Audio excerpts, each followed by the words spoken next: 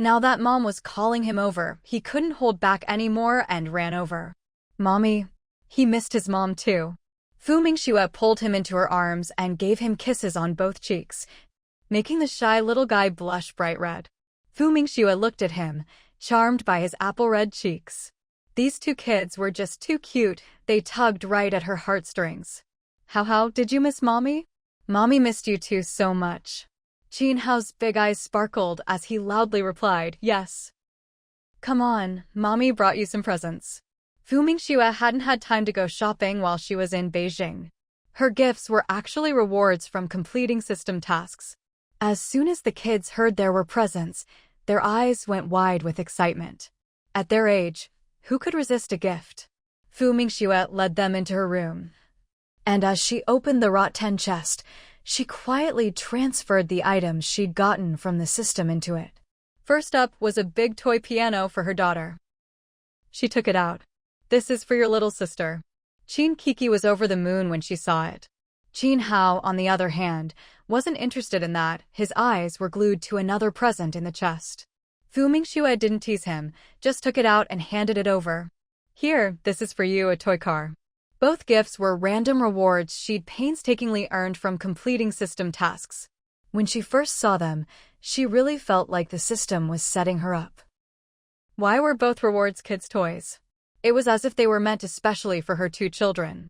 Do you like them? Qin Hao hugged his toy, his love for it practically shining from his eyes. I love it. Thank you, Mommy. Fu Mingxue was delighted to see how much the little ones liked their gifts. She reached out and patted his head. As long as you like it. Go play now. This system really was good to these two kids. Every time there were rewards, it never forgot to give them some. But seeing how happy the children were, she thought it was fine. With their beloved new toys in hand, the two little ones ran off to study them.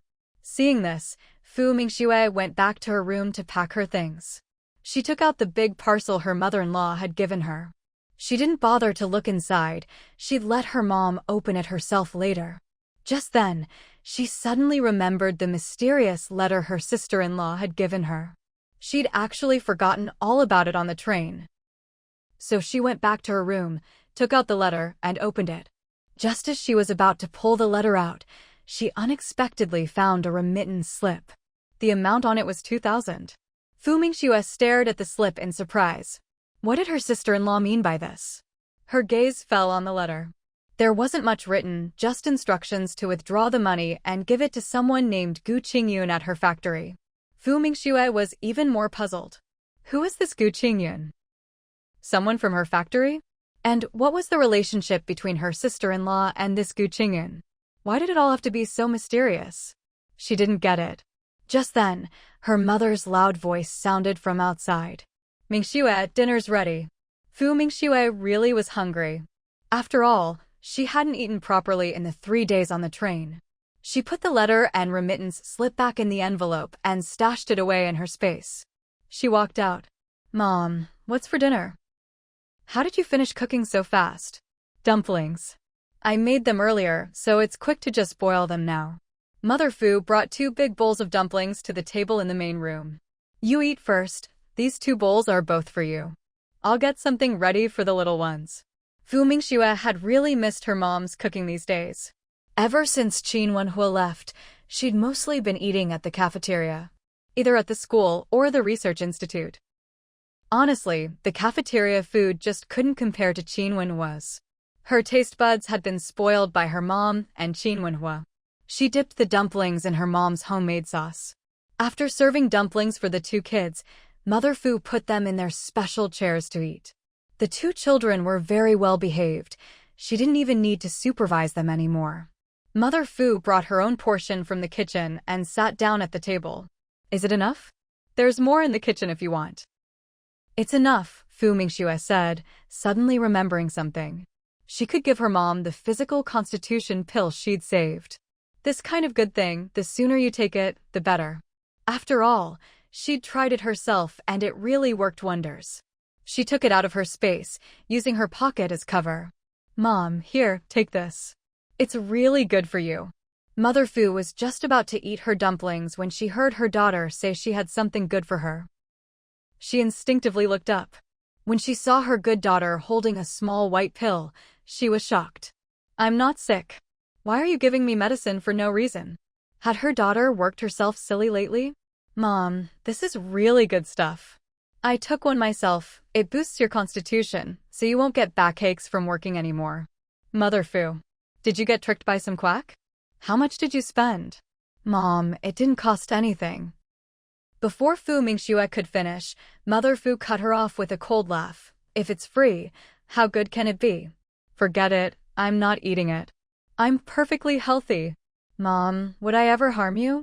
I didn't even give this to Qin Wenhua, I saved it just for you. Fu Mingxue's words left her mother speechless. Why did she insist her mom take this pill of all things? I'm not taking it. Fu Mingxue. She took a deep breath. Fine, if you won't take it, then I'll just take it myself. With that, she made to pop the pill into her own mouth. The next second, her mother snatched the pill right out of her hand and quickly tossed it into her own mouth instead. She even smacked her lips. Why did it disappear so fast? And there's not even a hint of bitterness. No sweetness either, definitely not a candy. Fu Mingxue. She chuckled. Mom, don't worry, it's not poisonous. It's honestly good stuff. You'll see in a while. Alright, hurry up and eat your dumplings. They won't taste good if they get cold. Dumplings are best eaten hot, after all. Her mother shot her a glare. Don't buy this weird stuff anymore. Other things are fine, but medicine isn't something you can just buy on a whim. Fu Mingxue was about to say she definitely wouldn't buy random medicine after all. It's not like she could even get it if she wanted to. But then she thought, who knows when the system might randomly reward her with something like this again. The mother and daughter finished off the dumplings together. The two little ones on the side also ate theirs clean. They really liked dumplings too. After dinner, Fu Mingxue remembered her mission. Come on, babies, it's study time. Come here. Fu's mother. Here we go again. Can't you just let them be? Wouldn't it be better to let such little kids play happily? The neighbor's kid is 9, and as soon as he gets home from school, he runs off to play and gets all sweaty. His mom doesn't even care about his studies. But her 2 grandkids, they're not even 2 years old yet. Isn't this just forcing the seedlings to grow? Unfortunately, the 2 little ones were actually quite willing. As soon as their mom called, they scampered over. After all, Mom said, there are rewards for studying. They loved Mom's rewards. The next day, Fu Mingxue rode her bicycle to work. Mom, don't wait for me for dinner. I might be back really late. Her mother nodded. All right, got it. Work hard. Even though the job was tough, at least the pay was good. If she didn't work more, she'd feel uneasy. Fu Mingxue rode her signature bike to the factory gate. The security staff hadn't seen her in over a month. When they saw her coming into work, they quickly greeted her. Team leader Fu, you're back at the factory. That's right, I'm back. Fu Mingxue called as she headed inside. She needed to check in with Director Geng first. Luckily, Director Geng had already arrived. He was pleasantly surprised to see Fu Mingxue. Why didn't you rest at home another day? I thought you'd be back tomorrow. Since I'm back, of course I should come to work. I've already missed so much time. By the way, Director Geng, is there a man named Gu Qingyun in our factory? Director Geng was taken aback by the question. Then his expression turned a bit odd. Gu Qingyun? There is someone by that name, but she's a young woman. Now it was Fu Mingxue's turn to be surprised. A woman? Thinking back to the letter. It hadn't actually said Gu Qingyun was a man. Looks like she'd just assumed. So, it's this Gu Qingyun. Which workshop is she in? Director Geng asked. Are you sure you want to find her? She's in the assembly workshop. I'll have her sent over to you. All right. Fu Mingxue didn't go to withdraw the money from the remittance slip. After all, she had cash in her space. She had already counted out the 2,000 yuan. Although she didn't understand why her eldest sister-in-law didn't just write directly to that Gu Qingyun and send the money straight to her. There must be some story behind it. Director Geng walked out of his office and told someone to go call the person over. Then he came back. Would you like some tea? Fu Mingxue shook her head. I heard you designed a brand new car engine for FW? Fu Mingxue wasn't surprised that he knew. After all, Director Gung seemed to have a very good relationship with the director at FW. Yes, actually, I just made some improvements based on their original model. Director Gung knew Fu Mingxue's abilities. She must have changed more than just a little. Too bad that Lu guy wouldn't tell him more. They didn't give you a bonus at FW? Fu Mingxue. No. When Director Gung heard this, he couldn't help but feel exasperated. How can you be so honest? They didn't give you a bonus and you didn't even say anything? I'll go get it for you. Fu Mingxue. There's such a good thing? Director, just forget about the bonus, okay? Aren't we all part of the same system? Director Gung glared. Who's in the same system as them? The engine you developed, how could it be the same as their car engines? Their factory might have automobile in the name and they did make cars, but it was clearly different. Their main focus was developing aircraft engines. All right, don't worry about it. Anyway, I won't let you work for them for nothing. Fu Mingxue didn't say anything more. Whether she got the bonus or not in the end, she'd be the one to benefit.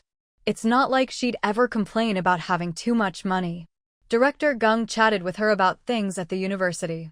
When he found out she had to go teach at the university for a month each semester, he had no objections. As long as she managed her work schedule well, training more talent was a great thing. There were plenty of professors at the research institute who also held university positions. Before they knew it, more than 20 minutes had passed. Finally, there was a knock at the door. Come in. As soon as Director Gung spoke, the door opened. Standing at the door was a very slender young woman. Director Gung, you wanted to see me? It's not me, it's Team Leader Fu who wants to see you. Director Gung pointed at Fu Mingxue. At this moment, Fu Mingxue also looked at the slender young woman at the door. She didn't seem very old, maybe about 25. So, this was Gu Qing'an? Then Director Gung spoke again. You two go ahead and talk.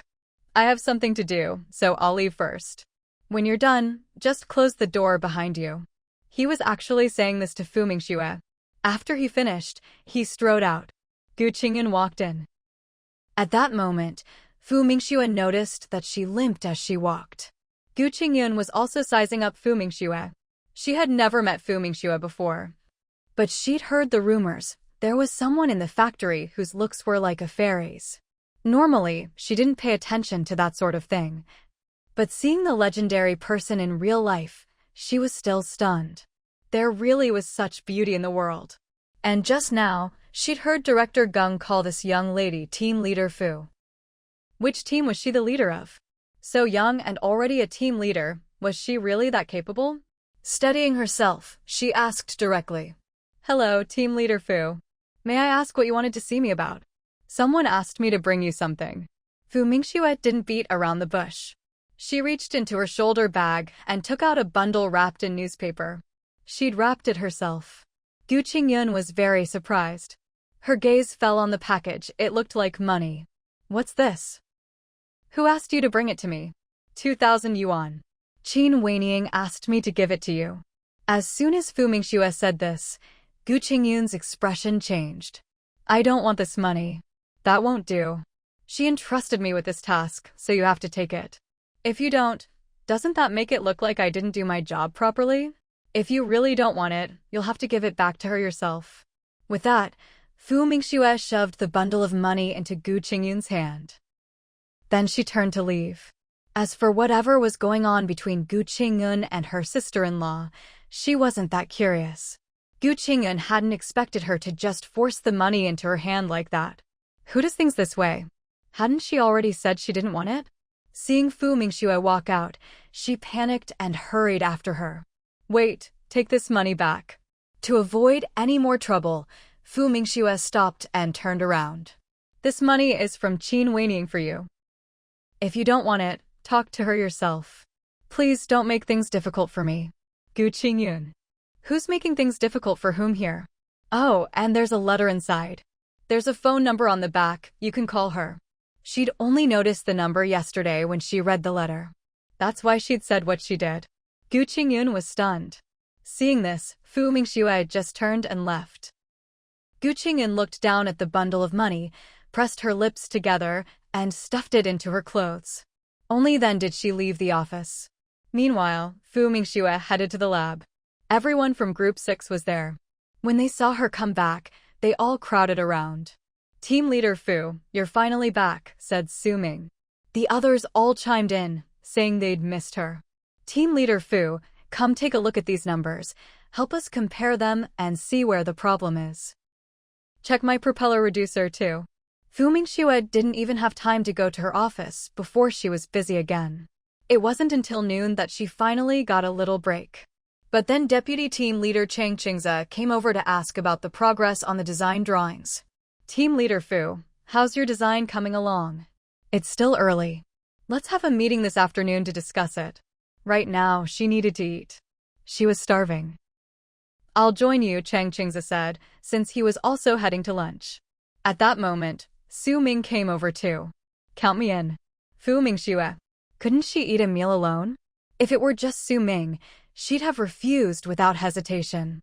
But since old Chang wanted to go together, she had to give him that courtesy. All right, let's go.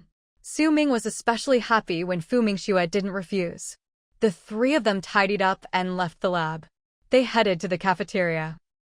Hey, isn't that the girl from the train? Guzhen said, pointing. Across from him, Li Zhao looked up in the direction Guzhen was pointing. The girl getting her food was indeed the one from the train. He thought he'd never get a chance to see her again. But here she was. Brother Li, what a coincidence. This must be fate. Why don't we go say hi? It was a pity, really. They'd spent 3 days together on the train, but never got to talk. When Li Zhao heard Guzhen's words, he immediately looked away. He shot Guzhen a sidelong glance. Eat your food.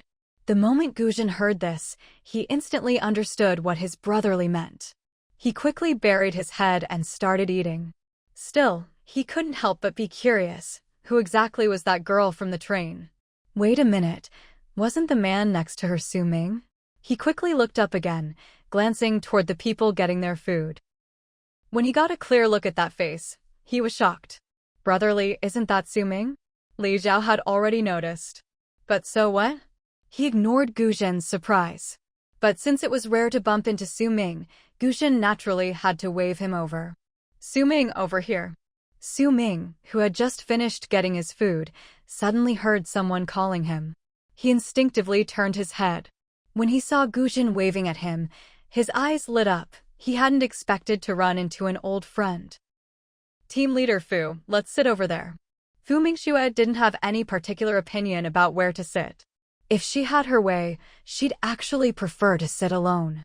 But Chang Qingze was with her too. So the three of them carried their lunch trays over to the empty seats. Su Ming, I never thought I'd see you here. Su Ming was also happy to see an old friend. What are you guys doing here? Li Zhao, long time no see. Hearing someone greet him, Li Zhao naturally looked up. He replied coolly, long time no see. Then his gaze shifted to Fu Mingxue. Just then, Fu Mingxue happened to look at him too. Actually, Fu Mingxue was also surprised to see these two. She'd thought that after getting off the train, it'd be hard to run into them again. Who knew fate would have them meet here? At this moment, Guzhen, who was a bit more outgoing, greeted Fu Mingxue. Comrade, what a coincidence to run into you here at the factory. Fu Mingxue smiled. Yes, what a coincidence. Su Ming couldn't help but ask, wait, you two know each other? Fu Mingxue answered first, we just happened to be in the same train carriage on the way back. Let's eat first. She wasn't close to them, and on the train, all they'd done was swap bunks. No need to keep chatting here. Su Ming wanted to ask more, but since team leader Fu said to eat, he had to suppress his curiosity. He could always ask Guzhen about it later. The three of them sat down. Since there were outsiders present, Deputy Team Leader Chang, who had originally wanted to discuss some matters with Fu Mingxue, kept quiet and focused on eating. Fu Mingxue was more than happy not to talk. Talking while eating, what if someone spat into her food? On the other side, Su Ming and Guzhen were clearly the chatty types. The two of them were having a lively conversation. Luckily, there were 2 seats between Fu Mingxue and the two of them. She was sitting across from Deputy Team Leader Chang. By the end of the meal, Fu Mingxue swore to herself, no matter what, unless it was a team dinner, she would never eat with Su Ming again. It was just too noisy. After finishing their meal, she and Deputy Team Leader Chang left right away. They didn't wait for Su Ming. After all, that guy was busy chatting and ate slowly. As soon as Fu Mingxue and Deputy Team Leader Chang left, Guzhen immediately asked Su Ming, "Who was that girl just now? Is she your girlfriend?" He wasn't just making things up. He'd never seen Su Ming eat with any girl before. Of course, since he wasn't sure, he kept his voice low. Li Zhao, who hadn't left yet, couldn't help but look at Su Ming when he heard the question. Su Ming immediately glared at Guzhen. "Don't talk nonsense. She's our Team 6 leader. Besides, she's already married." When he said that last part, his tone was tinged with a hint of sourness. Li Zhao and Guzhen were both surprised when they heard what Su Ming said. However, their focus was different. "She's married." Guzhen was surprised. The young woman looked so young. She seemed barely 20, if that. "Yeah, she's married. Her husband's a soldier, stationed here too, so she's considered a military dependent," Su Ming replied. Thinking about Fu Mingxue marrying so young, he couldn't help but feel a little disappointed. Why do all the good girls end up belonging to someone else? At this point, Li Zhao spoke up. "She's your team leader? What team are you in?" "Team 6, Su Ming answered simply, not saying a word more about their work. Even with good friends, he didn't talk about work details. Meeting Li Zhao's gaze, he immediately changed the subject. "By the way, what brings you two to this factory? Weren't you working at the automobile plant?"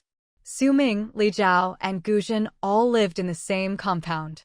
He was well aware of Li Zhao's abilities. "We've been temporarily transferred here," Li Zhao replied, not elaborating. Su Ming wisely didn't press for more details about their work. "So, where are you staying? Maybe we can get together when we're free."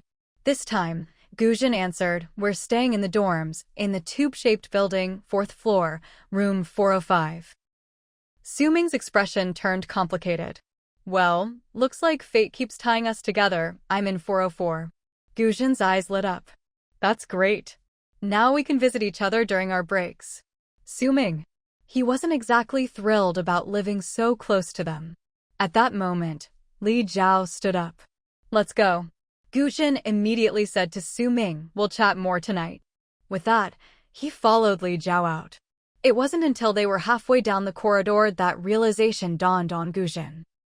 "Brotherly, Su Ming just said that girl is his Team 6 leader. What does that mean?" Li Zhao gave him a look as if he were an idiot. He didn't answer, just kept walking forward. But inwardly, his feelings were complicated. He, too, felt a faint sense of disappointment. The feeling was so subtle, though, he barely noticed it. Guzhen was stunned for a couple of seconds, then suddenly understood. His brother Li was a team leader, and so was that girl. Which meant she held the same position as his brother Li? If that was true, then that girl was really something. Fu Mingxue, meanwhile, hadn't given the little episode in the cafeteria a second thought. After returning to her office, she took out the blueprints she'd stored away to organize them.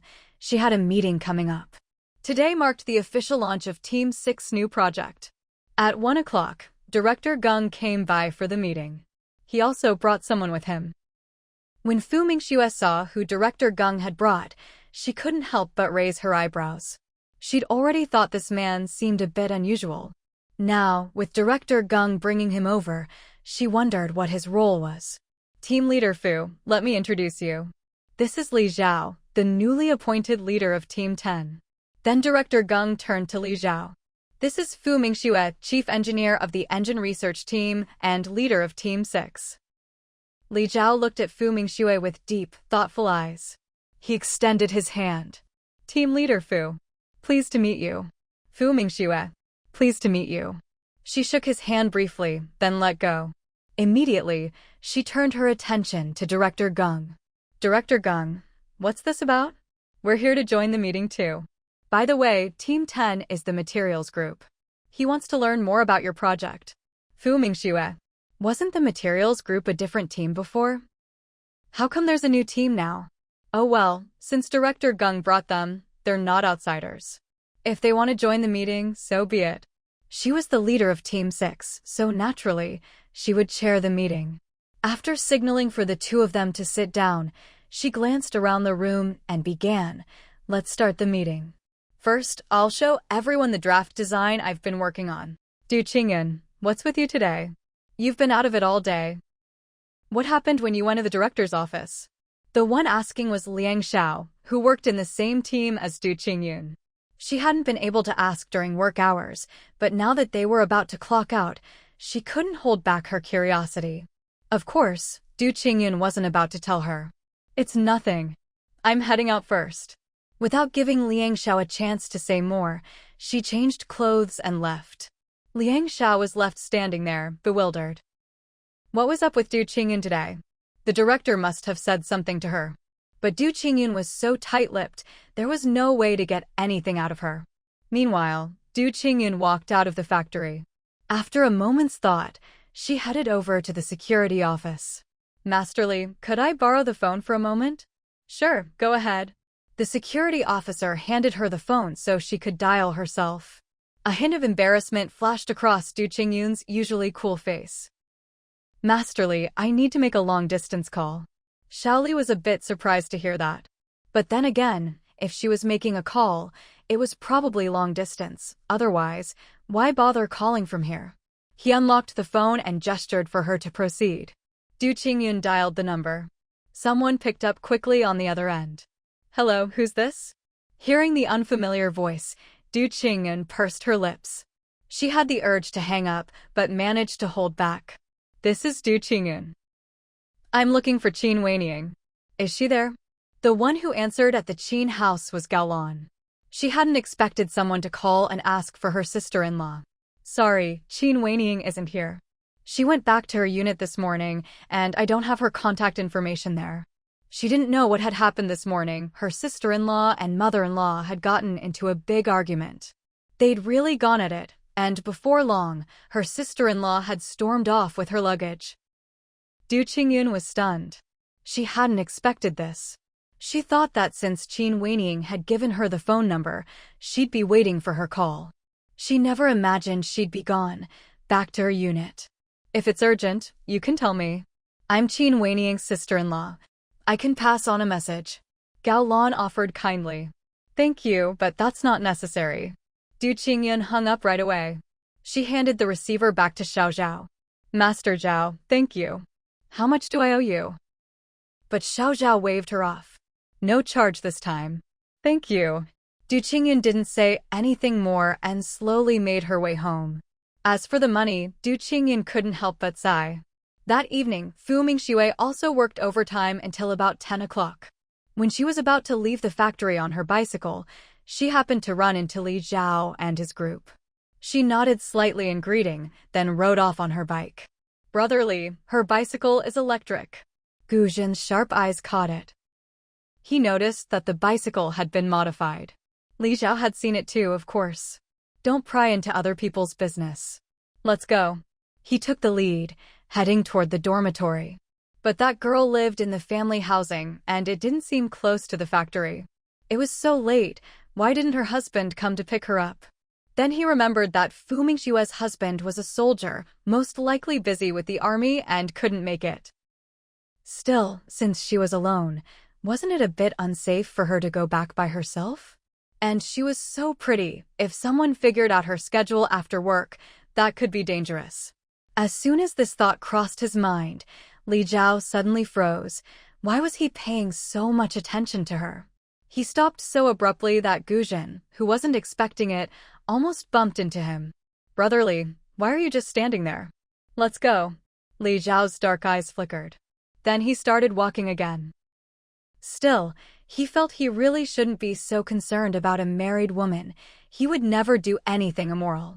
Although, he had to admit, Fu Mingxue had a kind of charm that made it impossible to look away. What made her attractive wasn't her looks, but the incomparable confidence she radiated during meetings and her endless professional knowledge. He'd never seen a young woman as impressive as her. When she was in a meeting, she seemed to shine.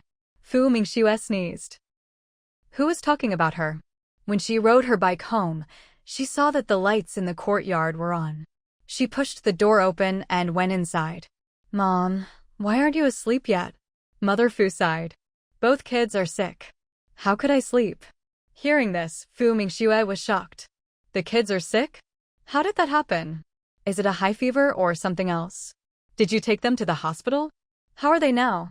Her string of questions showed just how worried she was. At lunch, they suddenly started vomiting. I was really scared, thought maybe they ate something bad.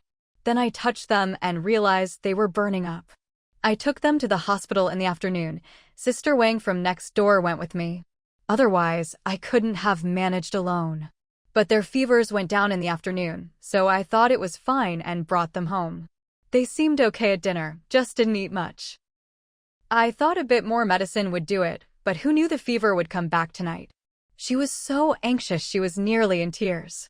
And her daughter was working overtime and hadn't come home. When Fu Mingxue heard the fever was back, she panicked. Let me take a look. She rushed into her mother's room. The light was on, and she immediately saw the two kids' faces flushed with fever. She reached out to touch them. Their skin was burning hot. Both children's foreheads were equally hot. This was the first time they'd been sick since that time at the Qin family's house. Mom, did you give them any medicine?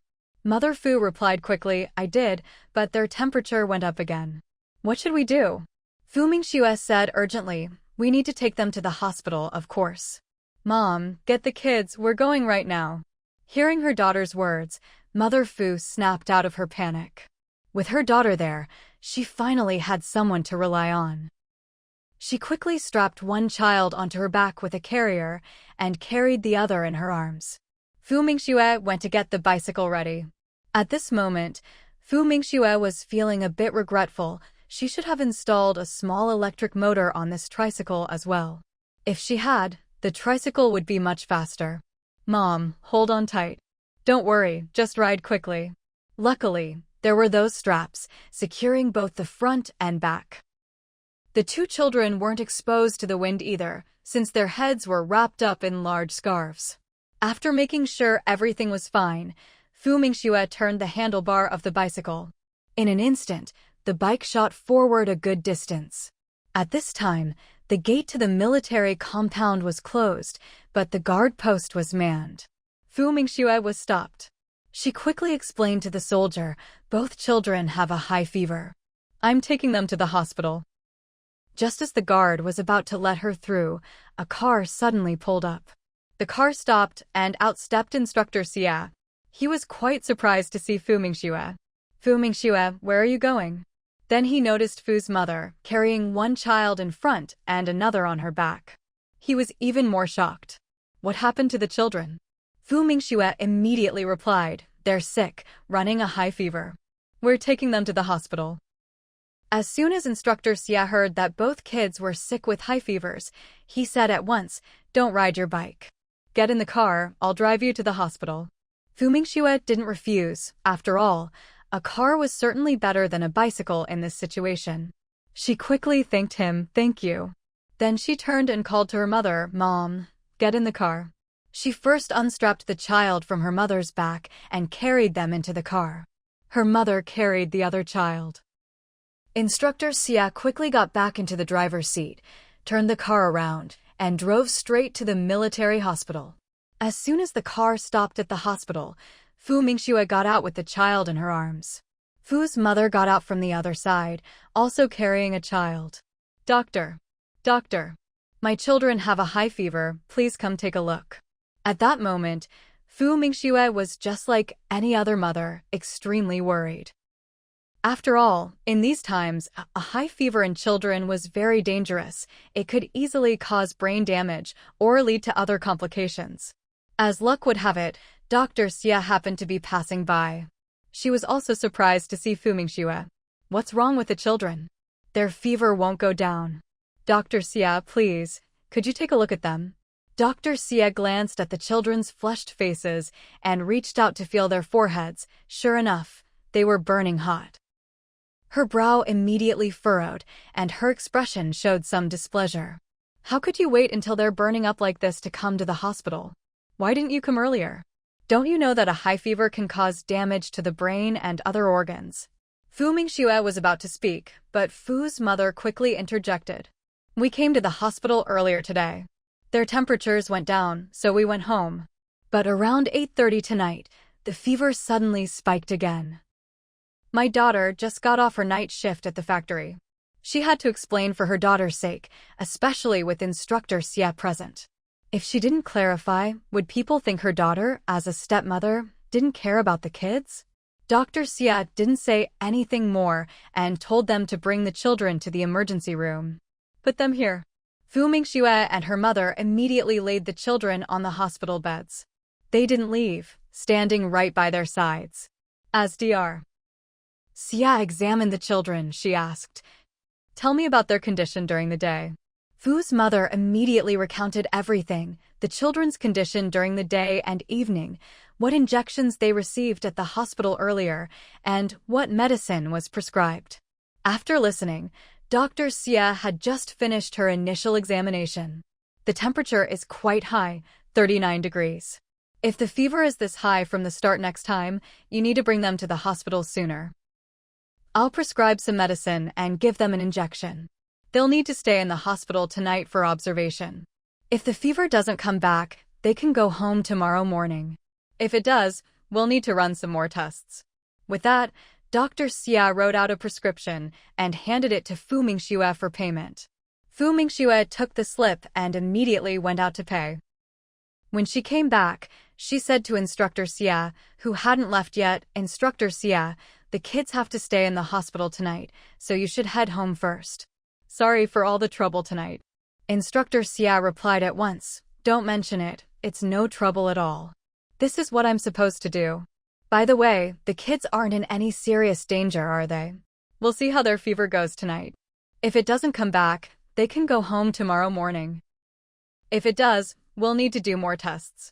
But that Dr. Xie is really skilled. Instructor Xie was well aware of Dr. Xie's reputation. He was actually quite relieved that they happened to run into Dr. Xie tonight. "Well, I'll leave them in your care tonight then.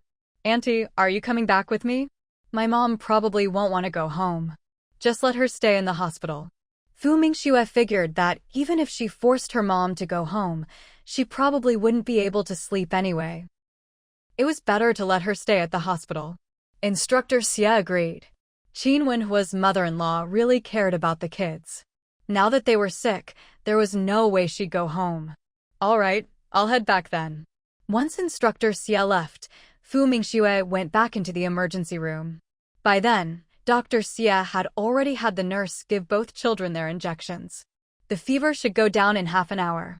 If it doesn't, come get me in the office. Fu Mingxue nodded right away. "Okay, Dr. Xie." Once everyone left, Fu Mingxue sat down next to the hospital bed. "Mom, why don't you go lie down on the bench outside for a bit? I'll watch the kids." Her mother refused. "You've been busy all day, you go get some sleep. I'll watch the kids. I'm not tired. Let's talk about it later." Half an hour passed quickly. Fu Mingxue reached out to feel the children's foreheads. Her eyes immediately lit up with delight. The fever's gone down. Her mother was also very happy to hear that. That's good. Still, she was a bit worried. "I'll go get the nurse to check their temperature again."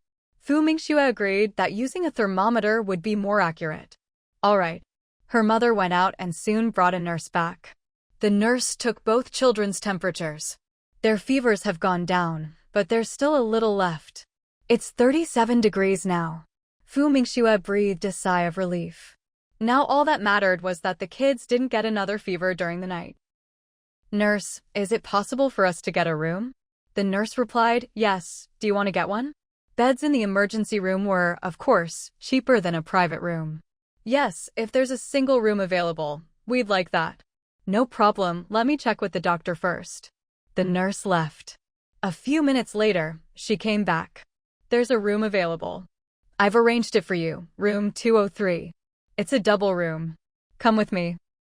She found another nurse on duty, and together they wheeled the children's beds to the new room. Fu Mingxue went to pay the fees. When she returned to the hospital room, she saw her mother dozing off, slumped over the edge of the hospital bed.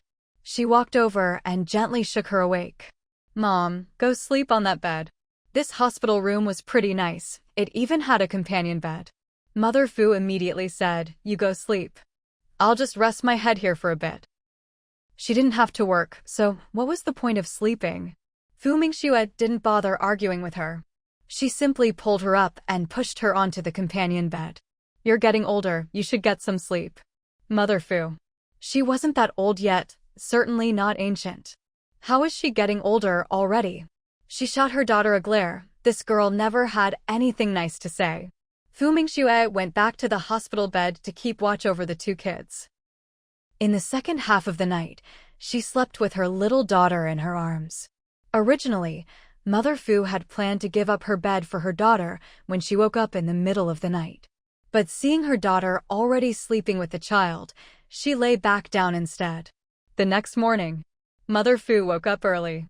When she saw her daughter and the two children still asleep, she didn't want to wake them, so she just lay there quietly.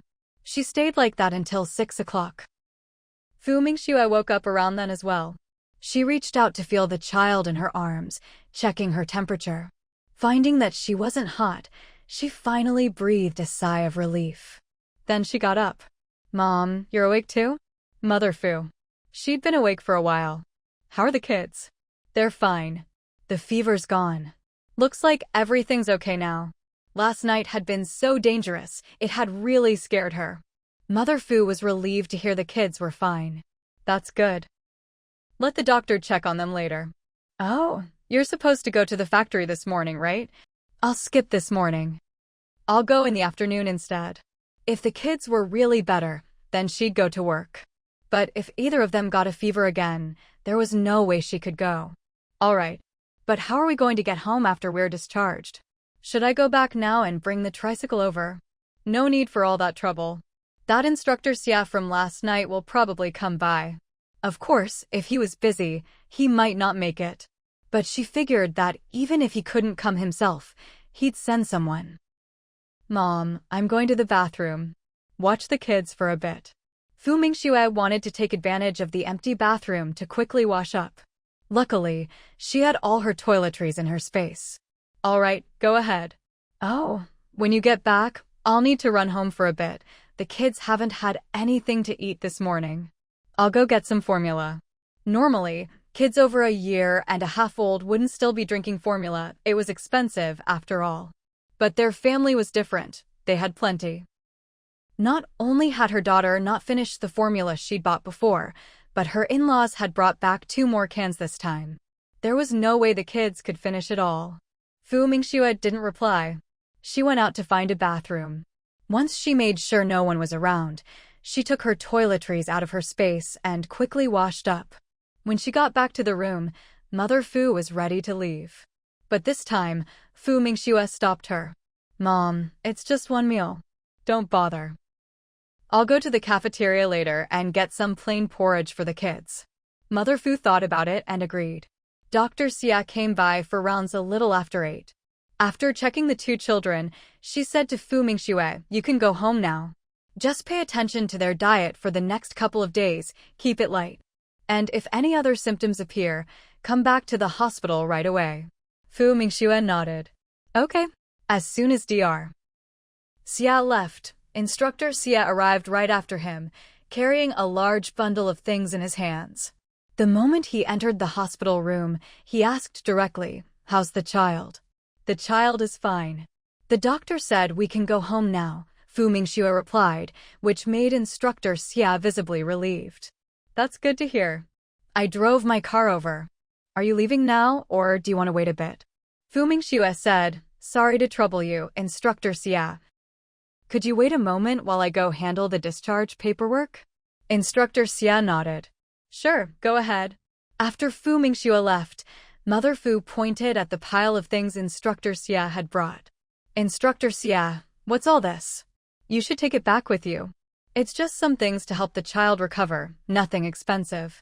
"Just a bag of formula and some fruit," he replied. He had gone to the supply store early that morning to buy the formula and fruit. Mother Fu felt embarrassed to accept them. "We really can't accept this. Please, take it back with you." "Auntie, don't be so polite. Besides, These are for the child, Instructor Xie insisted. After all, it wouldn't make sense to take back gifts you've already brought. Soon, Fu Mingxue returned. Mother Fu immediately mentioned the gifts Instructor Xie had brought.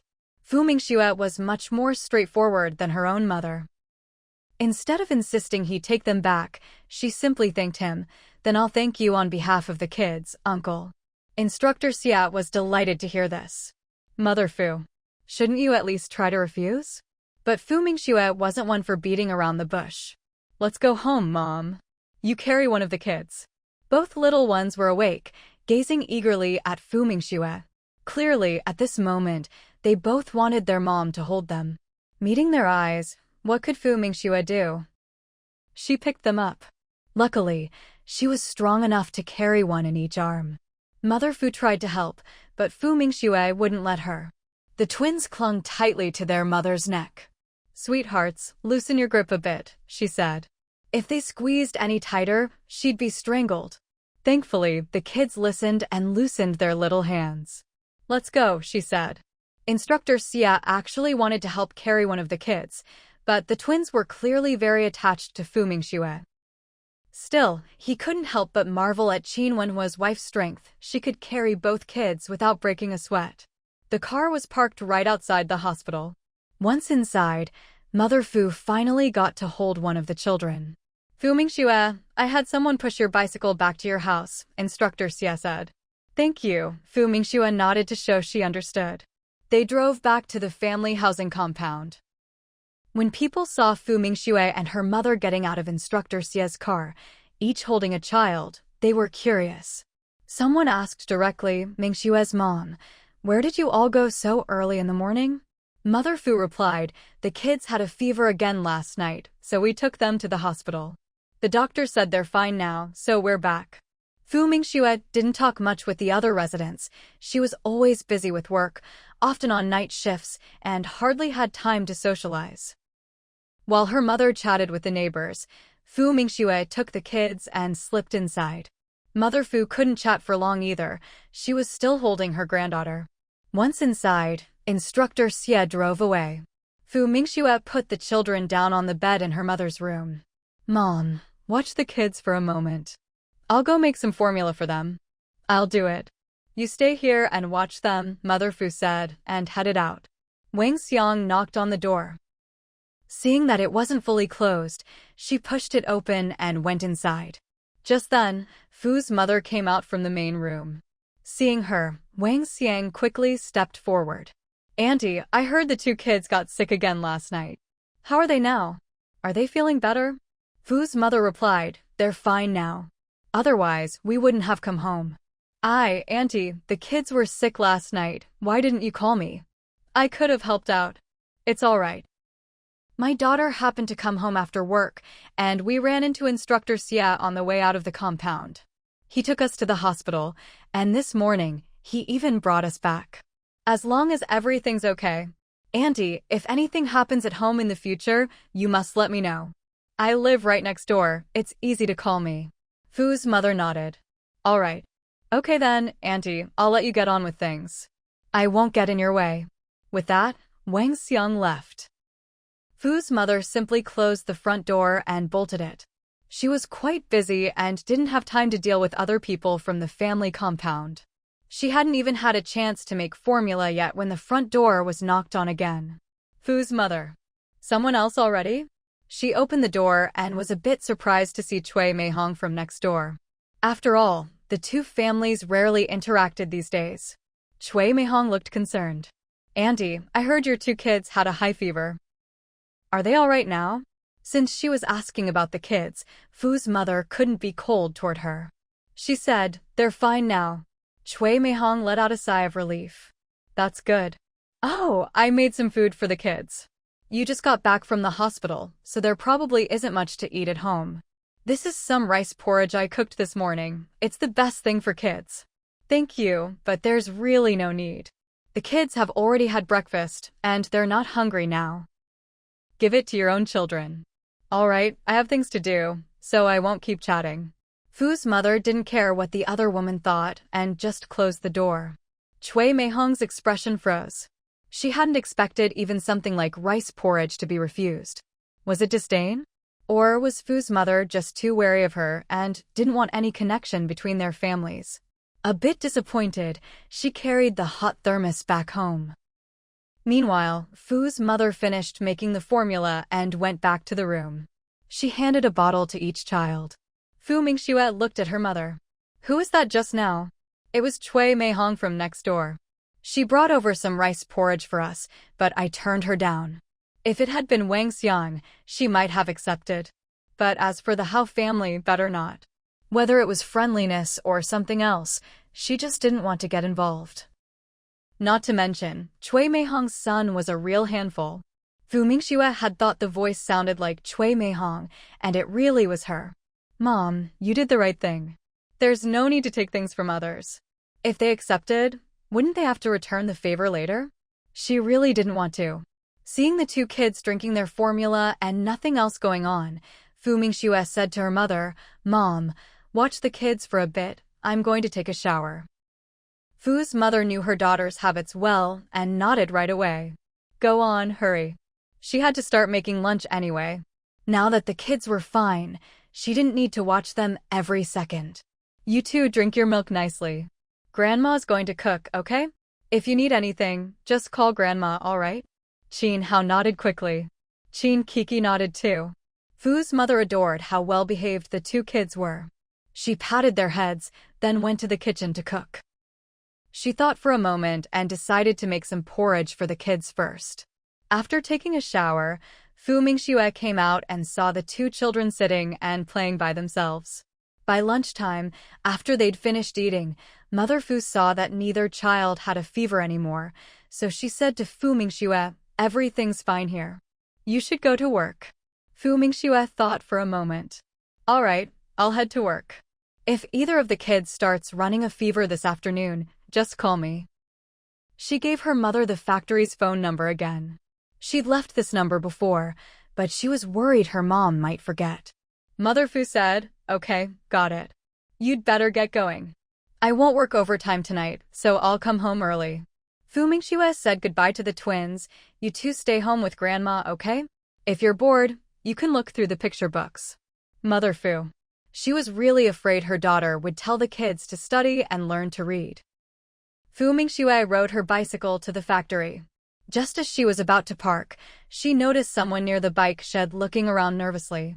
Fu Mingxue had sharp eyes and a good memory, so she immediately recognized the person as Gu Qingyan, the woman from yesterday. So, was this person waiting to ambush her? At that moment, Gu Qingyan also spotted her and started walking over. Because of her limp, her pace was a bit slow. "Comrade Fu." Fu Mingxue parked her bike and looked at her. "Are you looking for me?" Gu Qingyan nodded. "Yes. Yesterday I called Qin Weiniang. Her sister-in-law said she'd had a fight with her mother and left home." Fu Mingxue was surprised when she heard this. Her sister-in-law had argued with her mother-in-law? And had even run away from home? Gu Qingyan glanced at Fu Mingxue and continued, "That sister-in-law said the fight between mother and daughter was pretty fierce." Fu Mingxue's expression didn't change, but inwardly she was speechless. Was that sister-in-law really so loose-tongued? Just because someone called, without even knowing who it was, she spilled everything? If you want to put it nicely, you could call it being straightforward. But if you're being blunt, it's just being clueless. "What are you trying to say?" Fu Mingxue asked. "What's your relationship with Qin Weiniang?" Gu Qingyan asked. "That's a bit forward, isn't it? Does my relationship with Qin Weiniang have any bearing on what you want to say next? Or, let me put it another way, if I asked what your relationship with Qin Weiniang is, would you tell me?" Gu Qingyan was silent for 2 seconds. "Sorry." Fu Mingxue looked at her. "It's fine. Just tell me what you wanted to see me about." Gu Qingyan fell silent again. Time ticked by. After a while, she finally spoke. "Sorry to bother you." With that, she nodded slightly to Fu Mingxue, then turned and left. Fu Mingxue. Speechless. She really disliked people who were half-secretive, half-spoken, and so wishy-washy. She had no interest in guessing games. Locking up her bike, she headed to her office. Just as she was about to arrive, Director Geng showed up. Fu Mingxue, you're finally here. Fu Mingxue looked at Director Gung. Sorry, both my kids were sick last night, and I had to take them to the hospital, so I couldn't come in this morning. Director Gung had been about to say something, but when he heard this, he quickly asked, "Are the kids all right now?" "They're fine." "That's good." "Here's the thing, Master Yang accidentally hurt his hand this morning. There's something that needs to be done, and he said you could handle it, so I need you to help out and make a part for me." When Fu Mingxue heard that old Yang was injured, she was worried and asked, "Is his hand okay?" "Wait a minute, how did he hurt his hand?" Master Yang was a level 8 machinist. He was really skilled. How could he have hurt his hand? As this thought crossed her mind, she asked the question out loud. Director Gung let out a sigh. His hand needs some time to recover. He can only guide others for now. He won't be able to operate the lathe himself for a while. We'll talk about this later. Let's go to the workshop first. Seeing how anxious he was, Fu Mingxue didn't press for more details. She followed him into the workshop. There, she saw Master Yang was still present, but his most important right hand was wrapped in gauze. It didn't look like a minor injury. If it were just a small wound, it wouldn't be wrapped so tightly. It looked alarming. "Master Yang, how's your hand?" Old Yang shook his head. "My hand's fine. But it's really bad timing. I can't do this job right now. Your skills are just as good as mine. I think you can handle this." If she weren't already doing even more important work, he'd want to transfer her to his position. He'd never seen anyone so naturally gifted, born to be a machinist. Fu Mingxue. What does he mean, she can handle it? Isn't he overestimating her a bit? It's this drawing. All the precise measurements are on it. Can you machine this part to such exact specifications? Old Yang says you can do it. Director Gung looked at her with eyes full of hope. Fu Mingxue. She glanced from Director Gung's expectant face to Master Yang's expression, which seemed to say, "You've got this. Let me take a look first." As soon as she said this, Director Gung immediately handed her the blueprint. "This is it. The margin of error can't exceed 0.01. When Fu Mingxue heard that, she couldn't help but twitch her lips. They really had a lot of faith in her. But when she looked at the blueprint, she was silent for 2 seconds. "Okay, I'll give it a try. But first, I need to go to Group 6. I'll handle this when I get back. Also, I need to call home. I won't be able to go back tonight, and I'm worried the kids might get another fever. Go ahead and call. And let your mom know. I'll send someone to help out at your place tonight. If the kids get sick again, at least your mom won't be overwhelmed." Director Gung knew about her family situation. Her mother was taking care of her 2 kids.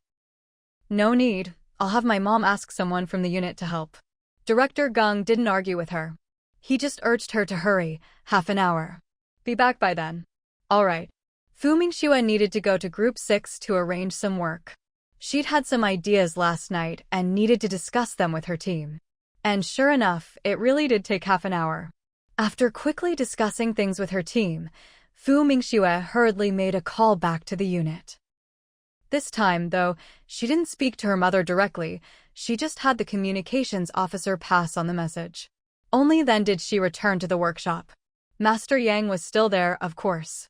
This was an important matter. He needed to supervise and guide her. Otherwise, with his hand like this, he would have been sent home to rest long ago. Seeing Fu Mingxue studying the blueprint, old Yang said to her, "The machine's already set up. Get a feel for it first, no rush. Take your time and focus." Earlier, Director Gung had wanted to stick around and wait for Fu Mingxue to come back. Old Yang had chased him off. This was an extremely important task. Fu Mingxue needed to concentrate fully. If Director Gung hung around, he'd only be a distraction. "All right, I understand." Fu Mingxue didn't plan to rush into it, either. The blueprint listed all the specifications and tolerances. She needed to study it carefully and commit it to memory. As for getting a feel for the machine, she picked up a piece of scrap material to practice on first. Once she'd gotten the feel for it, she picked up the actual part and began. Master Yang watched quietly from the side. He hardly said a word, afraid to disturb Fu Mingxue. Inside, Mother Fu heard someone knocking on the door and thought it was another neighbor from the family compound. But when she opened the door, she saw it was the messenger. Auntie, Comrade Fu Mingxue just called from the factory. She has to work overtime for a task and might be home very late tonight. If anything comes up with the two kids at home, you can ask Instructor Xie for help. Mother Fu nodded right away. All right, I understand. Thank you, comrade. No need to thank me, the messenger replied, then left. Mother Fu sighed and closed the door again. She knew her daughter was always busy. She used to hope her daughter would have a child soon. But now, who knows when that will ever happen? If she waits a few more years to have another child, will her own health still be good enough to help take care of them? Thinking of this, Mother Fu realized she needed to start taking better care of herself. She couldn't afford to get sick. Otherwise, how would she help her daughter look after the kids in the future? Fu Mingxue had no idea what her mother was thinking. When she first came back to life, she was a bit fixated on having her own child. After all, in her previous life, she raised other people's kids, 3 of them, in fact, and they all turned out to be ungrateful. After being reborn, she didn't want to raise anyone else's children. She wanted to raise her own. Unfortunately, she still ended up raising kids that weren't her own. Hopefully, they wouldn't turn out to be ungrateful this time. And now, with work being so busy, she really didn't have time to think about having a baby. Honestly, she didn't want to, not for the next couple of years, at least. Her mom was already busy enough looking after 2 kids. If there was another one, how could she possibly handle it? Your team leader Fu isn't here? Gu Xin was visiting Team 6 for the first time. He'd come with Li Zhao. After all, their 2 teams had some overlapping projects. Su Ming glanced at the 2 of them. She's not here. She wasn't here this morning, and now she's not here this afternoon either. But I saw her bike. It's still parked at the factory. Gu Xin was quite interested in Fu Mingxue's modified bicycle. He'd already found out that Fu Mingxue had modified it herself. TSK, this Fu Mingxue is really something else. Su Ming glared at him. Of course, she has important things to do. Why are you so interested in our team leader Fu anyway? Gu Xin. This is work. Don't forget, we're from the materials team. We need to discuss the new materials project with your team leader Fu. Why does it have to be our team leader Fu? You can discuss it with team leader Cheng, it's the same thing. Gu Xin. How could it be the same? Fu Mingxue was the real person in charge. That Chang was just a deputy team leader. Even if they discussed it with Cheng, they'd still have to go over everything again with Fu Mingxue in the end. Just as he was about to argue, Li Zhao spoke up. That's fine. Where's team leader Chang? Over there. You can go find him yourselves, Su Ming said, his attitude much less enthusiastic than yesterday. Li Zhao didn't bother with him and walked off in the direction Su Ming pointed. Gu Xin quickly followed. Chang Qingze looked a bit surprised to see them. Gu Xin immediately explained why they'd come. So the 3 of them started discussing business. When they finished and Li Zhao was about to leave, he casually asked, "Where did your team leader Fu go?" Chang Qingze didn't think it was a secret. She went to the workshop, to old Yang's place. Our team leader Fu is helping Director Geng with something. Li Zhao. Gu Xin. Neither of them understood what was going on. Suddenly, Li Zhao remembered something. Master Yang, is it the same Master Yang who got injured this morning? He'd heard about it earlier, apparently, something happened to Master Yang. His hand was quite badly injured, but after getting it bandaged at the hospital, he actually came back to the factory. At the time, Gu Xin had told him that this Master Yang was truly dedicated to his work. That's right, Chang Qingze nodded. Then he added, our team leader Fu is incredibly smart. When she first joined the factory, she followed Master Yang for just a few days, and she was already on par with an 8th level fitter. Li Zhao. Gu Xin. The 2 of them wore matching expressions of shock. A fitter? And equivalent to 8th level technical skill? Good lord, is she even human? You have to know, for an ordinary skilled worker to reach 8th level, it takes years of hard work and honing their craft. They all had to work their way up, level by level. Otherwise, why would there be so few 8th level fitters in an entire factory? And according to team leader Chang, She was already at the same level as Master Yang who, in reality, was even beyond 8th level. After leaving, both of them fell into deep thought. Could a person really be this amazing? Brotherly, that team leader Fu is way more impressive than you. Guzhen exclaimed. She's a true all-rounder. She could do this, and she could do that. Good lord. Team leader Fu was simply the most capable woman he'd ever met in his life. Li Zhao replied with a sigh, she really is incredible. Don't compare me to her. I'm not even 1% as good as she is. Guzhen. He looked completely astonished. He couldn't help it. This was the first time he'd ever seen Brother Li so lacking in confidence. But, honestly, compared to her, he really did feel a bit inferior. As for himself, when he thought about it, he felt like he was no different from the scraps and leftover materials in the factory. Soon, it was time for dinner. Master Yang quickly called out to the still busy person, Xiao Fu, take a break. There's no way you'll finish everything anyway. Let's eat first and give your eyes a rest. Fu Mingxue stopped what she was doing. Then she turned off the machine. All right. She had to admit, her eyes were starting to feel a bit strained. Master Yang walked over to see what she'd been working on all afternoon and couldn't help but marvel again. Xiao Fu, you were born for this job. It's such a shame. Fu Mingxue smiled. Master Yang, I'm just a brick for society. Wherever I'm needed, that's where I'll go. Her words made Master Yang laugh. He even gave her a thumbs up. Look at that, such a young woman, yet so clear-headed. That's what you call vision. Master Yang, your hand is really badly hurt. You should go home after work. You don't need to keep watch tonight, I can handle it myself. Fu Mingxue noticed his face was pale and bluish. Every now and then, he let out a hiss of pain. Even though it was quiet, she still heard it. After all, ever since she took that physical enhancement pill, her body had improved in all aspects, including her hearing. Master Yang hesitated when he heard this. Even though Fu Mingxue hadn't made any mistakes, he still wasn't completely at ease. The material they were working with was rare, and if even one piece was ruined, it would be a big loss. If he was there, at least he could keep an eye on things. Thinking of this, he said firmly, I'm fine. Seeing he was determined, Fu Mingxue didn't try to persuade him further. All right, let's go eat then. I won't go with you. My family is bringing me dinner later. His hand was injured. He needed to eat something light, and his family would bring him some soup. Hearing this, Fu Mingxue nodded. Okay, I'll go eat first then. Fu Mingxue went to the cafeteria for a meal, but since she was late, there weren't many dishes left. After all, the cafeteria always prepared just enough food, so there wouldn't be a lot of leftovers. Wasting food was absolutely not allowed. So, this time Fu Mingxue didn't get any meat dishes, just some cabbage and a serving of braised potatoes. She was still thinking about work, so she finished her meal quickly. Just as she was leaving the cafeteria to head back to the workshop, someone called out to her. Team leader Fu, wait a moment. Fu Mingxue turned around and saw Li Zhao, the leader of Team 10 whom she'd met yesterday. What is it? By now, Li Zhao had walked up to her. It's like this. The material data you provided for that engine seems to be a bit off.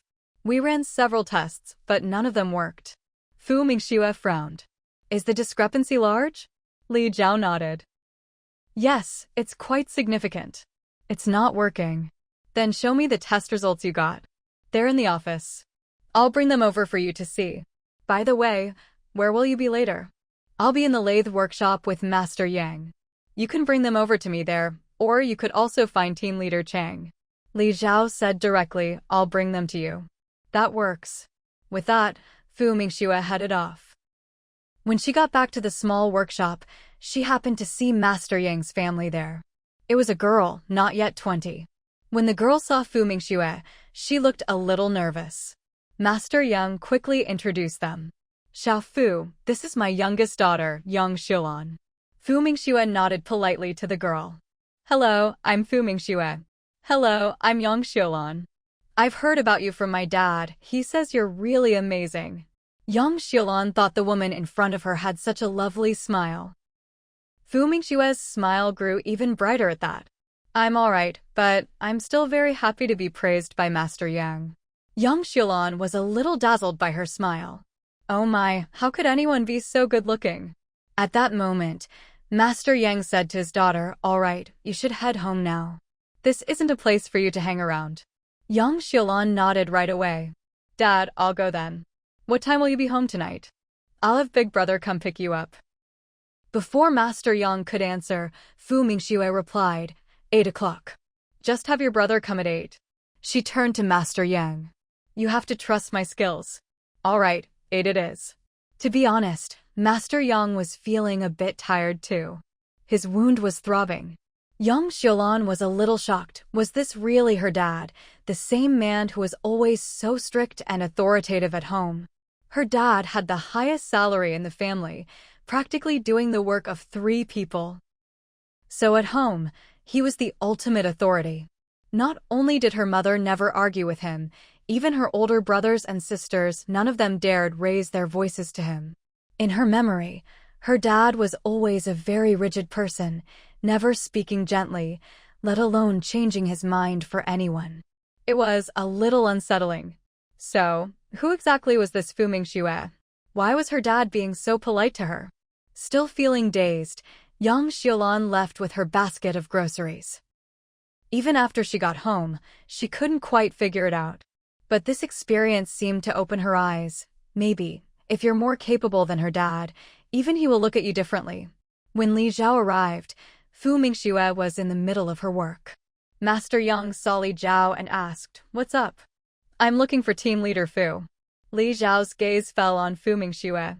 He honestly hadn't expected Fu Mingxue could even handle this kind of machine. "You'll have to wait a bit," Master Yang said, not wanting Li Zhao to disturb Fu Mingxue. He only spoke up after Fu Mingxue stopped what she was doing. "Xiao Fu, someone's here for you." Fu Mingxue turned around and said to Li Zhao, "Come over."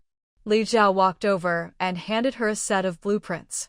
"I've marked everything here. I think we could try switching to a few different materials."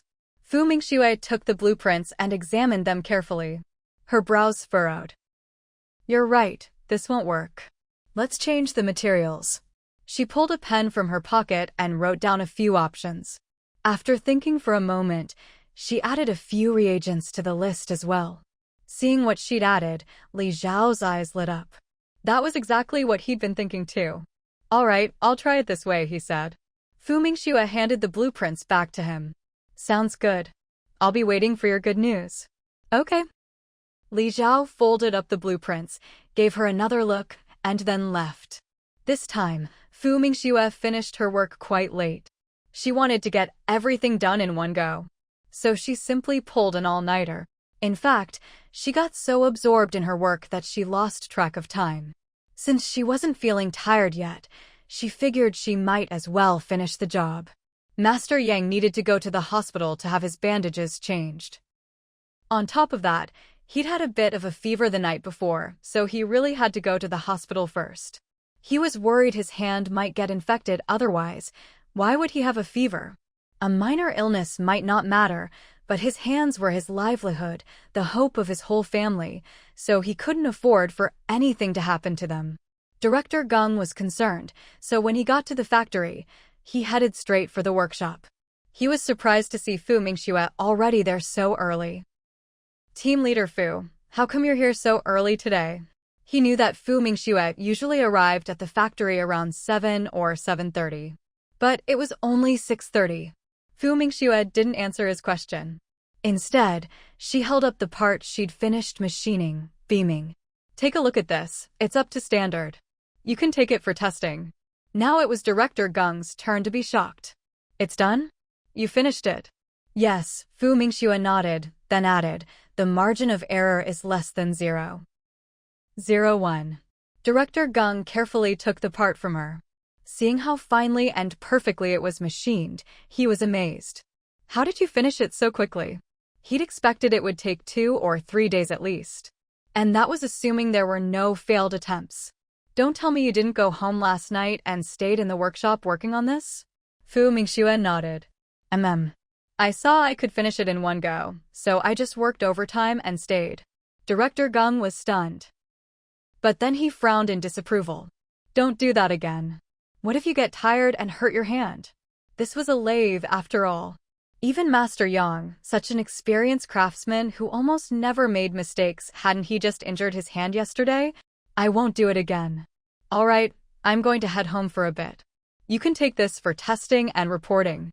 Hearing this, Director Gung hurriedly said, then go home and get some rest. Oh, and you don't need to come back today. I'll let old Chang from your team know.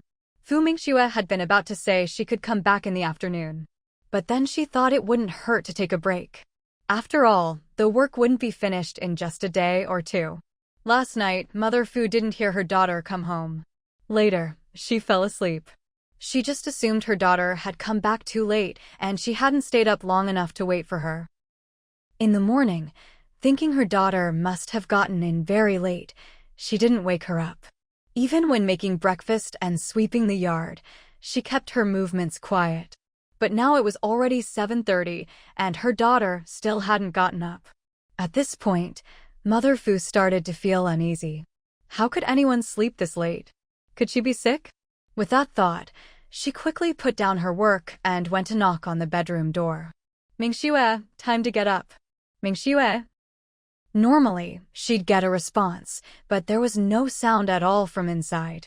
Could she have fainted? That thought made Mother Fu panic. She hurriedly tried to open the door, but the door wasn't even closed, and the bed was neatly made. Obviously, no one had slept in it last night. Mother Fu. Ahem, she'd scared herself for nothing. Suddenly remembering something, she walked out to the yard, and sure enough, the bicycle was gone. Mother Fu. She really must be out of it, not even noticing the big bicycle was missing. Wait a minute, if her daughter hadn't come home last night, where did she sleep? Did she really work all night? She couldn't help but sigh. Sure, the pay was good, but it was just too exhausting. So busy, she couldn't even get a proper day's rest. Fu Mingxue came home. She saw her mother washing bedding, and the two little ones squatting in the yard playing. Mom, I'm back. Mother Fu immediately put down the wet bedsheet when she heard her. Why are you only getting back now? Did you work all night? Yeah, I had to finish something. I'm going to take a shower first, Mom. Can you make me some breakfast? I'll eat in a bit. All right. Mother Fu's heart ached for her daughter, and she hurried to the kitchen to make a fresh breakfast. The twins, who had been playing in the yard, stopped as soon as they saw their mom and ran over to her. Mama. My little darlings, did you miss Mama? Hold on, let me park my bike first. Fu Mingxue went to put away her bicycle. Then she picked up the two little ones. Just then, Mother Fu poked her head out from the kitchen. Don't carry them, go wash up first. Eat breakfast early and then get some sleep. She's young, but she can't wear herself out like this. This time, Fu Mingxue didn't kiss the kids. After all, she hadn't washed up yet. She set the two down. You two play for a bit, Mama's going to take a shower and will come cuddle you after. The two kids were very well behaved and didn't fuss at all. Fu Mingxue showered quickly. She still felt pretty energetic, not too tired yet. Mother Fu had just finished setting out breakfast. Eat up, these brown sugar eggs are good for you. Eat all 3. Mom, that's too many eggs. Next time, just make 2. Mother Fu almost rolled her eyes at that. Other people would love to have more, but her daughter actually complains about too much. Do you have to go to work this afternoon? Fu Mingxue shook her head as she ate. No, I'm off today. I'll go back tomorrow. Mother Fu was happy to hear she had a day off. Then eat and go get some sleep. I'll make dumplings for lunch. And stew some chicken soup tonight for extra nourishment. She absolutely couldn't let her daughter's health suffer. Fu Mingxue loved dumplings. Okay. After breakfast, Fu Mingxue didn't rush off to bed. Instead, she played with the kids for a while. Only when Mother Fu urged her did she finally go to sleep. Fu Mingxue really slept deeply this time. When she finally woke up and checked her watch, she was shocked to find that it was already 3 in the afternoon. She was stunned. Had she really slept for that long? She couldn't help but rub her forehead. Good thing she'd already decided not to go out this afternoon, or else she'd be seriously late. But why hadn't her mom woken her up at noon? Since it was so rare to have such a leisurely day, Fu Mingxue simply lay in bed for another 5 minutes before finally getting up. When she walked out of her room, she saw her mother sewing something. "Mom, what are you making?" "I'm making shoes for the kids." "Fu Mingxue, why not just buy them? Making shoes yourself is so much trouble." Her mother rolled her eyes. Just because she's earning a bit of money now, she's getting all high and mighty. Didn't she ever think that every pair of shoes she'd worn growing up had been handmade by her mother? How is it trouble? The shoes you buy can't compare to the comfort of the ones I make. Besides, the kids are easy to look after now. The siblings can play together and don't need me to hold them all the time. Now that I have some free time, I might as well find something to do. At this, she looked up. "Do you know anyone who needs help gluing those paper boxes? I'm just sitting at home with nothing to do anyway. Earning a bit of extra money would be nice. Even if it's just a few yuan, it could pay the electric bill or buy the kids some candy." When Fu Mingxue heard that her mom was even thinking about gluing paper boxes for money, she was speechless. "Mom, if you have that much free time, you might as well keep making shoes and sell them at the market." "Huh? How could I do that? Wouldn't that be reselling for profit? What if someone reports me and it affects you? This girl, can't she give a proper suggestion for once?" "Mom, it's not called reselling anymore. The policies have loosened up. You're allowed to sell things now. Haven't you noticed you're already raising so many chickens? If their yard weren't big enough and they didn't have that little backyard, she'd have been suffocated by the chicken droppings by now." Mother Fu thought about it and realized it was true. Her eyes lit up. "Really?" Fu Mingxue nodded. "Of course it's true. Why would I lie to you? I'd never trick my own mom. If you're bored, just keep making your shoes. I think your cloth shoes are excellent. Oh, and those tiger head shoes for little kids are really nice too. If you make a lot and can't sell them all, I'll help you promote them at the supply and marketing cooperative or other places. But I only have one request. Don't stay up too late making them, and don't work by candlelight after turning off the lights. It's too hard on your eyes." Mother Fu thought, if she didn't work at night, wouldn't all that time go to waste? Besides, if she had to turn on the lights, the money she earned wouldn't even cover the electricity bill. "All right, I got it. Now go wash up, and I'll cook some dumplings for you. Make extra, I'm starving." Fu Mingxue really was hungry now. She hadn't eaten lunch, and at this point, she felt like she could eat a whole cow. "Okay." Mother Fu got up and went to the small kitchen. Fu Mingxue went to wash her face. When she came back to the main room, the two little ones saw her and hurried over. Now the siblings could walk quite steadily. They no longer wobbled like before. "Mama," the little girl called out sweetly. My darling, come here, let Mama give you a kiss." Fu Mingxue planted a kiss on her daughter's soft cheek. Then, her own face was covered in slobbery kisses from her little girl. Fu Mingxue. Well, so much for washing her face. While Fu Mingxue was playing around with the two kids, Fu's mother finished cooking the dumplings. She brought over a big plate. "Stop playing, it's time to eat." Fu Mingxue called the two kids over and sat down at the table. "Mom, these dumplings smell amazing. The aroma is making me dizzy. By the way, what's for dinner tonight?" Fu's mother shot her a glare. "You haven't even eaten this meal yet and you're already thinking about the next one? What's wrong with you?" Fu Mingxue just chuckled sheepishly. She picked up a dumpling and took a bite, her eyes lit up. "Mom, is this sauerkraut and pork filling? It's delicious." She much preferred these to plain meat dumplings. They were especially tasty. Just as she was happily eating, someone knocked on the door outside, followed by Instructor Xie's voice. "Fu Mingxue, are you home?" Fu Mingxue. Why did she hear Instructor Xie's voice? "You hurry up and eat, I'll go take a look." With that, Fu's mother went outside. She opened the door and saw that it really was Instructor Xie, so she immediately put on a smile. "Instructor Xie, are you here to see our Mingxue? Come in, she's eating right now." Instructor Xie. Isn't it a bit early to be having dinner at this hour? But he didn't say anything and walked straight into the yard. When Fu Mingxue saw him come in, she felt it would be rude to keep eating, so she got up and went out. "Instructor Xie, what brings you here?" "Instructor Xie, didn't want to waste her time and got straight to the point.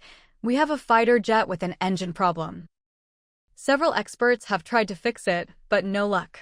I thought of you. Do you think you could come take a look? Fu Mingxue. A fighter jet?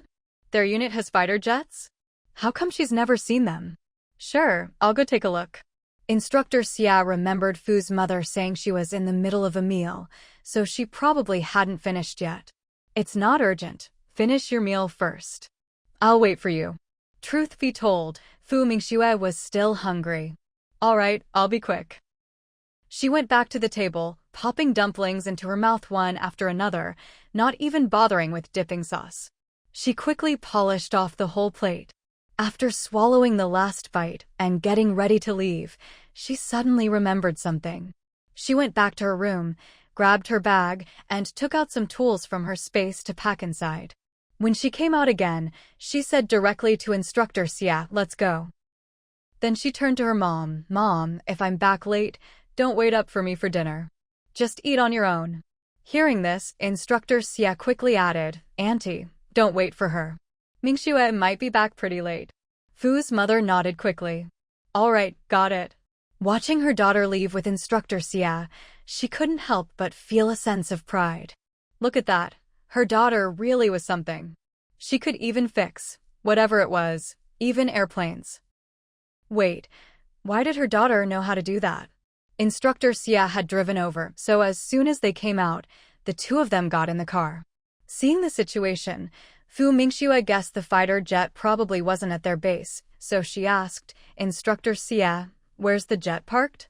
"It's not at the base, it's deep in the mountains. So it'll take a while to get there, about 3 hours to get into the mountains." Fu Mingxue. Seriously? She had to climb a mountain? But since she'd already agreed, even if it meant climbing a mountain or walking through fire, she'd still have to go. She just hoped that out of those 3 hours, only half an hour would actually be spent climbing. It took about an hour to drive here and another 2 hours to climb the mountain. It wasn't that the mountain was particularly tall, but the road was far too narrow, cars simply couldn't get through. Luckily, Fu Mingxue had slept through the day today. She was feeling completely refreshed. Plus, she'd taken a physical strength pill, so climbing the mountain didn't feel all that tiring. Instructor Xia was surprised to see that after 2 hours of hiking, Fu Mingxue barely broke a sweat. "Fu Mingxue, I didn't expect your physical fitness to be this good." She looked so thin and frail, like a gust of wind could blow her over, but her stamina was astonishing. If she were in their unit, she'd definitely be considered a promising recruit. "It's nothing, I've been strong since I was a kid, and I like to exercise. That's probably why I have good stamina," Fu Mingxue replied casually. But it was true, she really had been strong since she was little. She'd always been a tough fighter. Kids from the Fu family and some neighborhood children would mock her for not having a father and would gang up to bully and beat her. To keep her mother from worrying about her getting hurt, she did her best not to let herself get injured. After 2 hours of hiking, Fu Mingxue could see the fighter jet parked on a flat slope from a distance. Finally, they'd arrived. "Instructor Xia, how long has this jet been here?" she asked. 3 days. We called someone over to fix it, but it didn't work." Of course, they'd brought in professional aircraft maintenance engineers. Unfortunately, after several days, they still couldn't fix it. They said it was an engine failure. But out here in the remote mountains, how were they supposed to replace it? That's when Instructor Xia remembered. Wasn't Fu Mingxue the one who developed this engine? Even if she couldn't fix it herself, she could at least figure out what was wrong, right? He'd planned to go to her factory to find her, thinking she'd be at work. Luckily, he stopped by her house first. Fu Mingxue didn't say much. When they arrived, they found several people already there. Faced with their puzzled and suspicious looks, Instructor Xia introduced her directly. "This is Comrade Fu Mingxue. She's an expert on engines. Let her take a look first." Everyone. Are you kidding? Let this young girl? Is she even 20? Has she even seen a plane before? And this is a fighter jet, a real treasure. How could they just let a young girl inspect it? They thought Instructor Xia was being completely reckless.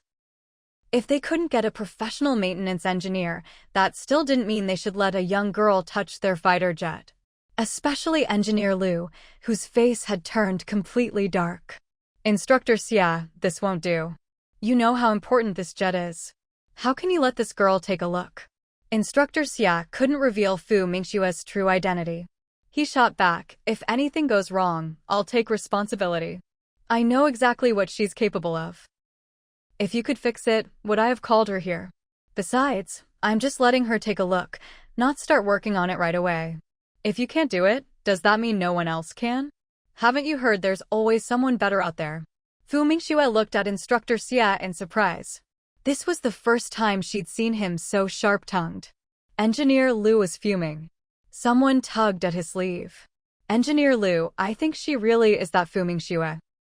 Lu Xinghua, still angry, snapped, I don't care what her name is. Wait, did you say Fu Mingxue? The person nodded. Yeah, didn't Instructor Xia just introduce her? Lu Xinghua, hearing this, turned to Instructor Xia for confirmation. Her name is Fu Mingxue? Instructor Xia knew he was just anxious, so he didn't take it to heart and didn't argue with him any further. He nodded and said, yes, she is Fu Mingxue, the very same Fu Mingxue you've heard about. As soon as he said this, not only did Lu Xinghua's eyes light up in surprise, but the other two maintenance engineers were also visibly excited. They had all heard of her. At this moment, Fu Mingxue spoke up. Can I go check it now? Lu Xinghua's attitude was completely different from before. I'm sorry, my tone was out of line just now. I apologize. Please, go ahead. He even used the formal you this time. Fu Mingxue didn't take it to heart at all. Besides, given her age and the fact that she was a woman, it was only natural that people might be skeptical at first. But she didn't mind after all. She relied on her own abilities. Fu Mingxue boarded the fighter jet, with Lu Xinghua leading the way. Take a look at this. All the other damaged parts of the jet have already been repaired. This is the last issue. We've tried fixing it several times, but it still doesn't work. While Fu Mingxue was inspecting the problem, she also asked Lu Xinghua a few questions. By now, night had fallen, but fortunately there were strong lights, so it didn't affect her work much. Fu Mingxue reviewed the diagnostic data from their previous repairs, then continued her inspection for quite a while. Thankfully, she finally found the problem. Lu Xinghua could hardly believe it. So that was the issue all along. He stayed silent now, just watching intently from the side. Although the problem had been found, fixing it would still take some time. Fu Mingxue worked until 2 in the morning before she finally finished. All done. She had been in the same position for so long that her back was stiff, and she could barely straighten up. I'll do a pressure test, Lu Xinghua said, holding the pressure gauge. Fu Mingxue stood by and watched. An hour later, the plane started up. The pilot gave a thumbs up. Lu Xinghua immediately said, Comrade Fu, it's good. The plane can take off now, this is wonderful. He then bowed deeply to Fu Mingxue. I'm sorry. I want to apologize again for my earlier words and behavior. He silently reminded himself never to judge people by appearances again. His gesture made Fu Mingxue a little embarrassed. She quickly said, It's fine, I don't mind. You already apologized earlier, there's no need to dwell on it. It's late, let's head down the mountain. All right, Lu Xinghua agreed. He needed to go down the mountain too. Only the pilot would fly the jet away. Everyone else had to hike down. By the time Fu Mingxue got home, the sun was already up. Instructor Xia dropped her off and left. He still had to arrange rides for the others. Mom, I'm home. Seeing her daughter covered in mud and dirt, Mother Fu's heart ached. Another all-nighter? Yeah. Mom, I'm going to take a shower first. There had been a lot of mosquitoes on the way down the mountain, and she was covered in bites, feeling itchy and uncomfortable. She probably had several welts on her face. Seeing how grimy she was, Mother Fu hurried her along. Go wash up quickly. I'll make you breakfast. She worried whether her daughter's body could handle pulling 2 all-nighters in a row. Fu Mingxue was even more exhausted than yesterday, mostly because of the long trek down the mountain. After her shower, she started to feel drowsy. Mom, I'm going to skip breakfast and get some sleep first. Mother Fu quickly stopped her. You can't sleep on an empty stomach. Eat a little something first, then go to bed. So Fu Mingxue had no choice but to eat something first. Fortunately, she still remembered to set an alarm and only slept until noon. Just as she was getting up, she suddenly heard a familiar voice. When she stepped outside and looked, sure enough, it was her sister-in-law. Jia, what brings you here? Qin Weiniang smiled at her, eyes crinkling. What, am I not welcome? Of course you're welcome. I'm just a little surprised. I had a fight with the old lady at home, and then I thought, with nowhere else to go, I'd just come over to your place. Perfect, I can stay for a while. Qin Weiniang's straightforward admission left Fu Mingxue at a bit of a loss. She was so open about arguing with her mother. I heard from Auntie that you've pulled 2 all-nighters in a row. And last night you were even fixing an airplane. Fu Mingxue. This little old lady sure gets to the point fast. That's right. When Qin Weiniang first heard it from Auntie, she thought maybe Auntie had gotten it wrong.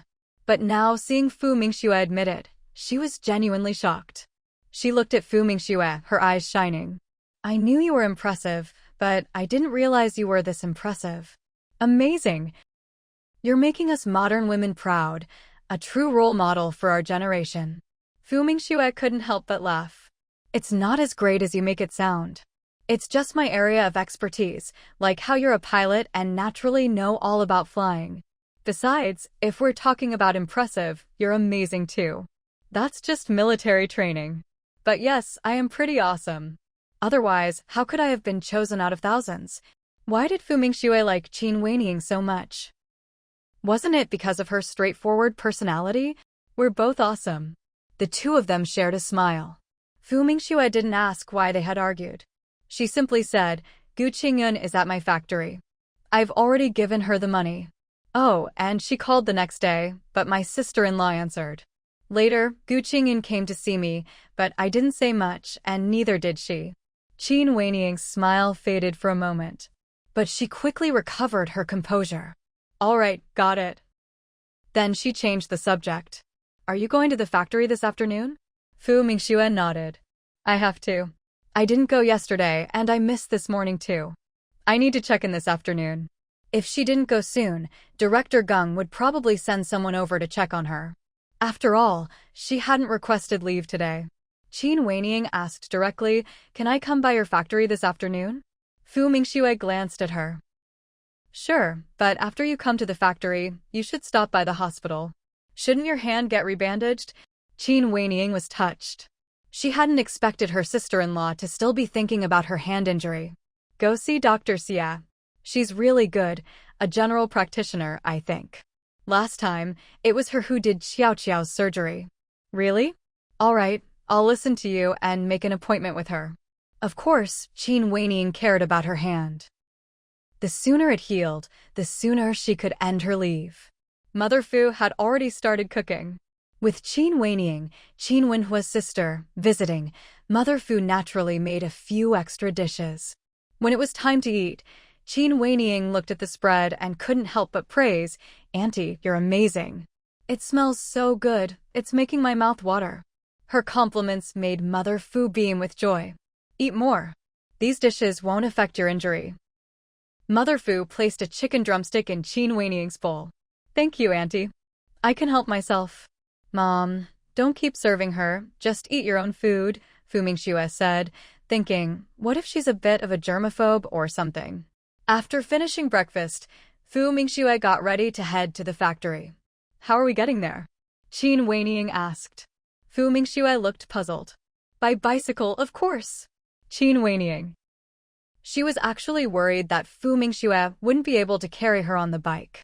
After all, even though she looked slim, she was tall and had a solid build. Come on. Let me show you my bike, Fu Mingxue said, pushing the bicycle outside. Only then did Qin Weiniang notice that this bicycle seemed quite different from the usual ones. Auntie, I'll head out with Mingxue now, she called out. All right, remember to get your hand checked at the hospital, Fu's mother reminded her warmly, making Qin Weiniang feel all warm and fuzzy inside. I will. The two of them left the courtyard. Fu Mingxue had already swung her leg over the bike. With one foot on the ground, she called out to Qin Weining, "Hop on." Qin Weining raised an eyebrow. "Is this the bike that Qin Wishu keeps raving about? He said you modified it yourself." "Heh, just a little tinkering. I happen to know how." "Come on, get on and try it out." "All right." Qin Weining sat sideways on the back. "Hold on tight, I'm setting off." Fu Mingxue twisted the handle, and the bike glided smoothly down the road. Tisk, no wonder that kid Qin Wishu keeps begging for it.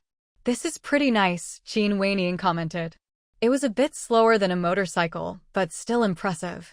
Too bad her hand was injured, or she'd want to try riding it herself. "Oh, is that tricycle in the yard your handiwork too?" "Yeah, it's for my mom. She can take the two kids in the back." Fu Mingxue's words made Qin Weining fall silent for a few seconds. Then, out of nowhere, she said, "That kid Qin Wenhua must have done a lot of good deeds in his past life to get this lucky in this one." Fu Mingxue. Qin Weining let out a long sigh. "You're really putting up with a lot. If it were her, she wouldn't get married at all. Not to mention that men would only drag down her bright future. Look at this." Fu Mingxue is not only raising two kids for Qin Wenhua, but even her mother-in-law has to help out. And as for Qin Wenhua, with the excuse of going on missions, he's basically become a hands-off boss. He doesn't have to worry about anything at home, not even the kids. Yet, he gets all the credit. After all, he adopted his comrades' children. But all the hard work of raising them falls on the mother-in-law and his wife. TSK. If her mother-in-law weren't around, would Fu Mingxue have to stay home and look after the kids herself? Would she still have time to work at the factory? Would she have the energy to do R&D? Just taking care of those two little ones at home would keep her busy enough. So, what's the point of getting married? Just for Qin Wenhua's sweet words? Hey! Qin Weining felt even more determined in her resolve to never marry. She knew exactly what she wanted, to dedicate her life to the blue skies. When she retired and could no longer fly, she'd find a place to live on her own. Thinking about how other people, at her age, would have to take care of a spouse who smelled like old age, while she could spend her retirement savings however she wanted, made her feel like life was truly worthwhile. Fu Mingxue, of course, had no idea what her sister-in-law was thinking at that moment. Soon, they arrived at the factory gate. Both hopped off the bike. "Big sis, you'll need to register," Fu Mingxue said. Qin Weining knew this was standard procedure. Some factories didn't allow outsiders in at all. "Masterly, could you register my sister Qin Weining? She's just here to see me," Fu Mingxue explained to the security guard. When Masterly from the security department saw it was team leader Fu's sister, he naturally let her in. Still, the proper procedures had to be followed. Qin Weining didn't want to cause any trouble for Fu Mingxue, so she took out her military ID. Seeing she was a soldier, Masterly felt even more reassured. He quickly registered her and signaled that the two of them could go in. "Yeah, you can look around here, but don't go over there." Fu Mingxue pointed out a few areas that were off-limits. Qin Weining nodded. "In that case, I won't go with you. I'm going to look for Gu Qingyan." Fu Mingxue wasn't surprised at all when she heard this. She'd already guessed it the moment Qin Weining said she wanted to come to the factory with her. So now, when Qin Weining spoke up, she didn't ask any more questions and just nodded. "Okay. By the way, do you know which workshop she's in? If not, I can ask for you first. I'm heading to Director Gung's office anyway." Qin Weining waved her hand. "No need, I know." With that, she walked off. Fu Mingxue. She headed to Director Gung's office first. As it happened, Director Gung was in. He was quite surprised to see Fu Mingxue walk in after she knocked. "You didn't come in this morning. I was just about to send someone to your house to see what was going on. Are you okay?" Director Gung had been worried when he didn't see her that morning. After all, Fu Mingxue had pulled an all-nighter just the day before. If she was fine, she should have come in today after a day's rest. And she hadn't even called. He figured she was either sick herself or her two kids at home hadn't recovered yet. Fu Mingxue shook her head. "I'm fine. Last night, I went to help the military repair an aircraft engine." "What?" "Repair an aircraft engine." Director Gung was a bit shocked. He hadn't heard anything about that. Fu Mingxue just gave a brief explanation. She didn't mention how the plane got there or any other details. Fortunately, Director Gung knew where to draw the line and didn't pry. But when he heard she'd pulled another all-nighter, he couldn't help but feel sorry for her. How about this? After you finish arranging your work, go home early and get some rest, okay? The work is important, but so is your health. The health of the factory's talent was always on his mind. After all, these people were the backbone of the nation's heavy industry. Losing even one of them would be a real loss. I'm fine. By the way, how did that thing go? Did it pass? As soon as Fu Mingxue asked, Director Gung got excited. Of course it passed. After their inspection, everyone was full of praise. They said your margin of error was extremely precise, far more accurate than they'd expected. If he hadn't stopped them, they would have tried to recruit Fu Mingxue away. Luckily, he told them Fu Mingxue specialized in engine research. A senior machinist might be rare, but you could still find a few in such a big country. But someone like Fu Mingxue, developing cutting-edge new engines, there might only be one. Wouldn't it be a waste to use her for anything less? That's great. Fu Mingxue was confident, but she still felt relieved to have confirmation. I'll head back now. As she was leaving, Director Gung called after her, don't work too late tonight, go home early. Got it. Fu Mingxue replied without looking back. When she got to Team 6, someone came up to her, concerned. Team Leader Fu, are you alright?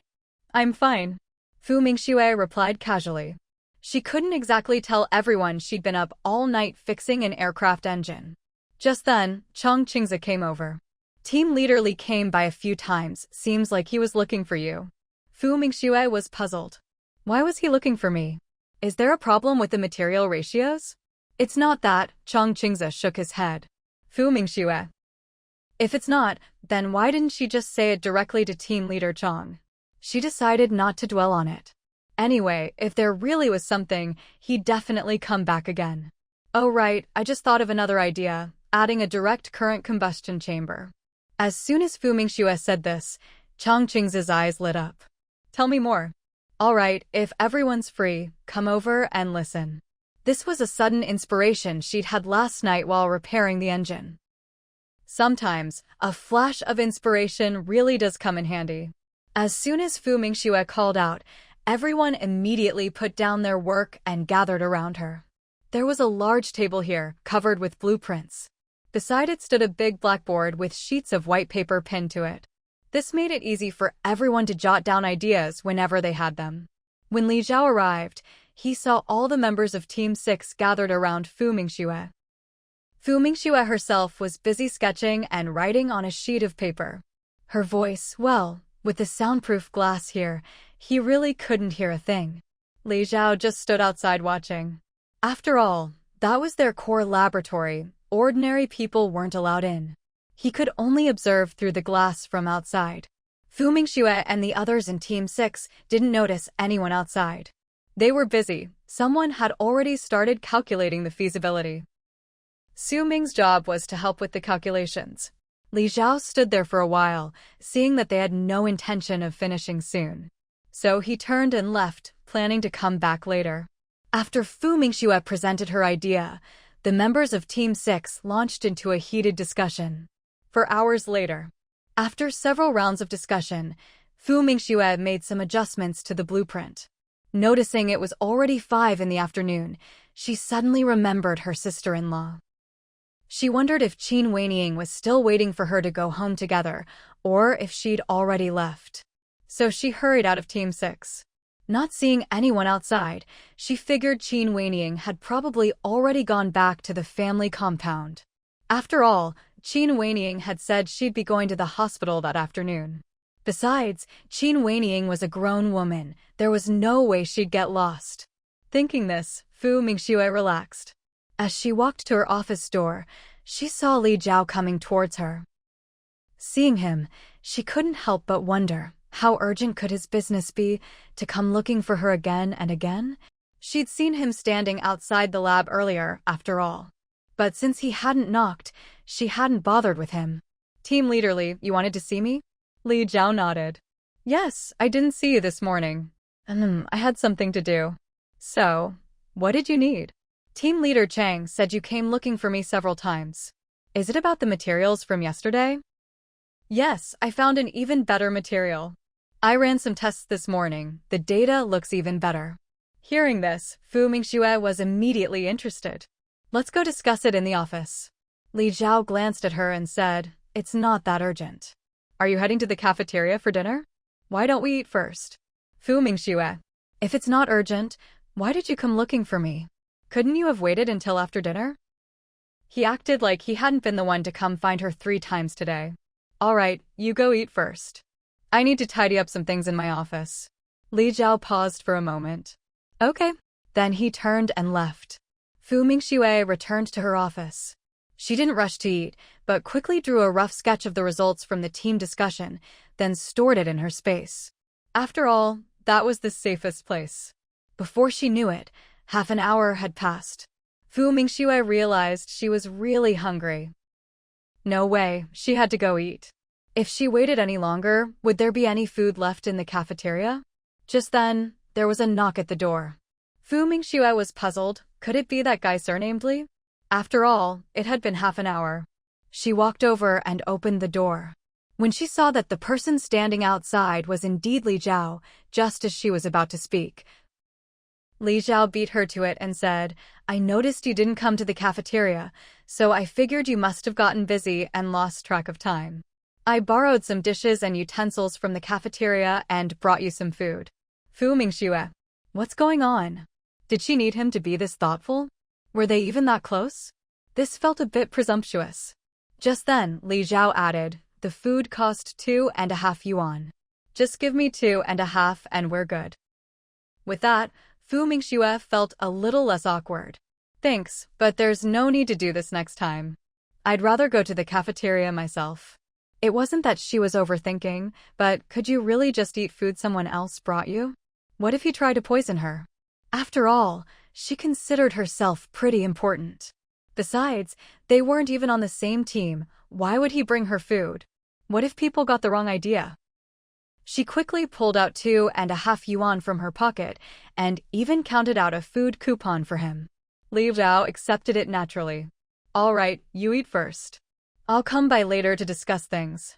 Mingxue nodded. Okay, let's meet at Team 6 with Leader Chang to discuss together. Li Zhao, sure. After replying, he turned and left. Mingxue watched his back, finding him rather odd. She withdrew her gaze and was about to close the office door when Qin Weining suddenly appeared out of nowhere. Mingxue, I'm here. Mingxue looked at her. You didn't go back? No, I went to the hospital, so I was late getting back, Qin Weining explained. Her gaze then fell on the food in front of Mingxue. She'd just seen that man deliver it. He was good-looking, but compared to that kid Qin Wenhua, he was still a bit lacking. Still, it was normal for outstanding people to be popular. Haven't eaten yet? Want to eat together? With just this? That's not enough. Mingxue laughed. Of course not. I'll take you to the cafeteria. No need, I'll go home and eat my aunt's cooking. She'll definitely have saved some for me. Can I borrow your bike? I'll ride home and bring it back to you later. Are you sure your hand's okay? Mingxue asked worriedly. Qin Weining raised her right hand. It's just my left arm that's hurt, and even that's not serious. My right hand is totally fine. Didn't you see me riding a bike by myself in Beijing last time? Besides, you should know I can fly planes. Riding your modified bicycle is nothing to me. Mingxue thought about it and agreed. All right, just be careful. She handed over the keys. Qin Weining took them. Okay, I'm off. She walked a couple of steps, then suddenly turned back. Actually, I'm a bit hungry.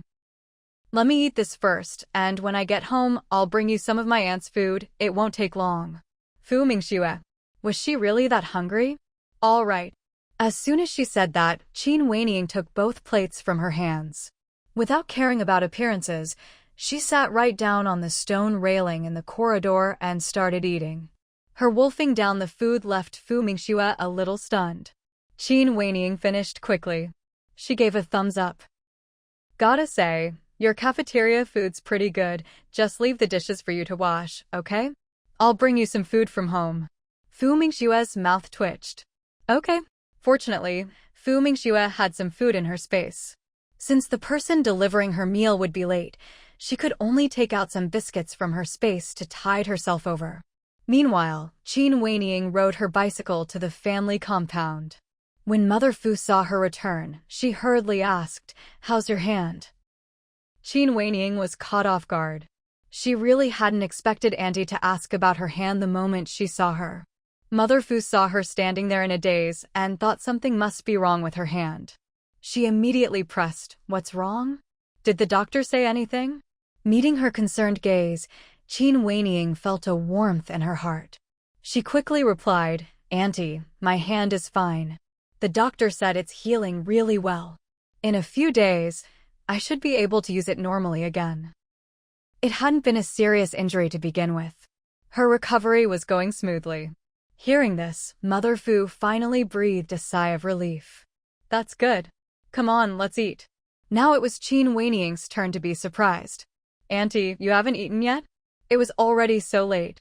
Mother Fu said, "I always eat late." Qin Weining didn't believe her. It was obvious Auntie had been waiting for her to come back so they could eat together. She couldn't help but feel a little guilty. "Auntie, I already ate, but Mingxue hasn't. I was so hungry, I ended up eating her portion. Auntie, could you pack up some food? I'll take it to her right now." Mother Fu. What does that mean? She didn't quite get it. "All right, I'll pack it up now." Mother Fu turned and went to the kitchen. She was still a bit puzzled as she packed the food. So hungry? This child must have been starving. Otherwise, why would she eat her niece's meal first? She scooped out a bowl of rice. "Weining, you eat first. Once you're full, then take the food to Mingxue. It won't make much difference if you wait a bit." Qin Weining was stunned. Had Annie not heard what she just said? So she patiently repeated, "Auntie, I just ate Mingxue's portion." Mother Fu immediately said, "You can't be full yet. Eat another bowl. It's already served, so sit down and eat." And so, Qin Weining sat down and ate another bowl. Luckily, she had a decent appetite, so she didn't feel overly stuffed. But when she saw Auntie about to serve her yet another bowl, she quickly stopped her. "Auntie, really, I can't eat anymore." If she kept eating like this, how much extra training would she have to do when she got back to the army? Seeing that she really couldn't eat anymore, Mother Fu finally stopped. "I've packed the food for Mingxue in a lunchbox. Just take it to her and be careful on the way." Mother Fu was still worried about her hand not being fully functional. "Auntie, don't worry, I'm fine." Mother Fu had already wrapped the lunchbox in a cloth bag and hung it on the handlebars of the bicycle. Qin Weining got on the bike and set off. Next door, Wang Xiang saw Qin Weining riding Fu Mingxue's bicycle and curiously asked Mother Fu, who was standing at the door watching the girl leave. "Auntie, was that girl just now Qin Tuan's older sister?" Mother Fu nodded, "Yes. Qin Tuan's sister is really pretty. The whole family is good-looking." "By the way, where did Qin Tuan's sister get married?" Mother Fu immediately replied, "Our Mingxue's eldest sister-in-law is amazing. She's a pilot. She doesn't plan to get married for now. Besides, it's a new era. Marriage isn't the only path for women. Take our Mingxue's eldest sister-in-law, for example. She's doing great." Wang Xiang. It took her a while to process what that meant. But she still didn't quite understand. Just like her, Mrs. Lu from across the way also didn't understand what was going on. She happened to overhear what Mother Fu said and couldn't help but sneer inwardly. "So it's a good thing not to get married, is it? Then why did your own daughter get married? And she even married a man who adopted 2 other children, becoming a stepmother. Easy for you to talk when you're not the one suffering." She'd always said this mother and daughter pair were cunning. Just listen to what the old woman is saying. If you ask her, that Fu mother and daughter probably don't want their eldest sister-in-law to have a good life. After all, what woman in this world doesn't get married? If you don't, people will drown you in their spit. The more she thought about it, the more annoyed she got. She couldn't help but mock, "Auntie, what you said isn't right. Since ancient times, men and women have married to carry on the family line. Even in this new era, it's the same." Just because it's a new era doesn't mean women shouldn't get married and have kids, right?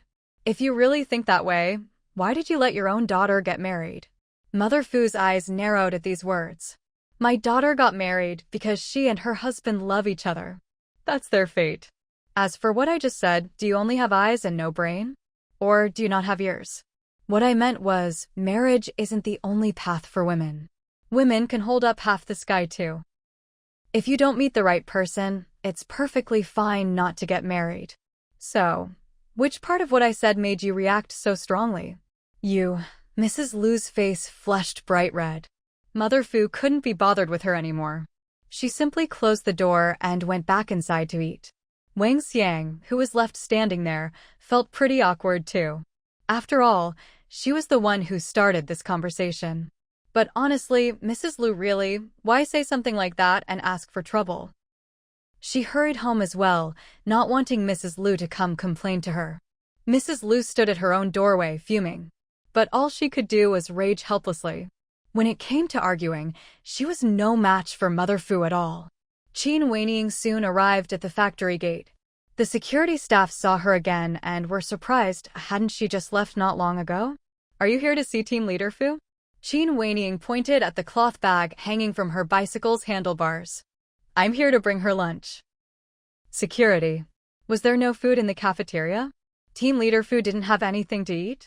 All right, sign in, please. No matter who it was, everyone had to sign in and out. Qin Weiniang didn't mind. She knew it was their job. She cooperatively signed in, then rode her bike inside. At that moment, Fu Mingxue was with her team. Li Zhao had just come to see her, so she brought him along to Chang Qing's place. The three of them were discussing something together.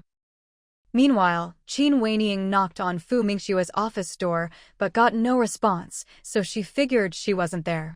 She was just wondering where to look next when Su Ming happened to walk by. He saw a woman sneaking around outside Fu Mingxue's office and immediately barked, "What are you doing here?" Qin Weiniang turned toward the voice, only to see a man storming over, face full of anger. In the blink of an eye, he was right in front of her. "What are you sneaking around here for?" Qin Weiniang was completely baffled by his words. Who are you calling sneaky? In her whole life, she'd only ever heard people praise her. And always with the most upright, glowing words. She'd never imagined that one day someone would accuse her of sneaking around. Su Ming's anger only grew when he saw her remain silent. I'm talking to you. Where did you come from? What are you doing here? Are you trying to steal some kind of secret? Qin Weiniang was so exasperated she almost laughed. What's wrong with this man? He just showed up and immediately slapped her with some ridiculous accusation. She let out a cold laugh. Your eyes and your brain are both good things. Next time you leave the house, don't forget to bring them with you. You're saying I have no brain? And that I'm blind? Su Ming was stunned that this woman actually dared to insult him like that. Qin Weiniang sneered. Well, at least you're self-aware. Don't try to change the subject. Tell me who you are. I'm Fu Mingxue's sister-in-law. I'm here to bring her lunch. And if I really had something to hide, would I be standing here in broad daylight? Even if you did leave your brain at home, you should at least try to think things through. Who is Qin Weiniang? She'd been the sharpest tongue in the compound since she was a child. How could she just swallow this random insult? Especially when he'd accused her of trying to steal secrets without rhyme or reason. That was a grave humiliation for her. It was a slander against her character. If word of this got out, it could ruin her entire military career. When Su Ming heard her say she was Fu Mingxue's sister-in-law, he was dumbfounded. It felt like a giant hand was squeezing his throat, making it hard to breathe. God, what had he done? His face turned bright red. Sorry, I. He stammered for ages, but couldn't get a full sentence out. Thinking back on his self-righteous accusations just now, he really wished he could crawl into a hole and disappear. What? You're not going to properly apologize for your mistake just now. Qin Weiniang's face was dark, clearly dissatisfied with his half-hearted apology. Su Ming knew he'd really put his foot in his mouth. So he bowed at a full 90 degrees. I'm sorry. It was my fault just now. Please forgive me. Then he remembered she'd said she was here to bring food to Section Chief Fu. Trying to make up for his mistake, he quickly said, "I'll go get Section Chief Fu for you." He hadn't even left yet when Qin Weiniang hit him with another cold laugh. "Huh, I said you had no brain, and you really don't. I told you I was Fu Mingxue's relative and you just believed me? What if I was a bad person? You'd just go and fetch her and put her in danger." Su Ming. His eyes went wide. So, was she really Fu Mingxue's sister-in-law or not? Qin Weiniang had no patience for fools. Seeing him just stand there dumbly, she said with disdain, "All right, stop standing there like an idiot. Go call Fu Mingxue. Just tell her I brought her lunch." Su Ming. Okay. He turned and hurried off, his steps so big it was as if some demon was chasing him from behind. That woman was terrifying. If Section Chief Fu really had such a difficult sister-in-law at home, was she constantly bullied? He made his way over to Chang Qing's side. He called out, "Section Chief Fu, there's someone at your office door who says she's your sister-in-law and brought you lunch." As soon as he said this, the three people with Fu Mingxue immediately stopped talking. They all looked at her. Chang Qingze turned his gaze to Fu Mingxue. "Section Chief Fu, you haven't eaten yet?"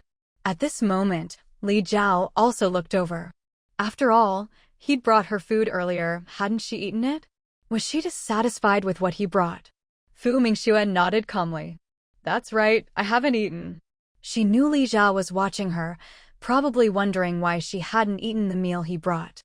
But she didn't feel the need to explain. If he misunderstood, well, she didn't care. In fact, it was better this way. Maybe he'd stop doing these unnecessary things in the future. It was really rather presumptuous, after all. They weren't even in the same team, nor were they particularly close. Even if Su Ming brought her food, she wouldn't be thrilled, let alone someone from another group. Chang Qingze didn't think too much about it. As soon as he heard she hadn't eaten, he hurriedly said, "Then you should go eat. I'll discuss things here with Chief Li and report back to you later." "All right, let's do that," Fu Mingxue replied, striding away. Once she'd left, Su Ming couldn't help but complain, "Chief Fu's sister-in-law is so fierce. I've never met a woman with such a sharp tongue and strong presence.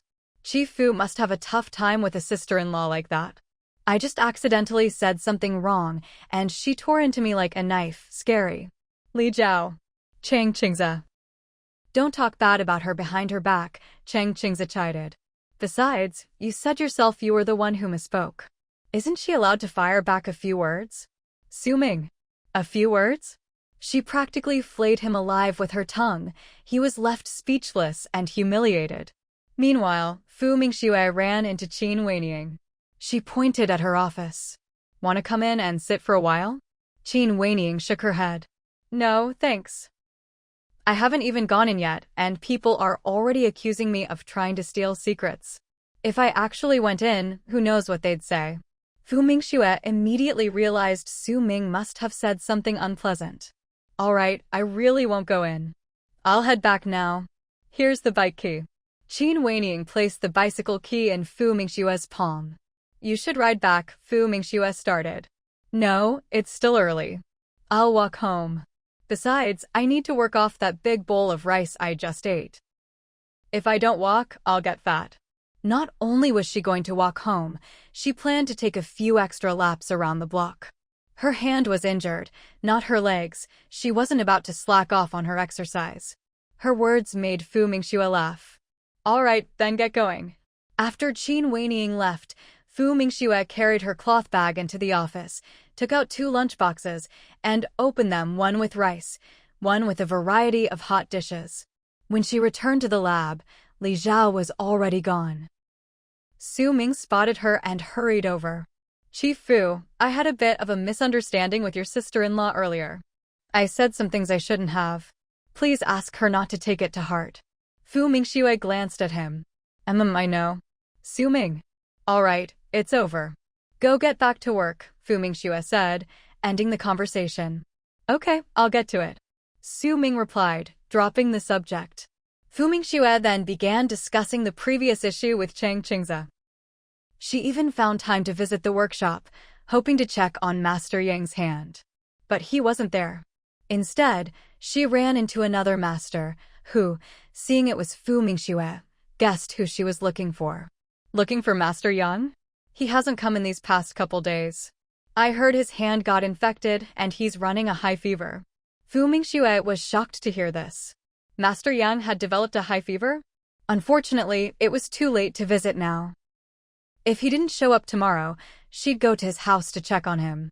She turned and rode her bike home. When she opened the gate, she was startled by a lump. No, wait, a person in the courtyard. "You're back," came the greeting. Fu Mingxue's mouth twitched. "Why are you out here in the middle of the night doing horse stance?" "Gotta keep up my fitness," Qin Weining replied. Fu Mingxue was curious. "How long have you been at it?" "Not long, just 2 hours. Though I did take a break." Fu Mingxue. "Thanks, but no thanks. This is superhuman." She parked her bike and took a shower. When she came out, her sister-in-law was still holding the horse stance. "How much longer are you going to do that?" "All done," Qin Weining said, straightening up. She looked at Fu Mingxue. "Aren't you going to eat something before bed? Are you hungry, sis?" Fu Mingxue asked. Qin Weining shook her head. "No, I don't eat before bed." "Me neither. Do you always get home this late?" Qin Weining asked, feeling a bit sorry for her. "Sometimes later, sometimes earlier, it depends on my workload. The older folks in my team work even more overtime than I do, so don't think I have it tough." Actually, Fu Mingxue glanced at her. "I think your training is way tougher." She couldn't handle such intense physical training. "I'm used to it. It's no big deal. You should get some sleep. I'm going to bed too." The room Fu's mother prepared for Qin Weining was a separate little house. Ever since Qin Wishu stayed over once, Mother Fu figured there might be more guests in the future, so she tidied it up. There was a fan Fu Mingxue had bought, so it wasn't too hot. And even if it was nothing to Qin Weining. She lived through much harsher conditions, like missions in the Gobi Desert, where the temperature swings were brutal. Fu Mingxue nodded. She didn't invite Qin Weining to share her room. She knew her sister-in-law preferred her own space. Qin Weining showered and fell asleep instantly. Fu Mingxue, on the other hand, read for a while before bed. The next morning, Fu Mingxue got up and saw her sister-in-law in the courtyard, still holding the horse stance. She couldn't help but twitch her lips. "Morning, sis." Before Qin Weining could reply, Mother Fu came out of the kitchen. "It's not that early." Weining got up at 4:30 to go for a run, then started her horse stance at 5:30. Fu Mingxue. That's intense. She decided she'd stick to her research. To avoid her mother suggesting she join in the training, she hurried off to wash up. She might not be up for this level of effort, but she could always get her kids to do it someday. Turning around, she picked up her 2 children and said earnestly, "Babies, do you see your aunt? Next year, you'll start learning horse stance. We're going to be both brainy and brawny." Mother Fu. "Seriously? Next year, the kids will still be so little. Why not do it yourself?" She quickly whisked the kids away from their unreliable mother. "Come on, darlings, let's go get breakfast." "Yeah, stop practicing for now and have some breakfast first." Fu Mingxue thought to herself, with willpower this strong and such self-discipline, anyone could succeed at anything. Sure enough, girls are at their most beautiful at times like this. "You go ahead and eat." "I'll be there in a minute," Qin Weining replied. So Fu Mingxue let her be. After all, everyone has their own rhythm in life. She actually liked how easygoing and relaxed her sister-in-law was. It showed that she didn't treat herself as an outsider. For breakfast, they had small wontons and meat buns. Just as she started eating, Qin Weining came over too. "Auntie, these wontons are seasoned so well. And the meat buns are delicious too." Mother Fu beamed. "If you like it, eat more." "Are you going to my factory today?" Fu Mingxue asked. Qin Weining shook her head. "No, I'm heading back today." Her words caught Fu Mingxue by surprise. "Didn't you say you'd stay a few more days?" Mother Fu also looked at Qin Weining, thinking maybe she hadn't been a good enough host. "I have something to take care of, and then I need to return to my unit, so I won't be staying." Qin Weining and Qin Wenhua weren't in the same military district. "Did you buy your train ticket?" "No need, someone's coming to pick me up." When Mother Fu heard this, she realized it wasn't that Qin Weining felt uncomfortable here. She really did have things to do. Take care of your hand. Fu Mingxue suddenly remembered, since Qin Weiniang was leaving, she should call her mother-in-law so she wouldn't worry. I'll call Mom this morning to let her know I'm safe. Qin Weiniang paused, chopsticks in hand. No need, I'll call her myself. Fu Mingxue glanced at her, but didn't insist. In the world of adults, you don't need to get too involved in other people's business. They know what to do. Even between sisters-in-law, there should be boundaries. All right. I'm off to work then. Okay. I'll come visit again when I have time. You're always welcome. After Fu Mingxue left for work, not long after, Qin Weiniang also said goodbye to Mother Fu. Auntie, I'm leaving. I'll come again when I have the chance. Mother Fu was quite fond of her. She replied at once, then I'll be waiting for you. Qin Weiniang said goodbye and left with her backpack. Mother Fu watched her go until she was out of sight before closing the door. She had to tidy up the kitchen first, then clean up the room where Qin Weiniang slept last night. Since she'd left, some things needed to be put away. When she went in, she found the bedding folded into perfect squares, neat as tofu cubes. Completely different from her own daughter's messy blankets. The room was even cleaner than before she'd cleaned it. When Fu Mingxue arrived at the factory, she got straight to work. It wasn't until almost noon that she remembered about Master Yang. So she went to the workshop to look for him, to see if he was there. This time, Master Yang really was there. Fu Mingxue was quite happy to see him. Master Yang, how's your hand? It was a bit hot and swollen for a couple of days, but it's fine now. I'm glad you're okay. But why didn't you rest at home a few more days? You should really take care of that injury. With one hand hurt, he only had one hand left. He couldn't really work. Master Yang said, I'd just be idle at home. These days I'm just training 2 apprentices. Oh, let me introduce you. This is Xiao Yang, and that's Xiao Song. Starting today, they'll be learning from me. Fu Mingxue looked at the 2 men. One was a bit younger, probably around 25 or 26. The other was a bit older, maybe around 30. Actually, she'd noticed them when she first came in, but she hadn't expected that these 2 were the apprentices Master Yang was planning to take on. Seeing the 2 of them looking at her, she gave them a slight nod, then shifted her gaze away. Master Yang, if there's nothing else, I'll head back now. All right. Master Yang knew she was busy. After Fu Mingxue left, Xiao Song, the younger of Master Yang's 2 apprentices, couldn't help but ask curiously, Master, what does that young lady do? She was just too good-looking. He'd been transferred from another workshop, so he really hadn't seen Fu Mingxue before. Don't go poking your nose into things. Master Yang wasn't about to explain too much to these 2. After all, with their current skills, if they didn't work hard at their craft, they wouldn't even be qualified to interact with Fu Mingxue in the future. Xiao Song. Xiao Yang. Great. Now the 2 of them were even more curious. What kind of status did she have that they weren't even allowed to ask about her? All right, get back to work. What you just did was no good at all. Start over, both of you. Master Yang was not satisfied. Since he'd taken these 2 on, he had to teach them properly. Otherwise, if word got out that his apprentices weren't up to scratch, that just wouldn't do. Meanwhile, Fu Mingxue and Team 6 were fully immersed in developing the new generation of aircraft engines. Fu Mingxue also received the confidential blueprints for the fighter jet from the aeronautics R&D team, which meant the engine they were developing had to be compatible with the aircraft's dimensions. In the blink of an eye, a month passed. Fu Mingxue had been incredibly busy that whole month, leaving early and coming home late every day. As for her mother, she was busy at home taking care of the kids, nothing but looking after the kids. As for making cloth shoes, she'd given up on that. Even though her daughter said it was fine, she still didn't want to cause trouble for the couple. One was in the military, the other worked at a research institute. If she got reported for speculation and profiteering just for selling cloth shoes out of jealousy, that would be a disaster. Fu Mingxue was naturally happy to see her mother drop the idea. After all, with her own salary, she could easily support her mother. Taking care of 2 kids was already hard enough. There was no need to take on a side job, especially making shoes, which was really hard on the eyes. Mom, you're doing great as you are. Just stay home and look after the kids. If you really want to do something, you can learn to read with them. How many characters do you know now?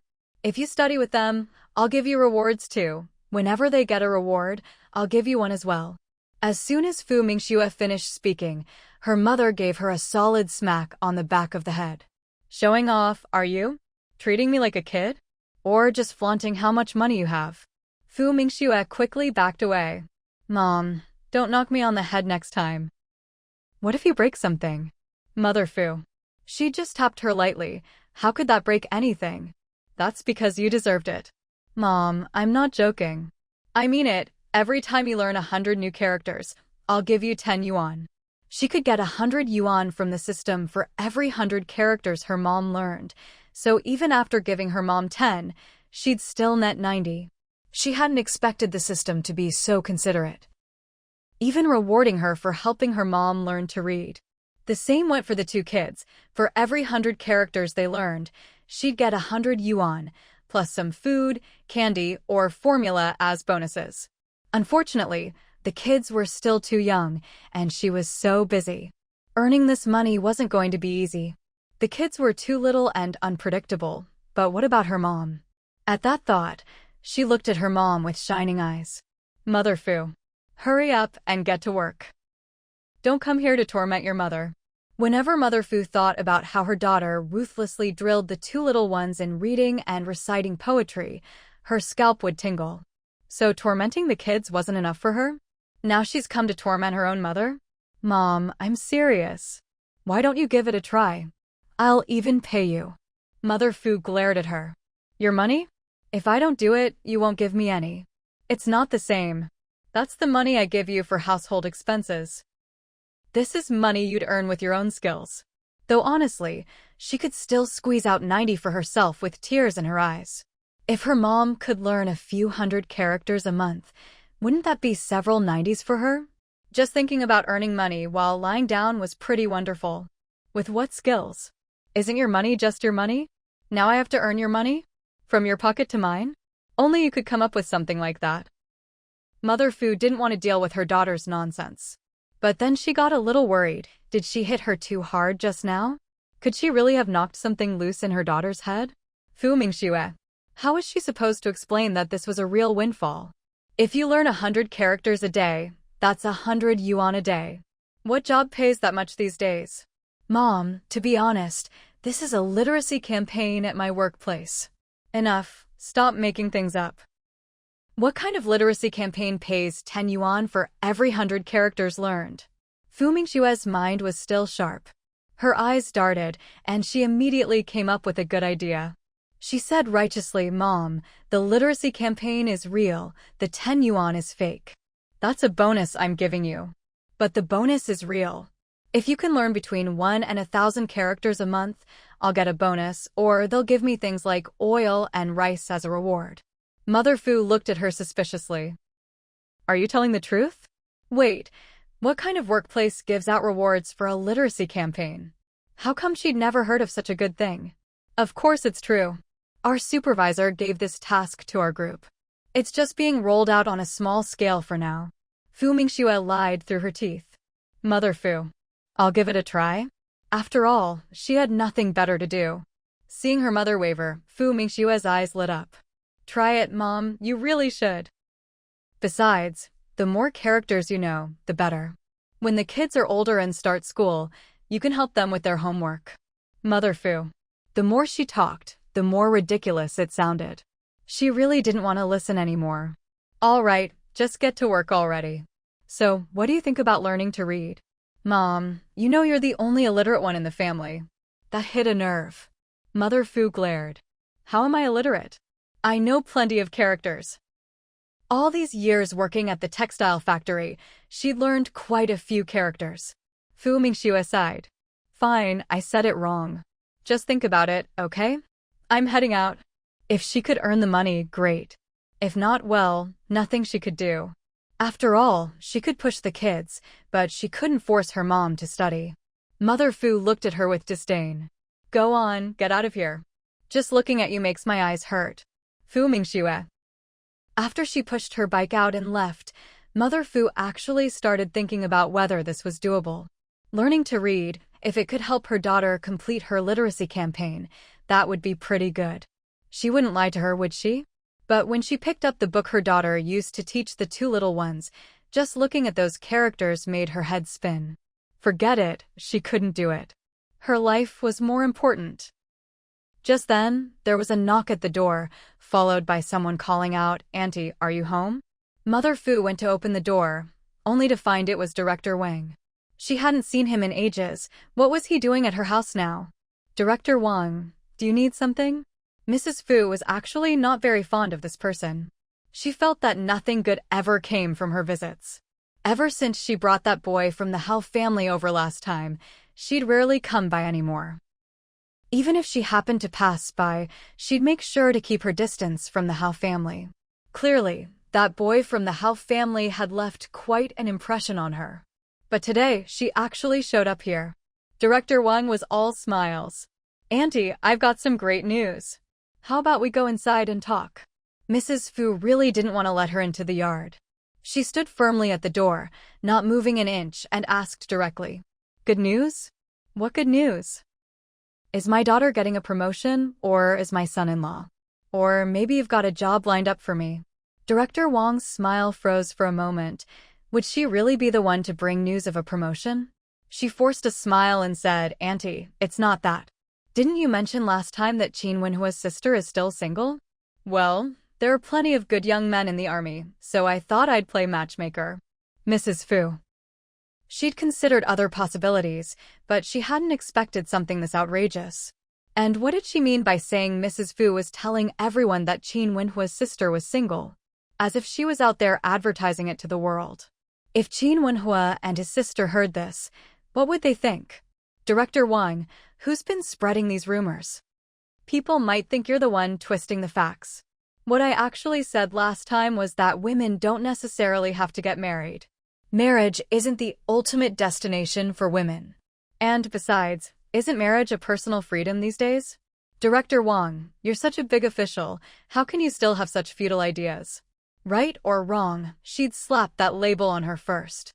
Director Wang's forced smile almost slipped again. "Auntie, don't say that. I just heard." Mrs. Fu cut her off. "You heard? Heard from whose wagging tongue? Whether someone gets married or not, what's it got to do with you? And you're out here spreading it around, what, trying to show her off or something?" Director Wang. At that moment, Mrs. Fu went on, "Director Wang, no offense, but even her own parents aren't meddling in this, and yet you're sticking your nose in, arranging blind dates. Anyone who didn't know better would think you just love poking into other people's business.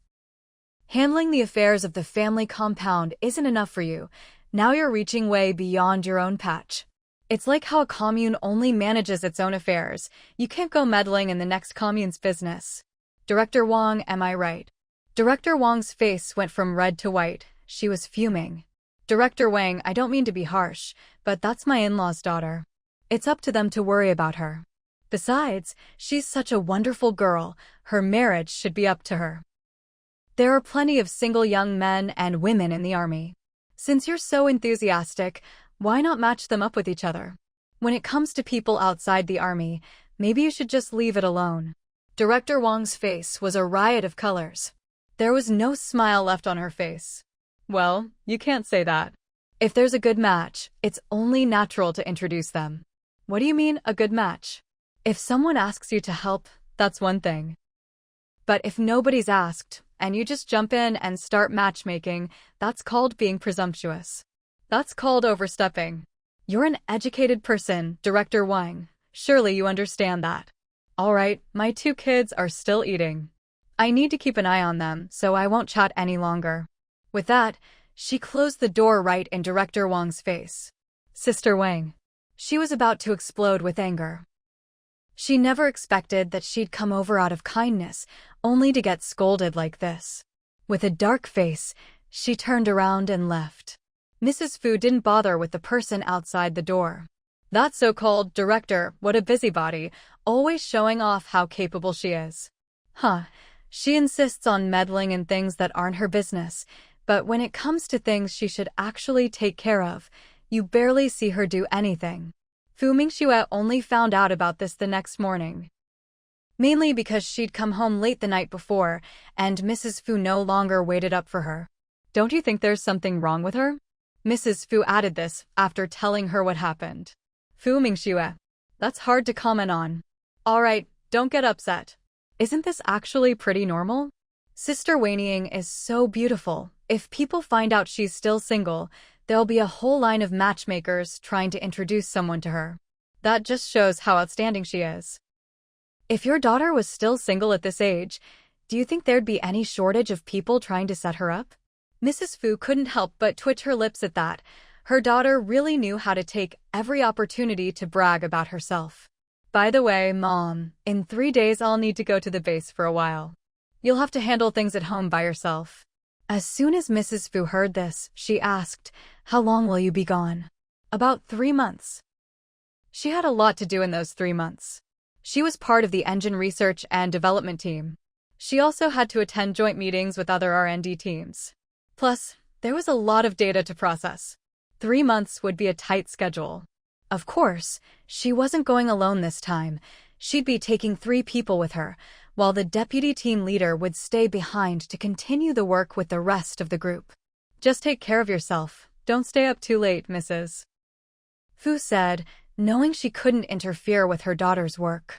"Don't worry, Mom, I know. It's just that I'm sorry to make you work so hard." Honestly, Mingxue still felt a bit guilty toward her mother. She'd been reborn into this life, hoping to bring her mom along to enjoy a better life. The two of them could have lived happily together.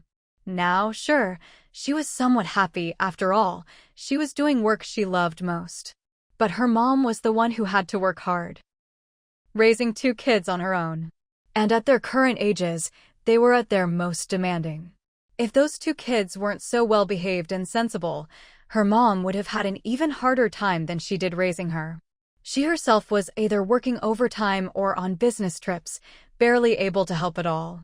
And Qin Wenhua was always being sent on missions, sometimes gone for ages, sometimes with no news at all. Which meant neither of them could really help with the kids. Mrs. Fu shot her a look. "What's so hard about it? I eat well and sleep well at home. All I do is cook for the kids and wash a few clothes. That's it. Enough with the mushy talk, you're giving me goosebumps. It's gross. If you need to go to work, then go." Mingxue. So much for a touching moment, now there was nothing left. 3 days later, Mingxue left with her suitcase, picked up by a special car. It caused quite a stir. After all, not everyone gets a car sent to the family compound to pick them up. Everyone was envious. Mingxue is really something, even gets a special car to pick her up. Some of them had never even ridden in a car before. Sister-in-law Lu was jealous too. What's so great about that? She can't even have kids. How long had she been married? Still not even an egg to show for it. Can you even call that being a woman? Sure, Qin Wenhua was raising 2 kids, but were they really his? What man doesn't want his own flesh and blood? She talks so nicely, saying she wants to wait before having kids. It's just because she can't. But these days, she only dared to think it, not say it out loud. After all, she'd seen firsthand how sharp Mrs. Fu's tongue could be. When Qin Wenhua returned from his mission, it had already been a month since Mingxue left on her business trip. As soon as he walked in the door, he called out loudly to his mother-in-law, who was playing with the 2 children in the yard, "Mom, I'm back." Mother Fu turned her head when she heard the voice. It wasn't her imagination, her son-in-law really was home. But she was startled by his appearance. Where on earth had he been? How did he get so tanned? If her eyesight wasn't so good, she might not have recognized him at all. Seeing his mother-in-law frozen in place, Qin Wenhua called out again, "Mom, it's me." Once Mother Fu was sure, she was overjoyed. "Wenhua, you're back." She quickly looked him over. Aside from being so dark, he didn't seem to have any visible injuries, so she breathed a sigh of relief. "I'm back, Mom. Thank you for all your hard work. By the way, is Mingxue at the factory?" Qin Wenhua felt like he hadn't seen his wife in ages. He missed her terribly. He wished he could see her right away. Mother Fu shook her head. No, she's not at the factory. She went on a business trip to that base. She'll be gone for 3 months. She couldn't help but think this couple was really something. They could actually go months without seeing each other. Qin Wenhua. Don't worry about her, she's working anyway. You didn't get hurt, did you? Mother Fu's words snapped Qin Wenhua back to the present. Mom, I'm fine. I didn't get hurt this time. That's good. Go wash up, I'll make you something to eat. Mom, there's no need. I have to go report in first, so I might be home late. Don't wait for me to eat. I'll just drop off my things and head out, someone's waiting for me outside. He put his things down in the main room and hurried out. He didn't even greet the 2 little ones. Mother Fu. She sighed to the 2 children at her feet. Your dad really comes and goes in a hurry. The 2 kids had been startled by the man as dark as charcoal. They'd been hiding behind their grandma just now. But when they heard the word Dad, their eyes lit up. Where's Dad? Qin Wenhua went to report on his mission. By the time he got home, 2 hours had passed. When he walked in, he saw the food on the table untouched. He immediately asked, Mom, why haven't you eaten? It's rare for you to be home, so I waited for you. Go wash your hands and eat. Mother Fu knew there was no way he'd eat at the canteen. After all, reporting a mission shouldn't take several hours, right? Seeing this, Qin Wenhua could only go wash his hands first. When he sat down at the table, a big bowl of rice was already waiting for him. There was plenty of food, fish, and meat. Mom, don't busy yourself. Come sit down and eat.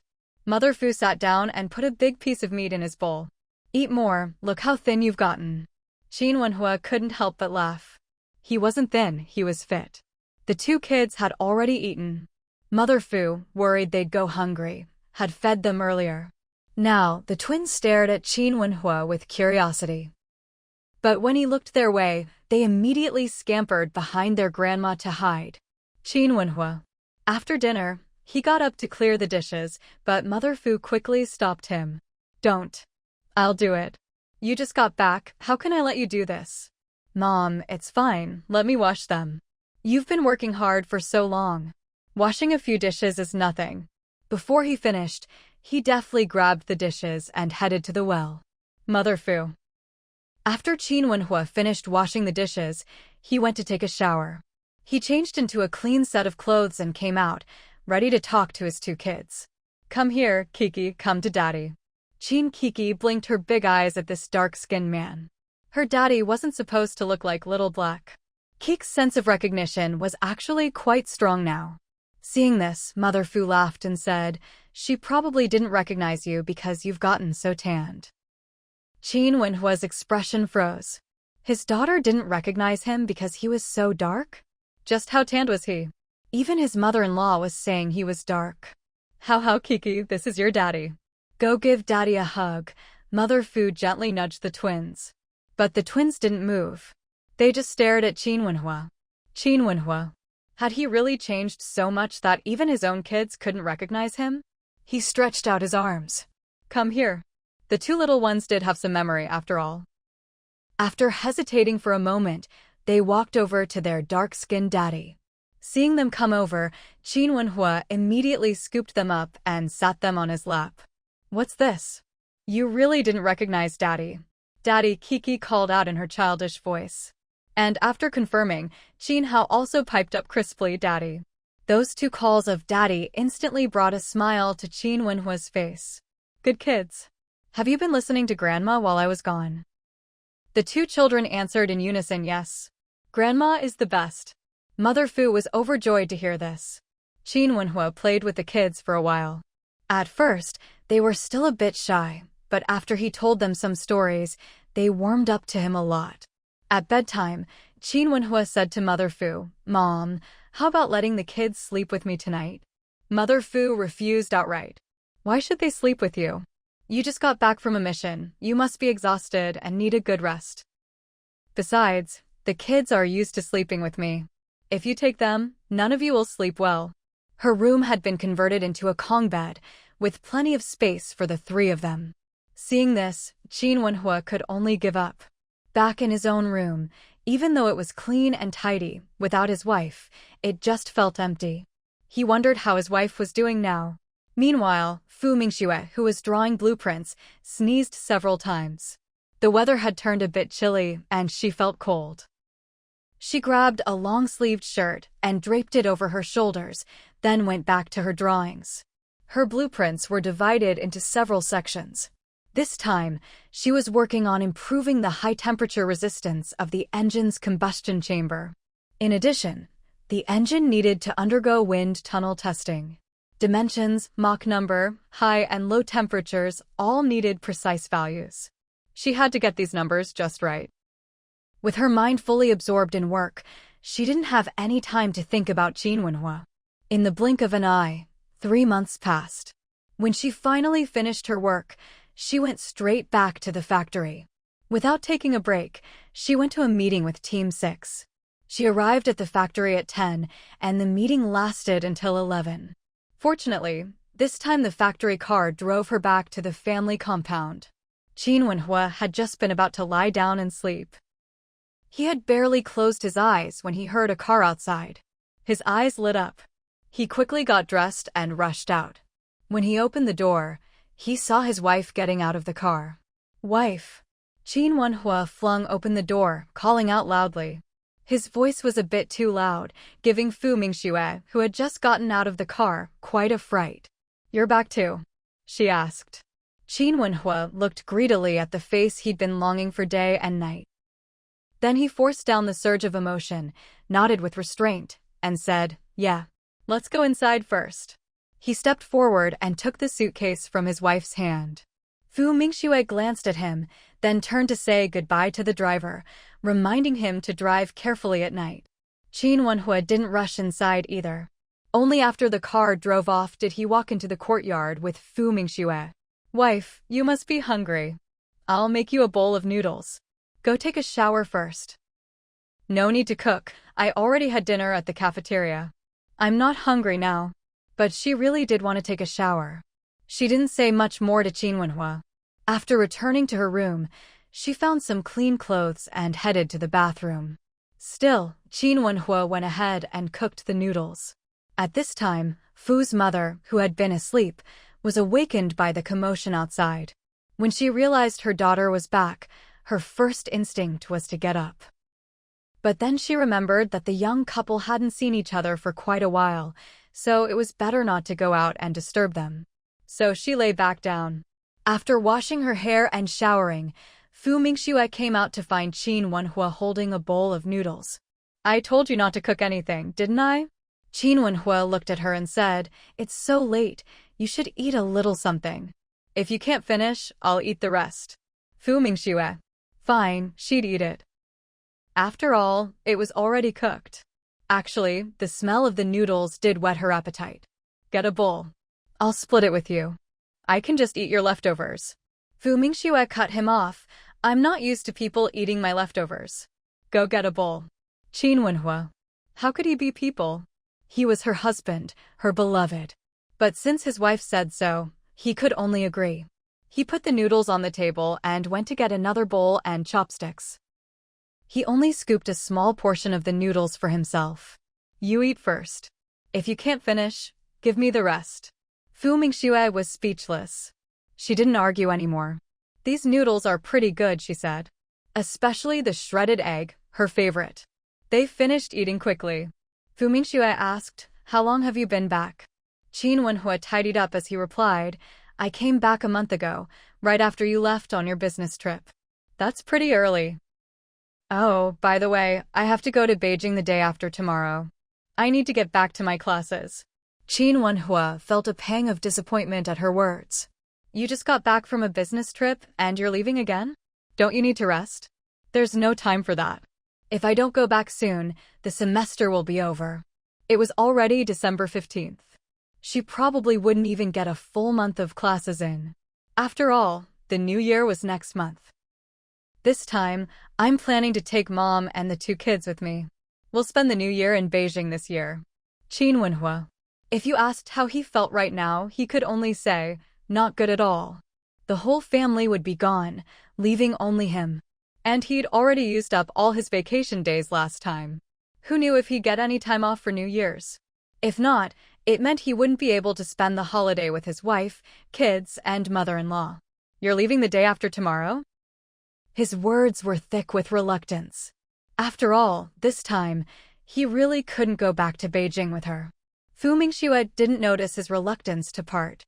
She nodded. "That's right, I have to leave the day after tomorrow. I'll go to the factory tomorrow to make some arrangements, and then I'll leave the day after. But if anything comes up at the factory in the meantime, I'll come back for a bit." There probably wouldn't be any issues, and if there were, they could just contact her by phone, though that would rack up some phone bills. After all, long-distance calls were expensive. Seeing this, Qin Wenhua knew there was no point in asking her to stay another day, so he didn't even bother to bring it up.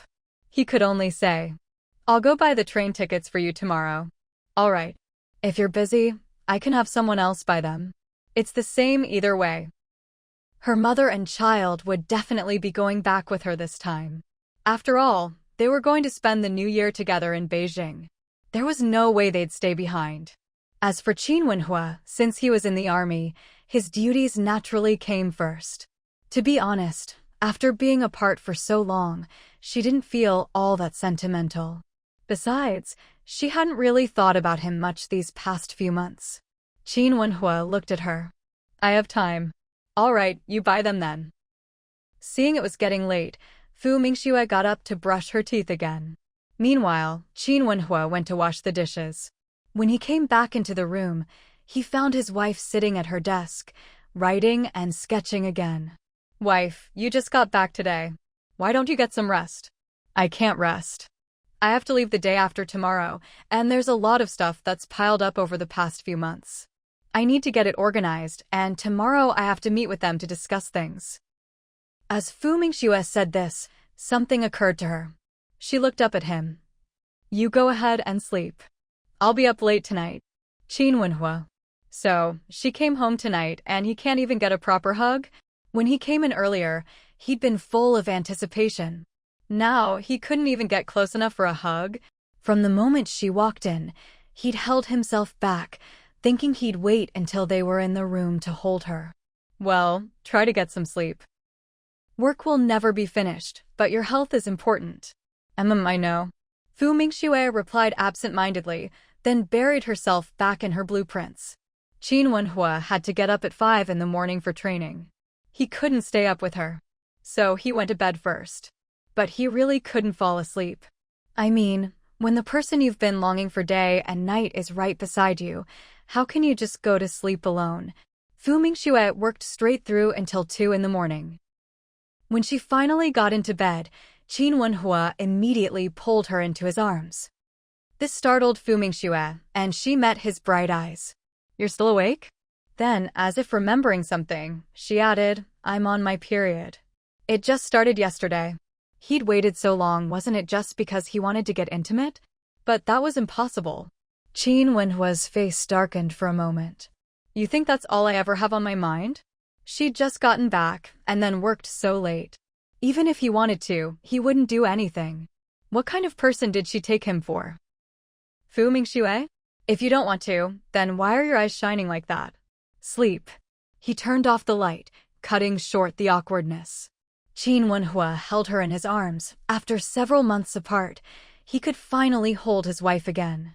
He realized that, even if they didn't do anything, just holding her like this, his heart felt full. Fu Mingxue had been sleeping alone these past few months, and suddenly being held like this, she really wasn't used to it. But she was exhausted, so before long, she drifted off to sleep. In the darkness, Qin Wenhua listened to her soft, even breathing, and knew she was asleep. He gently kissed her forehead, then closed his eyes as well. At 4:30 the next morning, Qin Wenhua quietly got out of bed without making a sound. Fu Mingxue, on the other hand, slept in until around 6 o'clock. When she first opened her eyes, she was still a bit dazed, feeling as if she wasn't quite sure where she was. It wasn't until she saw the familiar ceiling that her memories came rushing back, and she instantly became fully awake. She instinctively glanced at the spot beside her, but didn't see anyone there. She knew Qin Wenhua had already gotten up. Not one to laze around, she got dressed and stepped outside, just in time to see her mother sweeping the floor. She immediately rushed over and hugged her mom tightly. "Mom, I missed you so much." Mother Fu pushed her away in mild annoyance. "You haven't even brushed your teeth or washed your face yet. Go do that first." Fu Mingxue. After all this time apart, her mom didn't even show a hint of missing her? She sighed, then obediently went to brush her teeth and wash her face. "Mom, I'm heading back to Beijing tomorrow, and I'll probably have to stay there until after the New Year. Why don't you and the kids come with me? We can spend the New Year together in Beijing." As soon as Mother Fu heard this, she said, "Leaving tomorrow? So soon?" "Yeah, I promised I'd go back for a month of classes, so I really can't skip it. Do you want to come with me?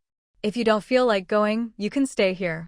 When I'm done, I'll come back and spend the New Year with you. It's the same either way." Mother Fu didn't really care where she spent the New Year. But since her daughter would be gone for a month, she definitely wanted to go along.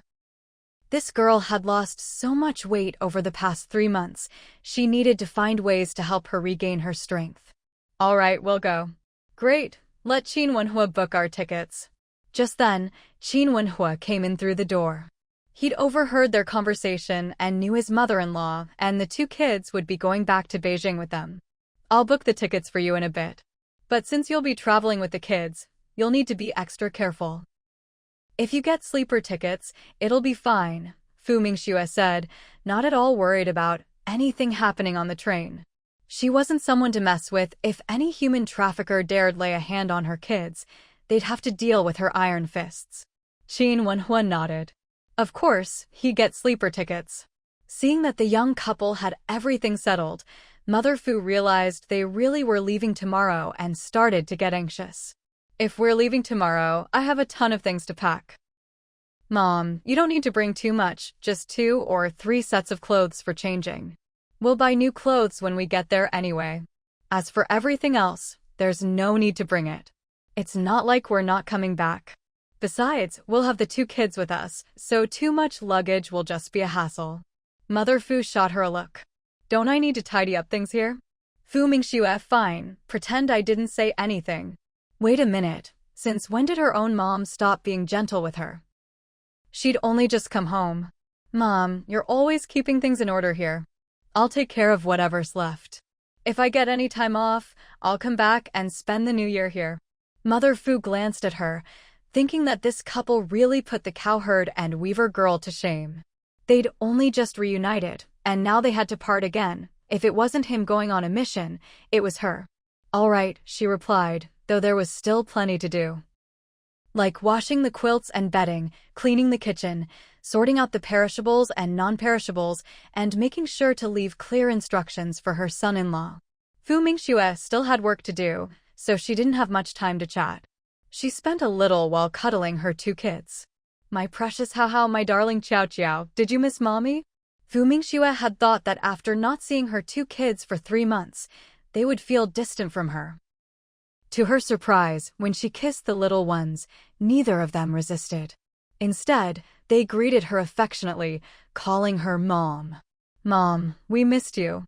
"Good kids, I missed you too." She gave each of them another big kiss on the cheek. Standing off to the side, Qin Wenhua was practically green with envy. Since his wife had come home last night, she hadn't said she missed him even once, let alone given him a kiss. "Wait, Mommy has gifts for you." Fu Mingxue remembered that over the past 3 months, she'd gotten quite a few rewards from the space system. After all, she'd been working and completing missions. For example, her daily tasks, just reading books and such, would count as completed. Plus, whenever she helped the base solve problems, the system would reward her too. Most of the rewards were small amounts of money, or things like grain, oil, rice, flour, and cloth. She quickly dashed back to her room. Before Qin Wenhua came in, she hurriedly took out 2 giant lollipops from her space. Then she grabbed a few picture books. After a moment's thought, she also took out a few handwriting practice books, each with the first character already written as an example. "Here, sweeties, these are for you." When Qin Wenhua saw his wife take out 2 lollipops as big as a palm, he couldn't help but ask, "You can buy candy this big at the base?" Honestly, he'd never seen candy like that before. Fu Mingxue stayed calm and gave a catch-all answer. Someone gave them to me. Qin Wenhua didn't question it further. After all, it was normal for the engineers to bring things from home. Some of them had even studied abroad, and some were from Hong Kong. Besides, maybe the shops sold them. He never really paid attention to that stuff.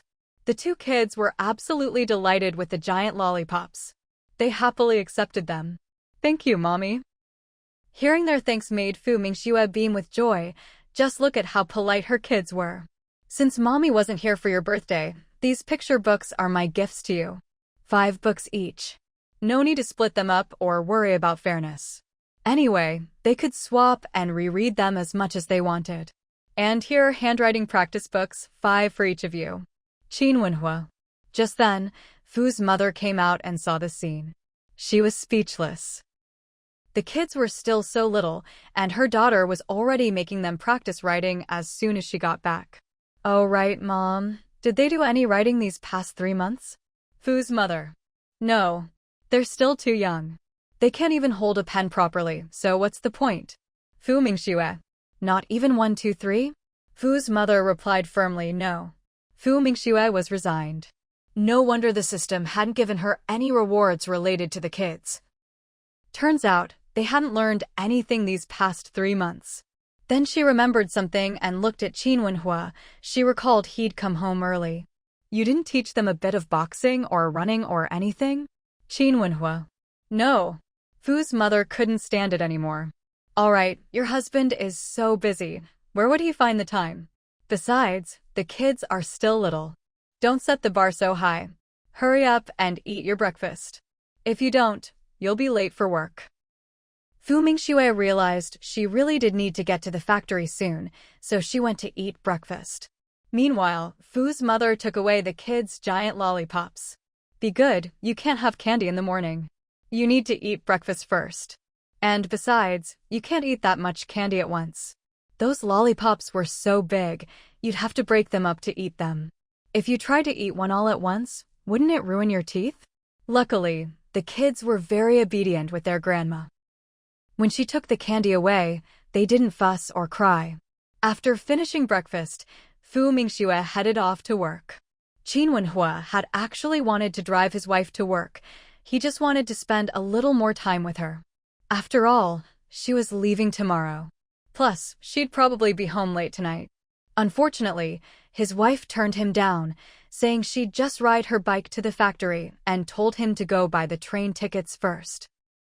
So he had no choice but to take the army vehicle to the train station to get the tickets. Meanwhile, Mother Fu was tidying up at home when their neighbor, Wang Xiang, popped in for a chat. Auntie, you're washing the bedding again? Didn't you just do that a couple of days ago? Wang Xiang asked, puzzled, was it really necessary to wash the bedding so often? Mother Fu replied, we're heading back to Beijing tomorrow and won't be back until after the new year, so I wanted to get all the bedding and stuff washed before we go. Wang Xiang was surprised. What? You're going back to Beijing already? Isn't it a bit early? It's better to leave early so the trains aren't so crowded. Once it gets closer to the new year, there'll be way more people traveling. Plus, my daughter has to go back to Beijing for a business trip, so we'll just go together, Mother Fu explained, all the while keeping her hands busy. Wang Xiang couldn't help but feel a little envious of Fu Mingxue's capabilities. She was always being sent on important business trips by the factory, which showed just how valued she was there. Rumor had it that Fu Mingxue's salary was pretty high, maybe even 60 or 70 yuan a month. If that was true, it was enough to make anyone jealous. If only she could be half as capable as Fu Mingxue. If she had a proper job, she'd have a lot more say in her own household. Qin Wenhua quickly bought the train tickets. After some thought, he decided to call home from the post office. When the call connected, a young woman's voice answered. It wasn't his mother. Hello, who's this? Qin Wenhua immediately guessed who it was from the voice and suddenly lost the desire to speak. He simply hung up. Then he asked the post office staff to dial a different number, this time, his father's office. Who is this? His father answered. It's me. Tomorrow at 8, Mingxue, my mother-in-law, and the 2 kids will be on the train. They'll arrive the day after tomorrow at 9:30. Have Qin with Shu go pick them up at the station. Hearing that his younger daughter-in-law, in-laws, and the 2 kids were coming back to Beijing, Father Qin was delighted. Of course, we'll pick them up. Aren't you coming with them? I can't get away from work, Qin Wenhua replied, feeling a little down at the thought. Just imagining his wife and mother-in-law traveling with 2 kids on the train made him worry. Even though his wife insisted she could handle all 3 by herself, if they ran into human traffickers on the train, it wouldn't be a matter of just handling 3 kids. Those people usually worked in groups. Father Qin frowned, worried as well. Did you get sleeper tickets for Mingxue and your mother-in-law? Of course. That's all for now, I'm hanging up. Qin Wenhua hung up the phone. When he got back to the base, he handed the train tickets to his mother-in-law. Mom, here are the 2 train tickets. I'm heading to the training grounds. All right, Mother Fu replied, taking the tickets and checking the time printed on them before putting them away and getting back to her packing. Over at the factory, Fu Mingxue was busy as well. As the team leader, she had a lot to hand over before she left. Fortunately, with Chang Qingze as her deputy, most things could be handled. Plus, since they were still in the design and development stage, it wouldn't be a problem for her to be away for a while. Gao Lan was eating fruit. When Mother Qin came home, Gao Lan stood up. Mom, there was a strange phone call to the house about half an hour ago. Mother Qin looked at her when she heard this. What kind of strange call? It was someone who called but didn't say anything. When I asked who it was, they just hung up. I have no idea what that was about. Suddenly, Gao Lan thought of something. Mom, do you think it could have been someone bad? Mother Qin. What kind of bad person would call the house? The only people who would call this home phone were her daughter or her son. But, judging by what Gao Lan described, it couldn't have been Qin Wenying. After all, if Wenying really called home, even if Gao Lan answered, she wouldn't just hang up without saying a word.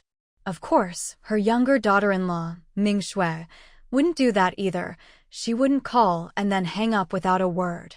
She guessed it was Qin Wenhua. Don't worry about it. Maybe they wanted to call but changed their mind. By the way, how's your stomach? Is it feeling any better?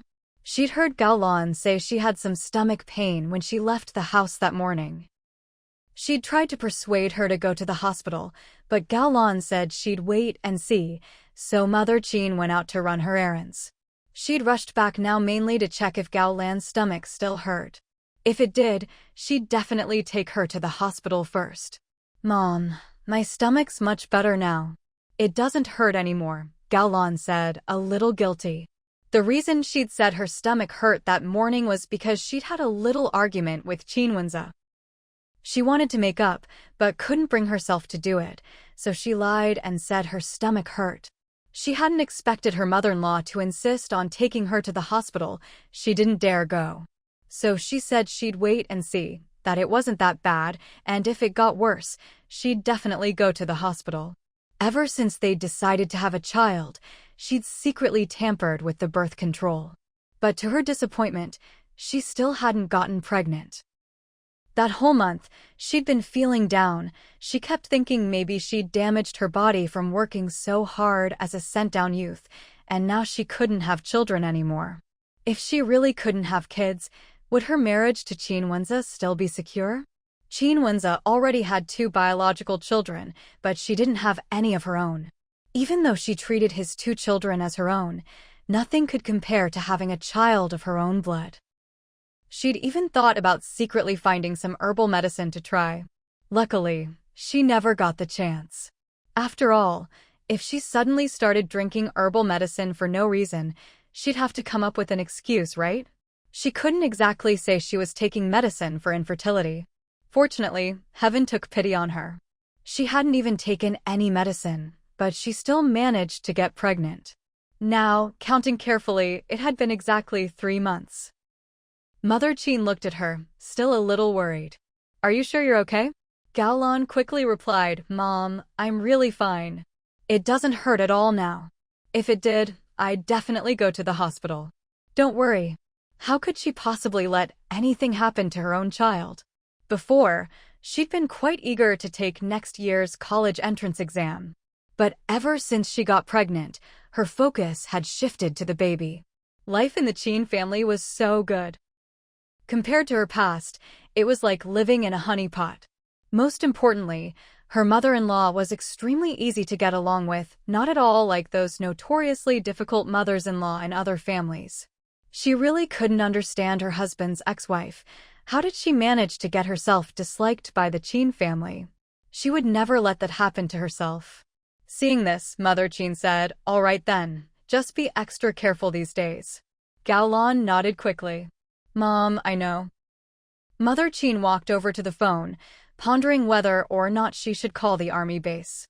Come to think of it, her younger daughter-in-law hadn't called home in several months now. Was she really that busy? Gao Lan noticed her mother-in-law staring at the phone.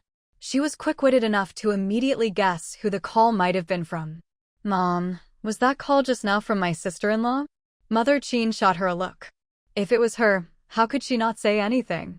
Gao Lan. That's true. Why wouldn't she say anything?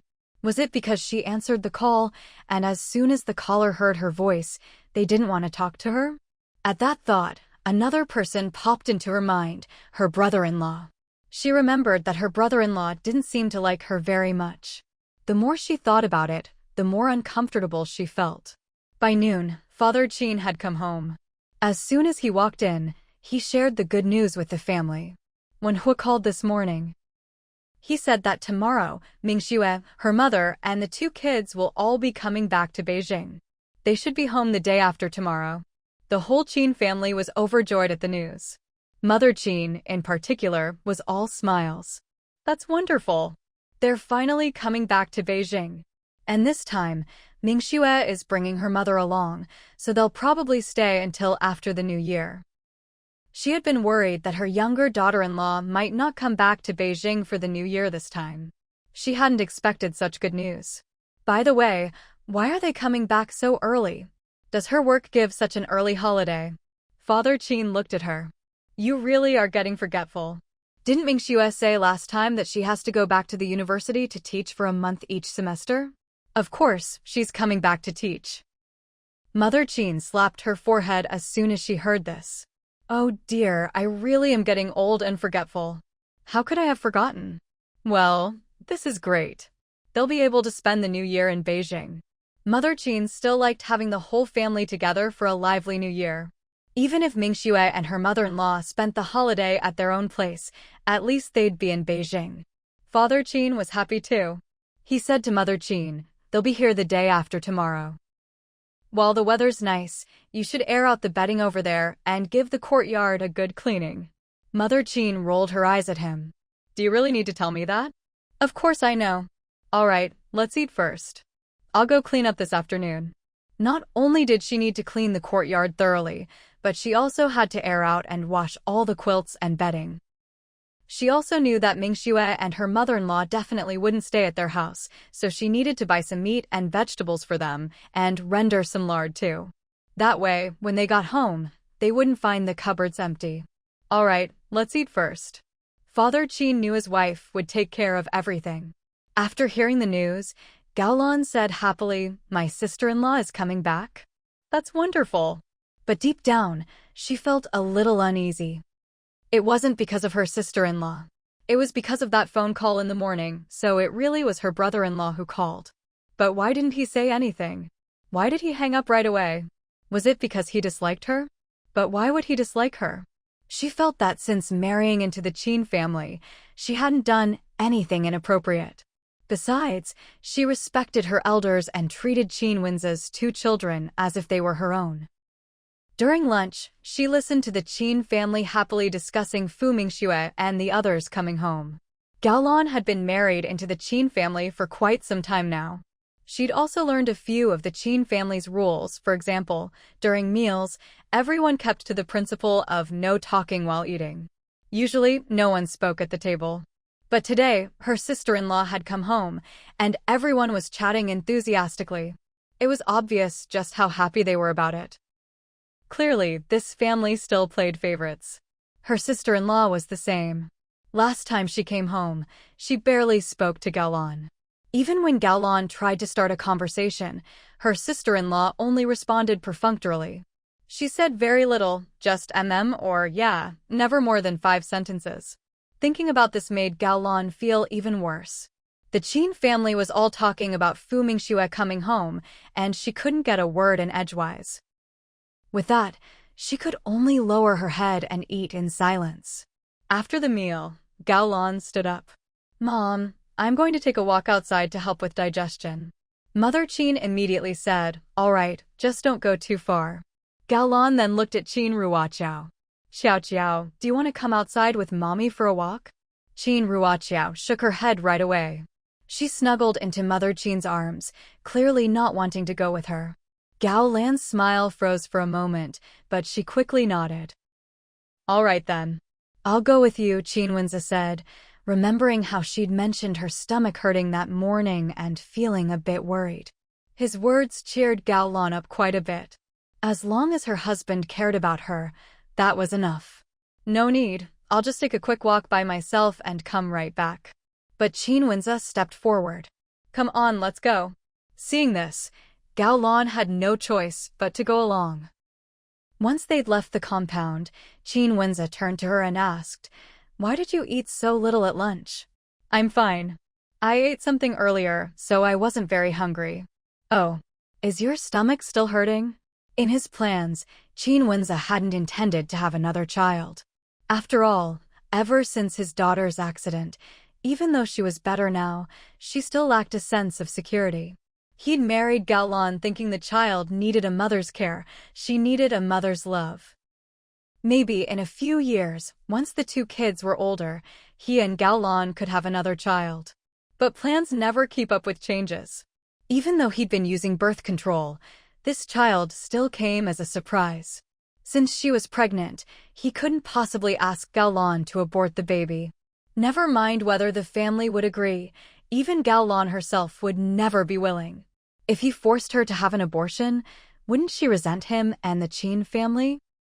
And if that happened, could she still be good to the children? So, this child had to be kept. "It doesn't hurt anymore," Gao Lan replied. Then, silence fell between them. In the end, she couldn't help but ask, "Wenze, do you think your younger brother really hates me?" Hearing this, Qin Wenze looked at her. "Don't overthink it. Why would he?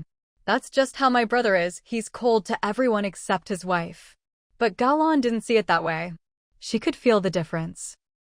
So she told him about how, that morning, Qin Wenhua had called home, and as soon as he heard her voice, he hung up. Qin Wenze didn't think much of it. He's just not familiar with you yet, so of course he wouldn't talk about things with you. Hanging up is normal. Don't take it to heart. Besides, he's just your brother-in-law. They barely come home once a year. Why bother worrying about it? Still, Gao Lan couldn't help but feel upset. "Team leader Fu, I heard you're going on a business trip to Beijing tomorrow." Fu Mingxue looked at Guzhen, noticing just how curious he seemed. It wasn't exactly a secret, so she nodded. I heard you're going there to teach? Giving lectures to college students?" Guzhen pressed further, his eyes sparkling as he looked at Fu Mingxue, his thirst for knowledge written all over his face. Fu Mingxue looked at him with a half-smile. "You sure hear a lot of things, don't you?" Well, it's just that I heard you're amazing, and I can't help but admire you." "My God, I never expected you'd actually be teaching at a university in Beijing." He was genuinely envious of the man who'd married Fu Mingxue. How much good karma must that guy have accumulated in a past life to be so lucky in this one? Fu Mingxue. She found him much more pleasant than Li Zhao, who was standing awkwardly nearby.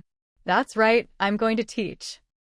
Actually, if you guys wanted to, you could teach as well. With your theoretical knowledge, you're more than qualified." "Guzhen? Them? Him? Yeah, right? I couldn't do it." "Oh, by the way, team leader Fu, does that mean we won't see you until next year?" "I'll be back after the new year." Besides, whether they saw each other or not, did it really matter? Were they even that close? This time, Li Zhao stayed silent the entire time, just listening.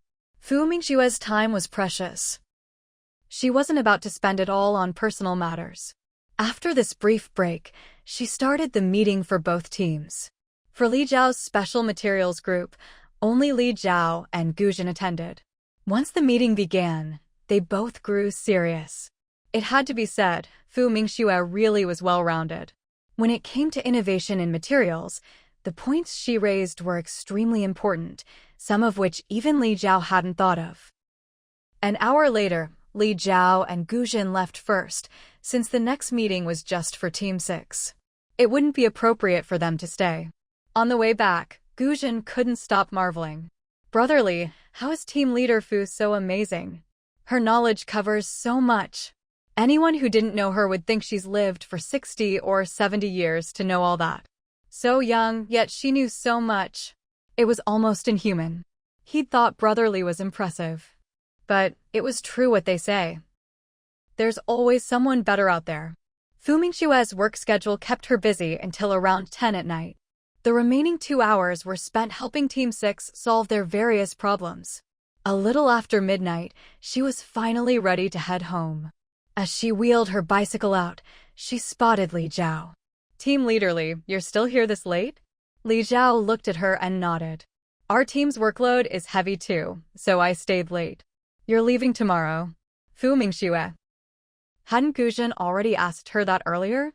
Why was she being asked again? Yes. The two of them walked out of the factory together. Just then, a voice called out, "Wife." Fu Mingxue turned toward the sound and saw Qin Wenhua stepping out of the shadows. I told you there was no need to come. I just wanted to spend a little more time with you. Qin Wenhua's words caught Fu Mingxue off guard. It was the first time she'd seen him be so straightforward in front of someone else. Wife, shall we go? Fu Mingxue handed him her bicycle. After Qin Wenhua took it, he nodded slightly to Li Zhao, then helped Fu Mingxue get on. Once she was settled, he started up the electric bike and they rode off. Li Zhao watched as the bicycle grew smaller and smaller in the distance until it finally disappeared from sight. Only then did he slowly look away. Just then, Guzhen came running out in a hurry. Brotherly, why didn't you wait for me? I was just in the bathroom for a bit, and when I came out, you were gone. Li Zhao shot him a sidelong glance. Are you a kid or something? With that, he walked off. Guzhen. What's with the attitude? Honey, was that your new coworker just now? Qin Wenhua asked. He's a colleague, but not from my team. Our two teams work closely together, though. Fu Mingxue never talked about the specifics of her work. Qin Wenhua could tell from her tone that it was nothing out of the ordinary, so he just assumed the guy was a regular colleague. But he'd noticed the look in that man's eyes. It was definitely different. He wanted to say something, but felt like whatever he said right now wouldn't be appropriate. Just then, Fu Mingxue asked, what time are our train tickets for tomorrow? 8 o'clock in the morning. I'll take you all to the train station. Of course you have to take us. How else would we get there? Director Geng said he'd send a car for us, but since you already had plans to drive us, I turned him down. They had kids and luggage with them. Qin Wenhua was still stationed at the base and wasn't out on a mission. How could he not see them off? Don't worry, I'll take you, Qin Wenhua said. He wouldn't feel at ease until he saw them safely onto the train. It was a pity he couldn't get more time off. Otherwise, he'd definitely take them all the way back to Beijing himself. Oh, by the way, I might come back for a bit, or maybe not.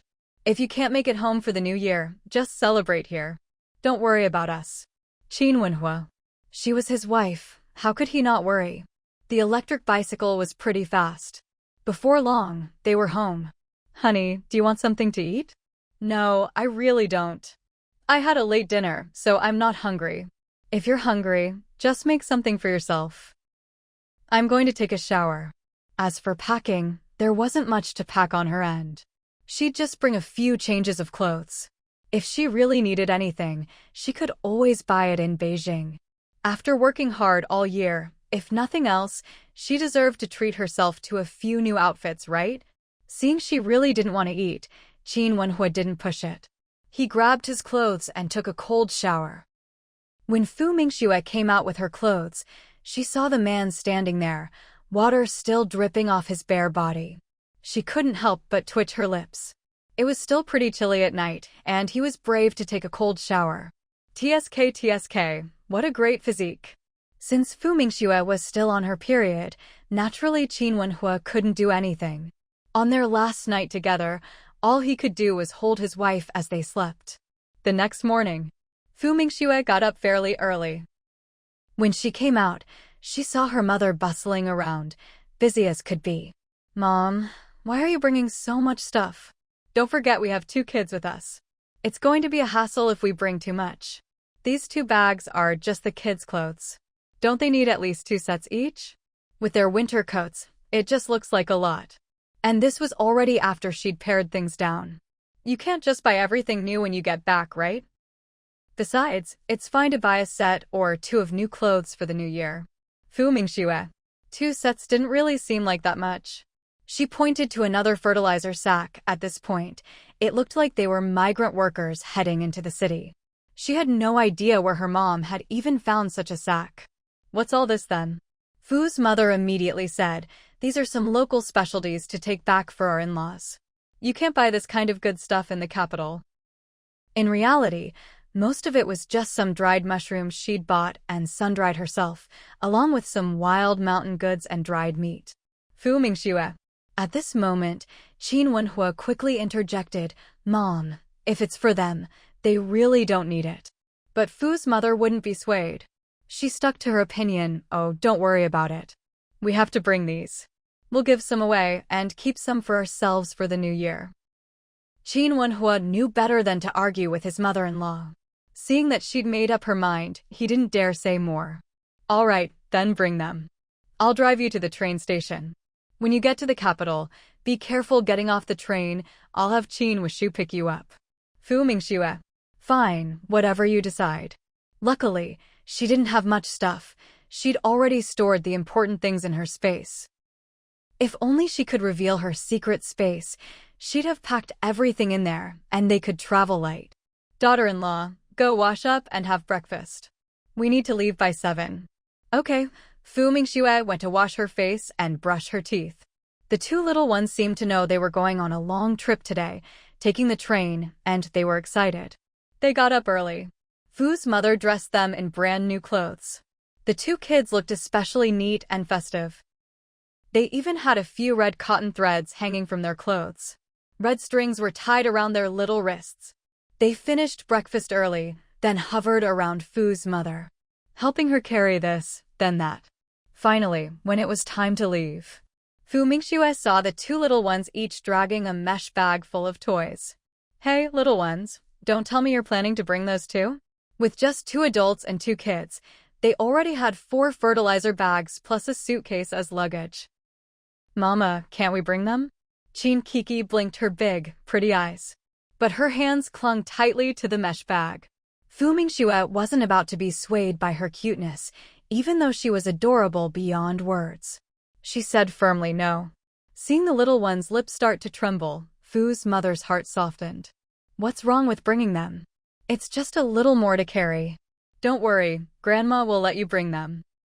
Fu Mingxue raised an eyebrow and said, "Only, if you bring those, then the new toys I was going to give you will be gone, okay?"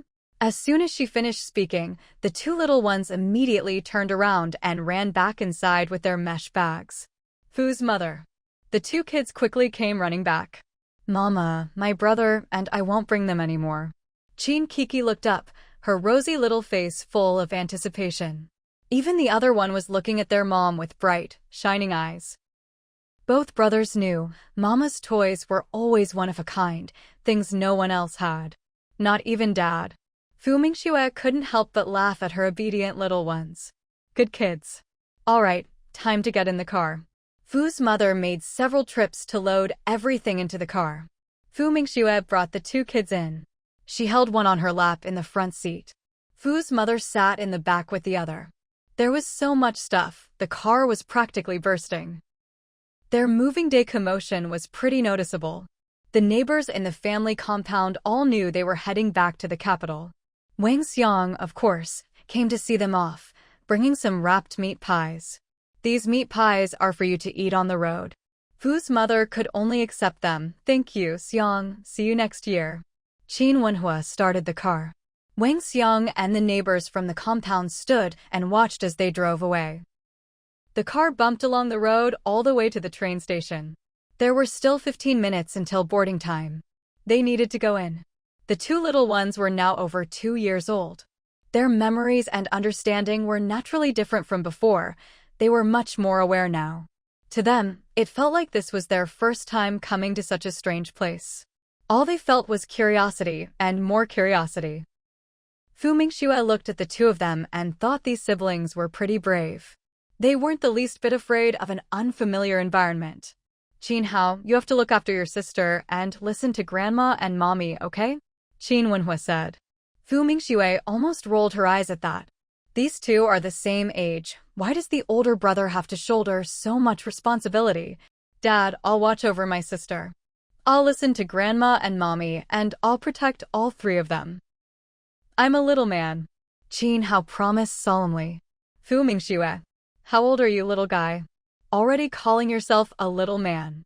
Grandma was deeply moved by the little one's words. Our Hao is such a good boy. Wenhua also looked at his son with satisfaction. That's right, you're a man. You have to protect Grandma, Mommy, and your sister. Mingxue wanted to push him away. Give me a break. Just then, the train arrived. Although the two kids had ridden trains before, they were too young to remember. So to them, it felt like their first time seeing a train, such a huge train. They were both excited and a little scared. Mom, honey, you two take the kids onto the train. I'll carry the luggage, Wenhua said. Mingxue immediately replied, what are you talking about? Once we're on the train, you can just hand the luggage in through the window. How are you going to carry so much by yourself otherwise? Wenhua nodded. That works too. Mom, let's go up. Mingxue picked up Hao. Grandma quickly picked up the other child and followed closely behind Mingxue. The two of them quickly found their carriage. Mingxue put the child down. Don't move. Then she opened the window, stuck her head out, and shouted, Wenhua, over here. Wenhua handed over a piece of luggage. Mingxue took it inside. Once all the luggage was on board, Mingxue told Wenhua to head back. But instead of answering, Wenhua quickly got on the train. When he reached Mingxue's carriage, she was surprised. What are you doing up here? The train's about to leave, hurry back. It's fine, I can get off quickly. There's still time. Seeing that there was no one else around, Wenhua felt relieved. Actually, he had bought 4 tickets. But he was worried his mother-in-law would scold him for wasting money, so he only showed them 2 tickets. Honey, come here. I need to tell you something. Curious, Mingxue followed him out. What is it? Wenhua pulled 2 more tickets out of his pocket and handed them to her. At first, Mingxue didn't understand, but then it clicked. She was speechless. You actually bought 4 tickets? Are you made of money? I specifically asked the ticket agent for them. The 4 of you can have the upper and lower bunks to yourselves, no strangers. When he bought the tickets, he'd asked if there were 4 sleeper bunks together, and there were, so he bought them all. Don't let Mom find out. Mingxue shot him a look. At least he knows to be afraid of his mother-in-law. Indeed, if her mom found out, she'd nag him for ages. After all, train tickets to Beijing are pretty expensive, and these were sleeper tickets too. All right, got it. Hurry up and get off the train. Mingxue tucked the train tickets into her pocket. Wenhua was truly reluctant to part. Wife, call me when you arrive. If I don't pick up, just leave a message with the operator. Mingxue nodded. Okay, I'm off then. You all take care. Wenhua was clearly unwilling to leave, his eyes never leaving her face. If it weren't for people passing by in the corridor, he would have loved to give his wife a hug.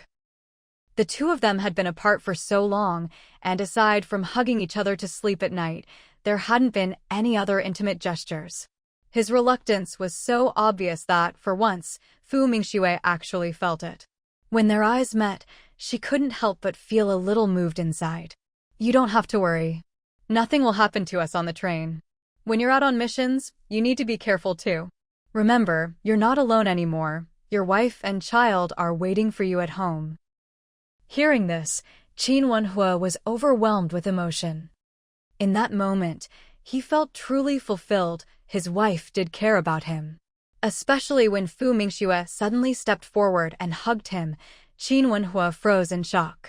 He really hadn't expected his wife to hug him at a time like this. There are people watching. Fu Mingxue quickly let go. You should get off the train now. With that, she gave him a gentle push. Qin Wenhua stumbled off the train in a daze. It wasn't until the train started moving that he finally regained his senses. That's when he remembered he hadn't even said goodbye to his mother-in-law when he got off the train. Meanwhile, the train was on its way. The twins were especially excited. Both of them were pressed up against the window, watching the scenery whiz by. Mother Fu saw how happy they were and just let them be. After all, the windows weren't open, so it was perfectly safe. But she was curious about something else. This sleeper car is pretty nice. It's just our family in here. No one else got on. Are trains really this empty these days? Hearing this, Fu Mingxue couldn't help but think of the 2 extra train tickets she had already stashed away in her space. If her mom found out about that, she probably wouldn't be in such a good mood right now.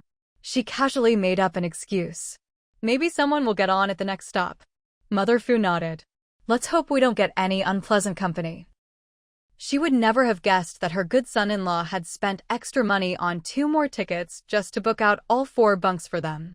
The twins' energy was limited, and after a while, they got bored of looking out the window. Luckily, the kids weren't overly hyperactive. They settled down quietly.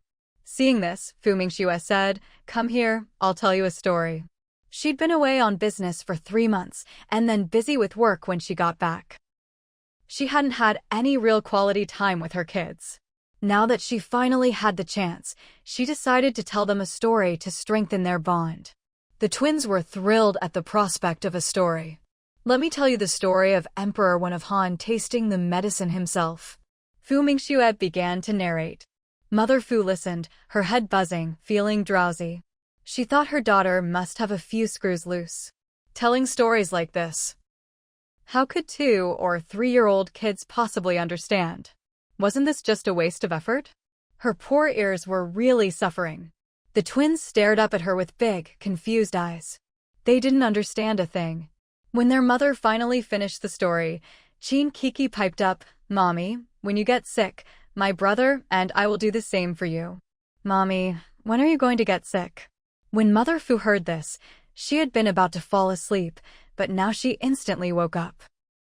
"My precious, you're so good. You actually understood what I was saying. My darling is so smart." Fu Mingxue, is that really the point here? Shouldn't the focus be on the fact that these 2 little ones are actually hoping I'll get sick? I'll tell you the story of Kong Rong letting his brothers have the pears. After the twins finished listening to the story, Qin Hao immediately said, "Give all the pears to Grandma. If there's no Grandma, then just you 2. As soon as Qin Kiki heard that, her lips started to tremble. Why isn't there a Grandma? Where did Grandma go? I want to give my pear to Grandma too.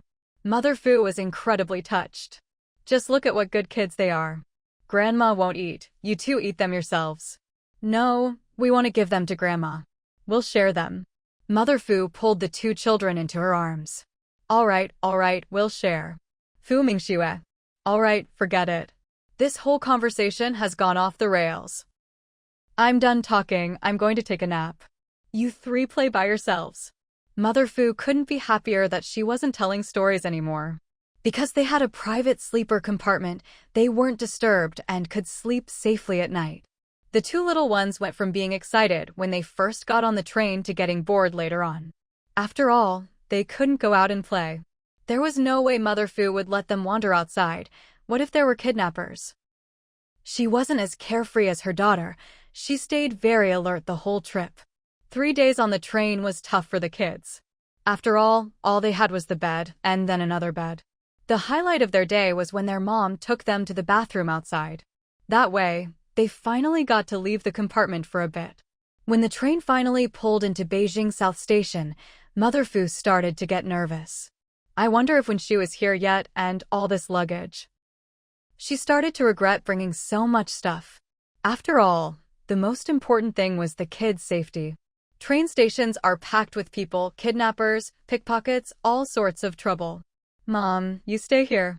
I'll get off first, and then you can hand the luggage down to me.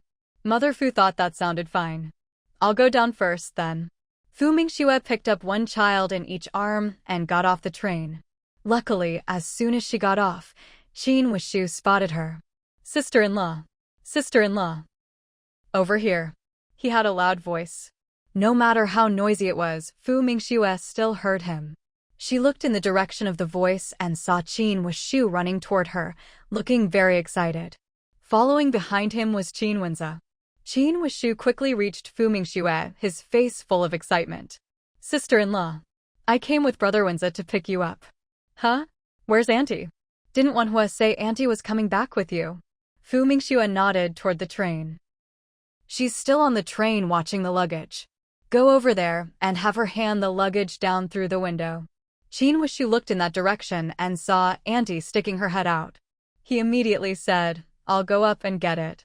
Brother Wenze can stay down here to catch it. Then he quickly squeezed through the carriage door and went up. By this time, Qin Wenze had also walked up to Fu Mingxue. Sister-in-law, you've had a tough journey. Let me carry the kids for you. The last time the twins had seen their uncle was back in the new year. Back then, they were just over a year old, so they didn't remember him at all. So when they saw this unfamiliar man reaching out to them, they shrank back into their mother's arms. Seeing this, Fu Mingxue immediately said, Big brother, just help with the luggage. The kids are a bit shy right now, I'll hold them. It was a strange train station, packed with people. It was normal for the kids to feel insecure. Qin Wenze nodded. Okay. Then he walked over to the window where Aunt Fu was waiting. He called up, Auntie. I, Wenze. As soon as Mrs. Fu saw the two Qin brothers had come to pick her up, she instantly felt completely at ease. By this time, Qin Wuxu had also entered the same train carriage. Auntie, long time no see. I've missed you. His enthusiasm was almost too much for Mrs. Fu to handle. But truthfully, she really liked this young man. Seeing him, her smile grew even wider. Auntie, why don't you come down now? I can handle things here. Mrs. Fu nodded. Make sure you don't leave anything behind. Auntie, don't worry, nothing will get left behind. This place was so tiny, how could he possibly miss anything? But seriously, where did all these fertilizer sacks come from? You had to admit, fertilizer sacks were truly magical for packing stuff. Seeing that he was already passing the luggage down, Mrs. Fu felt reassured and headed out. Meanwhile, Qin Wuxu quickly handed down all the fertilizer sacks. Then, he simply jumped down from the window. Fu Mingxue couldn't help but twitch her lips at his move. Mrs. Fu came over. Did you hurt your foot? Qin Wuxu shook his head quickly. No, Auntie. Let's get this stuff to the car first. There are too many people here. All right, let's hurry then. Mrs. Fu couldn't wait to leave the train station. There really were a lot of people. She wondered, it wasn't even a holiday, so where did all these people come from? Luckily, they came back early. If they'd waited until the new year, it would probably be packed wall to wall. Mrs. Fu wanted to carry some luggage, but the brothers wouldn't let her, so she just picked up one of the kids instead. The car was parked right at the train station exit. After they loaded all the luggage, they realized there wasn't much room left for people to sit.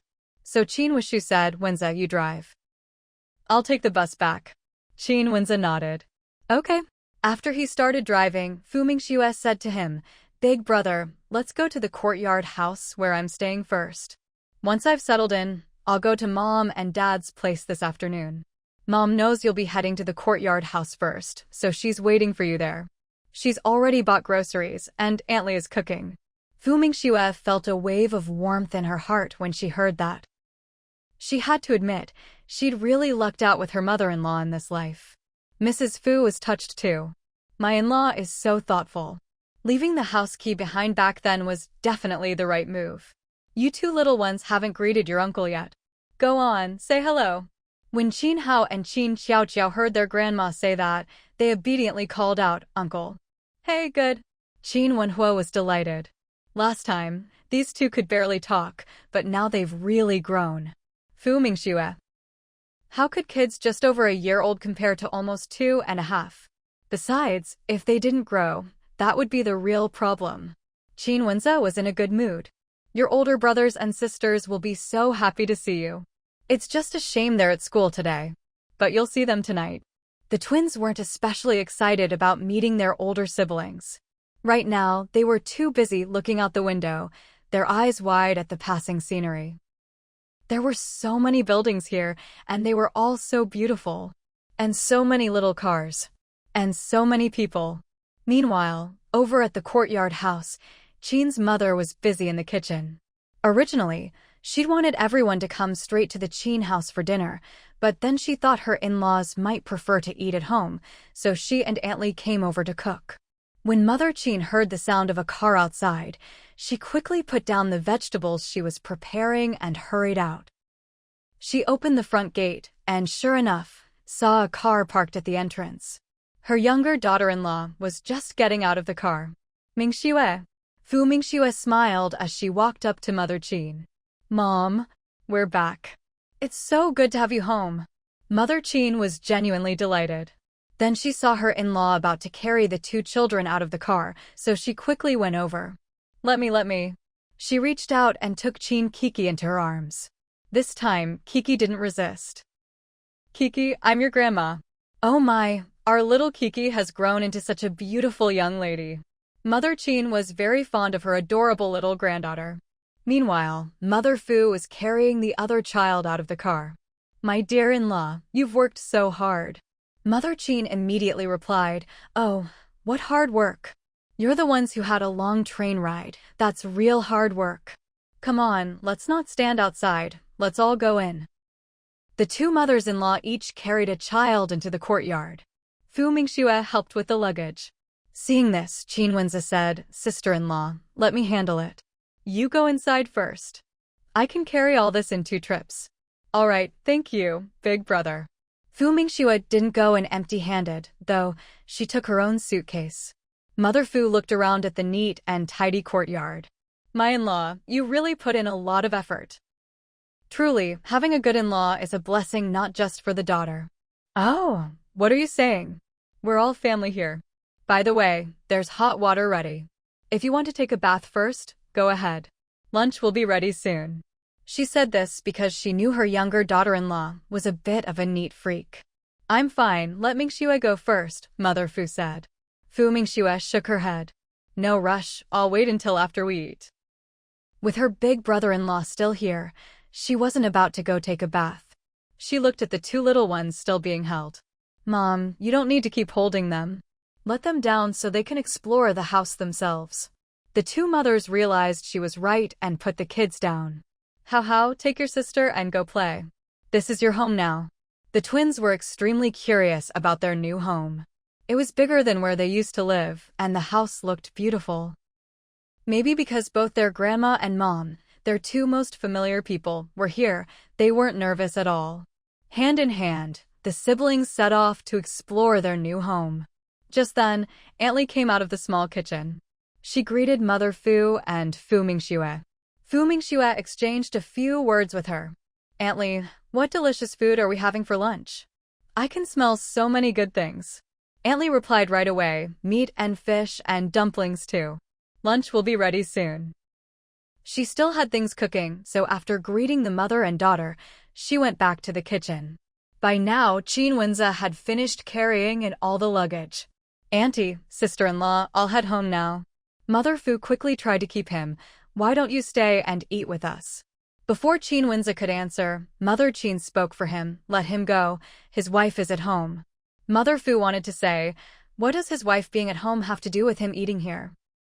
As soon as Qin Wenze left, Mother Qin explained, his wife is pregnant, and she's been having pretty bad morning sickness these days. Mother Fu was shocked.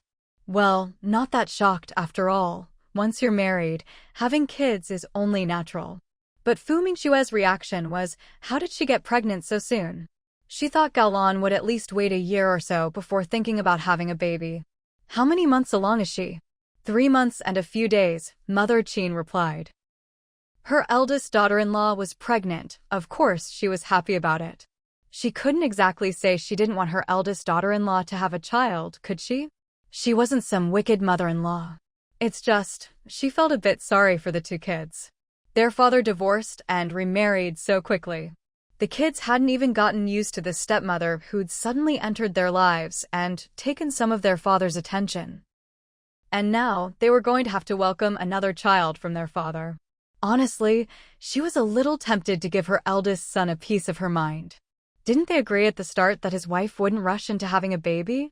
She'd thought that since Gaolan always wanted to go to college, at the very least she'd wait until after she got in before having a child.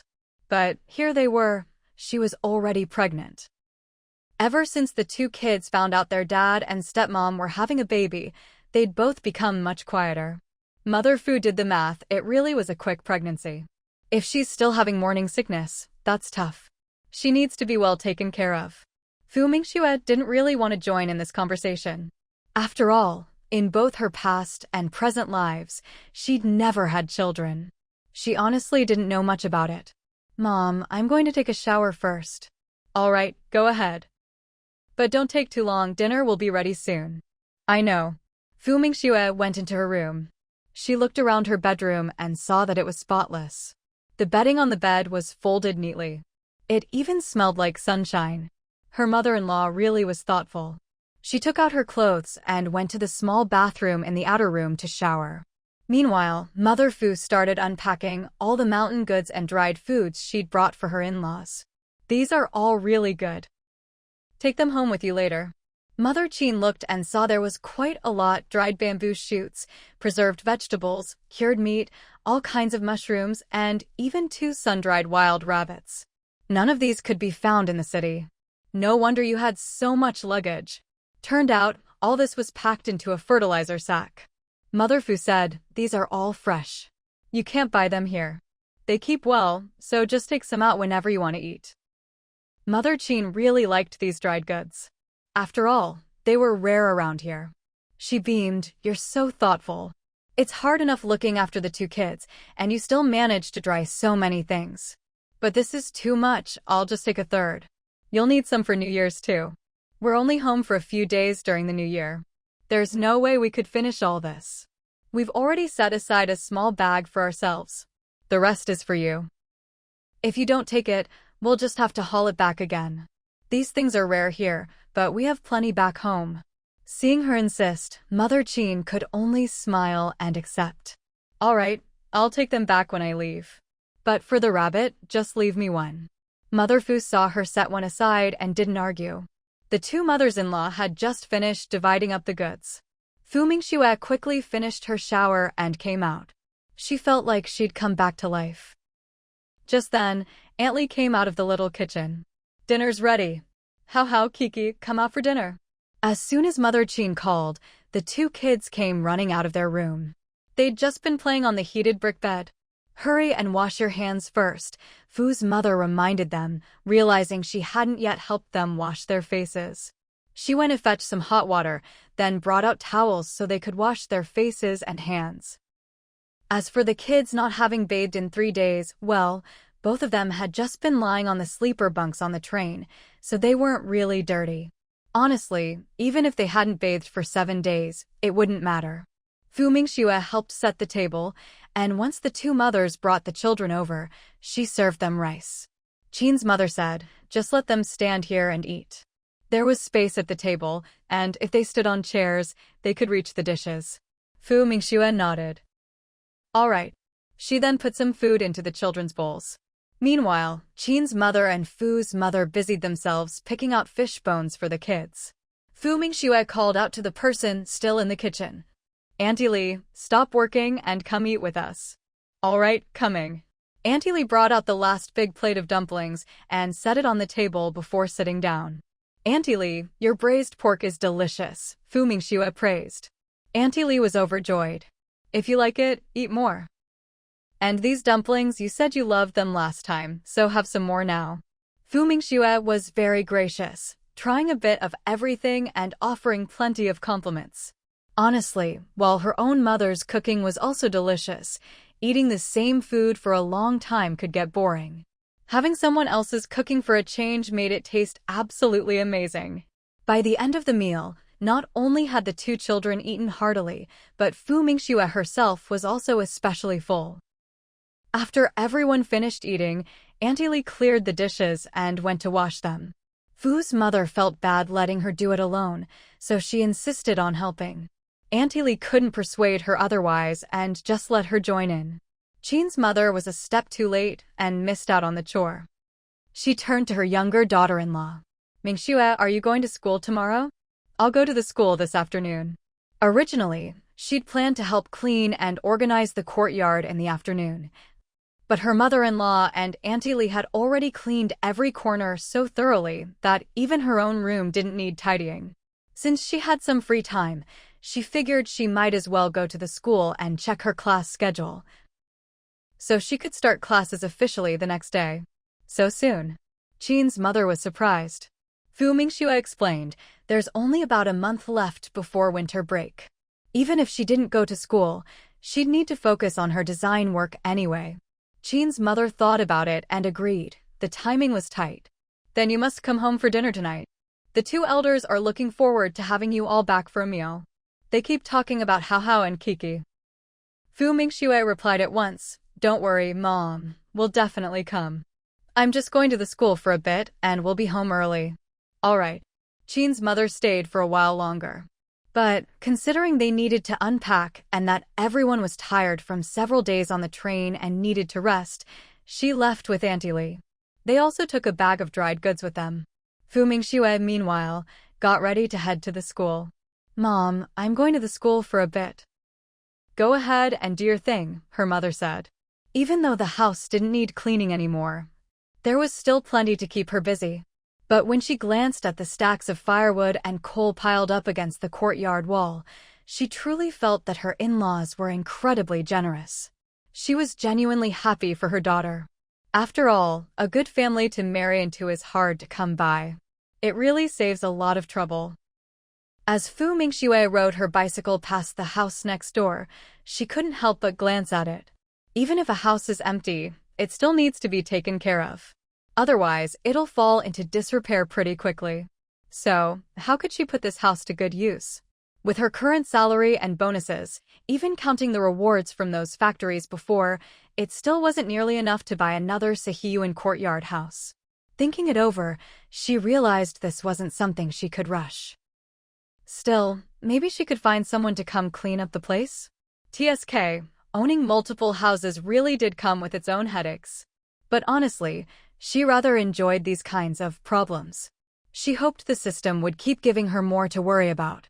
Fu Mingxue rode her bike to the entrance of Jing City University. Who are you here to see? A security guard stopped her. Fu Mingxue remembered the work ID the university had issued her last time. She pulled it out of her pocket. The guard took it, looked at it, and his eyes widened in surprise. He glanced at Fu Mingxue, clearly skeptical. You're really a teacher? Doesn't this badge prove it? Fu Mingxue replied. Just as she finished speaking, another person stepped out of the gatehouse. When he saw Fu Mingxue, he looked a bit shocked. He quickly pulled his colleague aside. This is Teacher Fu from our university. Let her in right away. Then he greeted Fu Mingxue. Teacher Fu, you're back to teach? Fu Mingxue nodded. Once the gate was open, she pushed her bicycle inside. After she left, the guard who'd stopped her couldn't help but ask, masterly, is she really a teacher? She looks so young. Old Li shot him a look. Xiao Xiao, you're still too young. If someone's got the ability, why couldn't they be a teacher? Next time, don't stop her, she's really something. Xiao Xiao. She looked even younger than some of the college students, and yet she was a teacher? You really do see something new every day. Fu Mingxue headed first to Director Zhang's office. She knocked on the door. Come in, Director Zhang's voice called out. Fu Mingxue pushed the door open and went in. She hadn't expected that besides Director Zhang, Principal Wu was also there. Principal Wu, Director Zhang. Her greeting drew both men's attention. When Principal Wu saw it was Fu Mingxue, his face lit up with delight. Teacher Fu, you're finally here. I was just telling Director Zhang I wondered when you'd arrive. Guess you really do show up when you're talked about. Fu Mingxue said, I just arrived this morning. I thought I'd come by this afternoon to check in. Principal Wu immediately replied, glad you're here. By the way, since you just got back today, do you need to rest a bit? I just want to take a look at the class schedule and maybe get things sorted out. That way, I can start teaching right away tomorrow. Hearing this, Director Zheng said, I figured you'd be here today, so I've already got the schedule ready. Take a look. If it's all right, you can start teaching tomorrow. You're not going to let Teacher Fu have a day to rest? Principal Wu interjected, earning an eye roll from Director Zheng. Don't pretend to be so considerate. He was practically wishing Fu Mingxue would stay at the university all semester. Wasn't he just asking earlier when she'd be arriving? Principal Wu. What about my dignity? Fu Mingxue stepped forward and took the schedule from Director Zheng. She glanced over it and nodded. Looks good. I'll come in tomorrow. Director Zheng said, the books are in your office. Go have a look when you have time. After Fu Mingxue responded with an okay, she left Director Zheng's office. Just as she was about to walk out the main entrance, Principal Wu suddenly remembered something. He called out to her. Teacher Fu, wait a moment. Do you still remember Director Liu from First Auto Works? Fu Mingxue turned around. Of course I remember. What about him? I ran into him yesterday. He asked about you and said that if you're back at school, you should drop by the factory when you have time. But he didn't say exactly what it was about. Fu Mingxue nodded. All right, I got it. She definitely didn't have time right now. When she got to her own office, she found all her books stacked on her desk. Fu Mingxue flipped through them, picked out a few to take home, and packed them up. Not wanting to waste any time at school, she left her office as soon as she had her books. Just as she was heading to the bike shed to get her bicycle, a surprised and delighted voice called out from behind her. Teacher Fu. Hearing someone call her, Fu Mingxue turned around. It was Song Jiaodi. She was running over, her face full of excitement. Teacher Fu, it really is you. I almost thought I was seeing things just now and didn't dare call out. Fu Mingxue looked the young woman up and down. It had only been one semester, but the change in her was remarkable. Where once her clothes had been covered in patches, now she was dressed in clean, new clothes. Her face, which had been thin and gaunt, now had some healthy fullness to it. Clearly, working while studying had brought about a big change in her life. Not only did she look better, but her face now shone with a smile and confidence. How's this semester going, Song? Teacher Fu, I'm doing really well this semester. I've made great progress in class, and the professors have praised me. Also, I'm still working at the auto factory. Teacher Fu, I really have to thank you. If it weren't for you, I can't even imagine having such a good life now.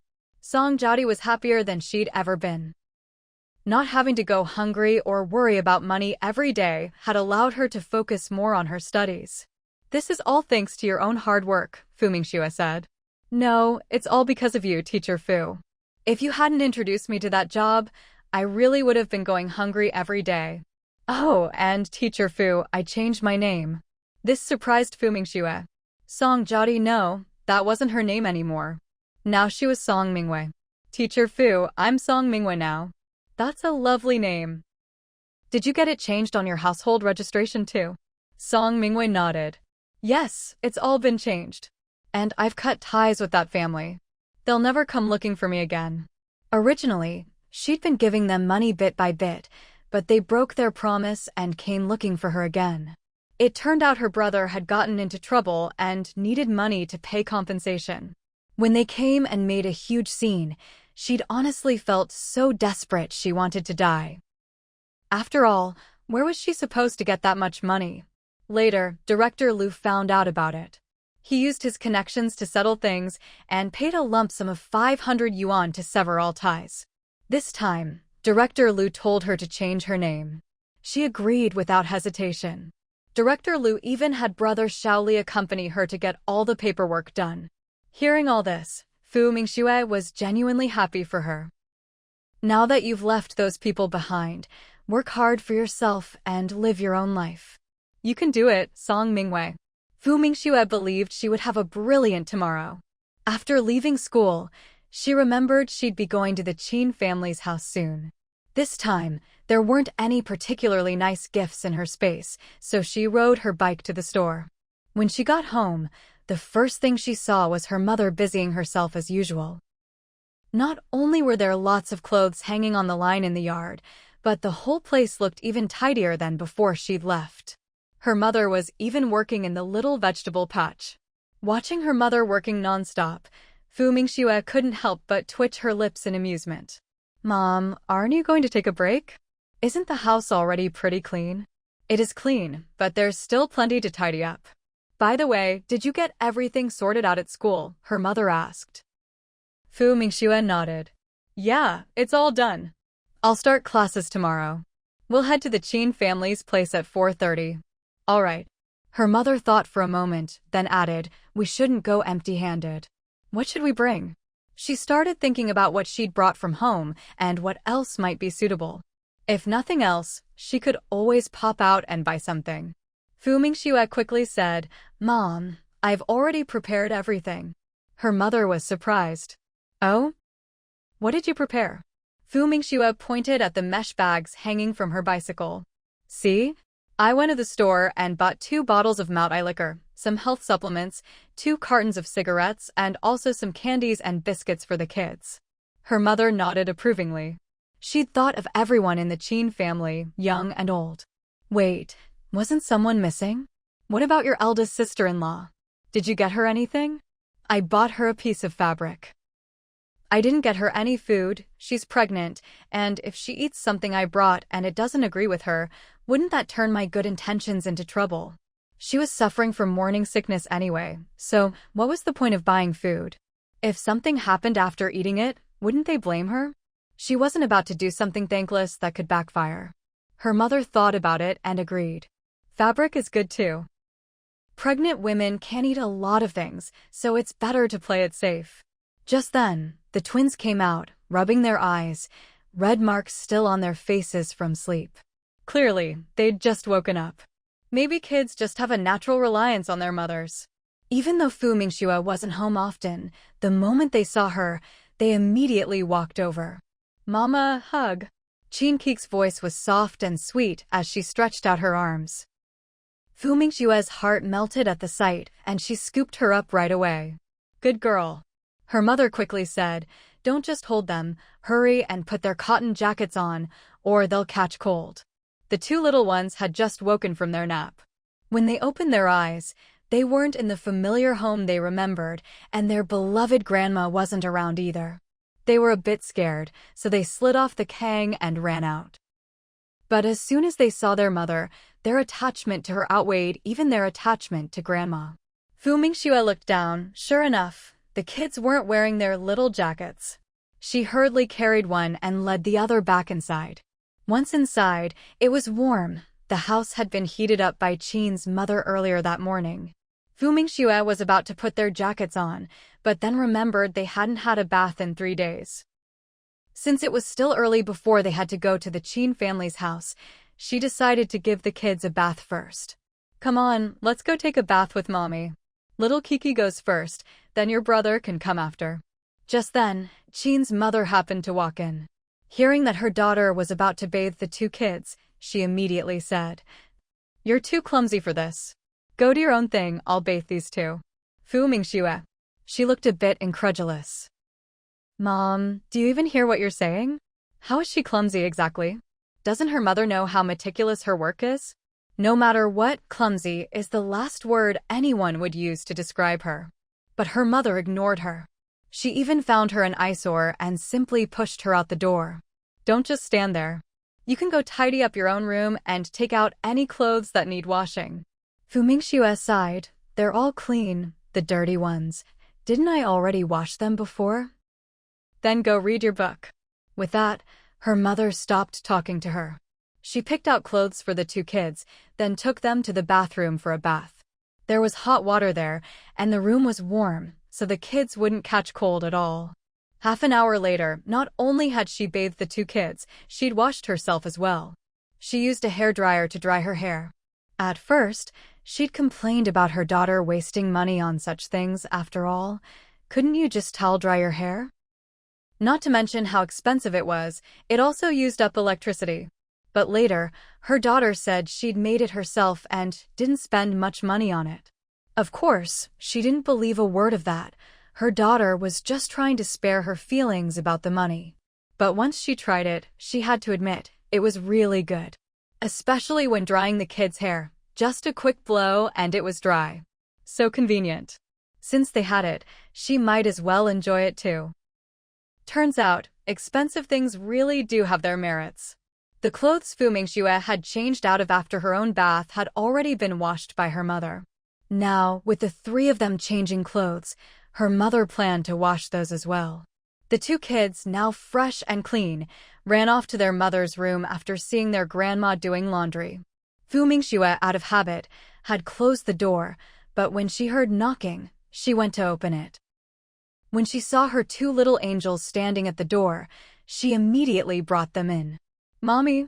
The two kids looked around the room with curiosity. Fu Mingxue noticed Qin Qi's hair was still down. So she let the brother play on his own, took out a comb, and started braiding her daughter's hair. "Kiki, come here. Mommy will braid your hair." Qin Kiki happily walked over. Fu Mingxue was quite skilled at braiding hair. After all, in her past life, those three little ingrates. She'd braided their hair countless times. She'd even made all sorts of fancy braids, never repeating the same style in a week. Wait, why was she thinking about those little ingrates again? As for those three little ingrates Fu Mingxue was just thinking about, their days were anything but easy. They were now a little over 3 by Chinese reckoning and a bit more than 2.5 by Western age. In her previous life, Fu Mingxue had taken meticulous care of them. She'd kept them clean and tidy. She'd fed them well. But now, if Fu Mingxue saw them, she wouldn't even recognize them. Not only were they frighteningly thin, at 2.5 years old, they looked barely older than 1. And they were filthy from head to toe, not a single clean spot on their faces. In the dead of winter, all three were dressed in thin clothes. As a result, all three came down with high fevers at the same time. Song Anxiu looked at the feverish triplets, her eyes devoid of any warmth, only full of resentment. After all, it was because she had to take care of these triplets and her paralyzed mother that no one had come to propose marriage in the past 2 years. This delay dragged on until she was 21. She still hadn't found a good match. Now she had become the town's old maid, unable to get married. In her heart, she already resented her whole family. She looked coldly at the sick triplets and couldn't help but wish, if only they'd just die from their illness. Just then, there was a knock at the door. Song Anxiao's expression darkened. Who would come at a time like this? She took a deep breath, forced down her anger, and went to open the door. When she saw it was her eldest sister, Song Anning, her face grew even more sour. "What are you doing here?" Originally, with Song Yan, the eldest brother, not around, the eldest sister should have taken responsibility. But her big sister was incredibly selfish. Even though she was married and lived in town, she barely came home once a month. And even when she did, she'd barely sit down before rushing off again. "I've got good news today. I've found you a good marriage prospect," Song Anning said, beaming with joy. Song Anxiao couldn't help but sneer at this. A good marriage? In my situation, what kind of good marriage could there possibly be? And if I get married, who's going to take care of this family? You. Song Anning's smile froze. Of course, she couldn't take care of the family. Little sister, I know you have a lot of resentment in your heart, but I really have my own difficulties. After all, you don't know what my husband and mother-in-law are like. Do you want to see my family fall apart too? Song Anxiu was thoroughly impatient. Enough. Don't talk about that. Just tell me what you're here for. You can't get married and leave, but you could find a live-in son-in-law. As long as you're willing, he can move in right away. That way, the chores at home can be shared, and he can even earn money for you. Isn't that good? Song Anning's words made Song Anxiu look at her in surprise. You mean someone's willing to marry into our family? Song Anning nodded quickly. Yes. He's a decent-looking young man, 2 years older than you. He's divorced, but he doesn't have any kids, and he's from the countryside. But rural guys are great. Not only are they strong, they're also honest. Song Anxiao used to be proud, but that was in the past. Now, she was truly fed up with this family and tired of having to do everything herself. So, hearing these conditions, she hesitated for a moment, then asked, "What does he look like?" Being from the countryside was one thing. Divorced, she could barely accept that. But if he was old and ugly, she couldn't accept it. She'd rather stay single. Seeing her soften, Song Anning's eyes lit up and she immediately promised, "Don't worry, he looks fine." "Would I ever set you up with someone bad?" Song Anxiao couldn't help but sneer in her heart, as if she hadn't been hurt by her before. "Anxiao, if you agree, I'll have the matchmaker talk to him right away, and he can come meet you tomorrow." "Don't worry, if you don't like him, we'll drop it. No matter what, I'd never force you to marry someone you don't want." Song Anxiao didn't really believe her. Just then, there was a loud thud from inside the house, followed by the wailing of a child. Song Anning was startled. She rushed inside and saw that the triplets had all fallen off the kang bed. When she went to pick them up, oh no, their bodies were burning hot. She immediately shouted, "Anxiao, come quick. The 3 kids have a high fever." Song Anxiao had known for a while that the child was running a high fever. But now that her eldest sister had seen it, she couldn't just pretend she didn't know. Otherwise, she'd get a reputation as a wicked aunt. How would she be able to stay in this town then? "We need to take him to the hospital." Song Anning agreed that they should go to the hospital. Although she usually didn't get involved in her family's affairs, she happened to be home today. If something really happened to the 3rd child, the whole town would talk behind her back. So the 2 sisters picked up the 3rd child and rushed to the hospital. When they arrived, the doctor saw the child's flushed face and was a bit angry. "Why did you only bring him now? Don't you know that if such a young child has a high fever, it could damage their brain?" The sisters, they didn't dare talk back at all. "Doctor, please, you have to save the 3rd child. Please bring his fever down." The doctor didn't say anything more to them. After all, now that they were at the hospital, he would do everything he could to treat the child.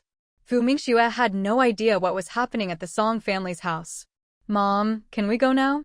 "All right." Mother Fu put one child on the crossbar at the front of the bike and the other on the back seat. After tying them securely, she still felt a bit uneasy. "They won't fall, will they?" "They'll be fine. I'm just going to push the bike. Let's go." Just as she was telling her mom to lock the door, she saw a car driving toward them. She looked closely. It seemed to be Mingxue. Sure enough, when the car pulled up, it stopped right in front of her house.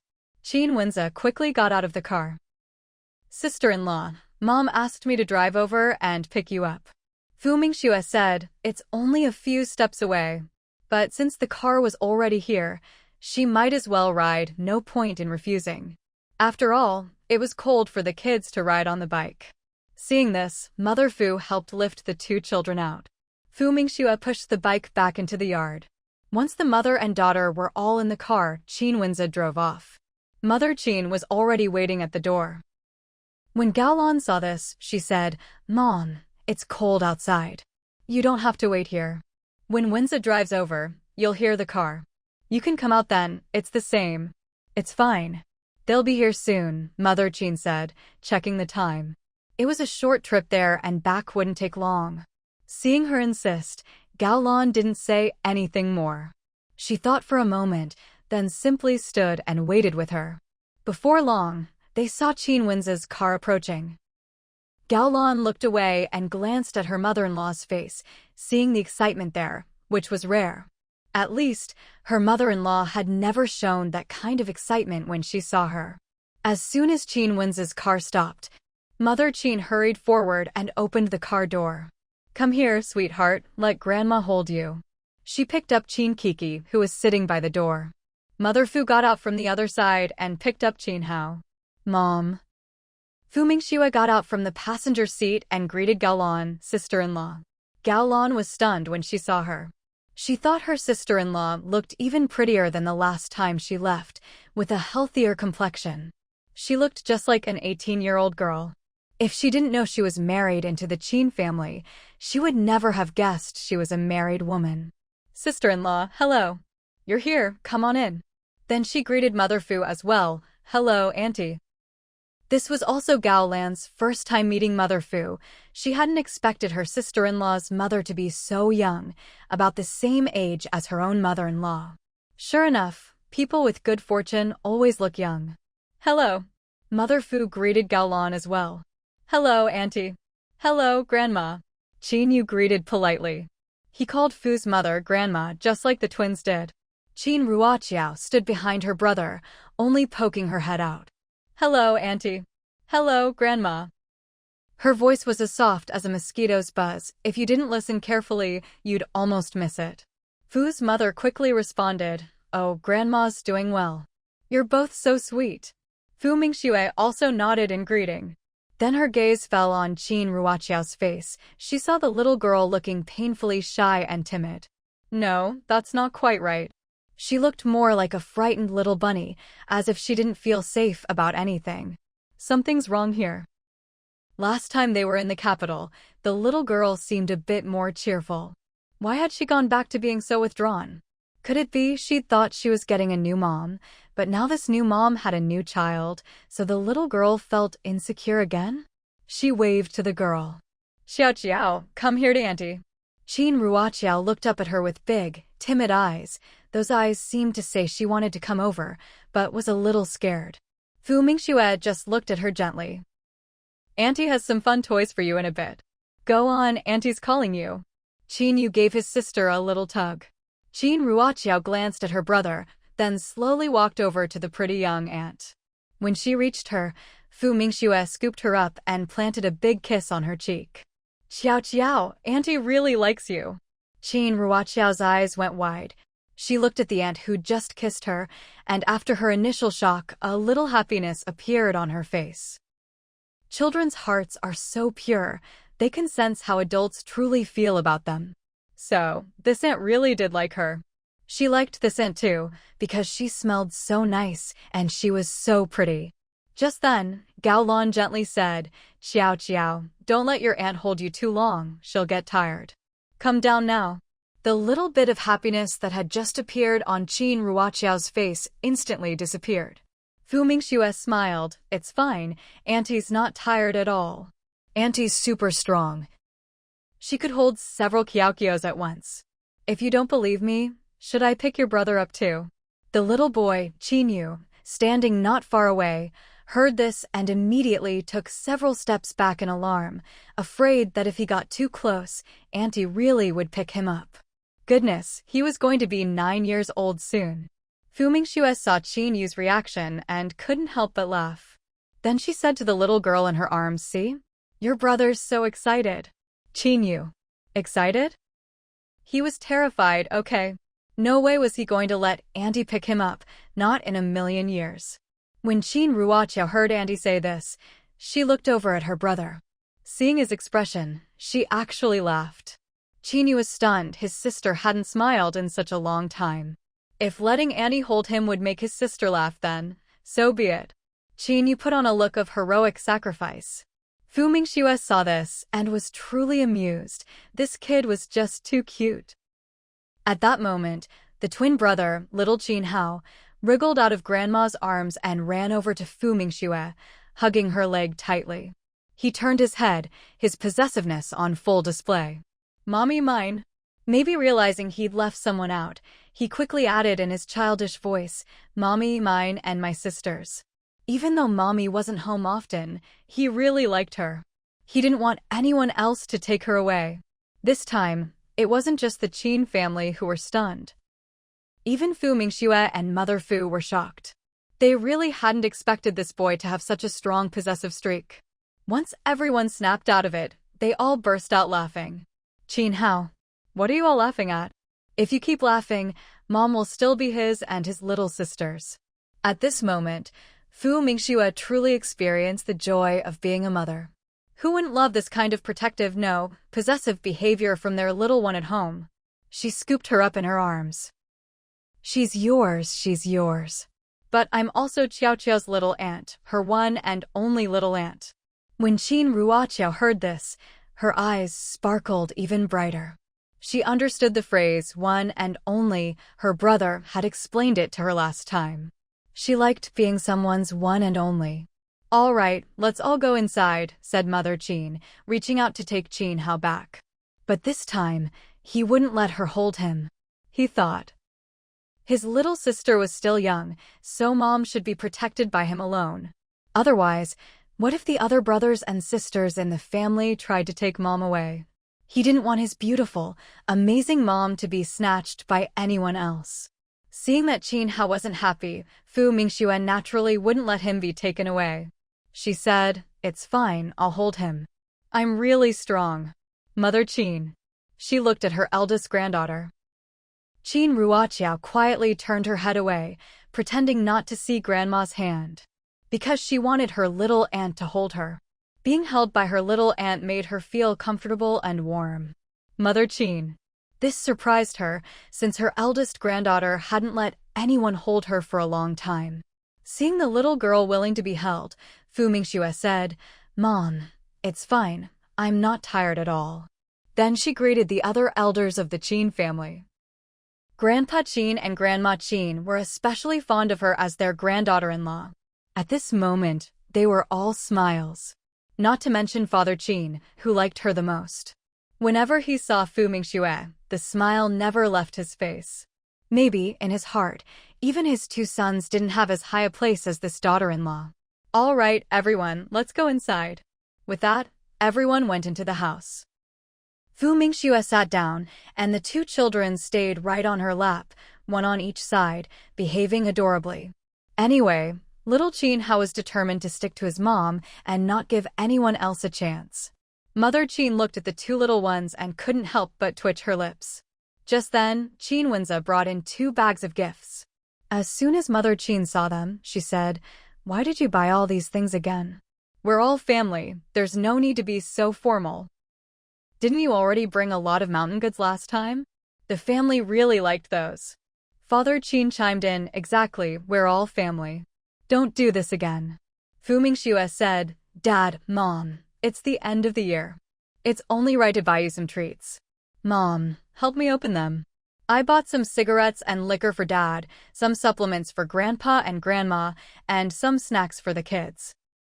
And I bought 2 pieces of fabric for you and sister-in-law, so you can make yourselves some clothes." Gao Lan, who had just come in, was a bit surprised to hear this. She hadn't expected her sister-in-law to buy something for her too.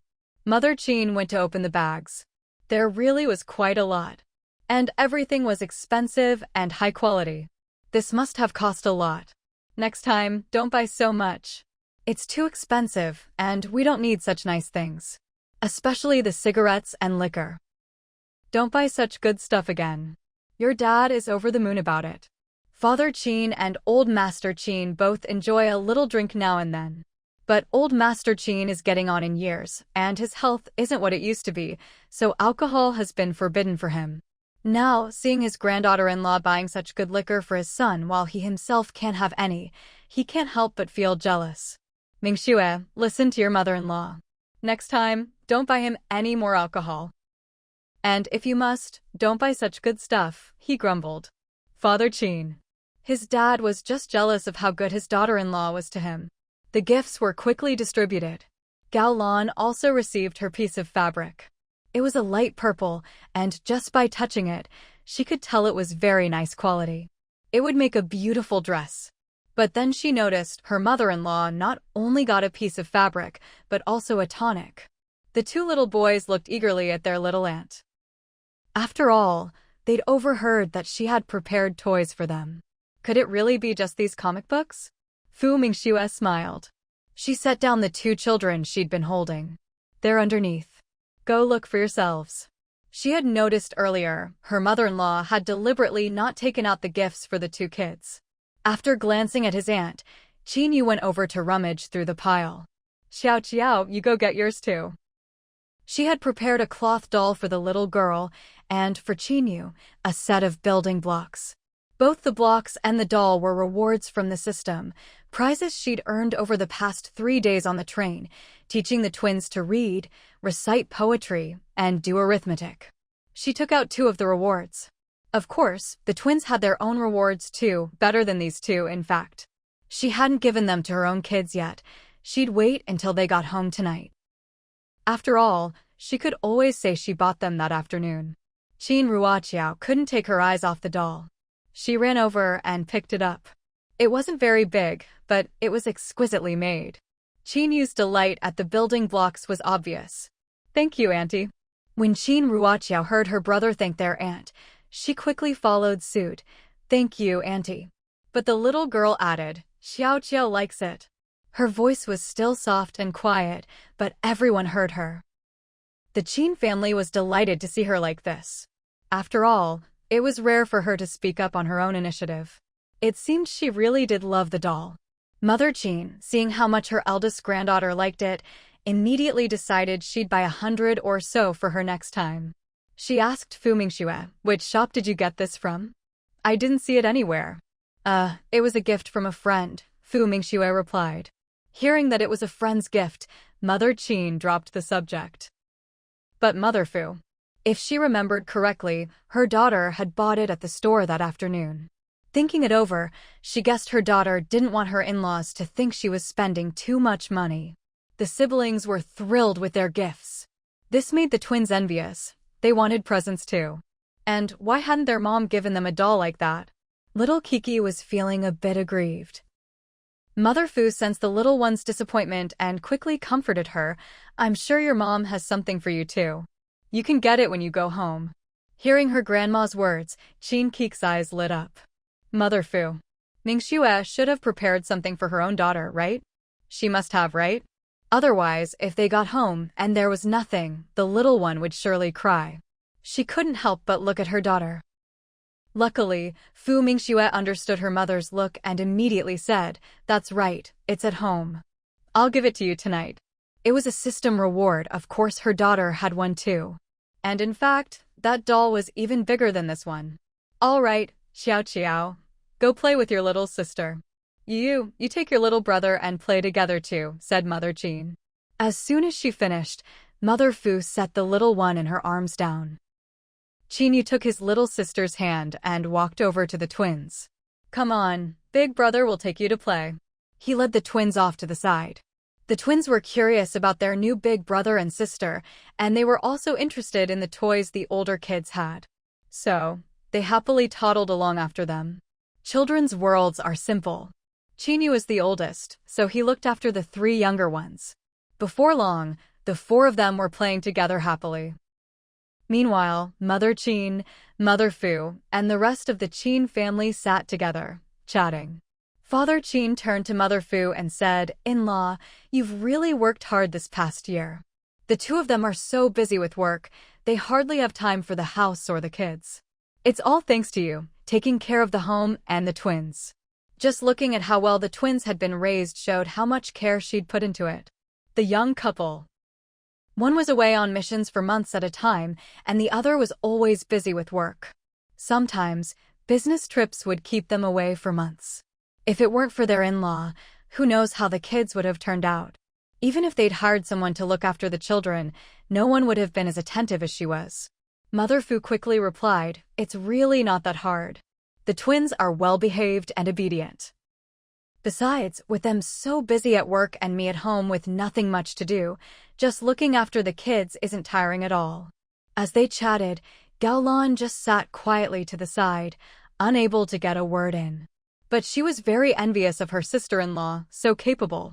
If she were as competent as Fu Mingxue, she wouldn't have to tiptoe around in this family. While the conversation was lively, Aunt Li came over. "Dinner's ready." Father Qin immediately stood up. "Come on, let's eat." The whole family moved to the dining table. There were quite a few people, but luckily the table was big enough. The 4 children sat together. Mother Fu sat next to the twins so she could help them with their food. Aunt Li served 2 small bowls of rice for the twins. "Come on, Mingxue, you and your mother-in-law should have a drink together," Father Qin said, picking up the wine and pouring for Mother Fu and Fu Mingxue. Fu Mingxue quickly stood up. "Dad, let me pour." "No need, I'll do it," Father Qin said, pouring the wine. Then he caught the old man's eager gaze. Not for you. You can have water. Old Master Qin. Useless son.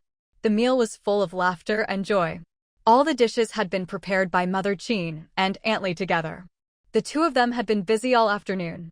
After dinner, Mother Fu and Fu Mingxue stayed a little longer, but not too late. After all, the twins were still young and couldn't be out too late. When it was time to leave, Qin Wenze drove them home. Fu Mingxue didn't refuse. After all, it was just a short drive.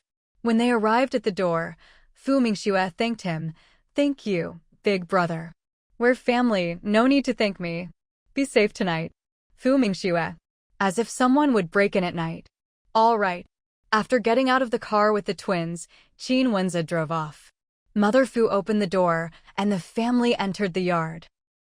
Before they even got inside, Qin Kiki piped up in her childish voice, "Mama, doll." Fu Mingxue hadn't expected the little one to remember that. "Hold on, Mama will get it for you." Fu Mingxue entered the house and took out the plush toy from her space. It was twice as big as the one she'd given Qin Ruoqiao. So, when Qin Kiki saw the pink plush toy, she was absolutely delighted. Compared to the one in Xiao Chuaojia's hands earlier, she liked the one from her mother even more. Because this one was bigger, about the size of her own head. Qin Hao was also thrilled with his puzzle, which was a bit bigger than the one his brother had just received. "Mommy, I love it." Children are always so direct with their feelings. Seeing how much the twins liked their gifts, especially the way they couldn't put them down, Fu Mingxue thought she could probably give them even better ones next time. After all, only the system could provide these rewards. You wouldn't find anything this good on the market. And it seemed that when she was rolling for the kids, the drop rate for related toys was higher than when she rolled for herself. The twins got exactly the toys they wanted. Mother Fu didn't ask where these things came from. "You have to go to school tomorrow morning, so go to bed early." Okay. Going to bed early was out of the question. She still had to go back to her room and prepare lessons. Mother Fu didn't let the two kids bother her. Instead, she took them to her own room. The kids were still young, so the twins slept with her. Besides, they slept on a kang, a heated brick bed, which was nice and spacious. Her room had a kang, but Fu Mingxue's didn't. She had a pearwood canopy bed instead. Fu Mingxue sat down at her desk, ready to open a book, when suddenly her right eyelid started twitching uncontrollably. She paused. What was going on with her eye? As the old saying goes, left eye twitches for fortune, right eye twitches for disaster. But she didn't think anything could have happened to Qin Wenhua. After all, when she called the Qin family that evening, Qin Wenhua had answered right away. Forget it, she thought. She was a woman of science. Still, her eyelid wouldn't stop twitching. After thinking for a moment, she tore off a scrap of paper, wet it, and stuck it to her twitching eyelid. County Hospital. "The fever's gone down, it's going down," Song Anning said excitedly. Song Anxiu wasn't quite as happy, but she still breathed a sigh of relief. After all, she had wished they'd die in her more resentful moments, but she hadn't really wanted them dead. Not to mention, these were the bloodline of the Song family. If they really died, the Song family line would end here. That wasn't what she wanted. It's good that the fever's gone down. Song Anning had kids at home, and she'd been at the hospital for so long that she needed to hurry back. "Little sister, your nephew is still at home. I have to go back. Your brother-in-law and my mother-in-law can't handle him.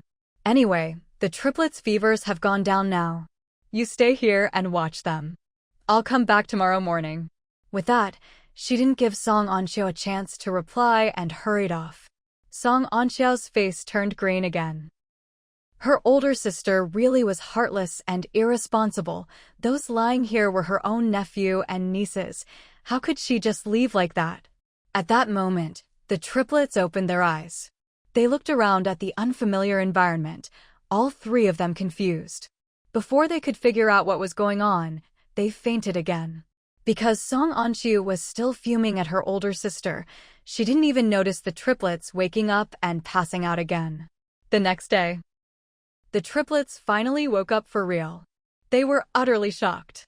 Because they realized their souls seemed to be trapped in these tiny bodies. What's going on with them? Where is this place? Why do their bodies look like children now? Could it be they've been reborn? Wait, is that their little aunt giving them the cold shoulder? That seems to be their little aunt when she was young. But why is she looking at them like that? It's completely different from when she used to try to curry favor with them.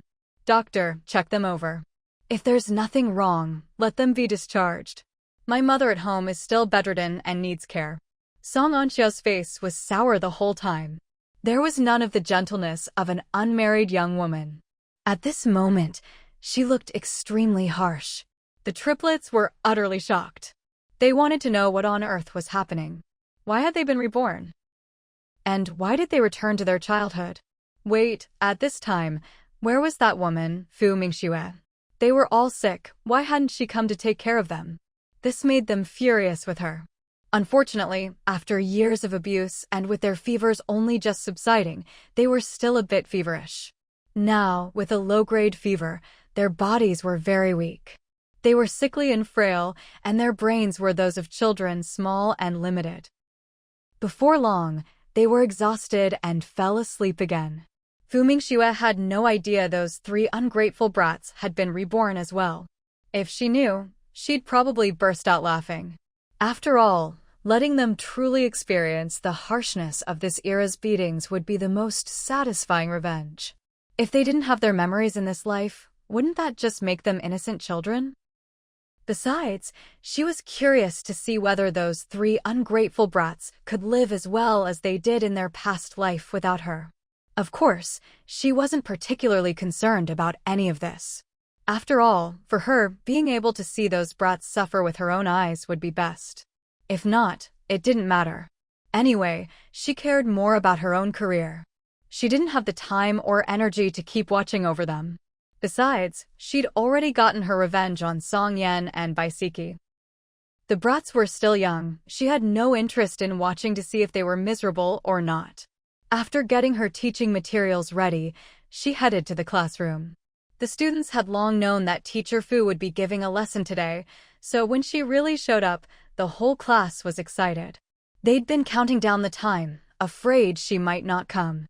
Hello, everyone. Starting today, it's my class again. Now, let's talk about. Fu Mingxue wrote the lesson topic on the blackboard. The whole class fell silent, everyone listening intently. Fu Mingxue taught all day, and when she got home, she found her mother-in-law was there too. Mom, you're back. You're home pretty early today. I thought you'd be at school tonight too. No, I just teach during the day. I don't have any classes at night. She taught several periods a day. If she had to teach at night too, her throat wouldn't be able to take it. Seeing her come home, Mother Qin got ready to leave. Well, I'll head back then. Fu Mingxue stopped her at once. Mom, why go back? Why not stay and eat with us? At that moment, Fu's mother came out of the kitchen. In-law, don't go back, just eat here. I made enough for you. Anyway, Aunt Lee is over there, so you don't need to go back and cook. Seeing how earnestly they wanted her to stay, Mother Qin thought for a moment and nodded. All right, I'll have dinner here then. While the 3 adults and 2 children were happily eating, there was suddenly a loud knock at the front door. The 3 of them instinctively put down their chopsticks. That sounds like Auntie Lee, said Qin's mother. She immediately got up to open the door. When she opened it, she saw Auntie Lee standing there, looking flustered and drenched in sweat. Auntie Lee, what happened to you? She asked. It's bad, something happened at home. That Gaolan, she had a miscarriage. Auntie Lee blurted out. Qin's mother was shocked. You said Gaolan had a miscarriage? How did that happen? She was perfectly fine just a couple of hours ago. She had only been out for 2 hours, and her eldest daughter-in-law had been just fine before she left. Auntie Lee quickly explained. It was Qinyu. He bumped into her, and after she fell, she started bleeding a lot. Wenze has already taken her to the hospital. The old lady fainted too. When Qin's mother heard that the old lady had fainted, she was beside herself with worry and rushed out the door. Auntie Lee hurried after her. Fu's mother. She wanted to go too, but with the twins at home, she hesitated. So she urged her daughter, don't just stand there. Go and check on them. How could a miscarriage happen out of nowhere? Fu's mother was anxious as well, especially after hearing that the old lady had fainted. At her age, any accident could be serious. Fu Mingxue quickly went to get her bicycle. Once outside, she hopped on and caught up with the two women running ahead. "Mom, get on, I'll take you," she called, deliberately slowing down. Qin's mother quickly climbed onto the bike. "Should we go home first or straight to the hospital?" Fu Mingxue asked. Qin's mother was about to say the hospital, but then remembered she didn't know what the situation was at home. "Let's go home first." "All right, hold on tight," Fu Mingxue said, pedaling as fast as she could. The wheels nearly sparked from the speed. Qin's mother was too anxious to be scared, clinging tightly to Fu Mingxue's waist. They soon arrived at the Qin family compound. As soon as Fu Mingxue stopped the bike, Qin's mother jumped off in a hurry, almost falling, but managing to steady herself, though she did strain her ankle a bit. "Mom, are you all right?" Fu Mingxue asked with concern. "I'm fine," Qin's mother replied, shaking her head. They didn't waste any more time and rushed inside. As they entered the main hall, they immediately saw a large pool of blood on the floor. Both women's hearts skipped a beat, so much blood. Could the baby possibly be saved? At that moment, Fu Mingxue noticed the two children standing dumbly in the corner, looking helpless and scared. Her heart ached for them. She walked over. Yeah, Chow Chiao, Auntie's here. Don't be afraid." When the siblings saw her, they both burst into tears. The younger one cried nonstop, while the older one, wiping away tears, tried to explain, "Auntie, I didn't mean to, I didn't do it on purpose." His eyes were red and tears streamed down his face. Clearly, he was terrified and at a loss. "Don't cry. Tell Auntie what happened," Fu Mingxue coaxed. Qin's mother came over too. Yeah, what happened? How did you bump into Aunt Lan?" I didn't mean to. It was an accident," the boy stammered, repeating himself, obviously shaken and scared by what had happened. Seeing him like this, Fu Mingxue realized she wouldn't be able to get any answers out of him. So she turned to her mother-in-law and said, "Mom, now isn't the time to ask questions. There's no one at home right now, they must have all gone to the hospital. Why don't we head to the hospital first?" Qin's mother agreed as soon as she heard this. "All right, let's go to the hospital first," she said. Fu Mingxue turned to Qin Yu and said, Yeah, your aunt and grandma are going to the hospital to check on things. Don't be scared, just stay at home with your sister for now. Auntie Li will be back soon, and she'll stay with you both." Qin Yu wanted to shake his head. He wanted to go with his aunt. But he knew that both his aunt and grandma needed to go to the hospital. They had to check on great-grandma. "Okay. Look after your sister, don't cry, and don't be afraid. Auntie and grandma will go ahead." Before leaving, Fu Mingxue hugged both children. Then, under their longing gazes, she left with her mother-in-law. As for Gao Lan, the baby in her belly was probably in real danger. But Fu Mingxue still hoped the child could be saved. After all, the child was innocent. Besides, she could tell that Gao Lan cared deeply about this baby. If the baby really was lost, Gao Lan would probably hold a grudge against Qin Yu, her stepson, in the future. And she also hoped the old lady would be all right. "Mom, get in and sit down," she said. Qin's mother got in without another word. They quickly arrived at the hospital. Fu Mingxue got off first to park the bike. Qin's mother hurried into the hospital lobby. By the time Fu Mingxue finished parking and caught up, her mother-in-law had already found out where to go. The two of them headed to the emergency room. There, they saw Qin's father, Qin Wenze, and the old man all waiting. "Dad, how is it?" Fu Mingxue was the first to ask. When Qin's father saw it was his younger daughter-in-law, his face was dark as he shook his head.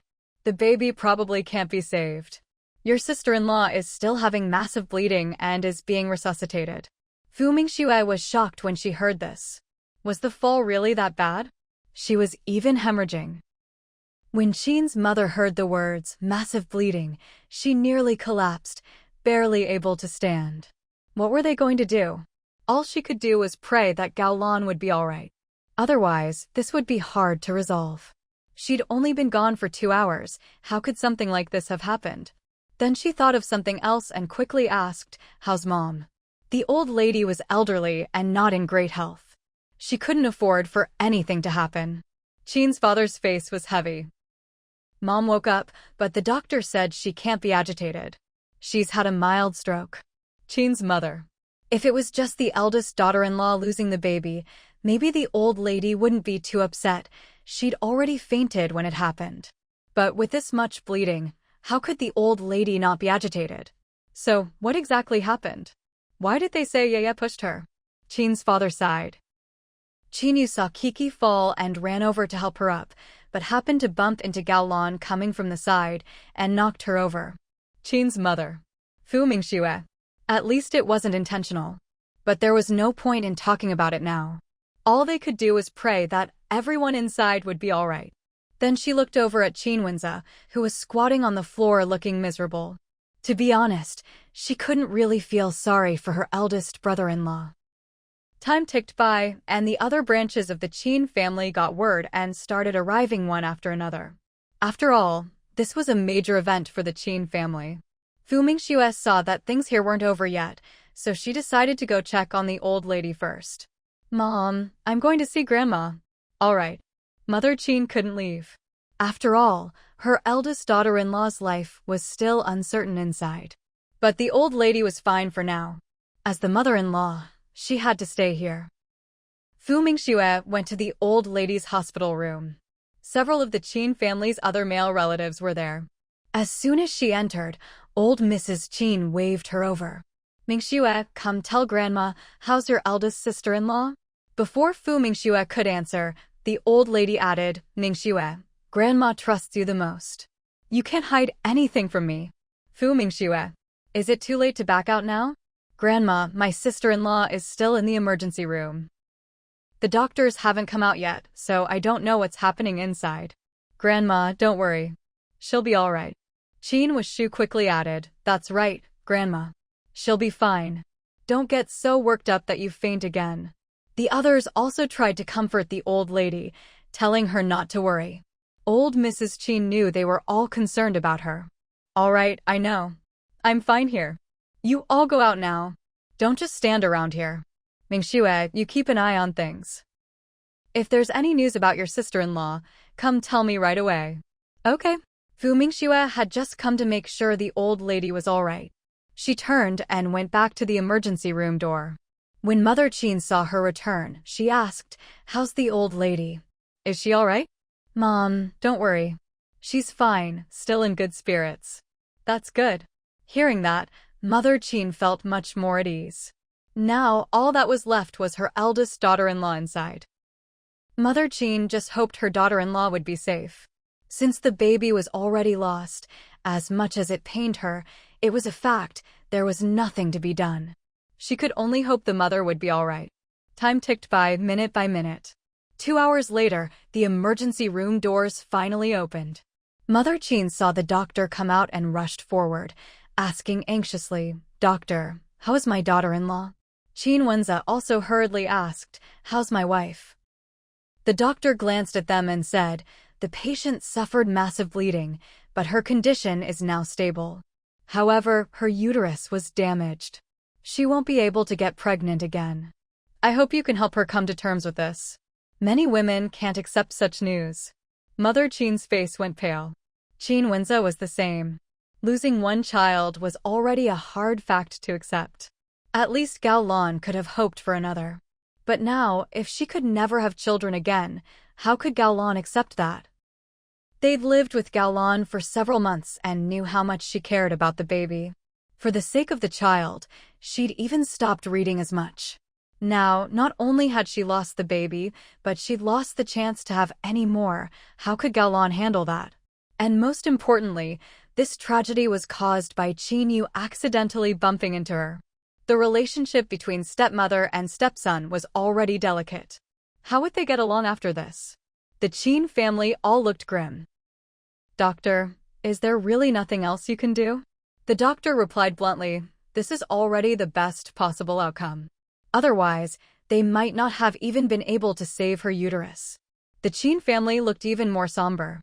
They weren't too hung up on whether or not there would be another child. They were mainly worried about Gao Lan. They were afraid she wouldn't be able to accept this outcome. Mingxue was deeply distressed. He was also afraid that Gaolan wouldn't be able to handle it.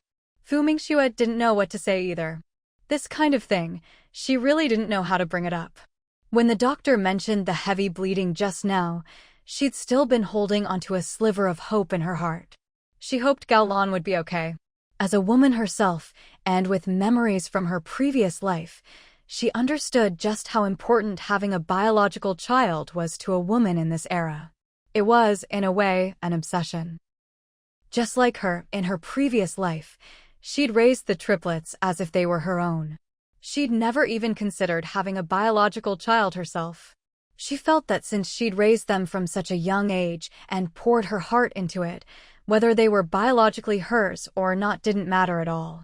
Even in that nominal marriage, not for Song Yan's sake, she'd done her best to raise those triplets. In her heart, those 3 were her own children.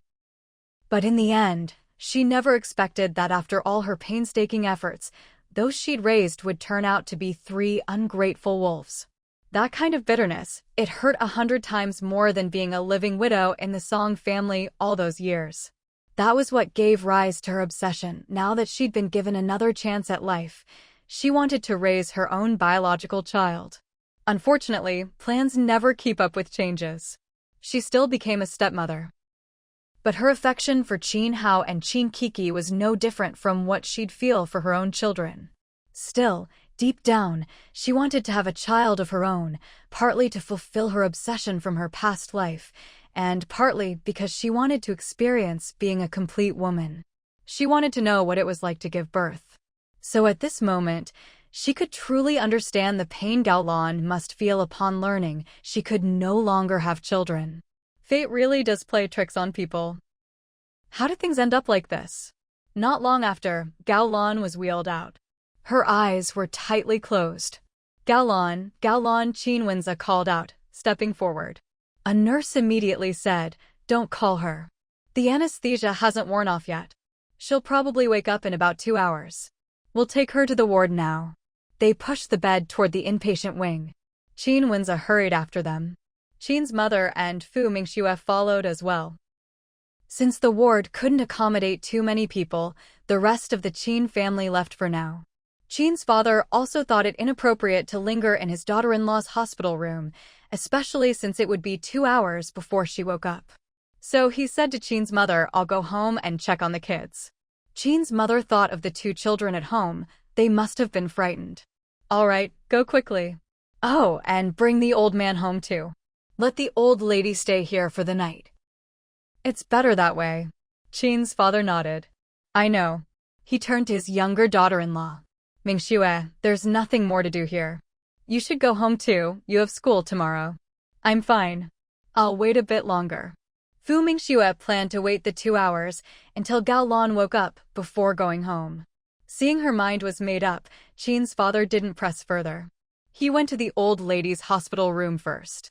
When she saw him, she immediately asked anxiously, "How's Gaolan?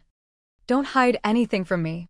"Mom, Wence's wife is all right, but the baby's gone. And she won't be able to have children anymore."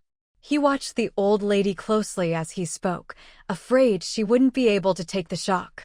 Fortunately, she didn't faint again. She just stayed silent for a long while, then let out a long sigh. How will the 2 of them get along from now on? The one most hurt by Gaolan's infertility was Gaolan herself. If she couldn't accept it, if she couldn't get past this hurdle, what would they do? Even though the great-grandchild was lost unintentionally, the Qin family still owed her. Qin's father also fell silent. He truly felt sorry for his eldest daughter-in-law. "Mom, you focus on resting and getting better. I'll come by again tomorrow." "All right, you go home," old Madame Qin replied, also worried about the 2 children at home. Back then, Gaolan had lost so much blood. And with old Madame Qin fainting as well, those 2 kids must have been terrified. Qin's father suggested that the old man come home with him, but the old man refused. He insisted on staying at the hospital to keep his wife company. Seeing this, Qin's father had no choice but to head home first. When he arrived, he saw that the blood on the floor had already been cleaned up. Just then, Aunt Lee came out of the kitchen. Qin's father asked directly, "Aunt Lee, how are the two kids? Are they asleep?" Aunt Lee quickly replied, "The two kids were taken by Aunt Fu. She stopped by earlier, saw them crying nonstop, and asked if they wanted to go to the courtyard and sleep with their little siblings. The kids nodded, so Aunt Fu took them." Qin's father. After thinking about it, he figured it was fine for them to sleep over there. Aunt Fu watched the brother and sister, who still couldn't sleep. "Don't be afraid, everything will be alright. Go to sleep, Grandma's right here." Ah, these poor children. Their own mother was like that, and now their stepmother. She wondered how things were going at the hospital. She hoped her eldest daughter-in-law's baby could be saved. She hoped everything would be safe and sound. Qin Yu's eyes were still red as he curled up in the corner, silent. Luckily, Qin Ruoqia was still young. After crying for so long, she was exhausted and soon fell asleep.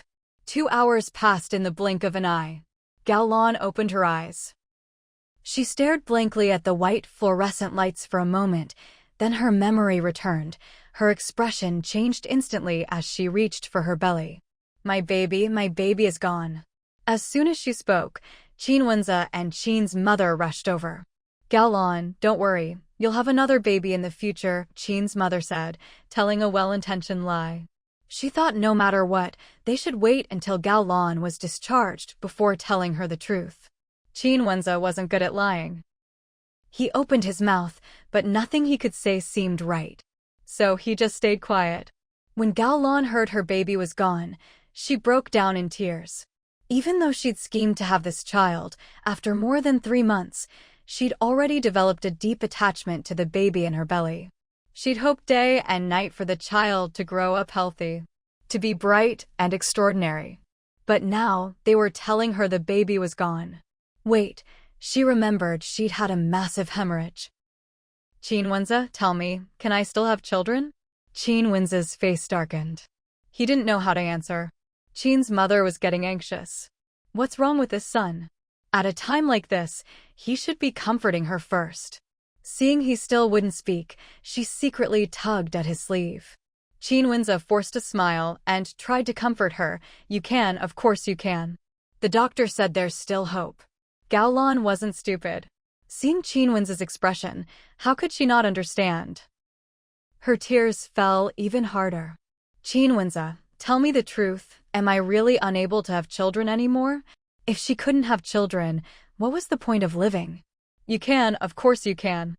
The doctor said there's still hope. Let's focus on getting you healthy first." But Gaolan couldn't hear any of it. The thought that she might never have children again overwhelmed her. In a fit of anguish, she coughed up blood and fainted on the spot. "Gaolan! Gaolan!" Mother and son shouted at the same time. Seeing this, Fu Mingxue hurried out to call the doctor.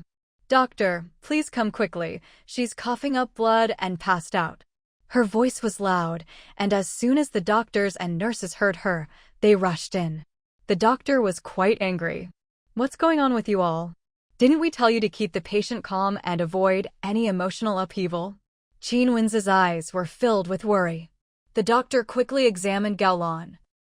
Finally, he let out a sigh of relief. "Fortunately, there hasn't been any major bleeding this time. But you mustn't upset the patient again. She's in a critical period right now. If her emotions fluctuate too much, it could easily trigger another hemorrhage." "Yes, we understand." Qin Wenza still couldn't relax. What if Gaolan wakes up again? She definitely won't be able to accept it. "Doctor, if she wakes up and asks you, could you tell her that she might still be able to have children?" The doctor looked at him, puzzled. "No, we can't lie like that. It's better if you all avoid bringing up this topic with the patient." With that, the doctor left the ward. This time, Gaolan had been given medication by the doctor, so she didn't wake up. Mother Qin knew she probably wouldn't wake up again that night, so she tiredly said to Fu Mingxue, "Mingxue, you should go home first." "Mom, what about you? Are you staying here tonight?" Fu Mingxue asked. Mother Qin nodded. "Yes, I'll definitely stay here tonight." "You go home, you have work tomorrow. Be careful on your way back." Fu Mingxue knew there wasn't much she could do by staying, so she nodded. "All right, I'll head back then. Before leaving, she glanced at the hospital bed. Seeing Gao Lan's pale, bloodless face made her feel heavy-hearted. Before leaving the hospital, she stopped by the old lady's room and saw that she was fast asleep. She didn't linger and left the ward. When she got home, she saw the lights were still on.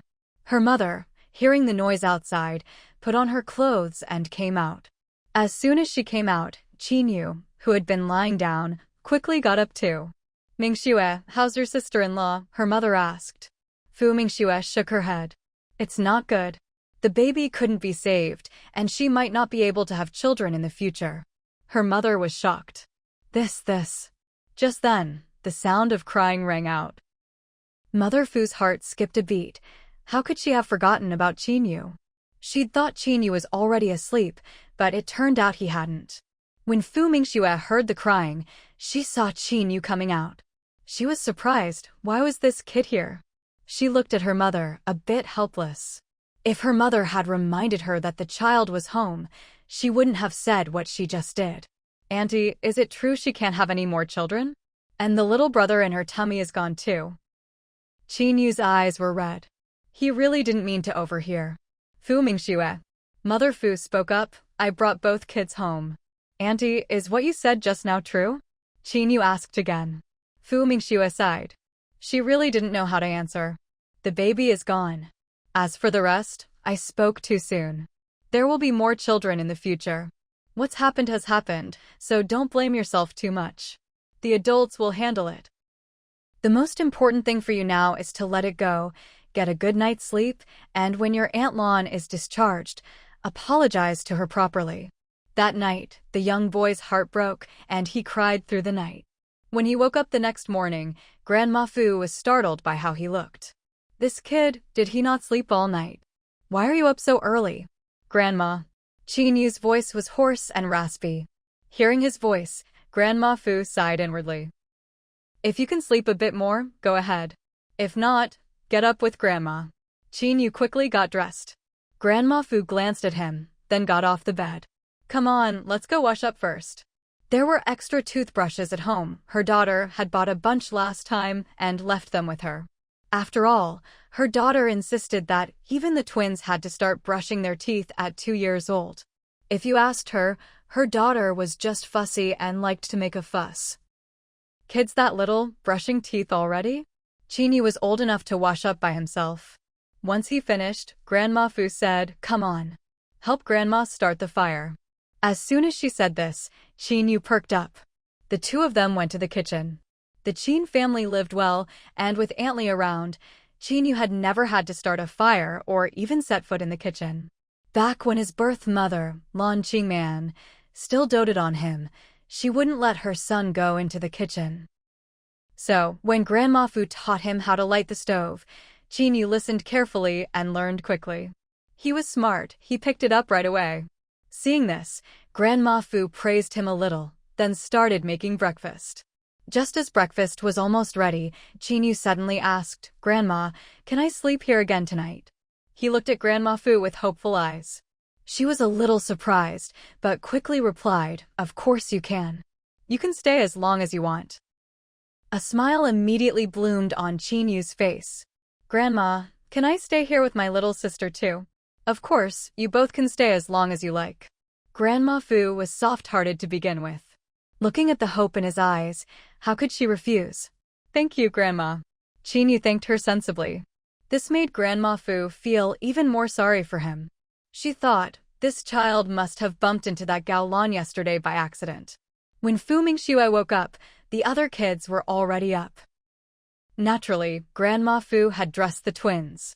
They weren't quite able to do it themselves yet. But the two little ones were happy to see their older brother and sister. First thing in the morning, they showed off their toys to them. Fu Mingxue hadn't expected to be the last one up. Are you going to the hospital first later? When Grandma Fu asked this, Qinyu was listening intently. Yes, I'll go to the hospital first. There should be enough time. Also, I need to take the two kids to school. Qinyu was in elementary school, so he definitely had to go today. As for Qin Ruoqiao, she was in kindergarten now. She needed to be dropped off too. At this, Qinyu immediately stepped forward.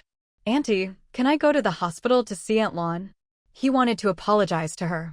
Even though he hadn't meant it, he had hurt Aunt Lan. If Aunt Lan was angry and wanted to hit him, he wouldn't dodge. Even if he got hit, he deserved it for being careless. Fu Mingxue thought for a moment, then said, "You'd better not go these next couple of days. But I'll pass on your apology for you." She was worried that if the child went, it might upset Gao Lan even more. Maybe, when Gao Lan's health improved, she could let him visit. Disappointment filled Qinyu's eyes, and his voice was low. "Thank you, Auntie. I'll wait a couple more days then." Fu Mingxue reached out and patted his head gently. She said softly, "All right."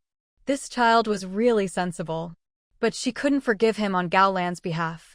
Just as they finished breakfast and were getting ready to head out, there was a knock at the door.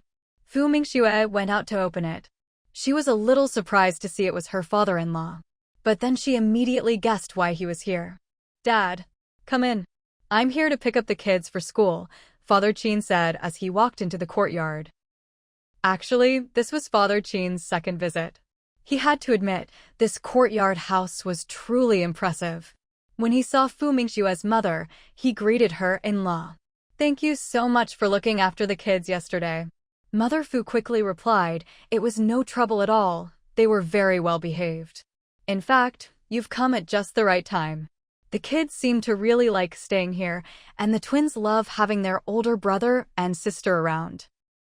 How about letting them stay here for a while?" Her words surprised not only Father Qin, but Fu Mingxue as well. When did her mom decide this? Why didn't she mention it to her first? Father Qin was taken aback for a moment, then said, "That would be too much trouble for you."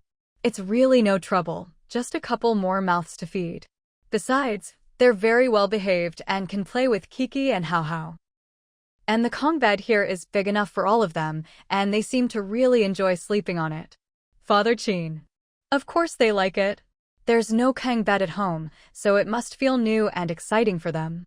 He didn't mind the kids staying here, but having his in-law look after 4 children by herself seemed like too much. At that moment, Fu Mingxue spoke up, "Dad, since the kids want to stay, let them stay. As for school, I pass by Qinyu's school anyway, so I can take him there. I just need to pick them up after school." Hearing this, Father Qin looked at his grandson. The boy was looking at him with hopeful eyes. Clearly, this might have been his own idea. After thinking it over, he said, "All right, but it's really too much trouble for you." As soon as Qinyu heard his grandfather agree to let him and his sister stay, he visibly lit up with joy.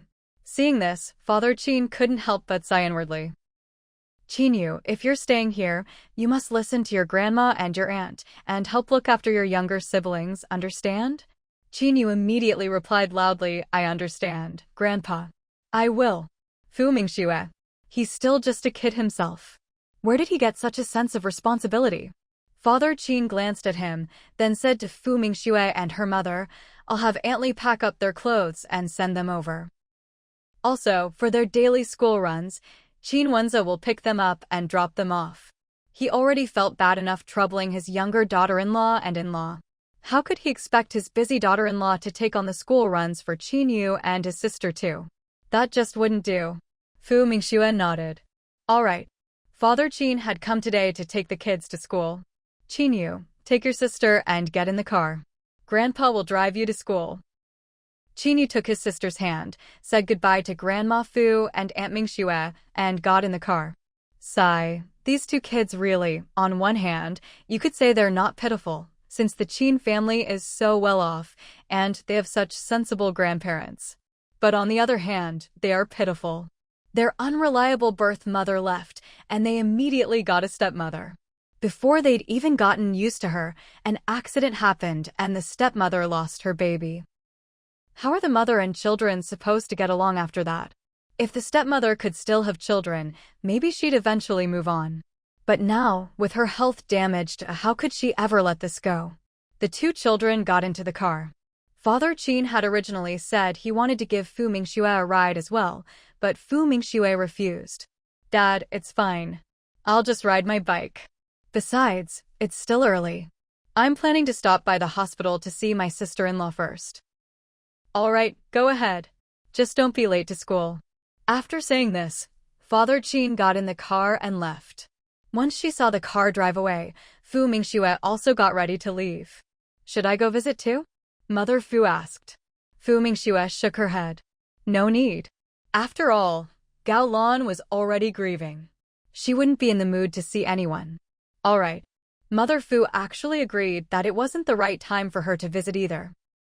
She didn't really know what the customs were here in Beijing, but since her daughter said not to go, she'd listen.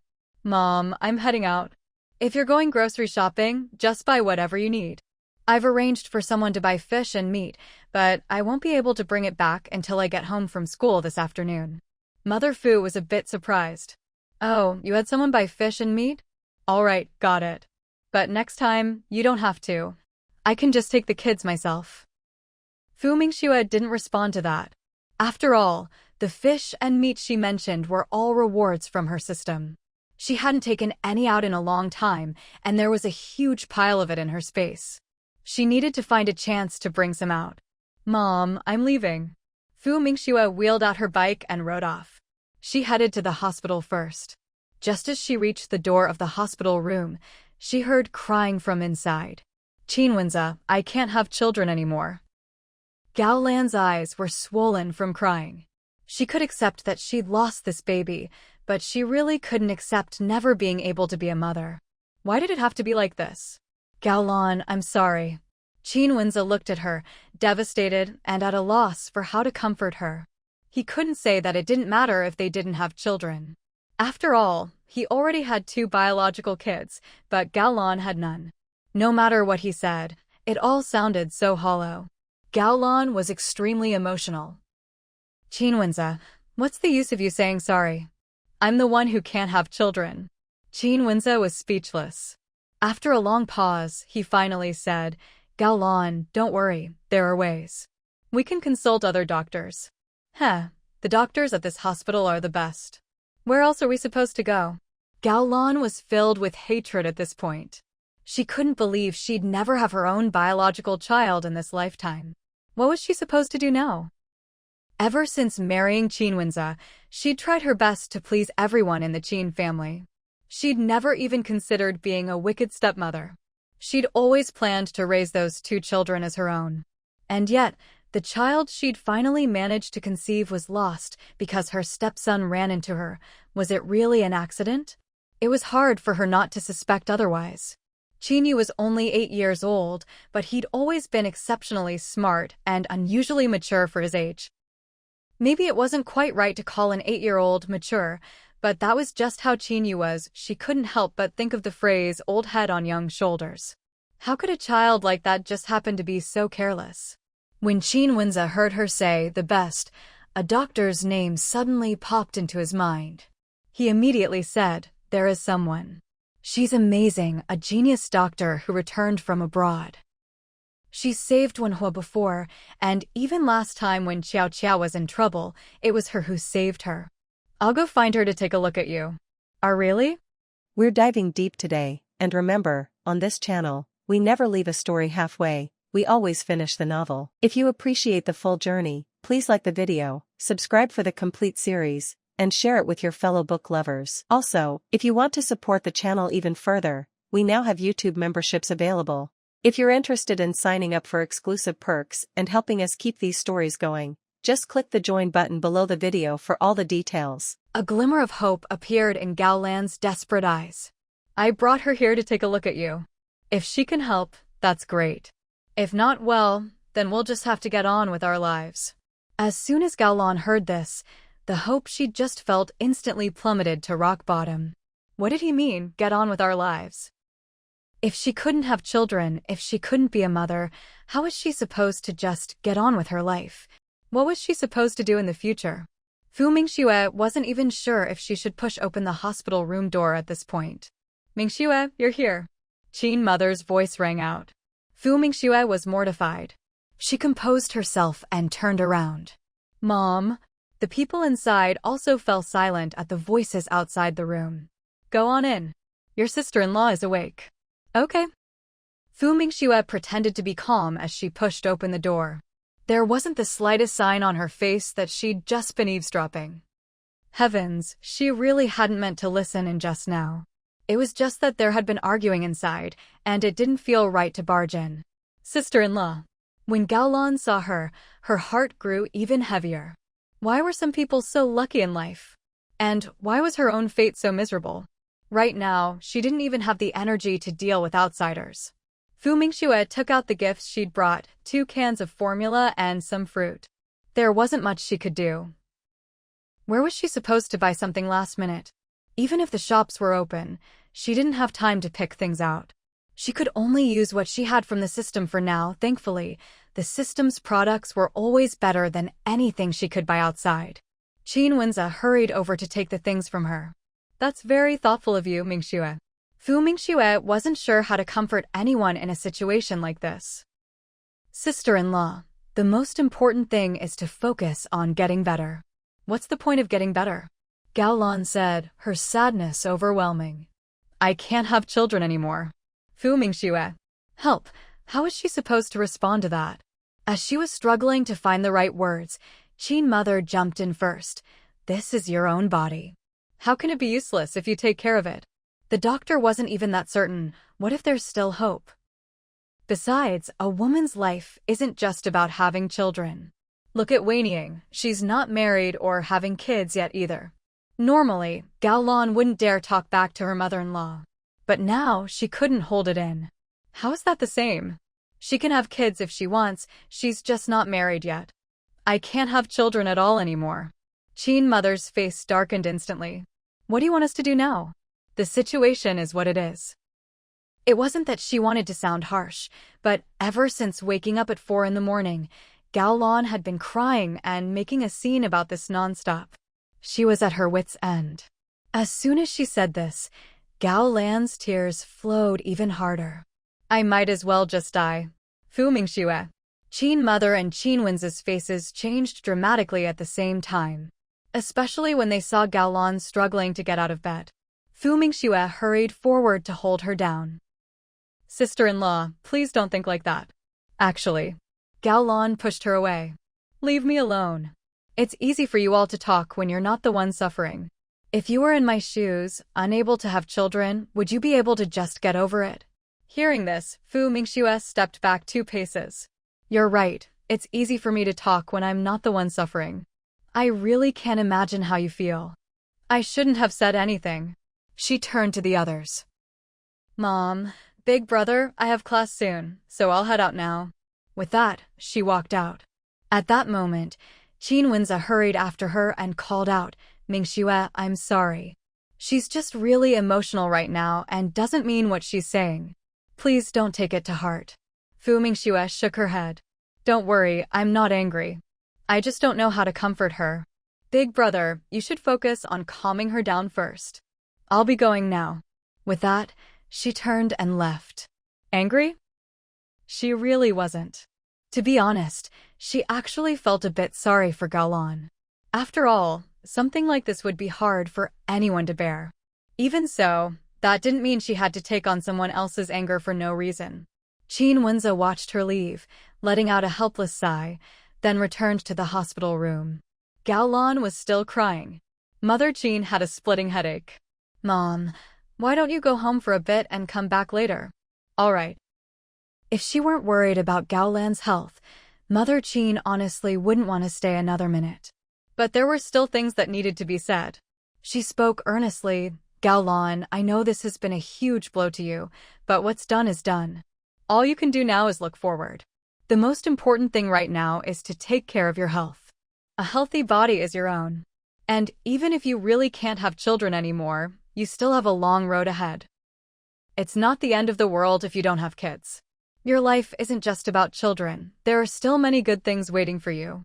Gaolan let out a tearful laugh. What good future could I possibly have? Mother Qin realized she really couldn't get through to her. She felt that no matter what she said right now, Gaolan probably wouldn't listen. Just focus on getting better for now. We'll talk about everything else later. Your health comes first. After reminding her son to take good care of his wife, she left the hospital room. Earlier, she'd been visiting the old lady's hospital room. The old lady had to wait for the doctor's rounds before she could be discharged, so Mother Qin didn't plan to go back again. She headed straight home.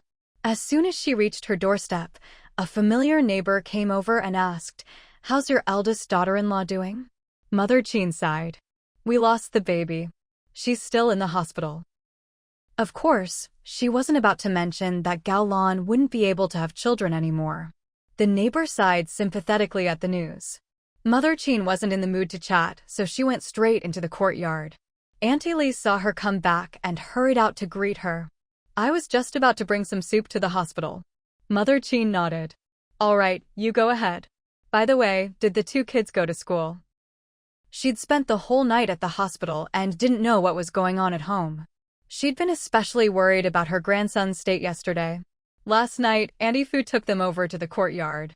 The two kids stayed there, and when they came back this morning, it sounded like they'd be staying there for a while. The master agreed. This news shocked Mother Qin. "Staying over there? The in-laws have to look after 4 kids by themselves. How can they manage?" Auntie Li nodded. "That's true, but Qin Yu and Xiao Qiao seemed pretty happy about it, and the master agreed. He asked me to pack up their clothes, and he'll bring them over this afternoon." Mother Qin wanted to object. But then she thought about the atmosphere at home right now, especially with Gao Lan coming home from the hospital in a few days. It was understandable that the two kids didn't want to stay at home. Well, if they want to stay there, let them stay for a while. Auntie Li nodded. "All right, I'll pack their clothes after I get back from the hospital." "I'll do it. You don't need to worry about that." "Okay." After answering, Auntie Li went to the kitchen. Mother Qin had barely slept at all last night. She was deeply troubled.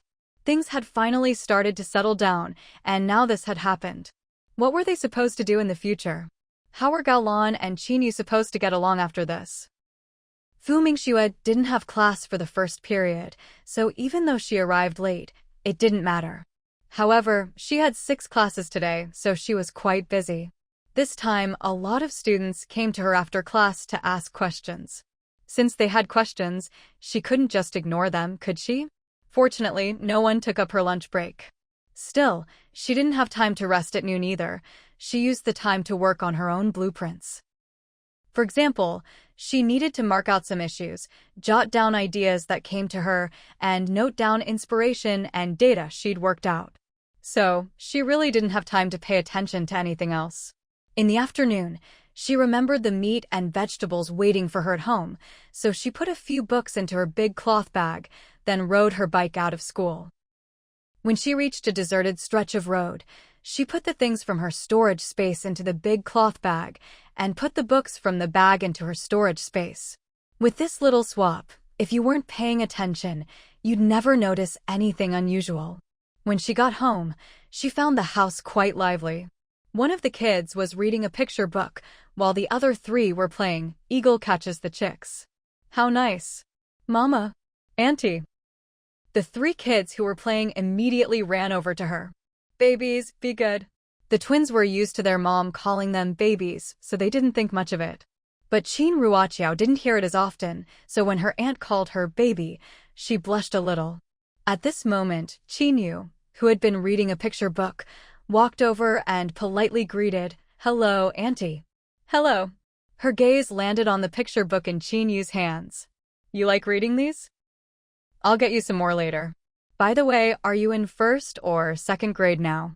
She remembered that he'd be 9 after the new year. "Auntie, I'm in 2nd grade now." "2nd grade, huh? I'll bring you some homework tomorrow."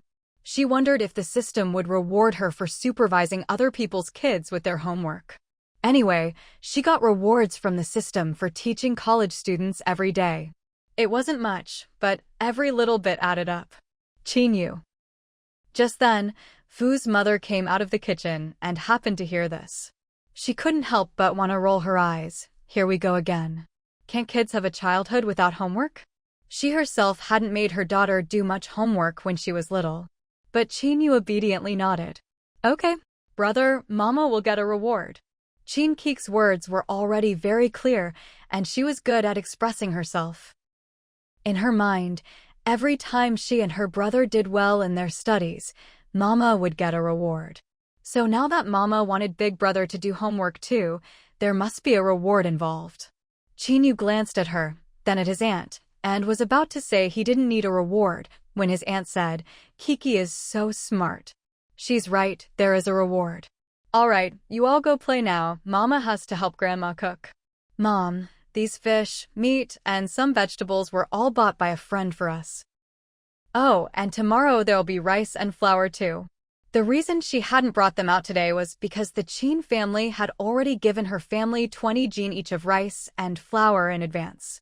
When Fu's mother heard this, she immediately went to get the big cloth bag hanging on the bike. She lifted it. It was pretty heavy. "How much is in here?" 10 jin of pork belly, 2 fish, and some vegetables. There'll be more tomorrow. My friend has an easy time buying things, so I just give them the money and have them pick things up for me. The system really was convenient. Over the past few months, she'd already stored up nearly 50 jin of meat. Not to mention the rice and flour, she had over 100 jin of each. Your friend is really nice. We must invite her over for a meal at our house sometime, Fu's mother said, feeling that her daughter had a good eye for making friends. All the friends her daughter made were warm-hearted people. Last time, one of them lent her money to buy a house. There was also a friend who was always willing to help buy groceries, no matter where they were. Although she had never actually met any of these enthusiastic friends of her daughter's, she was truly grateful to them. Fu Mingxue replied calmly, "Mom, she's busy. Besides, I'll invite her to eat at a state-run restaurant, so you don't need to worry about it. By the way, I want to have braised pork for dinner tonight. Make a bit more, okay?" Fu's mother was in a great mood and readily agreed. "All right, I'll make it for you." She picked up the meat, fish, and vegetables and headed into the kitchen. Fu Mingxue followed, wanting to help, but was quickly shooed out by her mother. "Don't make a mess in here. I can actually work faster by myself. If you're really that bored, go keep an eye on the kids." Fu Mingxue. How is she making a mess? She considered herself a pretty good cook. But she noticed that the rice was already cooked and several dishes had been stir-fried. She also caught the aroma of chicken soup. "Mom, you made chicken soup?" "Yes." "Where did the chicken come from? Did you buy it?" "No, your mother-in-law sent it over." Still, Fu's mother was thinking about buying a few chickens herself. There were 4 kids at home, plus a hard-working daughter. Nutrition had to keep up. In the past, Fu's mother had been quite frugal. Even when Fu Mingxue first got married, she was reluctant to spend too much.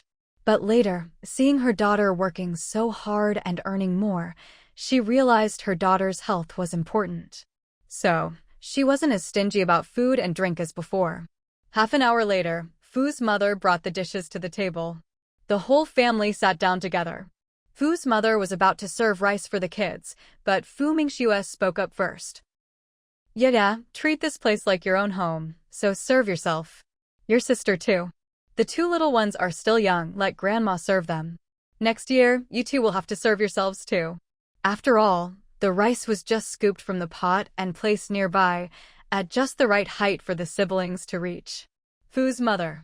Was it really such a big deal for her to serve the rice? What if they got burned?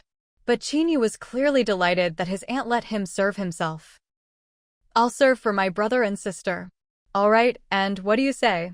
Fu Mingxue prompted. The twins immediately responded, "Thank you, big brother." Chinyu gave a shy smile. "You're welcome." He served rice into 2 small bowls and placed them in front of the twins, then got ready to serve his own sister. But Chin Ruachu pulled her bowl away. I want to do it myself." At home, the rice was always served by Aunt Lee or Grandma, so serving herself was a new experience. Seeing this, Chinyu handed her the rice scoop.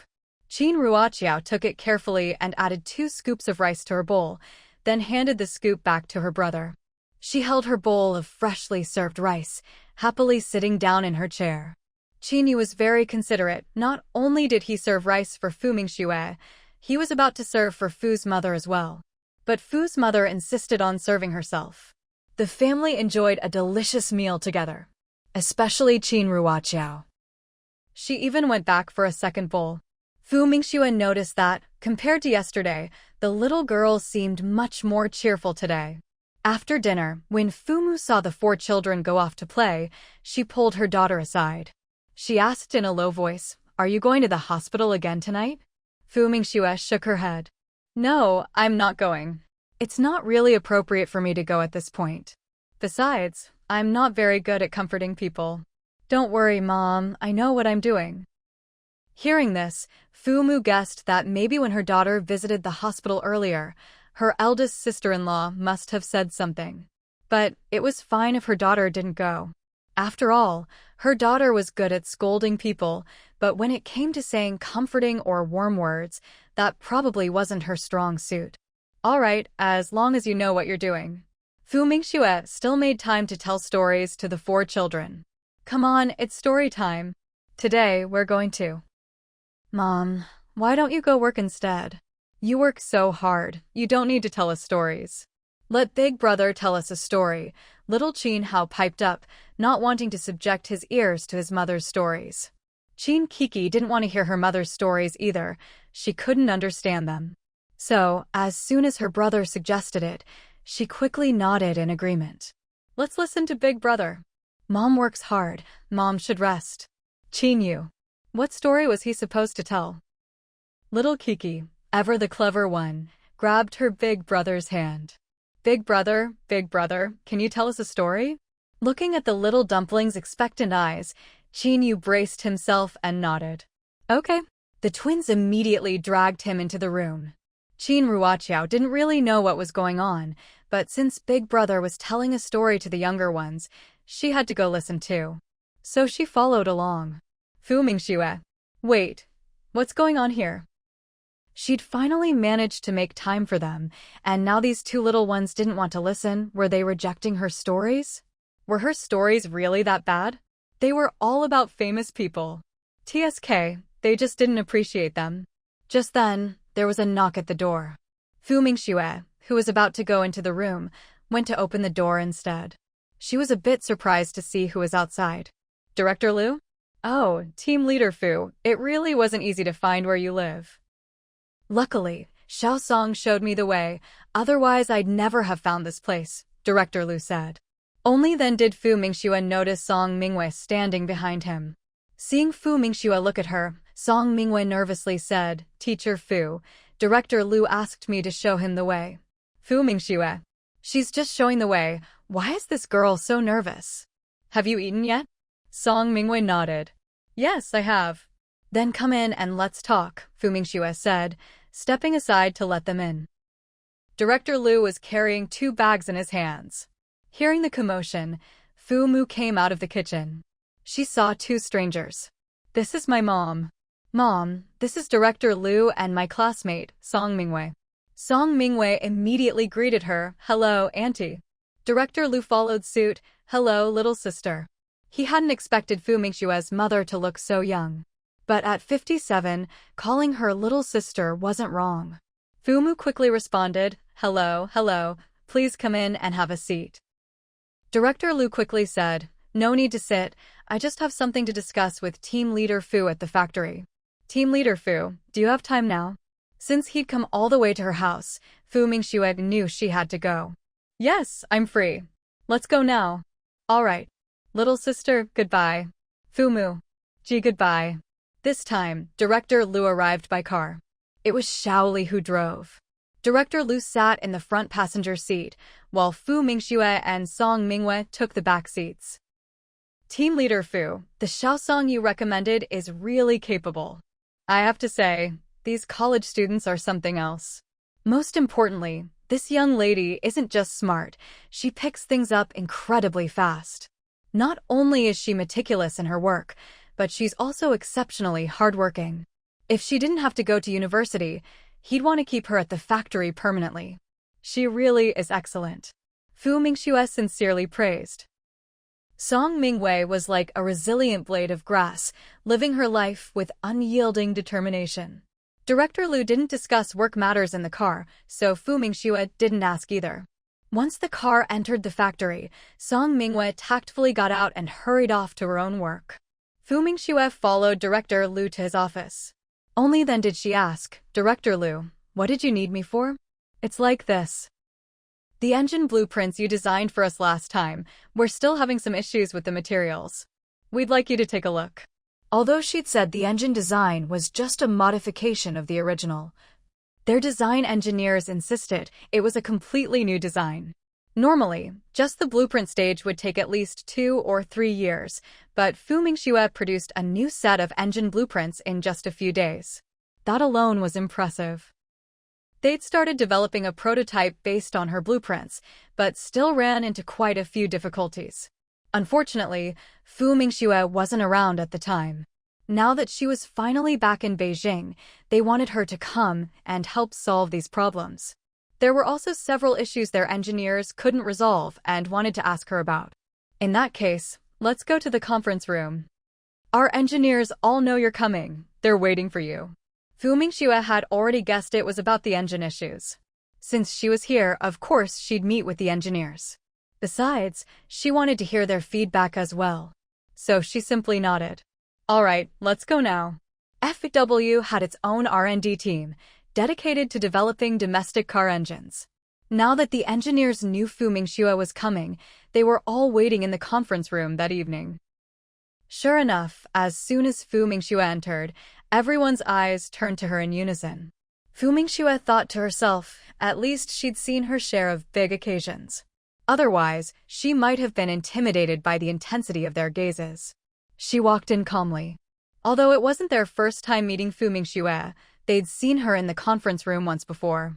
Seeing such a young woman again, someone the same age as some of their granddaughters, they couldn't help but feel a bit dazed and emotional.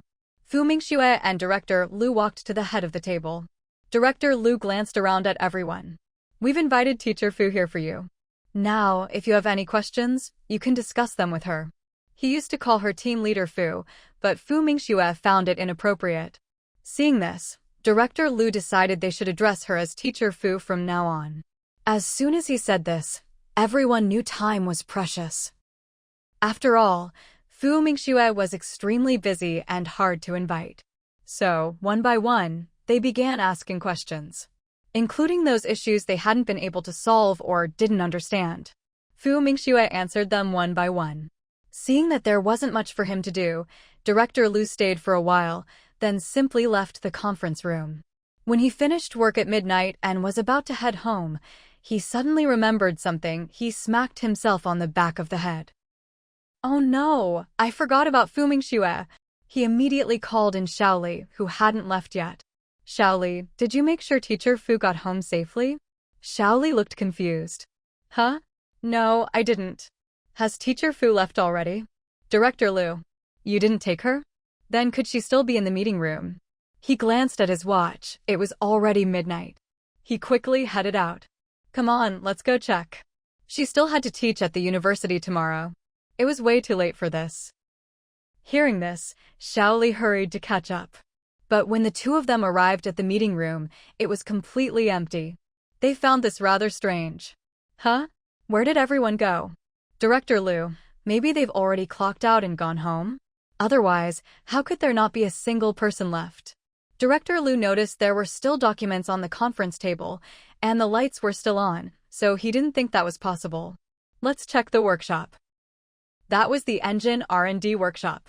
Xiaoli quickly followed.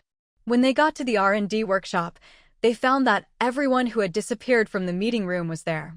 And the person surrounded at the center was none other than the Teacher Fu they were looking for. Director Lu walked over. "Why haven't you let Teacher Fu go yet? She has to teach at the university tomorrow." If this really didn't work, maybe Fu Mingxue could come back again tomorrow? Fu Mingxue spoke up herself. "It's fine. Let's just wait a bit longer." And so, they waited another hour and a half. "All right, let's leave it here for now. I'll come back again tomorrow."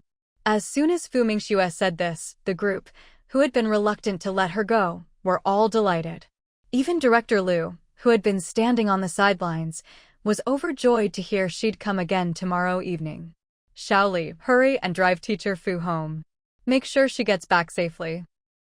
Then he turned to Fu Mingxue and said, "Tomorrow afternoon I'll have Xiaoli pick you up." "No need, I'll just ride my bike over." By the way, I'd like to request some electric components from you, so the guys can help me modify my bicycle. It's always better to have your own than to rely on others. Having modified a bike before, doing it again would be even easier and faster for her now. She really needed an electric bike. Director Liu had heard about her previous bike modifications, so when he heard she wanted to modify her bike in Beijing as well, he agreed without hesitation. If you need any materials, just talk to the workshop or Shaoli. He'll get everything ready for you. All right. Fu Mingxue said goodbye to everyone, then left with Shaoli. Shaoli drove her to her doorstep. He only drove off after she was safely inside. Fu Mingxue tiptoed in. But before long, her mother came out. Why are you back so late? There were a lot of problems to solve. Mom, you don't need to wait up for me in the future. Her mother didn't answer that, just said, I'll make you something to eat. She was about to head to the kitchen. Fu Mingxue quickly stopped her. Mom, don't bother. I need to get some sleep. You should go to bed early too. If she ate something now, she probably wouldn't get to sleep until 3. All right, get some rest. Her mother went back to her room. Fu Mingxue took a shower, then went to bed. The next day, when she woke up, it was already 6 o'clock. She was still a little sleepy. But after lying there for a minute, she got up anyway. For a true workaholic, the motto is, why sleep so much while alive, when you'll sleep forever after death? Fu Mingxue lightly patted her own face, making sure she was fully awake. Then she got dressed and got out of bed. When she came outside, she found that the 4 kids were already up. When the 4 children saw her, they each greeted her. Auntie, good morning. Good morning, Mom. The younger twin sister even ran over to her, reaching out for a hug. Fu Mingxue bent down and picked up the little one. She was about to give her a kiss, but then remembered she hadn't washed up yet. She immediately put the little one down. Mommy's going to brush her teeth and wash her face first. Mom, I'll squeeze the toothpaste for you. Little Qin Hao's words surprised Fu Mingxue. She was getting this kind of treatment now? When did this kid become so considerate? He was even going to help her squeeze toothpaste? Just then, she saw the little guy clumsily and with great effort squeeze out a huge glob of toothpaste, which promptly fell to the floor. Should she be touched? Or touched? Honestly, she didn't really need this kind of filial piety. She could handle it herself. Very good, well done, she praised, a little insincerely. The little guy's face turned bright red, clearly delighted. Mom, it's ready. At that moment, Mother Fu came out. Last night they listened to Yaya tell a story. I think it was about saving one's mother or something like that. Fu Mingxue. No wonder. She looked over at Qinyu. Qinyu shyly lowered his head. Yaya, you're amazing. Keep telling them stories tonight. Oh, and I'll give you the homework I prepared for you in a bit. Mother Fu. Here we go again. Qinyu already has his own homework, and you just have to give him more. Fu Mingxue quickly finished washing up. At breakfast, the whole family sat down to eat together. After everyone was seated, Mother Fu looked at her carefree daughter. You came home so late last night, and you're up so early again today. Can you really handle it? Mom, don't worry. I'm full of energy. After all, I'm still young. My body's my greatest asset. Besides, with all the tonics you give me every day, if I didn't have energy, that'd be the real problem. Mother Fu. Just eat your breakfast. She really didn't want to listen to her daughter talk anymore. Not long after the family finished eating, there was a knock at the door. Mother Fu was about to get up to answer it, but Qinyu beat her to it. Grandma, I'll get it. He ran outside to open the door, and sure enough, it was Grandpa. Grandpa. Father Qin nodded, then came inside. When Fu Mingxue saw it was her father-in-law, she greeted him, Dad. Father Qin responded, then greeted Mother Fu as well. Mother Fu replied, then said to the 2 kids, You 2 are ready, go on now. Goodbye, Grandma. Goodbye, Auntie. After saying goodbye to Mother Fu and Fu Mingxue, the 2 kids left with their grandpa. The twins watched their older siblings go off to school with their backpacks full of envy. Mom, we want to go to school too. Fu Mingxue looked at her, then at the other twin. Both little ones were gazing at her with longing. TSK, kids really are the most innocent at this age. Once they actually go to school, she bet they won't want to stay even a day. You're still too young. When you can recognize 5,000 characters next year, I'll send you to school. The twins didn't even know how much 5,000 was. After all, they could only count to 100 right now. Still, just hearing they could go to school made them very happy. Mother Fu looked at them, then at her own daughter. What a handful. Mom, I won't be home for dinner tonight. I'll eat at the school cafeteria. After work, I need to go to the factory, so I might be back a bit late. Things over there still aren't sorted out? Yeah, just need to go these couple of days. After that, I won't need to anymore. The R&D team at FW is really impressive. She learned a lot from them yesterday. It's true what they say. 3 cobblers are as good as Zhuge Liang. There's a lot of truth to that. All right, I understand. Mother Fu knew it was all for work. She sighed inwardly. Earning a high salary is never easy. She's just so busy. Fu Mingxue really was busy. During the day, she had classes and had to solve problems her students brought up. She also had to set aside time to prepare lessons. After school, she'd grab a quick bite at the cafeteria, then rush over to the car factory. As soon as she arrived, Xiaoli seemed to be waiting for her. Teacher Fu, what materials do you need? Just give me the list and I'll take care of it. Fu Mingxue handed him the list she'd prepared in advance. Please help me get all of these ready. I'll make some time tonight to work on this little electric bike. Xiaoli took the list excitedly. Teacher Fu, I'll get everything ready for you. But you don't need to install it yourself. If you trust us, let our factory technicians handle it. They'll definitely do a great job. If someone else could do it, Fu Mingxue was more than happy to let them. Of course I trust you. I just feel bad for troubling them. It's no trouble at all. They'll probably be glad to help. I'll get going then. Oh, I'll take your bike over now. Sure, Fu Mingxue readily handed over her bike. Xiaoli immediately wheeled it away. That night, Fu Mingxue was, as usual, busy until about 1:30 a.m. But as she was getting ready to go home, she noticed Xiaoli was still there.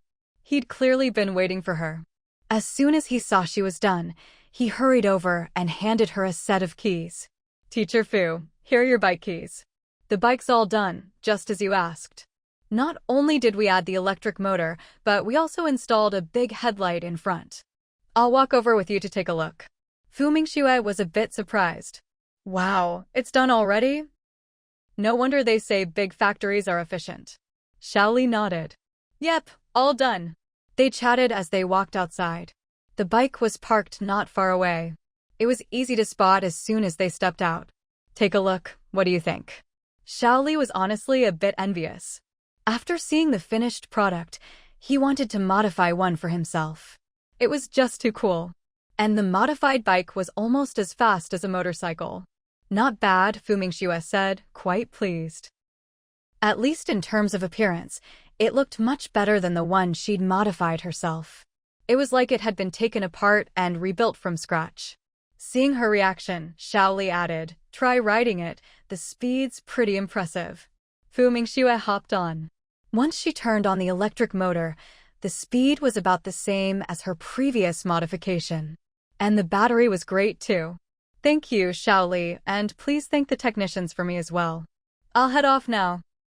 Take care, Teacher Fu. Xiaoli watched as the electric bike disappeared in the blink of an eye. He really wished he had one too.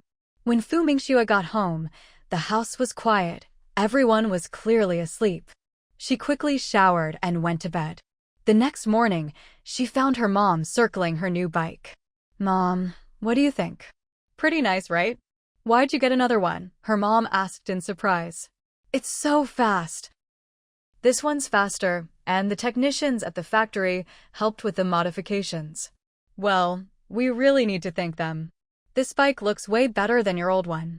It's only when you compare them that you realize just how ugly the one at the family compound really is. Qingyu was watching from the side as well.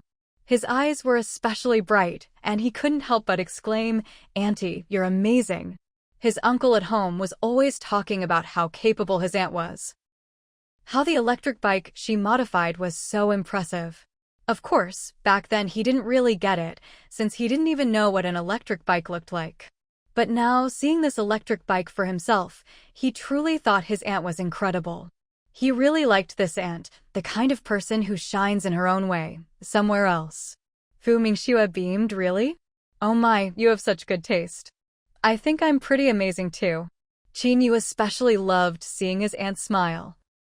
When she smiled, it was like everything in the world blossomed.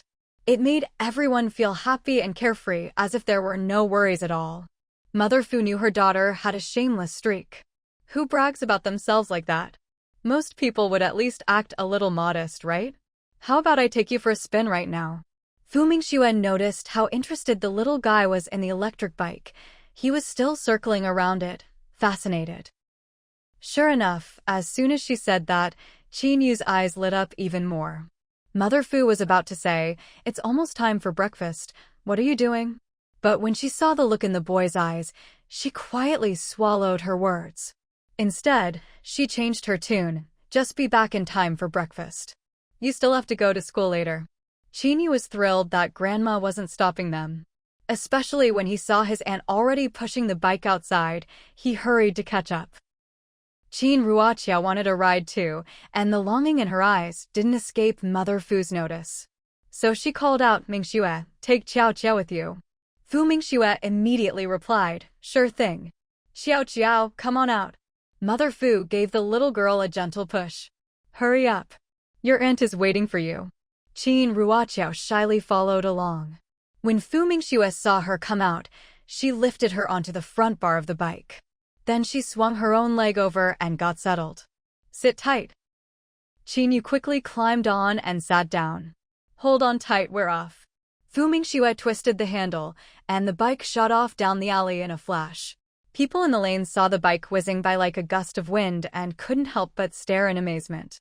Fu Mingxue took the two kids for a spin. Really, it was only 5 or 6 minutes. There was plenty of time. When they got back to the door, Qin Yu hopped off first. Fu Mingxue lifted Qin Ruoqiao off the front bar. Then she got off herself and wheeled the bike inside. She said to the two of them, "Next time I have some free time, I'll take you both out again." "Mom, I want to ride too." The twins had come out a little late and only saw their mom taking their older brother and sister away. Fu Mingxue reached out and patted their heads. Next time, I'll make a little bike just for you two." "Really?" the twins asked excitedly. "Yep. In a few months, when I have some time, I'll make one for you."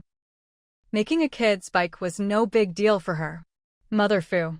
She really is afraid of having too much free time. "All right, everyone, hurry up and wash your hands for breakfast. You'll be late for school if you don't eat soon." With her urging, all the kids, big and small, went to the table for breakfast.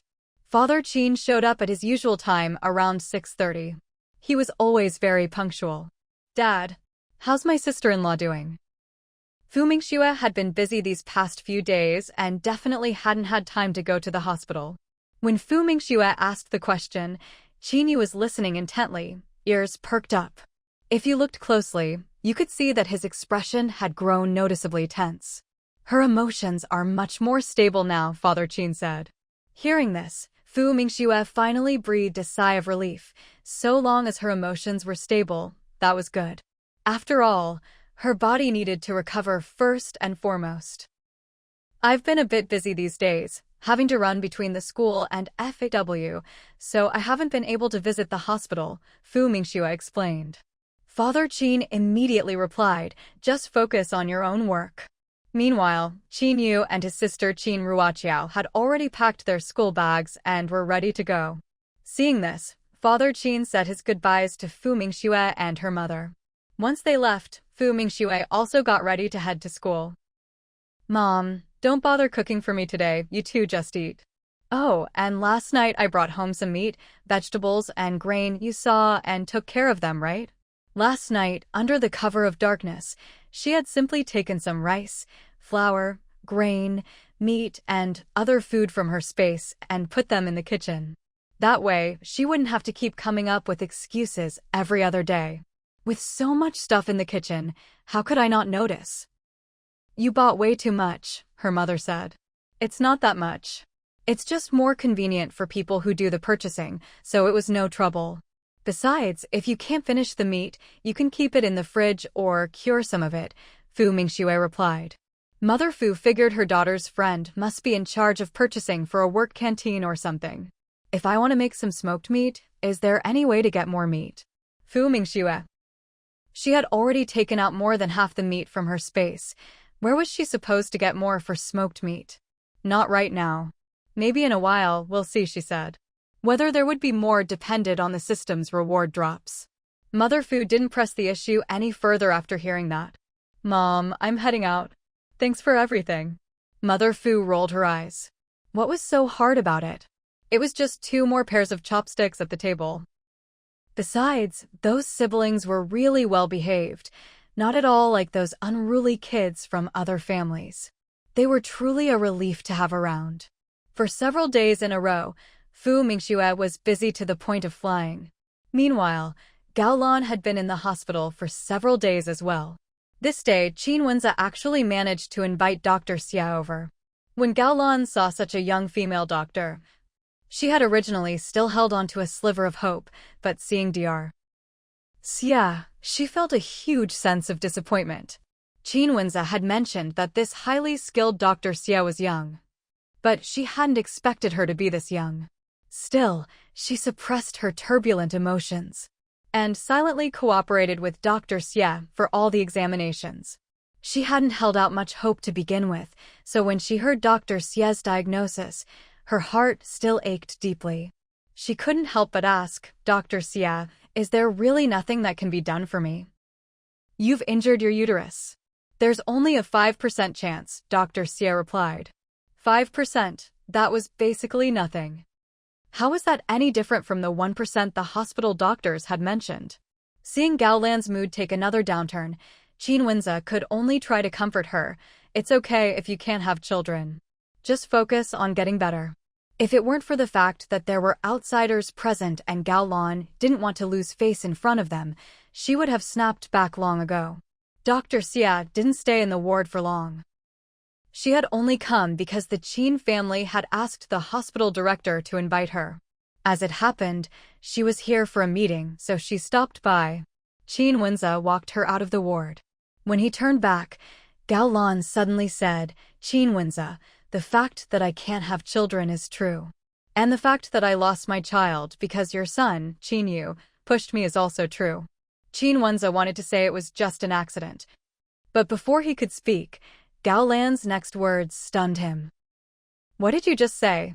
Qin Wenze thought he must have misheard. Gao Lan stared into his eyes and repeated what she had just said.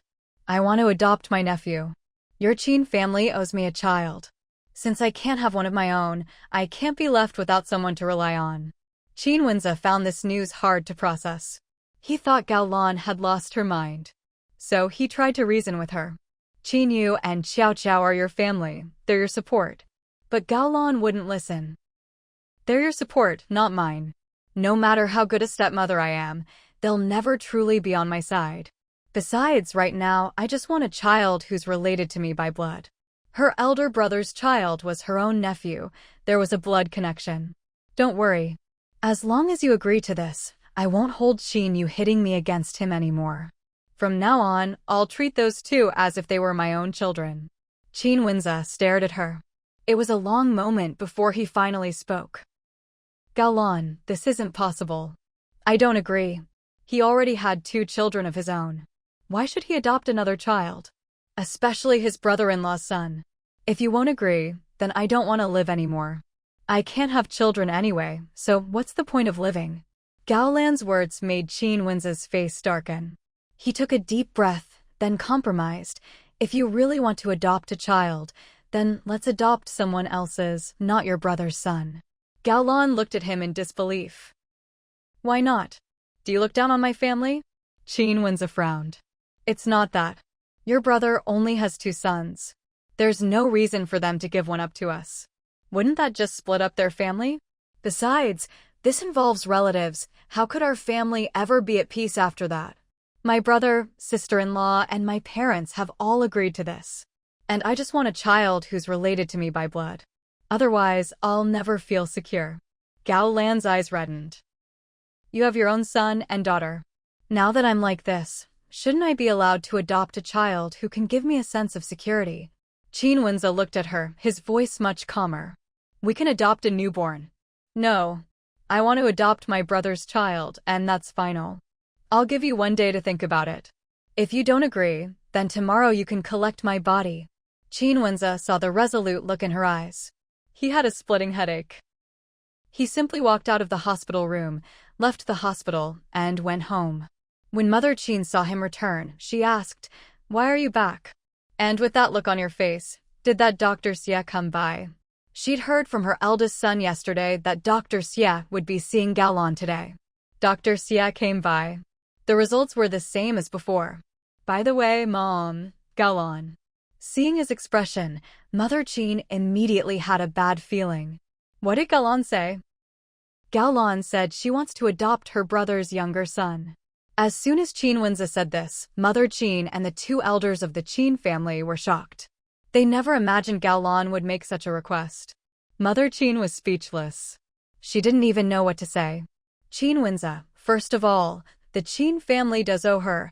We didn't protect her well enough during her pregnancy. But you can't put all the blame on your son. Qin, you didn't do it on purpose. Qin Wenze was at his wits' end. She said if we don't adopt, she'll kill herself. Mother Qin looked at her eldest son, her eyes full of disappointment. So what do you think? Mom, I've thought it over. With the way she is now, maybe we should just go along with her. After all, our Qin family can afford to raise another child. Hearing this, Mother Qin's anger flared. Do you think this is just about adopting a child? If she wanted to adopt someone else's child, that would be one thing.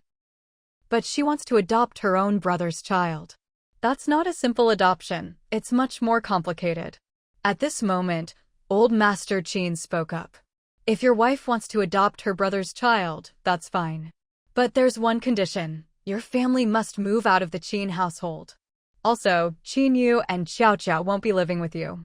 They'll stay here, and we'll take care of them. If she agrees to this, then fine. If not, then her request is out of the question. Qin Wenze was stunned. Grandpa. Don't call me Grandpa. I have only this one condition. Go tell your wife. If she insists on adopting her brother's son, I'll have your parents prepare a house for you. As for anything else, that's it. From now on, you're on your own.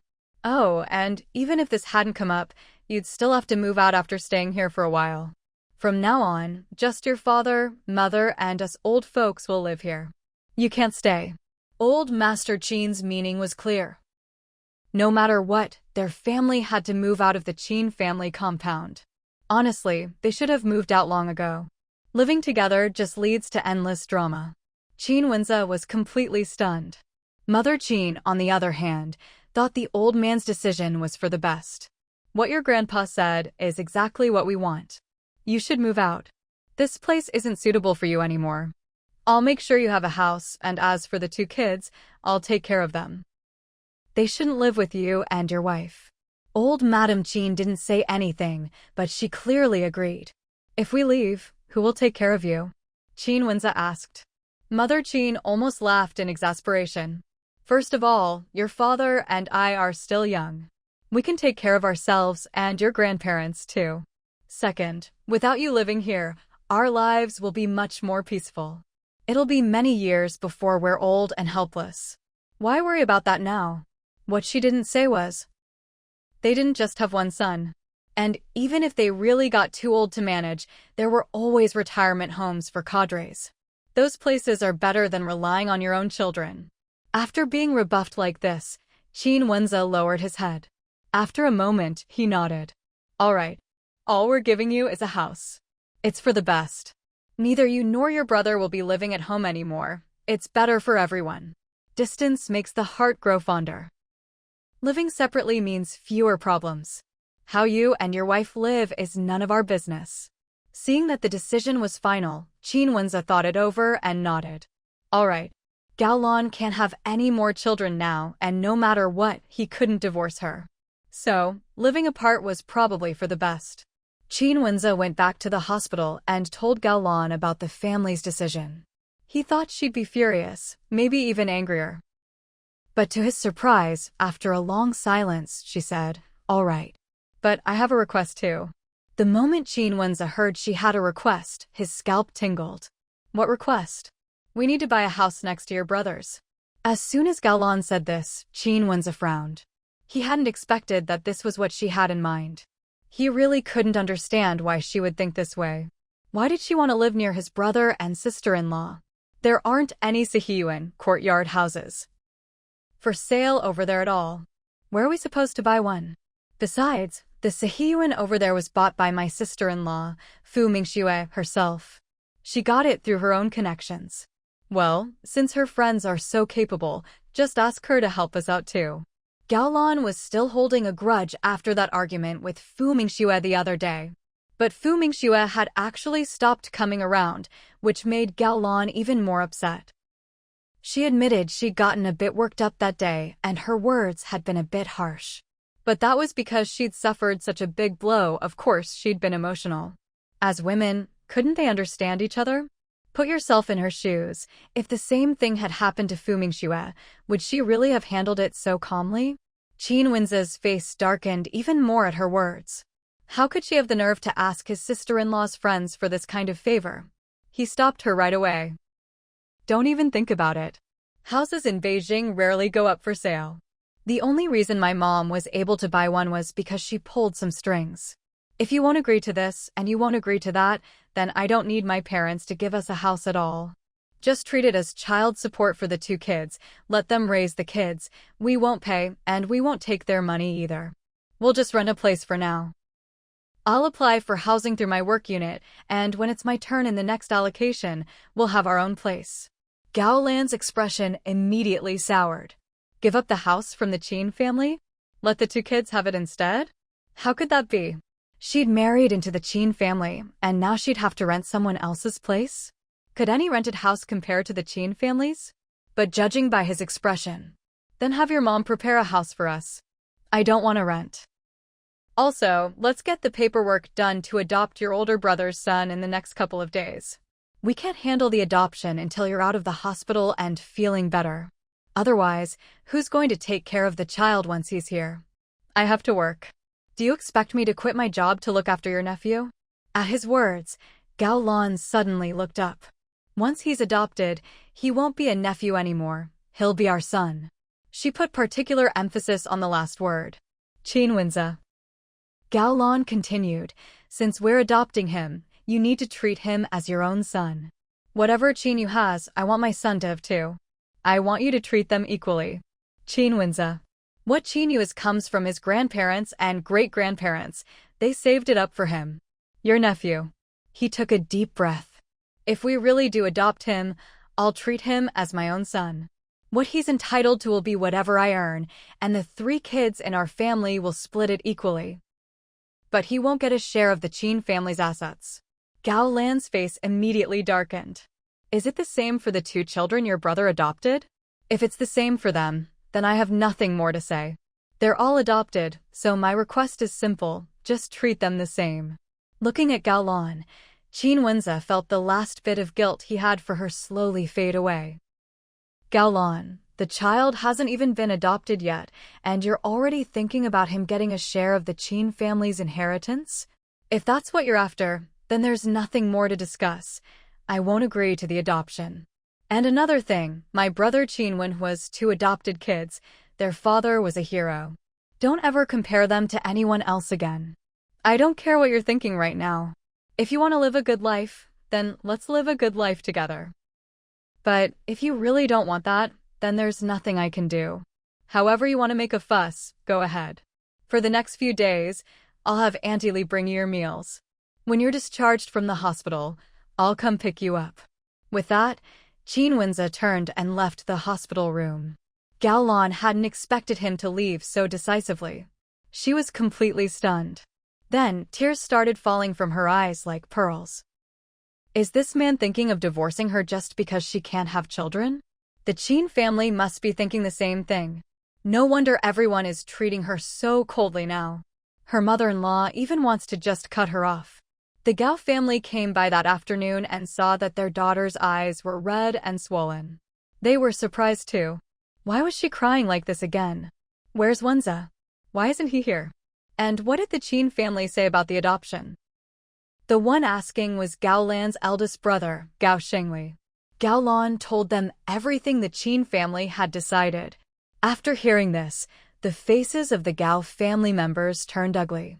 Gao Xingli's face darkened. What do they mean by this? If the child is adopted by you, doesn't that make him your own son? Why shouldn't he get a share of the Qin family's inheritance? Gao Lan's sister-in-law was angry too. Exactly. We're giving you our son, so he should be your son now. In the future, he'll take care of you and send you off when you're old. He'll be part of the Qin family. Why shouldn't he get a share of their property? Gao Lan, you need to stand your ground.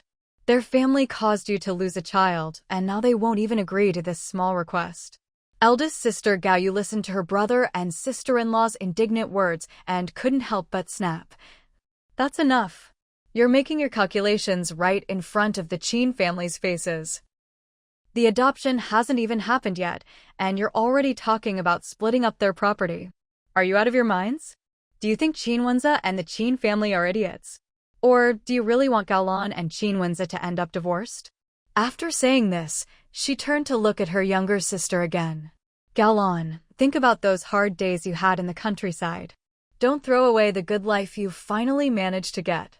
You lost your child, and you can't have another. I know how much this has hurt and devastated you, but if you keep making trouble like this, even the little bit of guilt the Qin family feels will disappear. Think about it. If Qin Wenze really divorces you, do you think you'll ever be able to marry into such a good family again? Gao Yu's words made Gao Lan's face change dramatically. She was in a lot of pain right now. But if she really had to divorce Qin Wenze, she didn't want that. Seeing her reaction, Gao Yu knew her words had gotten through, at least a little. So she softened her tone. Gao Lan, a good life is something you make for yourself. Don't keep getting stuck on this. Qin Yu didn't hit you on purpose. I don't think you should hate that child so much. And since you insist on adopting Big Brother's youngest son, don't ask for so much. Why shouldn't we ask for so much? My son is being adopted into the Qin family to be Qin Wenze's son. Shouldn't he be treated like a real son?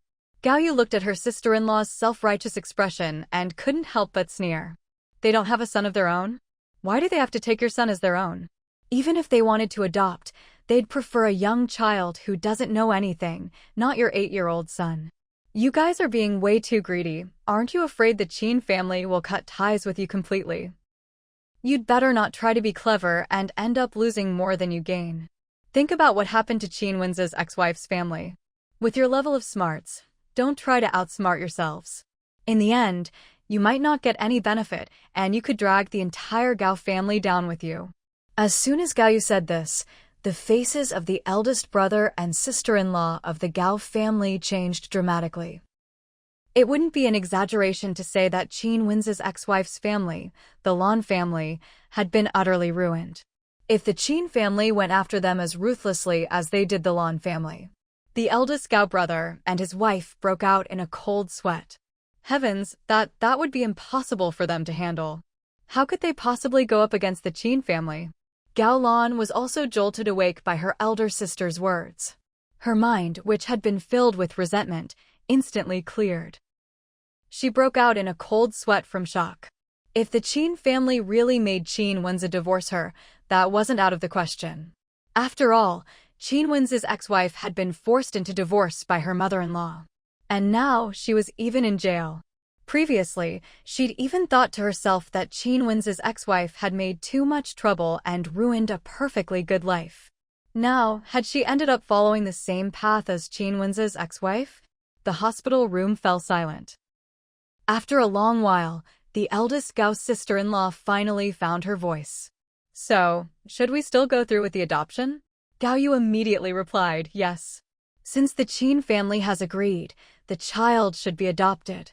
Don't even think about the Qin family's inheritance, but even the leftovers from the Qin family's table will be enough to guarantee the child a great future. That's not something the Gao family could ever provide. Gao Lan, just focus on raising this child well. As for the rest, don't worry about it. As long as you behave well enough, even if you don't ask for anything, do you think your brother-in-law would let you go without? Gao Yu looked at the stunned group and said earnestly, "They say time reveals a person's heart. Feelings are built up over time. Think about why Qin Wenze chose you as his wife in the first place. Wasn't it because you were simple and straightforward? The Qin family doesn't like people who are too scheming or calculating." Gao Lan took a deep breath. "I understand. As long as you understand. Take good care of yourself. Giving birth is one thing, but raising a child is even more important. You should treat your nephew well and also treat Qin Wenze's child well."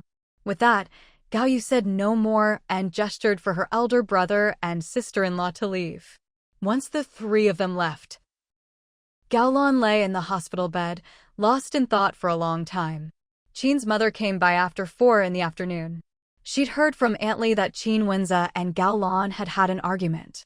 She felt uneasy at home, so she came to the hospital to check on things. She hadn't expected that as soon as she entered the room, she'd see Gao Lan, eyes red, speaking softly, "Mom, I'm sorry for worrying you. I was in a bad mood before and lost my temper when I shouldn't have. I apologize." Qin's mother. "She's changed this much? No need to apologize. We understand. Just focus on getting better." "Thank you, Mom. I've made you all worry these past few days. Earlier, my big sister came to the hospital and scolded me awake. I shouldn't have been blaming everyone and everything. Losing the baby just means I wasn't fated to be its mother. I shouldn't blame you, yeah, he didn't mean it. I've scared him these past few days too. Mom, I'm really sorry." Qin's mother was a little taken aback by her attitude. "He's fine. The child feels very guilty and wanted to come apologize, but I told him you needed to rest these days and stopped him. Since you've thought things through, that's good. Life has to go on. Focus on your recovery and live well with Wenze from now on. By the way, I've already made arrangements for your new place. In the next few days, I'll have Wenze move your things over. That way, when you're discharged, you can move in directly. Actually, this should have been taken care of earlier. We always planned for you two to move out. After all, it's not really appropriate for people our age to live together with you young folks. You have your own lives, just like Wenhua and Mingxue. They don't like living at home either." Qin's mother's words made Gao Lan's expression stiffen slightly. She had been hoping she could keep living at the Qin family compound. After all, it was comfortable there, and the house was huge. But most importantly, everyone living in that compound was someone special. She opened her mouth, but in the end, swallowed her words. "Thank you, Mom. Sorry for the trouble." Qin's mother looked at her. "By the way, are you really planning to adopt your nephew? Are you sure about this?" Yes. Gao Lan had already made up her mind about this.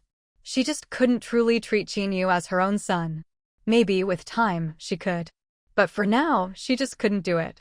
Besides, her elder sister was right. The Qin family's resources and connections were completely out of reach for the Gao family. If she adopted her nephew, she could raise him well, and he'd definitely have a brighter future than if he stayed with the Gao family. Qin's mother didn't react to her firm answer. "If you've thought it through, then let's wait until after the new year to handle it. Right now, you need to focus on recovering. You can't overexert yourself." Gao Lan nodded bitterly. "Okay, Mom. I understand." Then she remembered something and brought up another matter. "Mom, I wasn't very nice the other day. I said some things to Mingxue that I shouldn't have. Could you please let her know I'm sorry and ask her not to hold it against me? Mingxue is a reasonable person. She wouldn't hold a grudge over something like that. She's just been really busy lately. She has to go to school during the day and work at her job at night.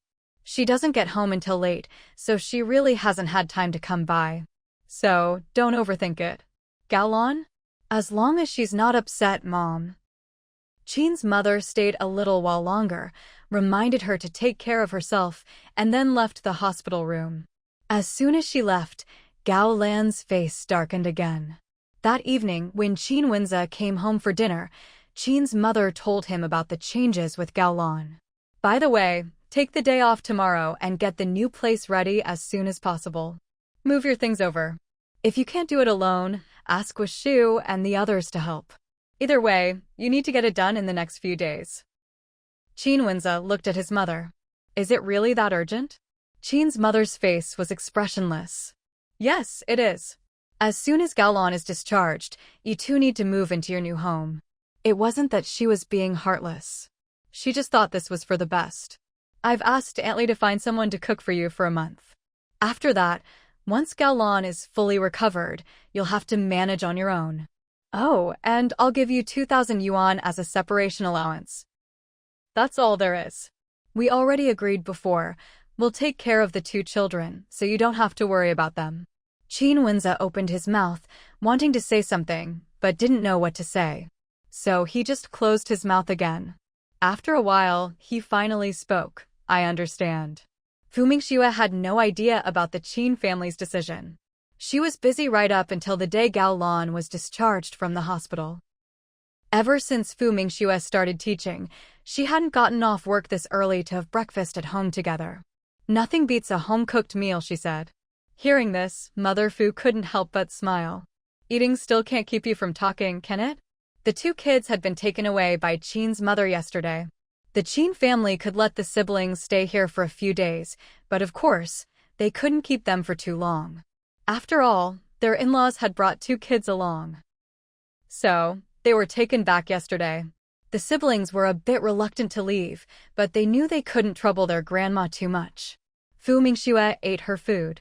After finishing, she couldn't help but pat her stomach. She was really full.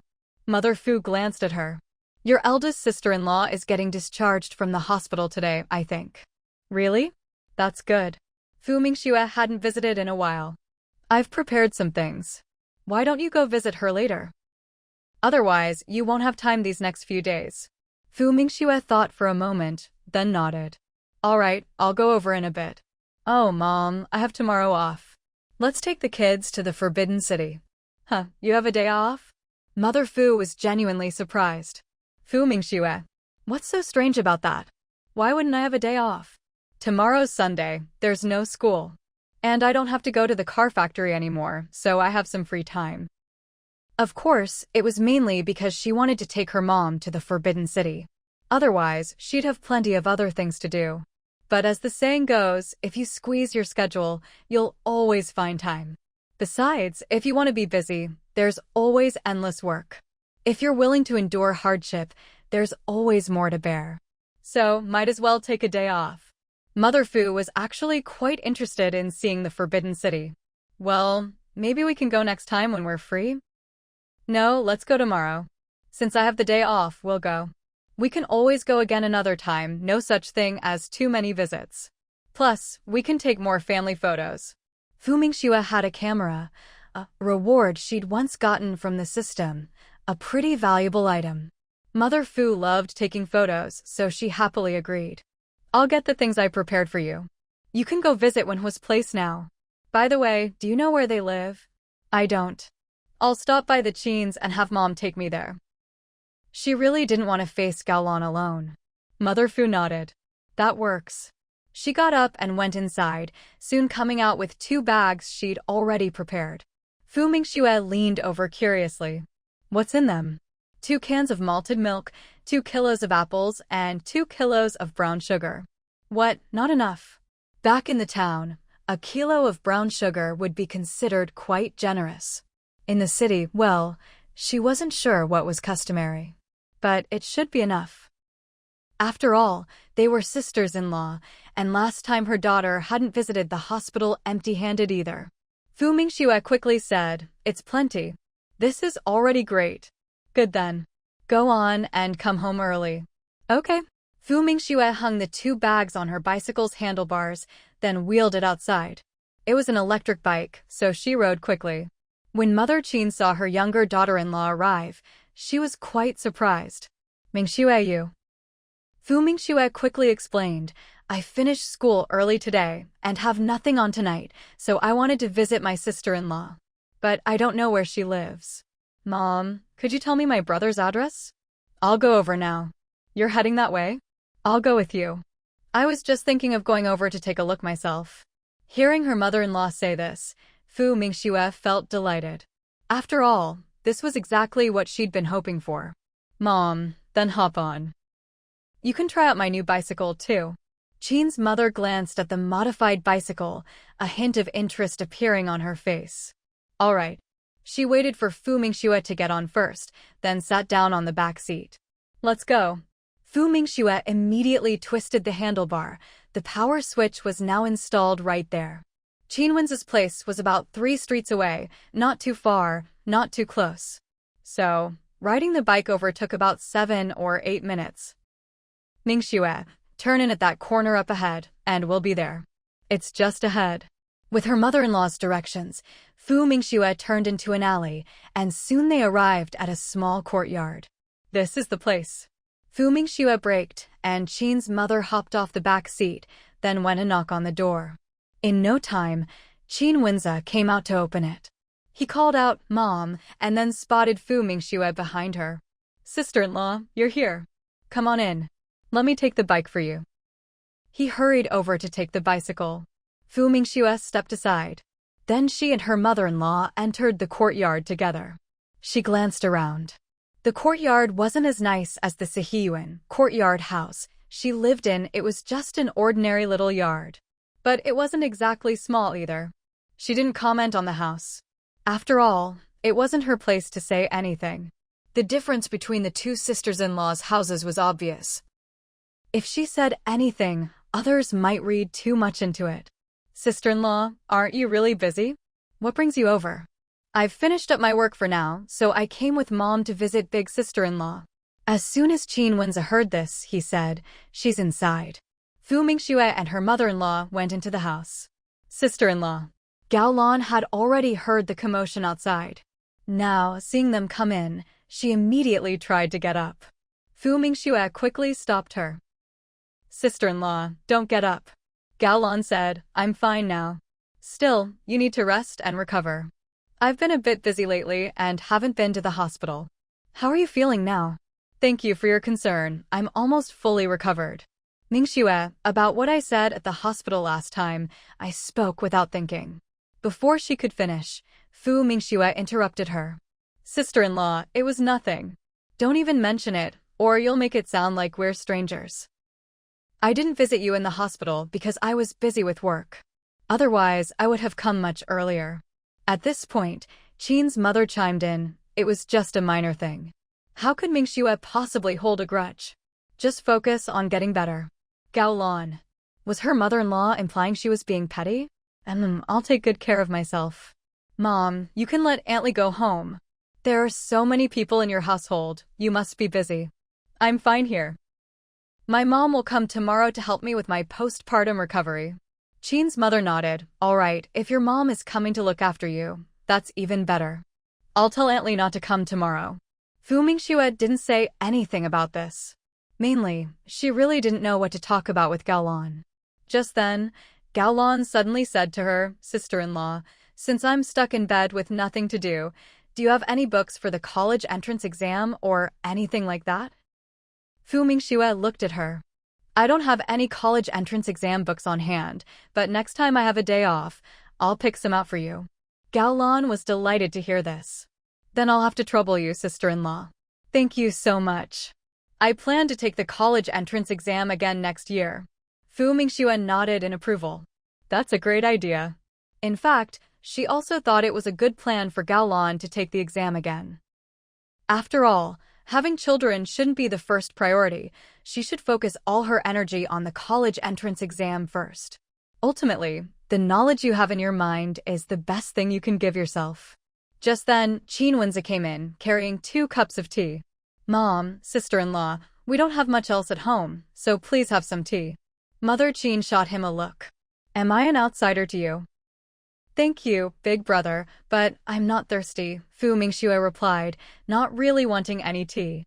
"I'll just leave it here. Drink it if you feel like it later." Qin Wenza set down the 2 cups and left the room. Fu Mingxue didn't have much else to talk about. She was about to say her goodbyes when Mother Qin spoke up first. "Mingxue, it's already late and you still have to work overtime, so let's head back. We're all family here, your sister-in-law won't mind." Gao Lan immediately chimed in, "Sister-in-law, you should hurry home. I'm really fine here." Fu Mingxue took the cue and said, "Then take good care of yourself, sister-in-law." I'll head back now.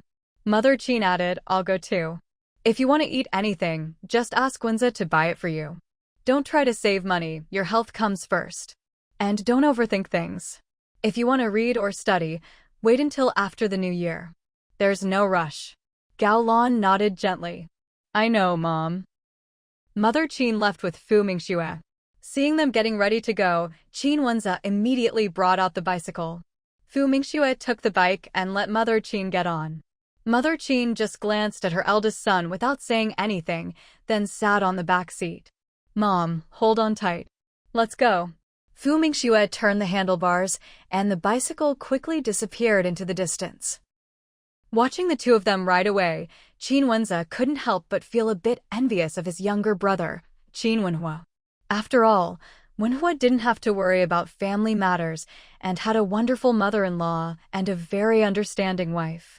As for him, thinking about his mother-in-law coming to stay tomorrow, his head started to ache.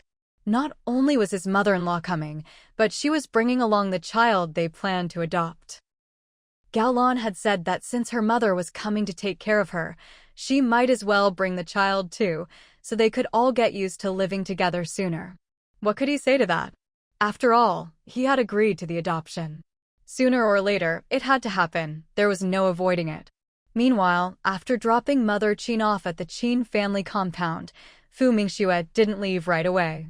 Since she was already there, she wanted to check in on the two elders at home. As soon as she entered, the Qin elders were overjoyed to see her. Mingxue, you're here. Come, sit and chat with us. Grandpa, Grandma, Dad, Fu Mingxue greeted them one by one. Then she asked Old Lady Fu, Grandma, how's your health? Old Lady Fu replied immediately, I'm doing well, don't worry about me. Mingxue, your work has been so busy lately, you look like you've lost weight from exhaustion. You really need to take care of yourself. Fu Mingxue didn't think she was any thinner. After all, she had a good appetite. I'm actually off tomorrow. I was planning to take my mom and the two kids for a stroll around the Forbidden City. Then she turned to her mother-in-law and extended an invitation. Mom, why don't you bring Yaya and Xiao Xiao along with us tomorrow? I can take lots of pictures for you all. As soon as Mother Qin heard the suggestion, she was genuinely tempted. However, there was so much to do at home and two elderly people to take care of. Just as she was hesitating, Old Lady Qin made the decision for her. Shulan, you should go. When the time comes, let Mingxue take lots of photos so this old lady can see more too. If her legs weren't giving her trouble, she'd want to go along herself. Hearing this, Mother Qin nodded right away. All right then. Let's all go together. Fu Mingxue immediately said, I'll come by at 7:30 tomorrow morning. We'll go together. Mother Qin nodded. All right.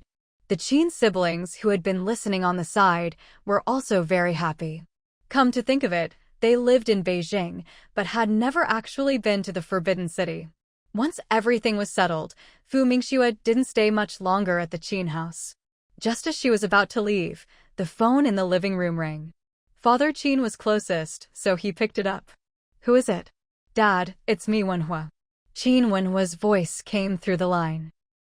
Hearing his youngest son, Father Qin raised his eyebrows. Your timing is pretty good. Your wife is here right now. Qin Wenhua was delighted to hear that his wife was there too. He immediately said, Dad, let me talk to Mingxue for a bit. Father Qin. Can't father and son have a chat too? Still, he called out to his daughter-in-law, who was just about to leave. Mingxue, it's Wenhua on the phone. Fu Mingxue walked over and took the phone.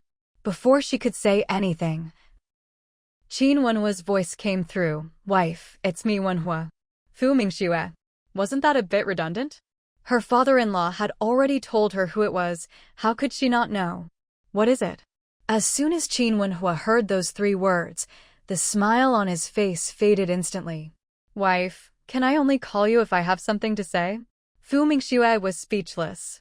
This was a long-distance call. And wasn't it from the army too? Besides, her whole family was here, all watching her. Are you busy over there? It's all right, same as usual. Are you busy over there? But I have tomorrow off, so I'm taking Mom and the others out for a bit. That's good. You haven't had a proper break in a long time. You really should rest. Anything else? Fu Mingxue felt like this kind of small talk wasn't really suitable for the phone. Nothing else, I just miss you. Luckily, he still had some sense of shame and said this last part in a very soft voice. Fu Mingxue still heard it, and her face flushed for no reason. She cleared her throat, trying to ease the awkwardness. How about your New Year's leave? Do you get any time off? That's actually what I wanted to tell you. There's a field training exercise coming up, so I probably won't have time to call. I can't make it home for the New Year this time, but after the holiday, I'll be back in Beijing on the 6th. I'll pick you all up then. That way, he could feel more at ease. All right. Take care of yourself. If there's nothing else, I'll hand the phone back to Dad so you two can talk. When Fu Mingxue handed the phone back to Father Qin, he was just about to say something when he heard the dial tone from the other end. His face darkened. That rascal. Fu Mingxue said goodbye to the Qin family and rode her bicycle home. When Mother Fu saw her return, she asked, "How's your eldest sister-in-law doing?" "She's recovering well," Fu Mingxue replied, not saying much else. Especially about how Gao Lan's own mother was going to take care of her, there was no need to mention that. After all, it was their family's business. The next day, Fu Mingxue was woken up by voices outside. She opened her eyes and glanced at her watch. It was already 6:30. But then she remembered today was her day off, so it was a rare chance to sleep in this late. She listened carefully to the voices coming from the courtyard. It sounded like her mother-in-law. Wait, did she come this early? Not daring to stay in bed any longer, she quickly got dressed and got up. When she walked out of her room, she saw her mother-in-law chatting with her own mother. "Mom, how come you're here so early?" "It's all because of Qin Yu and Xiao Xiao. Those two kids knew we were going out today, and they got so excited they woke up early and kept urging me to come over.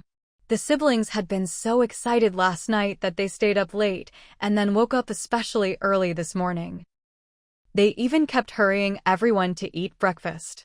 Fu Mingxue, is it really necessary to be up this early? It's normal for kids to be excited.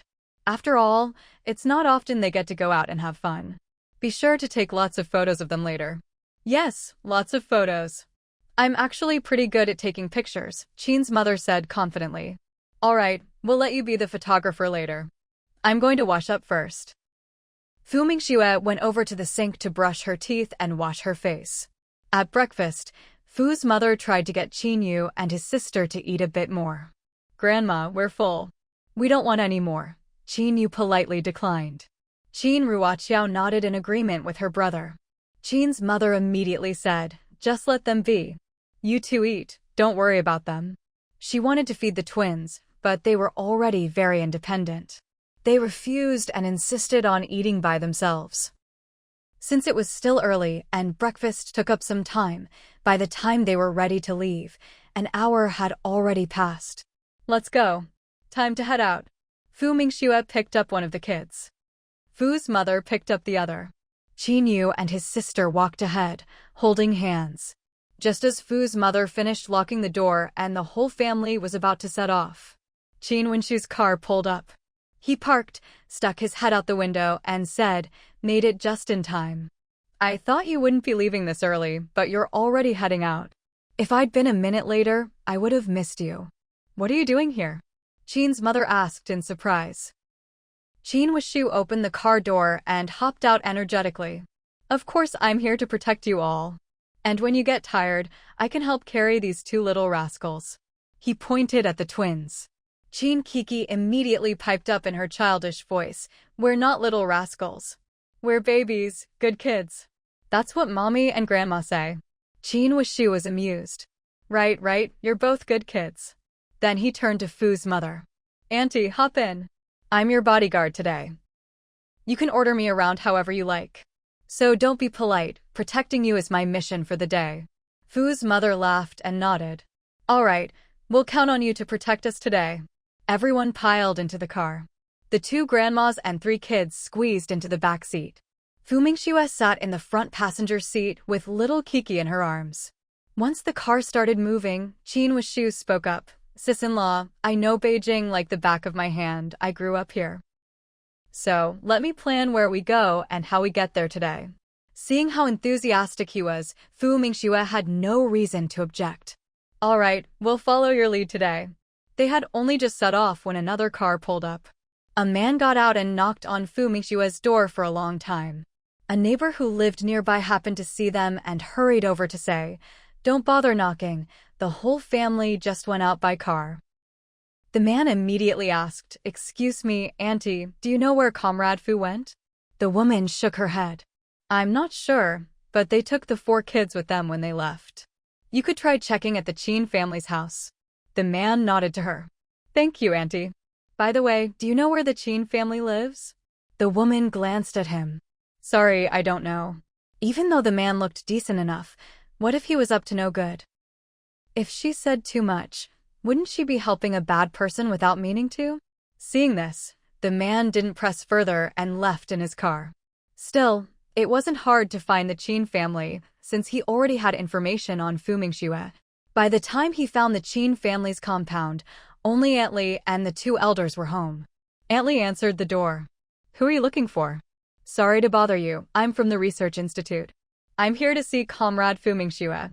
Is she home?" He showed his work ID as he spoke. "Oh, you're looking for Mingxue? She's not here today, she took the kids to visit the Forbidden City." The man. "All right, thank you." With that, he got back in his car and drove off.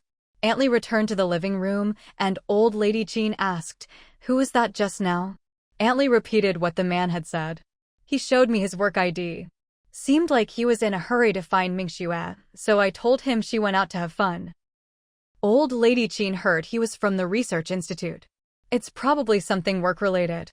Since he knows she went to the Forbidden City, he'll be able to find her. It was a pity, though. Her granddaughter-in-law had finally gotten a day off to take the kids out, and now it looked like their plans would be interrupted. But truthfully, it wouldn't be easy to find Fu Mingxue. They were wandering around, looking here and there, not following any set route. Plus, they kept stopping to take photos. Fu Mingxue had no idea that someone from the Research Institute was looking for her. At the moment, she had just come across an elderly lady who had fallen. She hurried over to help. "Are you all right?" The old lady glanced at her and said, "I think I twisted my back. Could you help me over there to sit down?" "Thank you." It never occurred to Fu Mingxue that the old lady might be faking it to scam her. After all, the woman was dressed very neatly and elegantly, obviously from a well-off family. And when she spoke, there was a slight Hong Kong accent, which made Fu Mingxue a little surprised. She helped the woman over to sit down. "Where's your family?" "My granddaughter will be here soon. Just let me sit for a bit." "By the way, young lady, what's your name?" the silver-haired old lady asked curiously. Before Fu Mingxue could answer, Qin mother noticed the commotion and walked over to ask, "Mingxue, what's going on?" Fu Mingxue pointed at the silver-haired old lady. "This lady just fell, so I helped her sit down." Qin mother looked at the old lady. "Are you all right?" The silver-haired old lady shook her head. "I'm fine. Are you this young lady's mother? You have a very beautiful and kind-hearted daughter." Qin mother smiled. "She's actually my daughter-in-law. We're here for a day out." The silver-haired old lady was a bit surprised. "I didn't expect you two to be mother and daughter-in-law. It seems the relationship between in-laws here on the mainland is quite different from the rumors." Fu Mingxue had already noticed her Hong Kong accent. Now, hearing her mention the mainland, she realized the woman must be from Hong Kong. Just then, a young man in a suit came hurrying over. He saw 2 strangers hanging around his house and immediately looked at them warily. Then he hurriedly asked the silver-haired old lady, "Grandma, what happened to you?" The silver-haired old lady pointed at Fu Mingxue. "I accidentally fell just now, and this young lady helped me up." She then turned to introduce Fu Mingxue and her mother-in-law. "Let me introduce you. This is my grandson, Rongjun." "Rongjun, thank this kind and helpful young lady for me." Rongjun followed her lead. "Thank you." When he looked up, he finally got a good look at Fu Mingxue's face. He was instantly shocked. You. Fu Mingxue. Qin's mother frowned. "Grandma, she. Rongjun was so agitated he could barely speak. Just then, the man who had been looking for Fu Mingxue finally arrived. Comrade Fu Mingxue. As soon as he spoke, Fu Mingxue's attention shifted to him. Who are you?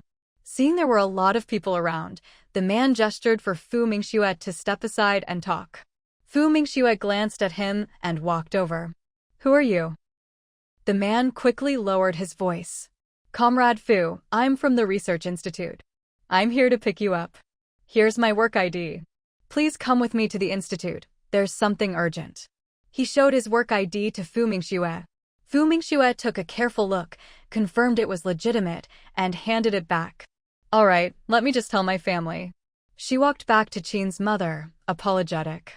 Mom, I have some work to take care of, so I can't stay and play with you and the kids.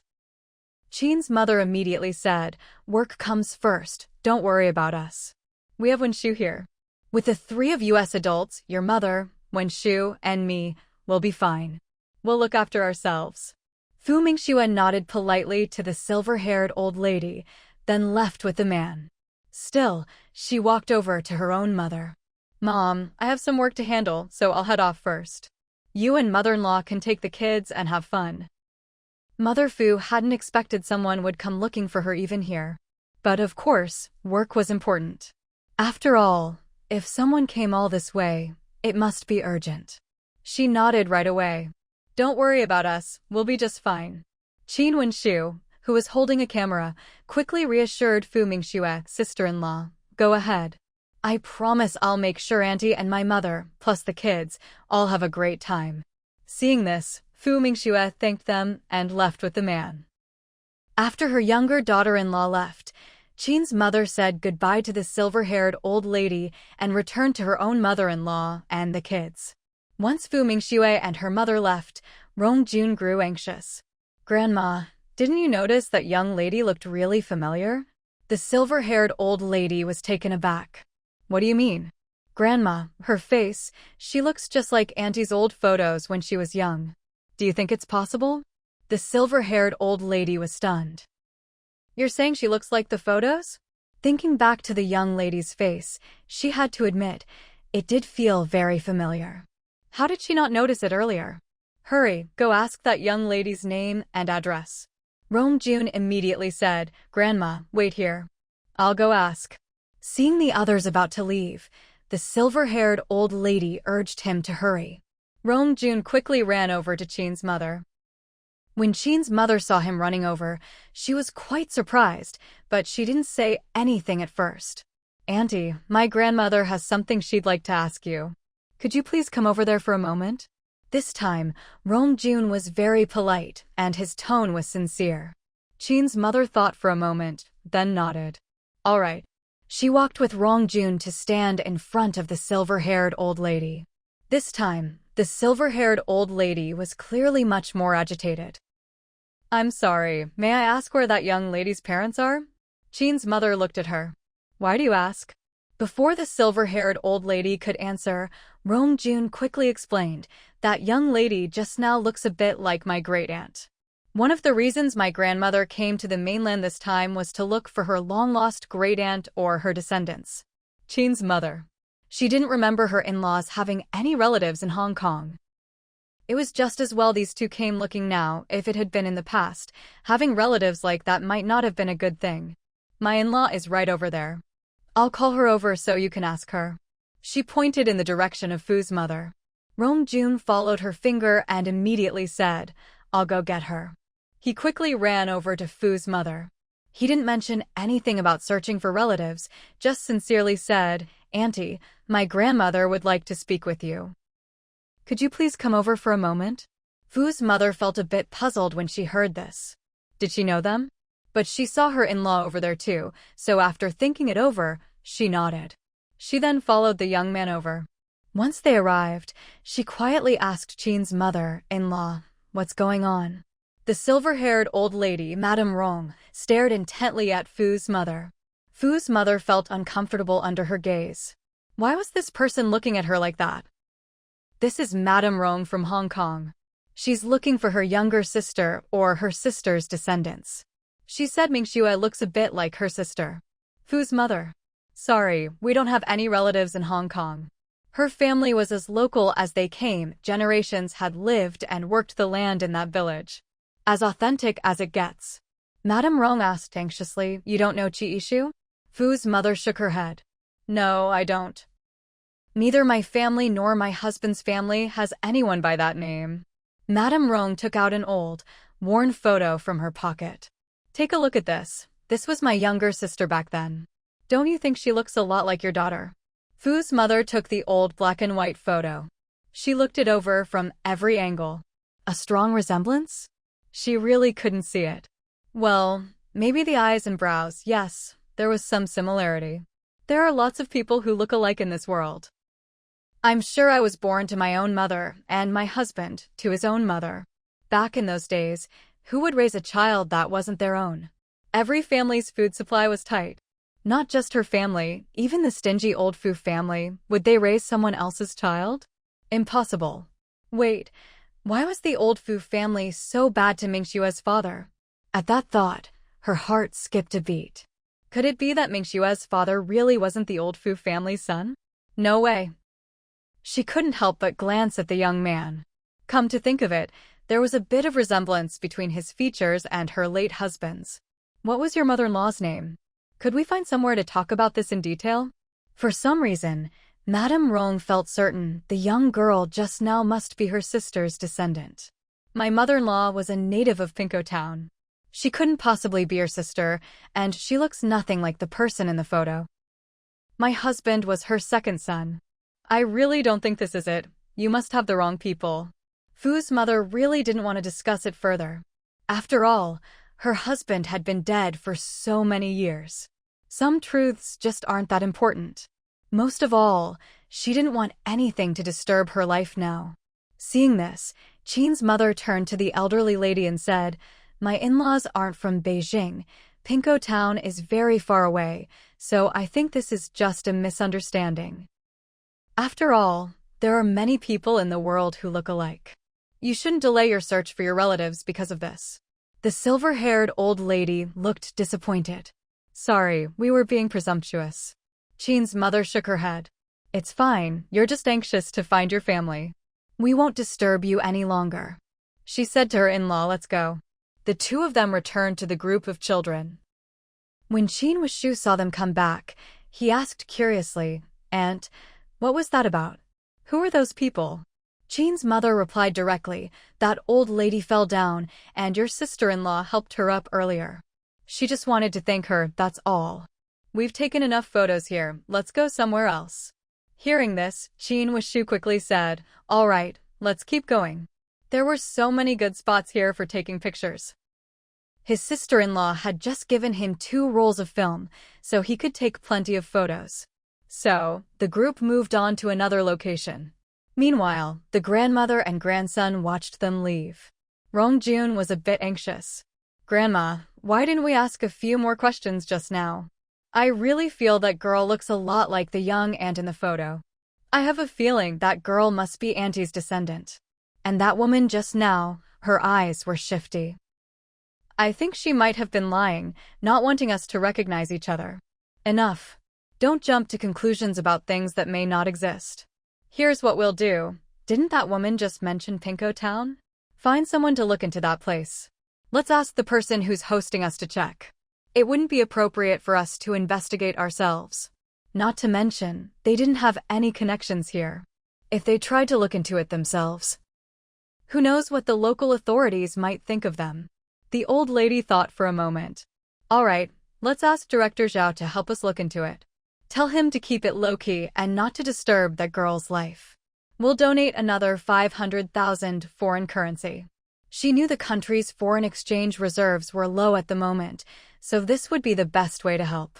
The Rong family was in the light industry business. This trip to Beijing was, first, to look for relatives. Second, because policies in the mainland were starting to loosen up. She was donating some light industrial production equipment to the mainland. These were exactly what the country needed most right now. When Rongjun heard it was 500,000, and in US dollars, he was surprised. If you added in the value of the donated equipment, the total amount was really quite significant. But the Rong family wasn't short on money. As long as Grandma was happy, that was all that mattered. All right, I'll do as you say. Then Rongjun thought of her foot. Let's go to the hospital first. I really can't relax otherwise. If my dad finds out you fell here, he'll have my hide. It was Grandma's idea to come here at the last minute today. They hadn't even brought any bodyguards. He thought he could just be careful, but as soon as he stepped away for a moment, Grandma had an accident. Right now, the old lady's foot hurt, and her back was also a bit uncomfortable. So she nodded. All right. Rongjun had thought she'd refuse, but to his surprise, she agreed easily this time. He immediately said, I'll carry you. The old lady glared at him. No need. My leg isn't that bad. Just help me walk. If she let her grandson carry her back like this, who knows how those people would react. Never mind the worry and guilt, they probably wouldn't let her go out alone ever again. She was lucky to be able to come back this time. Would there be a next time? At her age, how much more could she take? Even if she wanted to, her family probably wouldn't let her travel so far again. All right, but if you can't walk later, I'm carrying you, no arguments. Mingxue had no idea about any of this. She noticed that the car wasn't heading toward the research institute. Her heart skipped a beat. Had she been tricked? Was this person using a fake ID? Weren't we supposed to go to the research institute? This isn't the right direction, is it? Comrade Fu, we're going to the base. It's about 3.5 hours drive from here. There's a problem with the engine, and they need you to come in person to take care of it. As soon as Mingxue heard this, she got anxious. What's wrong with it? I don't know the details. I just know the leadership sent me to pick you up and bring you over. Seeing this, Mingxue didn't ask any more questions. She had wanted to say that he should have made things clear earlier. Going to the base would take 7 hours round trip. She'd definitely have to spend a long time at the base. If he'd told her in advance, she could have let her family know she might not be home tonight. Plus, she'd need to make arrangements at the school. If she couldn't make it, she'd have to notify them ahead of time so they could arrange for another teacher to cover her classes. Oh well, she could just call once she got to the base. After all, matters at the research base were more important. Although Mother Gao had already visited this house yesterday, she couldn't help but marvel at how nice it was again, though, of course, the house at the Qin family compound was even better. But not having to live with her in-laws. That was the real blessing for a daughter-in-law. Besides, family estates usually go to the eldest son. The big house in the Qin family compound should rightfully go to her son-in-law. Now that they'd moved out, wasn't that basically getting an extra house? Once the in-laws got too old to manage, wouldn't her son-in-law and daughter have to move back in anyway? And then, this house could be left to her grandson. Qin Wenza had no idea his mother-in-law was already plotting out the future of this house in her mind. He said to Mother Gao, Mom, I'll leave you to it. I'm going to buy some meat and vegetables. All right, you go today. Starting tomorrow, I'll take care of all that. That way, she could save a bit of money on groceries. She felt her daughter was truly blessed. Marrying into the Qin family was the right choice. Qin Wenza glanced at her. Okay. With that, he headed out. As soon as he left, Mother Gao closed the front door. She turned to her grandson, who was watching TV, and asked, Yaoi, do you like it here? Gao Yaoi nodded eagerly. I do, Grandma. I really like it here. Am I really going to live here from now on? Mother Gao replied, That's right. You'll be living here from now on, so you have to behave yourself. Otherwise, you won't be allowed to stay. Don't worry, Grandma, I'll be good. Gao Yaoi really liked this home. Not only was it much bigger than his old place, but he also had a room all to himself. Most importantly, there was a TV to watch. And lots of delicious food. He'd even heard he could eat meat every day.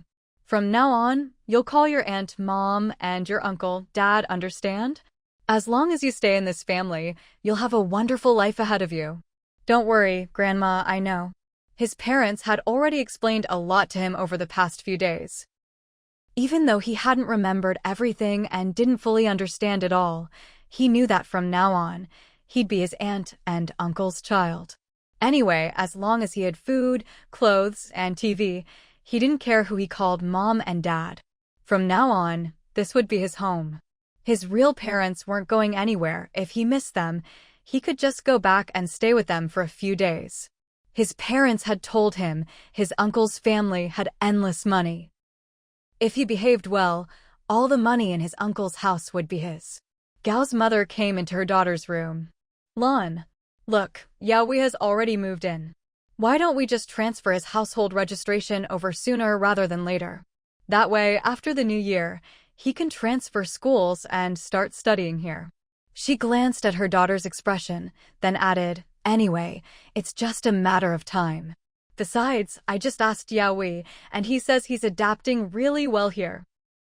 I think he doesn't need to call Wenza uncle anymore. When Wenza comes back, let's just have Yaoi call him dad directly. Gaolan thought for a moment, then nodded. All right, I'll talk to Wenza about it when he gets back. Hearing this, Gao's mother was overjoyed.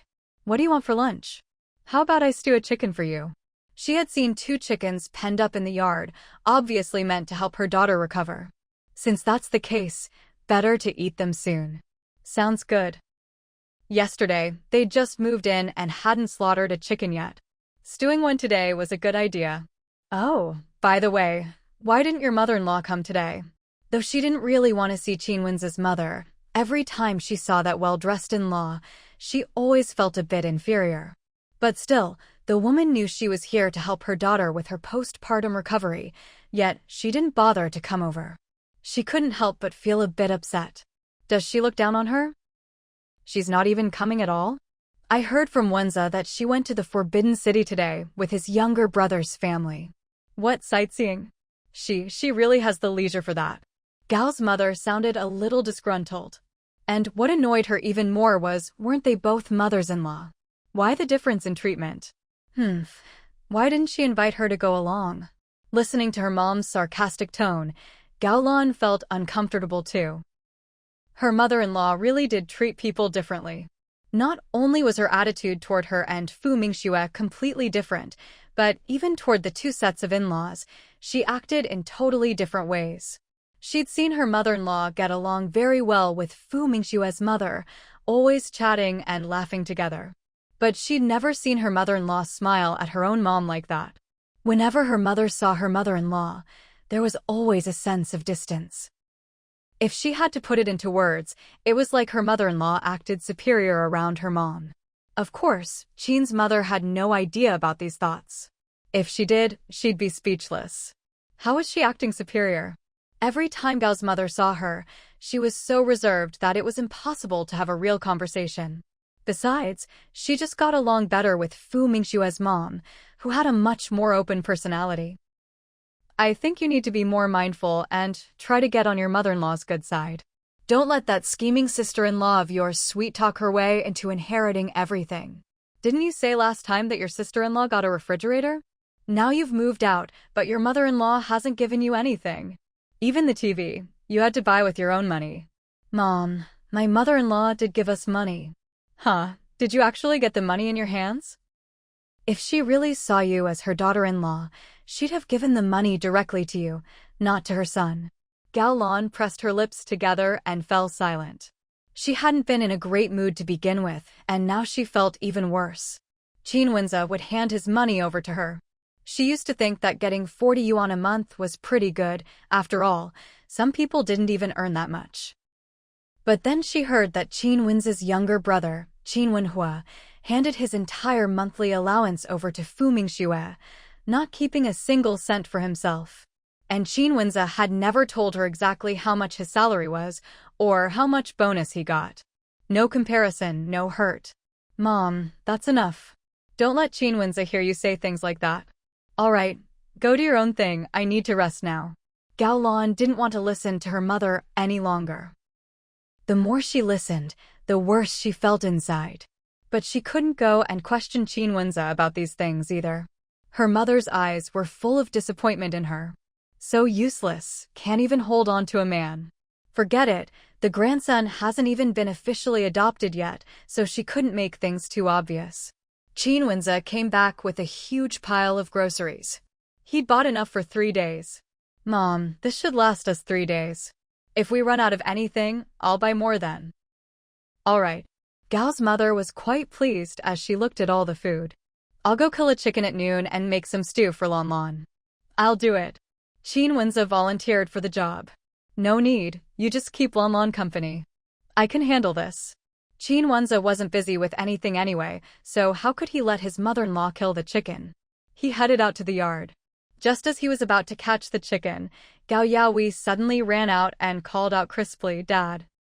The loud shout startled him so much he almost dropped the kitchen knife in his hand. "Dad, are you going to kill the chicken? Let me help you." Gao Yaoi was especially excited about having chicken for lunch. Qin Wenza couldn't even force a smile. He had agreed to adopt the child before. But now, hearing the kid call him Dad so naturally, it made him feel really uncomfortable inside. Was he really going to raise someone else's son? He had his own child. Just thinking about raising this boy while his own child was being raised by his parents made him feel even more uneasy. No rush to call me Dad just yet. Dad, you don't want me to call you that? But Grandma said, now that I've moved in, I'll be your auntie's son, so sooner or later I'll have to call you Dad. I might as well start early. Qin Wenza. So it was his mother-in-law who taught him that. Just then, Gao Lan, who was supposed to be resting inside, came out.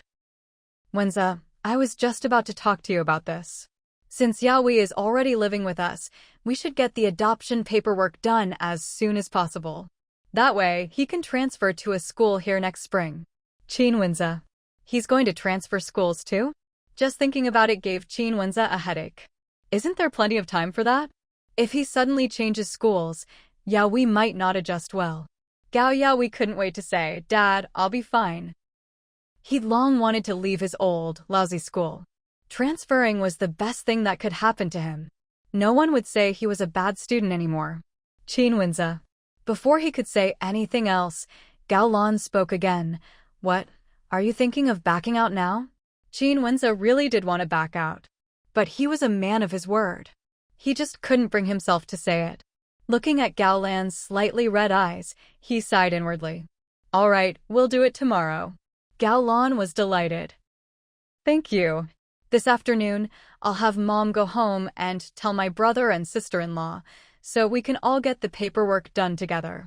Unlike her happy smile, Qin Wenza just felt exhausted inside. But he still nodded. Okay. At the base, Fu Mingxue had started working. After searching for a long time, she finally reached a conclusion. There's a big problem here. There's definitely something wrong with the materials. Otherwise, there wouldn't be microscopic contaminants causing cracks in the turbine blades. There was absolutely nothing wrong with the engine's design. In fact, you could even call it ahead of its time. The precision of the parts' dimensions was flawless as well. So when everyone heard that the problem lay with the materials, they were all shocked. How could there be a problem with the materials? All the base materials had been strictly inspected and produced according to the required specifications. And they had all passed the tests. Fu Mingxue spoke up again. There are lattice defects in the metal materials, which means the metal itself doesn't have enough resilience. That's also a cause of cracking. Someone raised a doubt, but there weren't any issues during the previous tests. The previous tests didn't run long enough. That's why this problem didn't show up. You're running the tests at 3 times the speed of the original ones now, aren't you? As soon as Fu Mingxue said this, everyone fell silent. It was true. They'd tested at 3 times the original duration, trying to push the limits. At this point, the chief engineer spoke up, so how do we solve this problem? Fu Mingxue, is that something I can just come up with on the spot? Give me an independent lab and send over some materials. The chief engineer naturally agreed to her request. All right, I'll arrange it for you right away. Fu Mingxue spent 3 days on this. During those 3 days, she mainly pored over the books in her space. She practically wore out the material science books she had. And she spent a lot of money too. Fortunately, it was money well spent. She really did find something. But as for the exact formula, she had to work that out herself. The systems books were meant to help her learn and apply knowledge, not just hand her the answers. After another 3 days, the data and ratios she came up with allowed the factory to successfully produce a sample. From then on, it was out of her hands. The chief engineer thanked her, then sent her home. She hadn't been home for 6 or 7 days, and when she finally got back, she really felt completely drained. After all, for those 6 days, she'd barely slept 3 hours a night. "Mom, I'm home," she called out weakly. "Oh my, what happened to you? How long have you gone without sleep?" "It's not that I haven't slept, just that I haven't slept much." "Is there anything to eat?" "I'm starving. I'll eat a little and then go take a nap." Hearing this, her mother quickly said, "I just made dumplings for lunch. I'll go cook some for you right now." She hurried off to the kitchen. Meanwhile, Mingxue went to wash up. She hadn't brought a change of clothes with her these past few days, but luckily she had underwear in her space. She just hadn't changed her outer clothes. She couldn't just swap her outer clothes out of nowhere. But at least she'd had work clothes to wear at the lab. "Mommy!" Her 2 little ones saw her come home and immediately ran over to her. Seeing their rosy, adorable faces, Mingxue felt a rush of happiness. "Good kids, Mommy's dirty right now. Let me go get cleaned up, and then I'll hug you. Mommy smells nice, not dirty." Qin Kiki still ran over and hugged Mingxue. Seeing her little cutie being so sweet, Mingxue couldn't help but bend down and scoop her up. Such a good girl. She planted 2 kisses on her little face. Then she set her down. "I'll hug you both in a bit. Mommy needs to get cleaned up first." The little one replied crisply, "Okay." Mingxue went back to her room, found some clean clothes, and headed to the small bathroom. By the time she'd showered and changed, her mother had already finished boiling the dumplings. "Come eat, quick." Mingxue was quite fond of eating dumplings, especially since her mother's dumpling filling was truly delicious. Watching her wolf down the food, Mother Fu couldn't help but say, "Slow down, no one's going to steal your food." She looked like she hadn't eaten in days. "It's just too good." Mingxue gave a thumbs up. Mother Fu rolled her eyes at her and ignored her, instead serving a few dumplings to the 2 little ones. "You two just eat a little for now. We'll have dinner later." The twins were always obedient. In unison, they replied, "Okay, Grandma." After finishing her meal, Mingxue didn't rush off to catch up on sleep. Now that her stomach was full, her drowsiness had passed, and she didn't feel so tired anymore. So she called the 2 little ones over. She reached out and ruffled their soft, fine hair. "Feels so nice." Mother Fu saw her messing up the kids' hair and couldn't help but roll her eyes again, such itchy hands. For once, Mingxue got to experience the joy of raising children. Although she was usually busy with work and hardly spent any time with the kids, strangely enough, the twins were especially attached to their mother. They liked her even more than their father. In this family, their favorite was Mom, then Grandma, and Dad came last. Finally, after the twins' hair had been turned into a bird's nest, Mingxue let them go. She suddenly remembered that the system had dropped some rewards over the past few days. After all, she spent so much time reading and working every day, which basically meant she was automatically completing her daily tasks. "Wait here, I brought you 2 a present. Let me go get it." This time, the reward was puzzles. Animal puzzles, in fact. There were several sets, enough to keep the kids busy at home for a long time. She set aside 2 different ones for Qin Yu and Xiao Qiao, the brother and sister pair, and took out the other 4. "Here, you can play with these. If you finish them, there'll be a reward." The 2 little ones were thrilled. "Thank you, Mommy." Little Qin Hao thanked her happily. Qin Kiki was even more direct. She stood on tiptoe, hugged Mingxue around the neck, and planted a big kiss on her cheek. Then the siblings went off to open the puzzles and play. Mother Fu came in. "Why aren't you going to sleep yet?" "I'll wait a bit, I want to show them how to play." Mother Fu rolled her eyes again. "These 2 are smart, they don't need you to teach them. Let them figure it out themselves. It's not like they have to master it the first day they get it. You should hurry up and get some sleep. Don't you have to go to school tomorrow?" Mingxue thought that made sense, so she got up to go rest. Just then, there was a knock at the door. Mother Fu went to open it. When she saw the grandmother and grandson she'd met at the Forbidden City standing outside, she was surprised. Why had they come all the way here? Didn't they make things clear enough that day? Why weren't they giving up? Auntie, hello, we met the other day, Rongjun spoke up first. Mother Fu looked at him. What brings you here? It's like this, last time, Comrade Mingxue helped my grandmother, and she's been thinking about it ever since. We came specially to thank her in person. He motioned for the bodyguard behind him to bring over the gifts, but Mother Fu stopped him. That won't do. My daughter just helped you up. How could we accept such expensive gifts? If you're here to give us these, I'm sorry, but you can't come in. What would people think if they saw this? Even though her daughter always said the policies were more relaxed these days, Mother Fu was timid and inexperienced. She just wanted to live a peaceful life with her family and didn't want any trouble. Mom, who is it? Fu Mingxue had also heard the commotion outside. There was no way she could sleep through that. So she got up and came out to take a look. When she saw the two people at the door, she was just as surprised. Isn't that the old lady from Hong Kong from the other day? Why have they come looking for her family again? Old Madame Rong hadn't spoken yet, but now, seeing Fu Mingxue, her eyes lit up. She even looked particularly excited. The fall that day had actually hurt a bit, so her attention had been scattered. All she'd noticed was that this young woman was stunningly beautiful, and there was a sense of familiarity about her. At the time, she hadn't really connected her with her own little sister, despite their striking resemblance. But now, seeing her face to face, she really did look exactly the same. It made her think of her little sister when she was young. Ishu. Her voice trembled with emotion. Fu Mingxue? Rongjun spoke up. Sorry, my grandmother is a bit emotional. Could we come in and talk? Fu Mingxue looked at him, then at the visibly excited old lady from Hong Kong. Just put the things back. You can come in and talk. This, Rongjun didn't quite understand. He couldn't help but turn to look at his grandmother. Old Madame Rong nodded. Do as she says. Rongjun immediately had the bodyguard take the things back to the car. Fu Mingxue's mother saw this and quickly stepped aside to let them in. Rongjun helped his grandmother into the house. He quickly glanced around the courtyard. It really was a very nice house.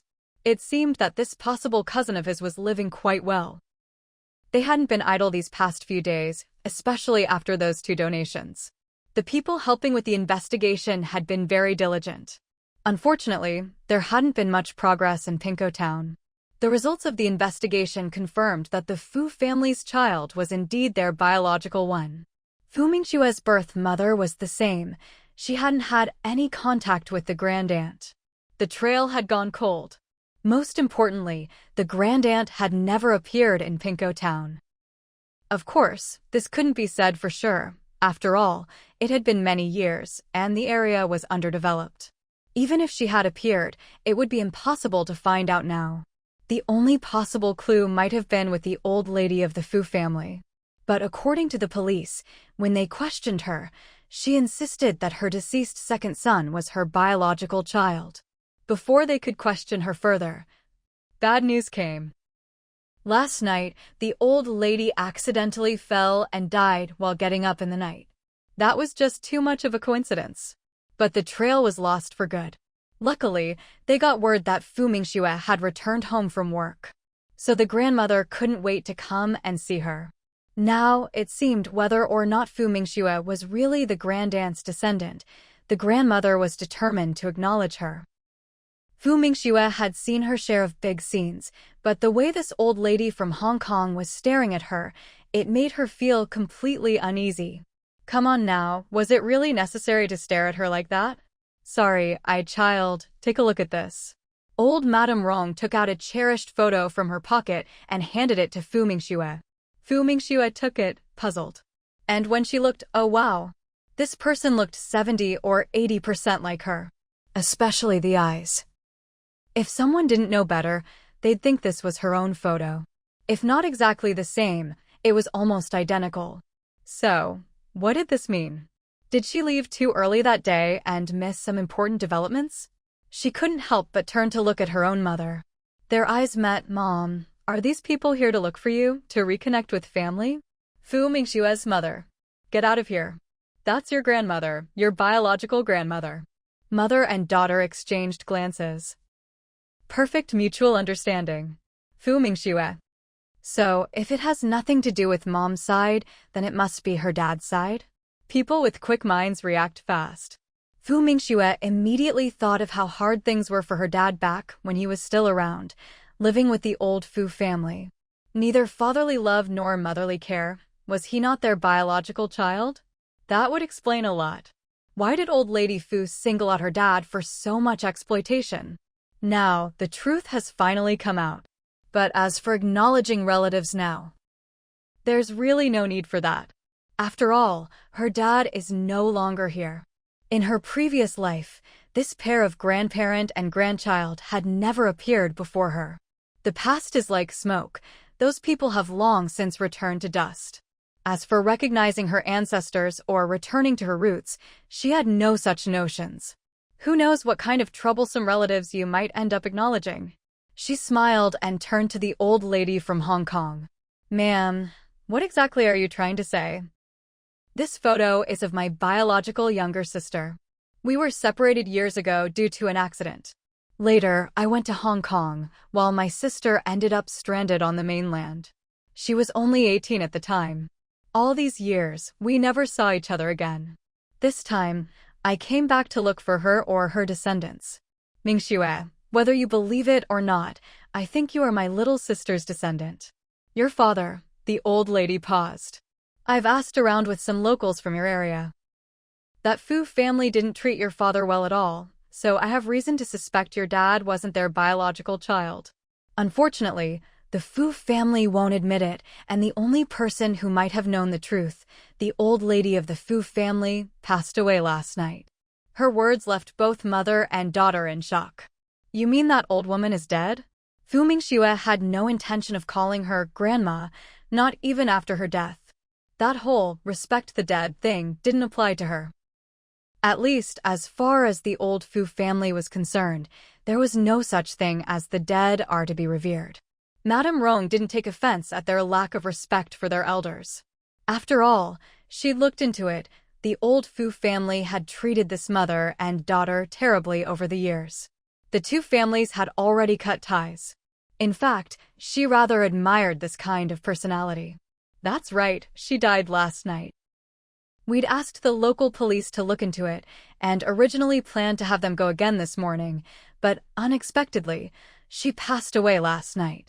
Mingxue, I don't know what the truth is, but I feel a connection with you. Why don't we just treat each other as relatives and keep in touch? As Madame Rong said this, she looked at Fu Mingxue with hope in her eyes. Fu Mingxue didn't hesitate at all. Sorry, but there's really no need to acknowledge any new relatives. Of course, if you want to visit as a guest, you're always welcome. Madame Rong was clearly disappointed by this. Rong Jun wanted to say something, but Madame Rong stopped him with a raised hand. Instead, she admired Fu Mingxue's character even more. Anyone could see that their family was well off. But this young woman wasn't tempted in the slightest. Her character must be truly outstanding. She liked her even more. Let's not stand around, have a seat, and let's talk. Fu's mother went out to pour them some water. Fu Mingxue led the old lady from Hong Kong to sit in the main room. Madame Rong noticed the two children playing nearby. Last time, she hadn't had a chance to interact with them up close, but now, perhaps because of her fondness for Fu Mingxue, she found herself liking these two children as well. Of course, this only increased her admiration for Fu Mingxue's character. So young, yet so capable and still willing to marry a man with two children. Willingly becoming a stepmother and treating the children as her own. Fu Mingxue had no idea what she was thinking. If she did, she'd definitely say she wasn't that noble. After all, the reason she'd hurriedly registered her marriage with Qin Wenhua in the first place was because of the system. Mrs. Fu went to make some tea. She brewed a few cups using the premium tea leaves that her in-law had brought over last time, then carried them out to the living room. Have some tea. Top-grade Longjing? Rong Jun recognized it right away. After all, some of the elders in the Rong family were tea lovers, so he knew a thing or two about tea appreciation. It seemed his cousin's family really had some good stuff. Mrs. Fu herself wasn't much of a tea drinker, so she didn't know anything about Longjing or whatever. But she did know that anything her in-law brought over was bound to be good tea. I made a lot. If you like it, please have as much as you want. June. What does made a lot mean? Don't tell me she just threw a bunch into the teapot and brewed a big pot all at once? What a waste, such a waste. At this moment, old Madame Rong replied with a calm, "Thank you." Mingxue didn't have much of a reaction. But she wasn't drinking tea right now, after all. If she did, she could forget about catching up on sleep tonight. Even though she'd taken some health supplements, that didn't mean she could just abuse her body and not take care of herself. Proper rest was still important. The Rong grandmother and grandson chatted with Mingxue for a while longer, with old Madame Rong doing most of the talking. She asked about Mingxue's work. I heard you're teaching at a university. That's really impressive. June here isn't as good as you, he's not much when it comes to academics. Mingxue's personal information wasn't easy to dig up. If anyone tried to investigate, only the basics would be available. For example, that she was a student at Beijing University and that she also had a job at an automobile factory, managing both work and school at the same time. As for anything else, nothing extra would show up in her records. The information given to the Rong family was even simpler, just that she was a student at Beijing University. June protested, "Grandma, I'm pretty impressive too, okay? I graduated from the business school, after all."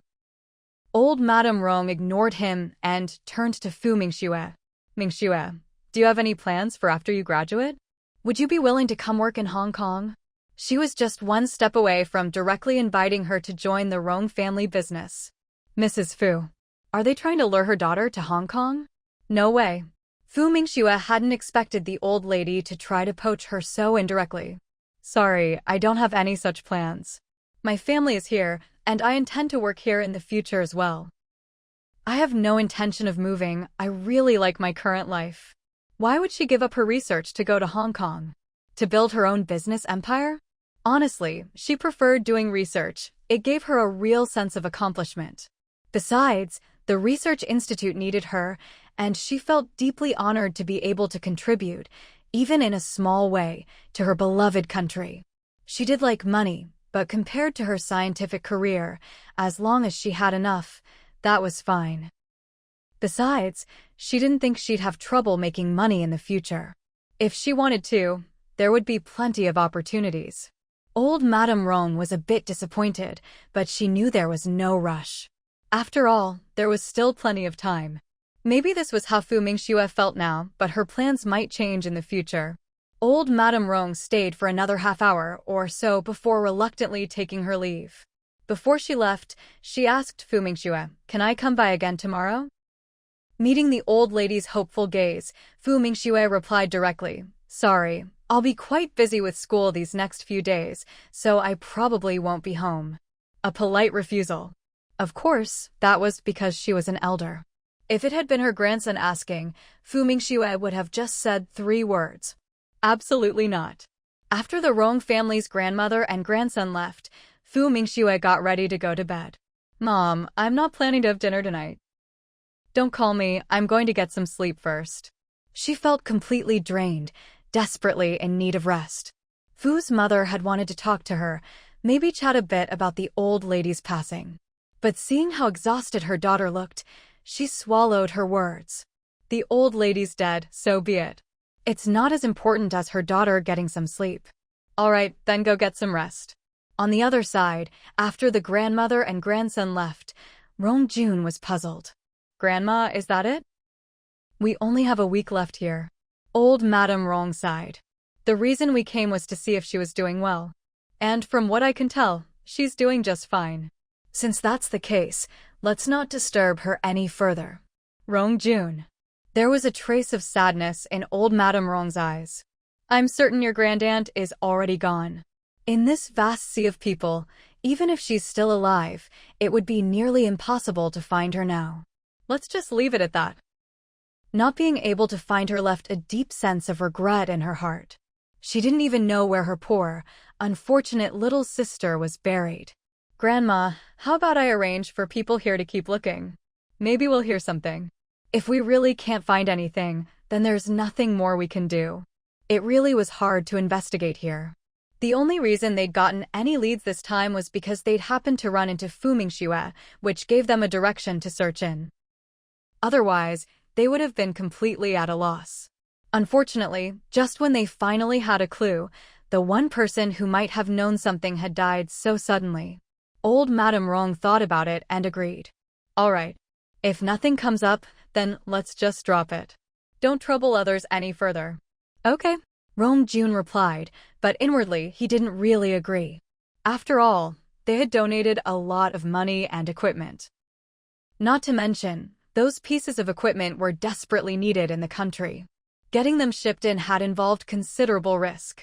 For the local government to help them with this, wasn't that the least they could do? Besides, Rong Jun still planned to approach Mingxue again. He had a feeling Mingxue was his grandaunt's granddaughter. Whether or not they acknowledged their kinship didn't matter. What mattered was that he didn't want his grandmother to have any regrets. Mingxue had no idea that Rong Jun hadn't given up. She slept deeply and soundly that night. When she woke up and opened her eyes, daylight was already streaming in. She checked her watch. It was already 6 o'clock the next morning. She quickly got up. When she went out into the yard, she saw her mother-in-law was there too. Mom, how come you're here so early today? Before Mother Qin could answer, her own mother chimed in. She got up early to bring you some chicken soup. Yesterday, some folks from our hometown came into town. Aunt Lee saw them and bought 2 chickens. One was for her own family, and the other she brought over for you. You should try some later. She added some wild ginseng, it's good for your health. Originally, she'd planned to bring the whole chicken over herself, but then thought it would be even better to have it cooked and brought over. After all, Aunt Lee's chicken soup was famous for being delicious. When Mingxue heard this, she immediately smiled and said, "Thank you, Mom. You've gone to so much trouble. I'll definitely have to try it later. Aunt Lee's cooking is just amazing." The chicken soup that Qin's mother brought over this morning wasn't the only thing she delivered. She also brought a big basket of meat buns that Aunt Lee had made early in the morning. When they arrived, the buns were still steaming hot. After freshening up, Mingxue came to sit at the dining table. Mother Fu had already ladled out some chicken soup for her and set the rest of the breakfast on the table. Looking at that big basket of meat buns, Mingxue took a sniff. The aroma was mouth-watering. Wow, that smells amazing.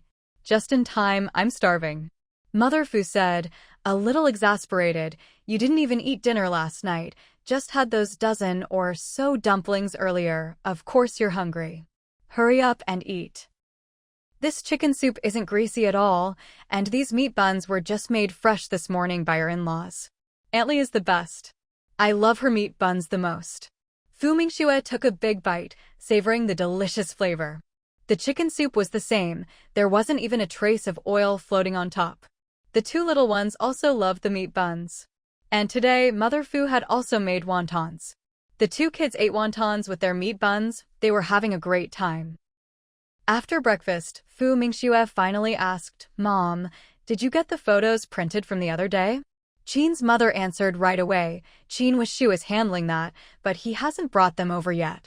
He should deliver them in the next couple of days. That's good. It's a pity I couldn't go with you that day, Mingxue said with a hint of regret. She'd finally managed to get a day off, but who would have thought she'd be called away? Qin's mother said, "Your work is important. Besides, it's not that far. We can always go together next time when you have time." But Mingxue knew that, for the next couple of years, having a leisurely outing together was probably out of the question. Oh, by the way, did that grandmother and granddaughter from Hong Kong come here yesterday? Mingxue nodded. Yes.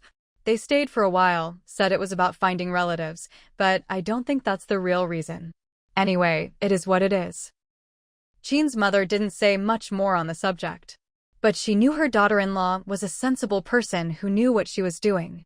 You still have to go to school later, so I'll head back now. How's my sister-in-law doing? Mingxue asked. Qin's mother sighed. I'm not too sure. I haven't been over there in a few days. She didn't know exactly what was going on over there, but her eldest son had come home several times. And every time he came, he never had a smile on his face. Clearly, he wasn't having a good time. But this was his own choice, the life he'd chosen for himself. Whatever he's going through, he has to deal with it. Honestly, Qin's mother didn't care at all whether he was doing well or not. But what really annoyed her was that Qin Wenza actually wanted to take the two kids over there. His own life is a mess, and he wants to drag her grandchildren into it too. No way. Seeing her mother-in-law didn't want to talk about it, Fu Mingxue didn't press further. After Qin's mother left, Fu Mingxue remembered what old Lady Rong had mentioned yesterday. Mom, is that old Mrs. Fu really dead? Mother Fu wasn't sure either. I think so. Do you think the Fu family will send someone to the army to look for us again?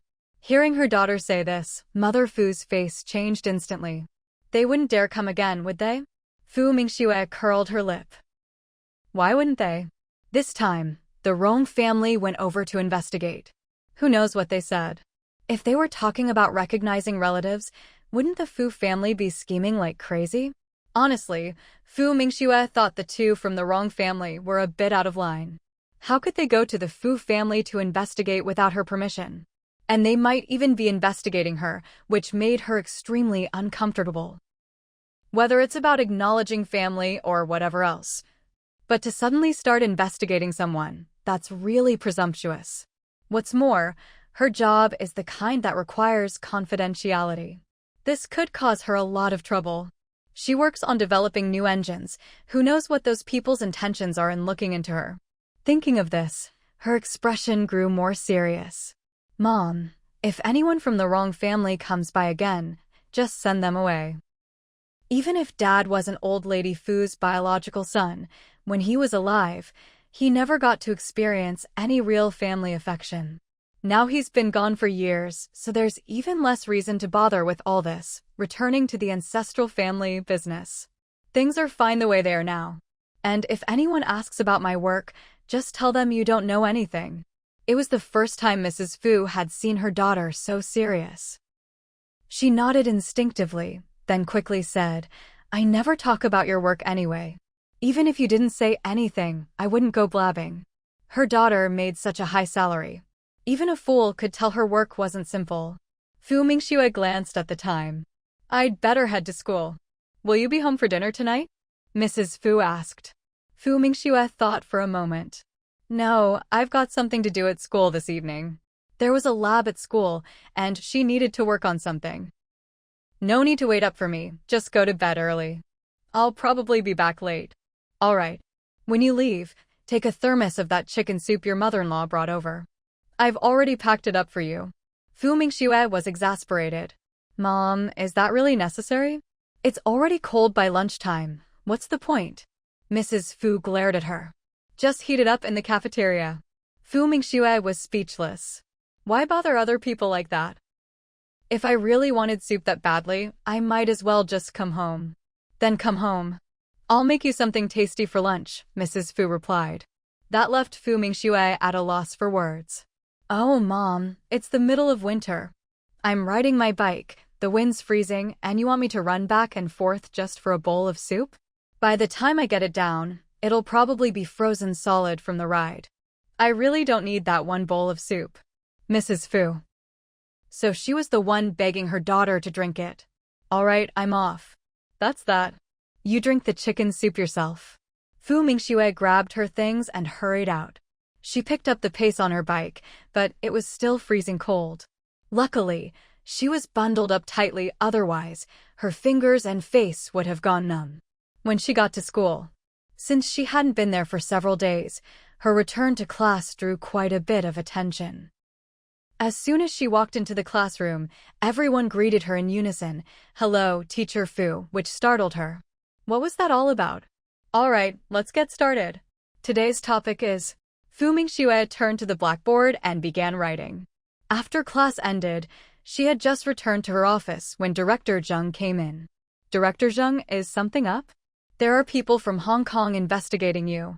Did you know about this? Fu Mingxue sighed. I only found out yesterday. She briefly explained the whole situation. Director Zheng. So, they suspect you're the granddaughter of that old Lady Rong's younger sister?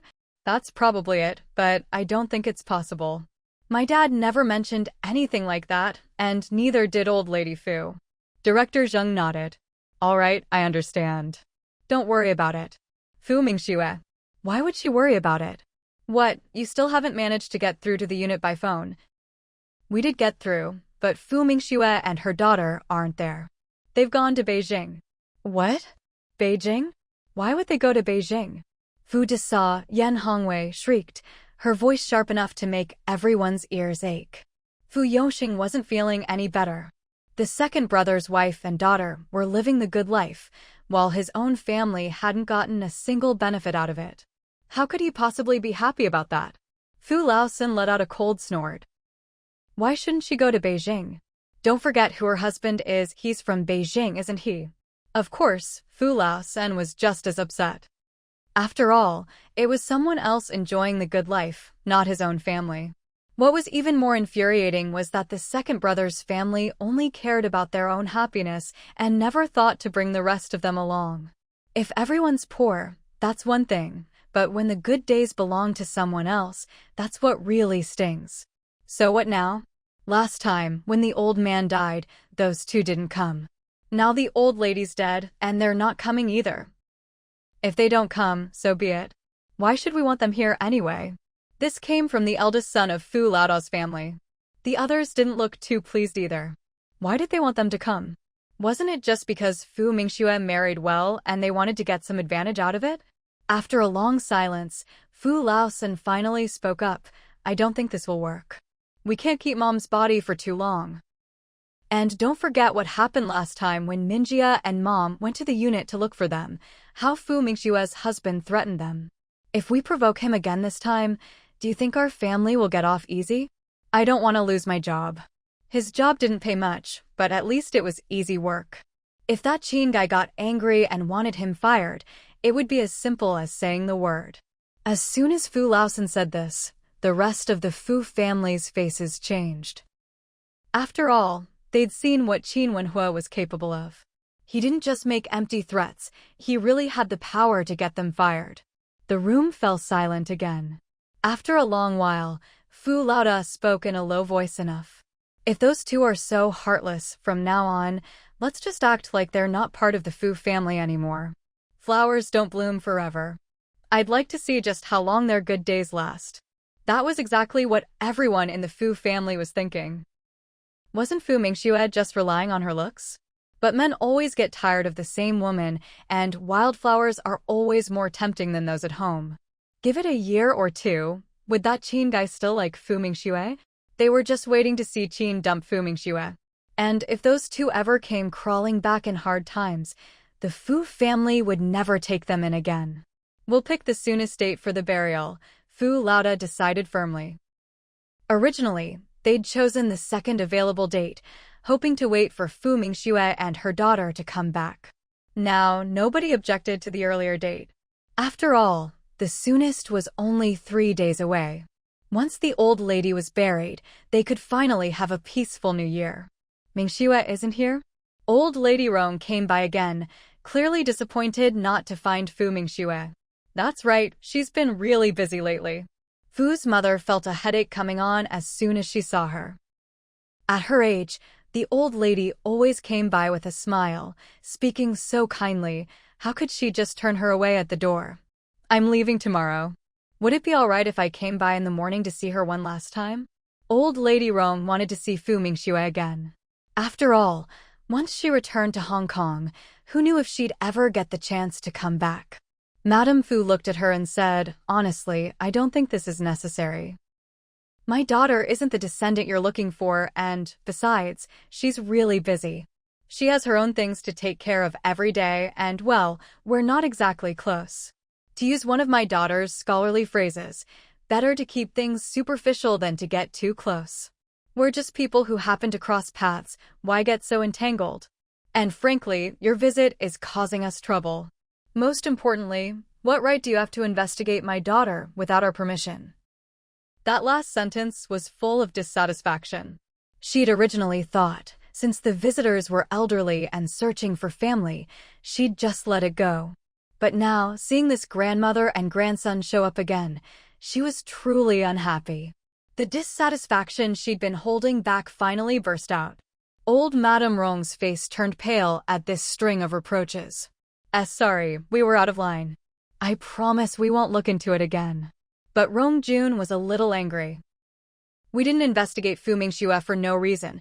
She looks so much like my great-aunt. Madame Fu cut him off with a cold laugh. There are plenty of people in this world who look alike. Out of 100 people, there are always 1 or 2 who resemble each other. Does that mean they're all family?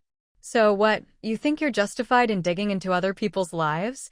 Rong Jun was so provoked by her words that he blurted out, if you haven't done anything wrong, what are you afraid of? Old Madame Fu was instantly furious. Puh, we're upright and decent people, what would we be afraid of? And who do you think you are? What gives you the right to investigate us?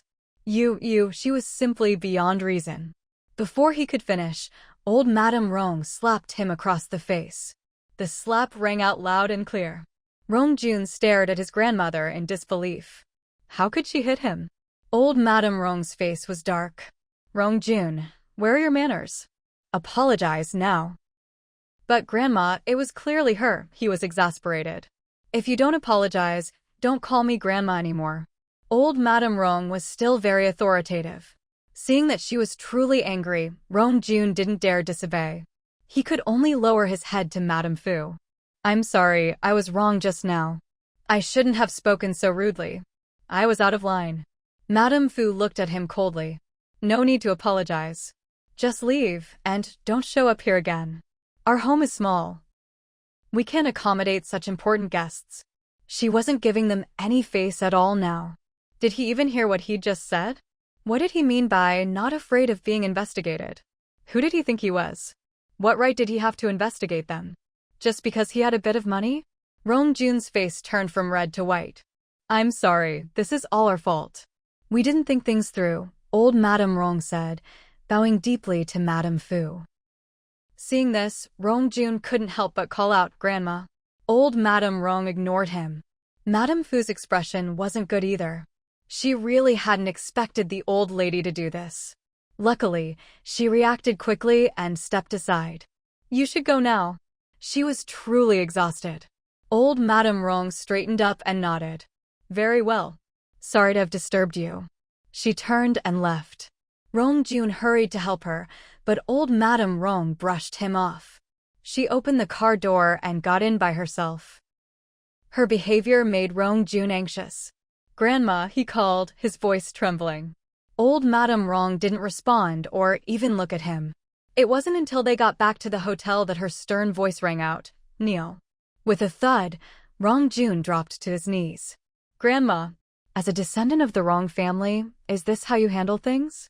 Old Madame Rong stared expressionlessly at her grandson kneeling on the floor, her eyes full of disappointment. I'm sorry, Grandma. I just lost my temper earlier, Rong Jun said. As the young master of the Rong group in Hong Kong, wasn't he always treated like royalty wherever he went? Plus, this time he'd come to Beijing representing the Rong group, which had donated a significant amount of equipment and money. Everywhere he went, people were unfailingly polite and respectful.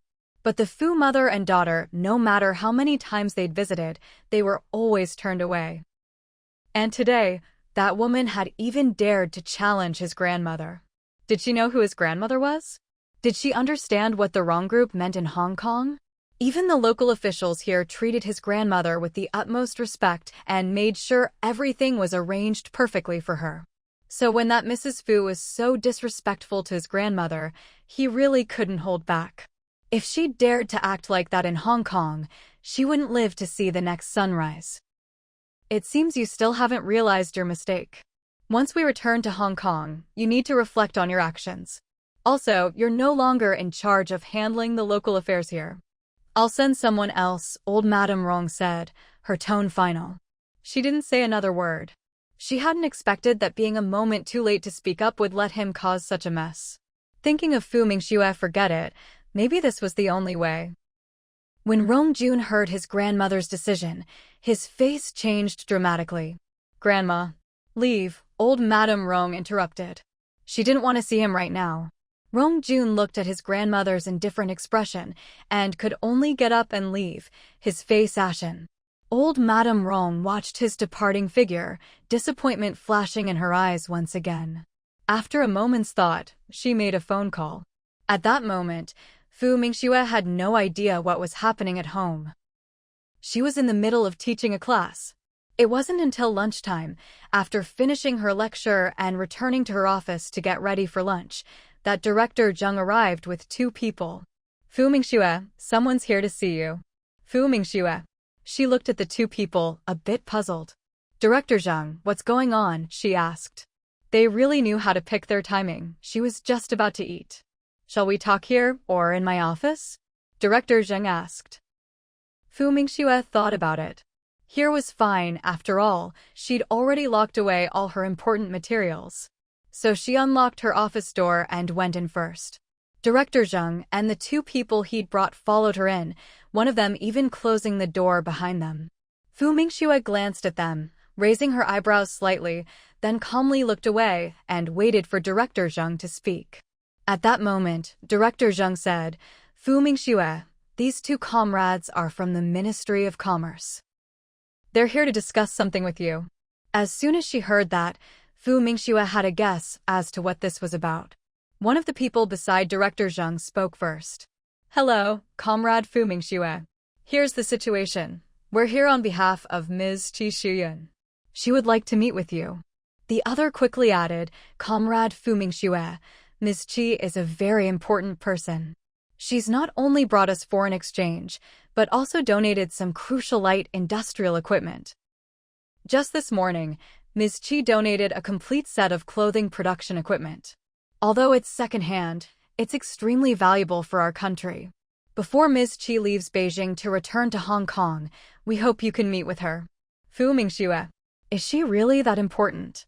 At this moment, Director Zheng spoke up. Fu Mingxue, since Ms. Qi insists on meeting you, why don't you go see her? Since even Director Zheng had spoken, Fu Mingxue couldn't very well refuse. So she nodded. I have classes this afternoon, so if it can be arranged at noon, that's fine. It can be arranged. We can leave right away, Ms. Qi is waiting for you. Since everyone was being so accommodating, Fu Mingxue nodded. All right, let's go. The 2 staff members immediately headed out first. Fu Mingxue had to lock her office, so she waited until everyone had left before closing the door. Director Zheng didn't go with them. He watched Fu Mingxue leave, then returned to his own office. A car was parked right outside the school gate. Fu Mingxue frowned instinctively at this ostentatious display, but she didn't say anything and got in the car. That's when she noticed a man sitting in the front passenger seat. Wasn't that Rong Jun? Rong Jun turned to look at her. Fu Mingxue, you're really hard to find. Fu Mingxue picked up on the sarcasm in his tone.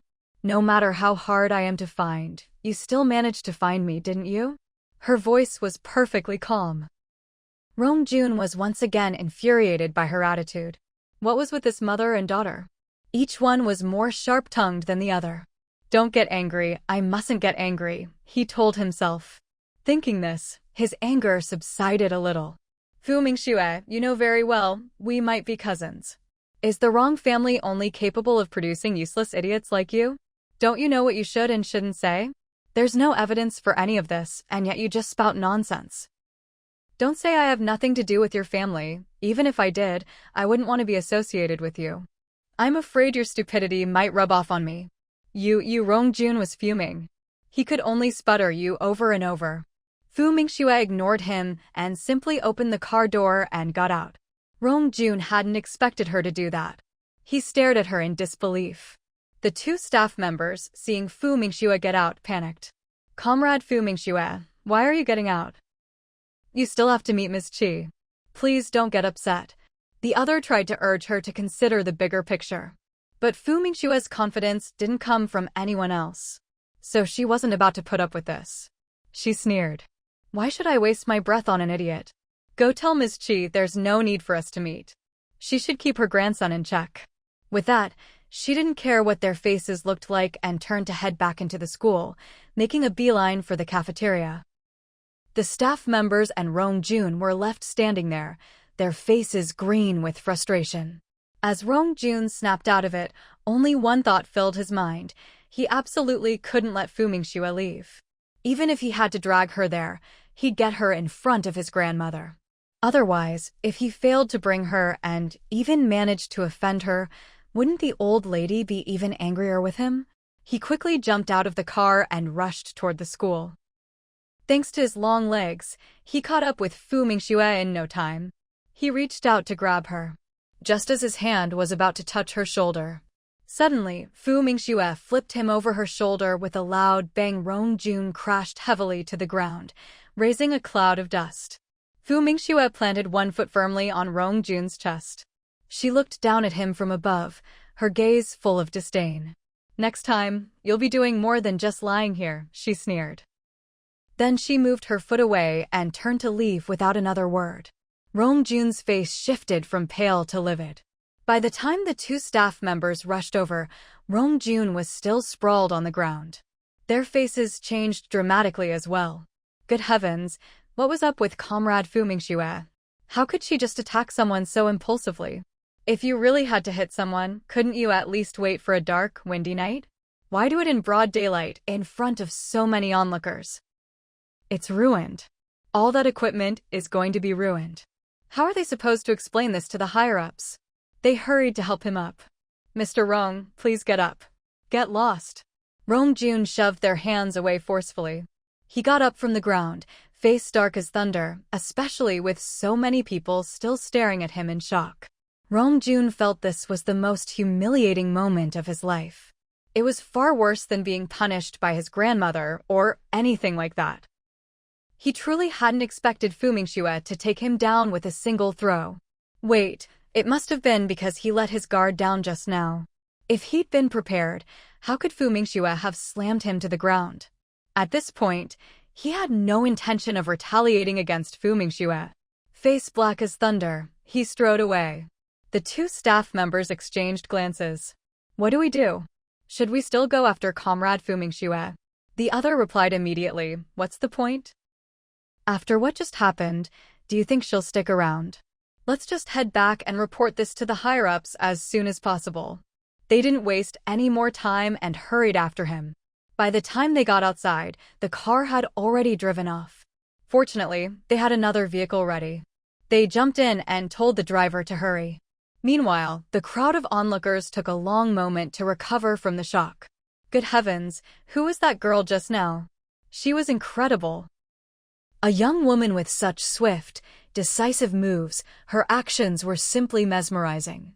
Many female students were full of admiration. They never imagined that a seemingly slender girl could be so strong. She had just taken down a man in public, without the slightest hesitation. Just the sight of her foot pressing down on that man's chest was enough to make their hearts surge with excitement. She was the very model of female empowerment.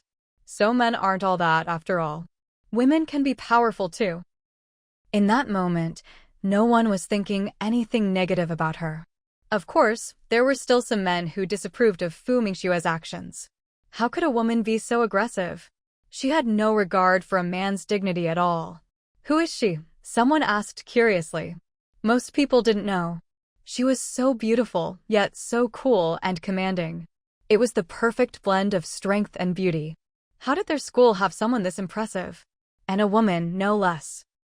Of course, some recognized Fu Mingxue. One person said excitedly, "You don't know? That's teacher Fu Mingxue from our school. She teaches physics. She's the youngest teacher here. I heard she only teaches for 1 month each semester, but her classes are amazing. Sometimes she even teaches math. She's seriously awesome."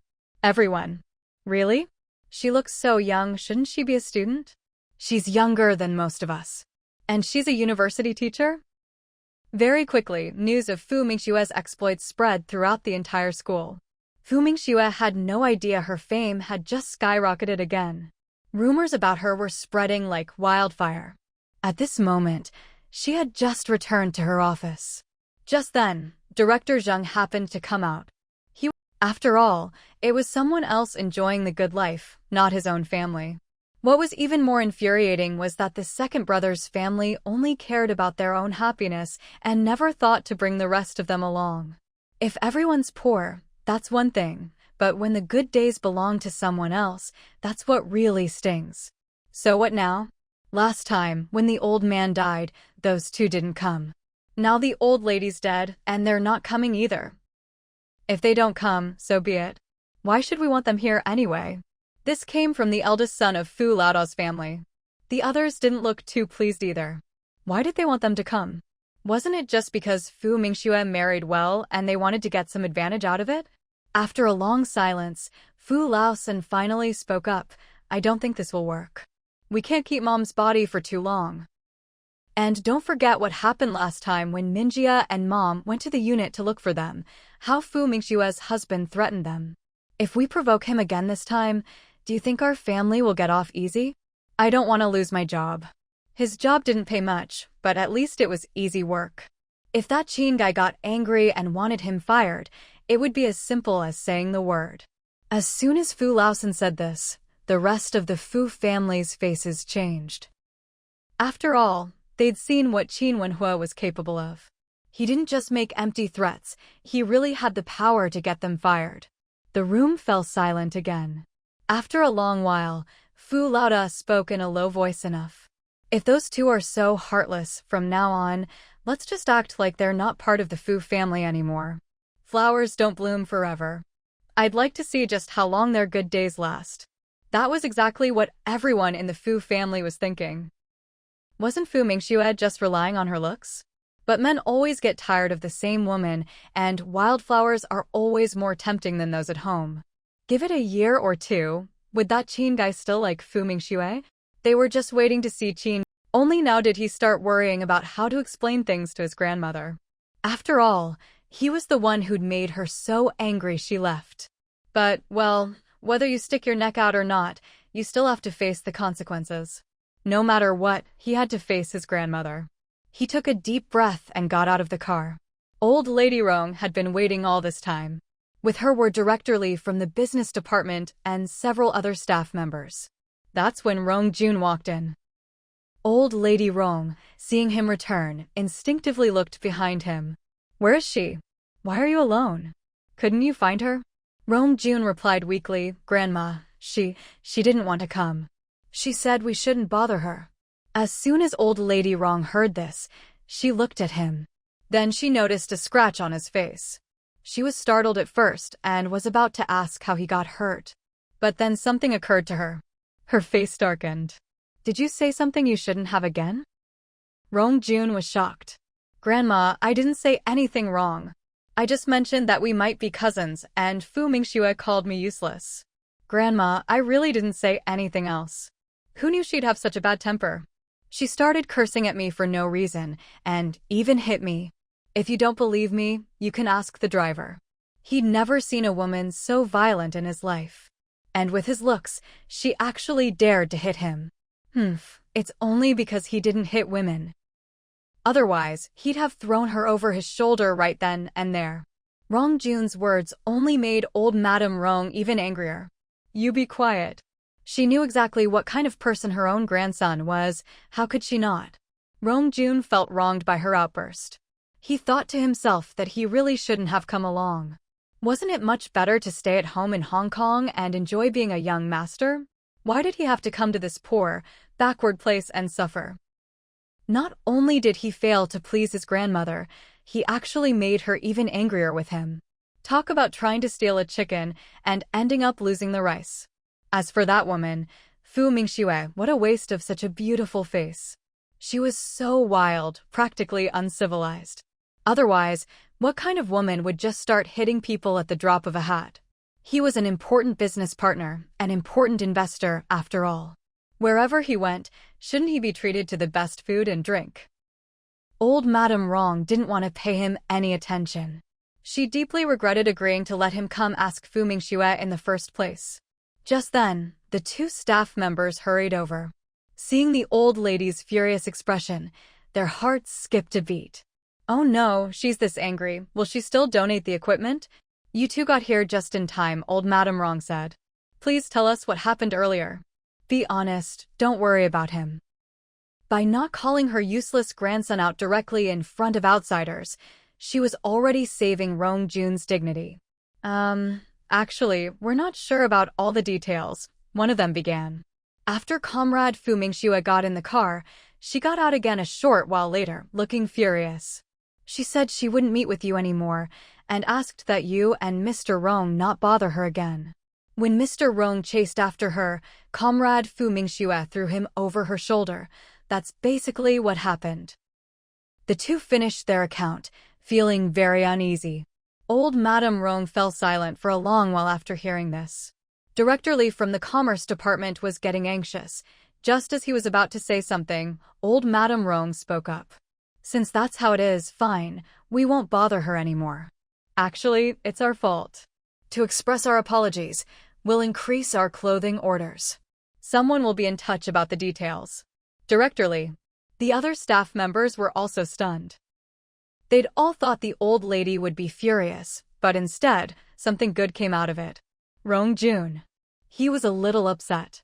Why should they give them more orders? If they wanted clothes, couldn't they get them made anywhere? On Director Zhang's end, he hung up the phone feeling rather conflicted. He thought the other side would be furious, and he'd even prepared to argue back. But instead, they were all smiles and even said they'd been given a big order. Not a single bad word about Fu Mingxue. Of course, if they had dared to say anything about Fu Mingxue, he wouldn't have let it slide. Director Zhang knocked on Fu Mingxue's door and told her what had happened. Fu Mingxue just raised an eyebrow, not commenting at all. That afternoon, when she went to class, she noticed her classmates were all looking at her differently. Their eyes were practically shining. She thought about it and figured it must be because of that over-the-shoulder throw earlier. After all, there had been quite a crowd watching at the time. The Qin family had also heard the news, brought by Qin Wenza. Wow, is our Mingxue really that impressive? Mother Qin was shocked. Good for her. Old Master Qin chimed in. As for old Madame Qin, she was even more delighted. She absolutely adored her granddaughter-in-law's personality. That's exactly right. When it's time to act, you act. Qin Wenza. The Rong family donated quite a lot this time, he added. Mother Qin didn't care. So what? Just because they donated a lot, does that mean our Mingxue should have to swallow her pride? So what? Just because someone donates a lot of stuff, they can do whatever they want. Old Madame Qin was furious. That's not exactly what I meant. You could put it a bit more tactfully. Qin Wenza's voice grew quieter under the family's collective gaze. Mother Qin stared at him. Qin Wenza, do you know why, out of everyone in this family, your life is the worst? Qin Wenza? Why am I suddenly being dragged into this? Weren't we just talking about my younger siblings? Forget it. I'd better keep my mouth shut. Mother Qin ignored him after that. Anyway, in this family, he was the one she liked least these days. She planned to go over to the courtyard house later to check on Mingxue. The child must have been wrong today. Otherwise, she wouldn't be so upset. After class, Fu Mingxue was just about to head home when Director Zhang showed up. Good news. That Madame Rong is a reasonable person. She's placed even more clothing orders. Fu Mingxue raised her eyebrows at that, but she didn't say anything. Seeing that she was about to leave, Director Zhang couldn't help but ask, "Are you heading home?" "Yeah, I need to organize some materials at home. If there's nothing else, I'll be off." She figured that since that idiot Rong Jun had come all the way to the school to find her, he'd probably gone to her house too. Even though her mom was pretty tough, she still felt a little uneasy. When Director Zhang heard she was going home to sort out some paperwork, he didn't hold her up. "Be careful on your way home." Fu Mingxue's electric bike was fast, and when she rode it around campus, she was always the center of attention. After all, no one else at school had an e-bike like hers. People who'd never seen one were amazed. The wealthier students even tried to find out where she bought it. They all wanted one too. Fu Mingxue got home quickly. As soon as she entered the courtyard, she asked, "Mom, did that idiot surnamed Rong come by today?" Mother Fu blurted out, "How did you know?" Fu Mingxue. So her guess was right, the idiot really did show up. "What did that idiot say?" "He was looking for you, but I turned him away." "Also, can you stop calling people names all the time? Aren't you worried you'll dirty your own mouth?" Mother Fu glared at her. Fu Mingxue. Then Mother Fu realized something. So, that Rong Jun guy tracked you down at school too? Yeah, he came with 2 people from the Commerce Department, wanted me to meet Madame Rong. I was going to go and clear things up, but that idiot's brain isn't screwed on right, so I decided not to bother. Mother Fu hadn't expected that wrong kid to actually go to the school. She was worried. Will that, department be upset? Fu Mingxue looked at her mom, confused. Why would I care if they're upset? Mother Fu. I'm just worried it might affect your job. Mom, you really overthink things. We're not even in the same department. How could it affect my job? Besides, if something like this could impact my work, the one who'd lose out the most wouldn't be me. It'd be my workplace. She wasn't one to just swallow her anger like those old folks. Asking her to put up with that kind of thing, forget it, not in this lifetime. Mom, you really worry so much I don't even know what to say. Hurry up and make dinner. I'm starving. By the way, what's for dinner? Mother Fu. This heartless girl. She snapped, vegetables and radish. Fu Mingxue grinned and said, that's not so bad either. I love to eat, you know.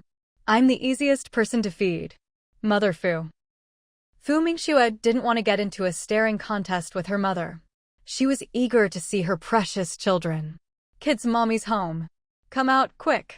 Hearing her daughter's loud voice, Mother Fu couldn't help but twitch her lips. Forget it, maybe she worried too much. Mother Qin arrived after having dinner at home. By the time she got there, Fu Mingxue had also finished eating. When she saw her mother-in-law, she was a bit surprised, but quickly realized why she was there. Mom, have you eaten? I have. Oh, by the way, I heard that guy Rong came looking for you. Are you all right? You didn't get hurt, did you? Looking at her mother-in-law's worried face, Fu Mingxue couldn't help but laugh. Mom, what could possibly happen to me? I even gave him a good beating. Just then, Mother Fu came out of the kitchen. She happened to catch her daughter's words and was speechless. Was she actually proud of that? She was about to say something when her in-law cheered from the side. Good for you. He deserved it. Mother Fu. She looked at the 2 women, her daughter and her daughter-in-law, and silently swallowed her words. Fine, those 2 seemed more like real mother and daughter. While she herself felt like the stereotypical wicked mother-in-law. Mother Qin stayed at the courtyard house for quite a while before heading home. After all, there were 2 elderly people and 2 children at home. She had to supervise the kids with their homework and make sure they bathed. After playing with the twins for a bit, Fu Mingxue went back to her room to work. She needed to study those books on textile machinery. She had to admit, after several days of reading, she'd made real progress. 10 days later, combining what she'd learned from the books, she designed a brand new type of textile equipment. She'd poured a lot of effort into it during this time. She couldn't cut into her daytime classes, so she'd been staying up until 1 or 2 in the morning almost every night. So, the day after she finished the blueprints, she went to see Director Zheng right after lunch. Oh? What brings you here? Director Zheng asked, then noticed the stack of papers in Fu Mingxue's hands. Fu Mingxue handed the blueprints over. What's this? Director Zheng reached out to take them. He realized the blueprints were quite large, so he spread them out on his desk. When he saw they were for machinery, he was shocked. He looked up, eyes wide with disbelief. You actually designed this textile machine? Good heavens, ever since she'd mentioned it last time, he thought she was just talking casually. After all, she specialized in engine research. Even if she wanted to branch out into other machinery, how could it be that simple? Doesn't it usually take 2 or 3 years to develop a new machine? But now, at most, it had only been 10 days, right? And she'd actually done it. And these blueprints, they looked seriously impressive. Yes, this is a new generation of textile machinery. Not only is it highly efficient, but in every other aspect, it's on par with the latest international models. Also, I designed an industrial embroidery machine. It can do machine embroidery, even for more complex patterns, as long as you set up the right programs. The stack of blueprints she brought was thick, and every page was meticulously detailed. Anyone in the field would have no trouble understanding them. I'll have to trouble you, Director Zheng, to submit these. Give them to the experts. I'm sure they'll be able to build it quickly. Director Zheng was clearly excited. He really hadn't expected Fu Mingxue to be this capable. Projects that would take other people or even entire teams a year or two, or even longer, to complete, she managed to finish in just over 10 days. At this point, calling her a genius simply doesn't do her justice. Director Zhang's expression grew serious. Fu Mingxue, I'll get your blueprints to the Design Institute as soon as possible. Don't worry, if your designs are approved, I'll make sure you get the rewards you deserve. He couldn't let such a talented person feel unappreciated. Her talent deserved to be matched with proper compensation, and that would only motivate her to further excel in design and R&D. Fu Mingxue didn't bother with polite refusals when she heard this. Originally, she had planned to do it for free. But if there was a reward, all the better. After all, she had poured a lot of time into these designs, not to mention the money she'd spent on all those professional books from the system. Thank you, Director Zheng. If there's nothing else, I'll get going. After Fu Mingxue left, Director Zheng carefully examined each of the blueprints. He wasn't an expert in textiles, but even he could see that these machines were ingeniously and perfectly designed. If they could really be developed according to these blueprints, it would bring about a major revolution in the domestic textile industry. With that thought, he carefully put the blueprints away, then took out a large bag and packed them inside with extra care. Finally, he made a phone call. As for Fu Mingxue, she didn't concern herself with what happened next. She knew Director Zheng would handle it well. She hadn't slept properly for days, and now that everything was done, she was truly exhausted. She lay down on her desk for a nap. What she didn't know was that when Director Zheng handed her blueprints over to the Design Institute, it caused quite a stir. Every single blueprint was annotated in such detail that the people at the Design Institute couldn't find any excuse to meet with Fu Mingxue.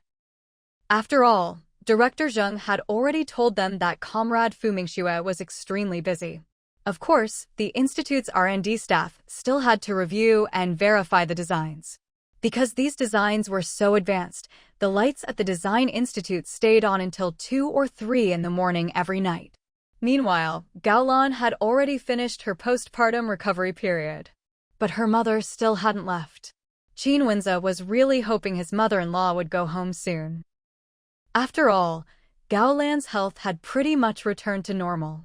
Having his mother-in-law in the house just made him uncomfortable. Gaolan, when is your mom going home? As soon as she heard Qin Wenze say this, Gaolan's expression changed. Qin Wenze, what do you mean by that? Are you trying to kick my mom out? Qin Wenze looked at her, sighing inwardly. Ever since they lost the baby, Gaolan's personality had changed a lot. She used to be gentle and understanding, even if she was sometimes a bit overly cautious. But she was always easy to get along with. Otherwise, he wouldn't have married her. Now, she was still gentle at times, but it was a different kind of gentleness. Gone was her old understanding nature, and sometimes she could be quite sharp. I'm not trying to kick your mom out. I just think your family needs her too. We can't keep relying on her forever. And with the new year coming up, isn't your family busy? Gaolan had only snapped out of anger at first, but his words made her calm down a bit. I'll talk to my mom. By the way, she's worked really hard taking care of me these past few weeks. Why don't we give her some money as a thank you? Qin Wenze thought money was a small matter. Getting someone to leave was the real issue. So, when he heard Gaolan bring this up, he agreed without hesitation. All right. Gaolan was naturally pleased to hear his agreement. So, how much will you give? 50, Qin Wenze named the amount, and Gaolan's face immediately soured again. You're not embarrassed to offer just 50? Qin Wenze. What's wrong with 50? People working regular jobs only make 30 or 40 a month. If he remembered correctly, her eldest brother's salary was 40. Wasn't her whole family proud of that? But in order to get this person to leave, a bit more was fine. If you think 50 is too little, then make it 100. Seeing her expression improve, Qin Wenze knew 100 would do. So he counted out 100 from his pocket and handed it over. Fortunately, after he spent that 100, the next day, Gao's mother went back home. This made Qin Wenza breathe a sigh of relief. With his meddling mother-in-law finally out of the house, he felt life at home would at least be much more peaceful. At noon, Gao Lan cooked. Ever since marrying into the Qin family, Gao Lan hadn't been in the kitchen much. After all, back when she first came to the Qin house, Aunt Li was there. Even if she went into the kitchen, at most she'd help wash or chop vegetables. Aunt Li was the one actually cooking. Later, when she got pregnant, she didn't even step foot in the kitchen. And recently, her own mother had been the one cooking at home. Now, suddenly having to cook again, honestly, the food really wasn't very good. And someone who's used to an easy life isn't exactly eager to do these chores. After all, not only did she have to cook, but now she had to wash the dishes too. Thinking about how things used to be and comparing it to now, she felt living at the Qin house was much more comfortable. Wenza, it's been a long time since Mom visited. Why don't we go see your parents and grandparents? Qin Wenza wasn't really in the mood to go. After all, every time he went, his mother never treated him kindly. She'd always have a few harsh words for him. Your health just recovered. We can go after a while, it's the same. Hearing this, Gao Lan's face darkened.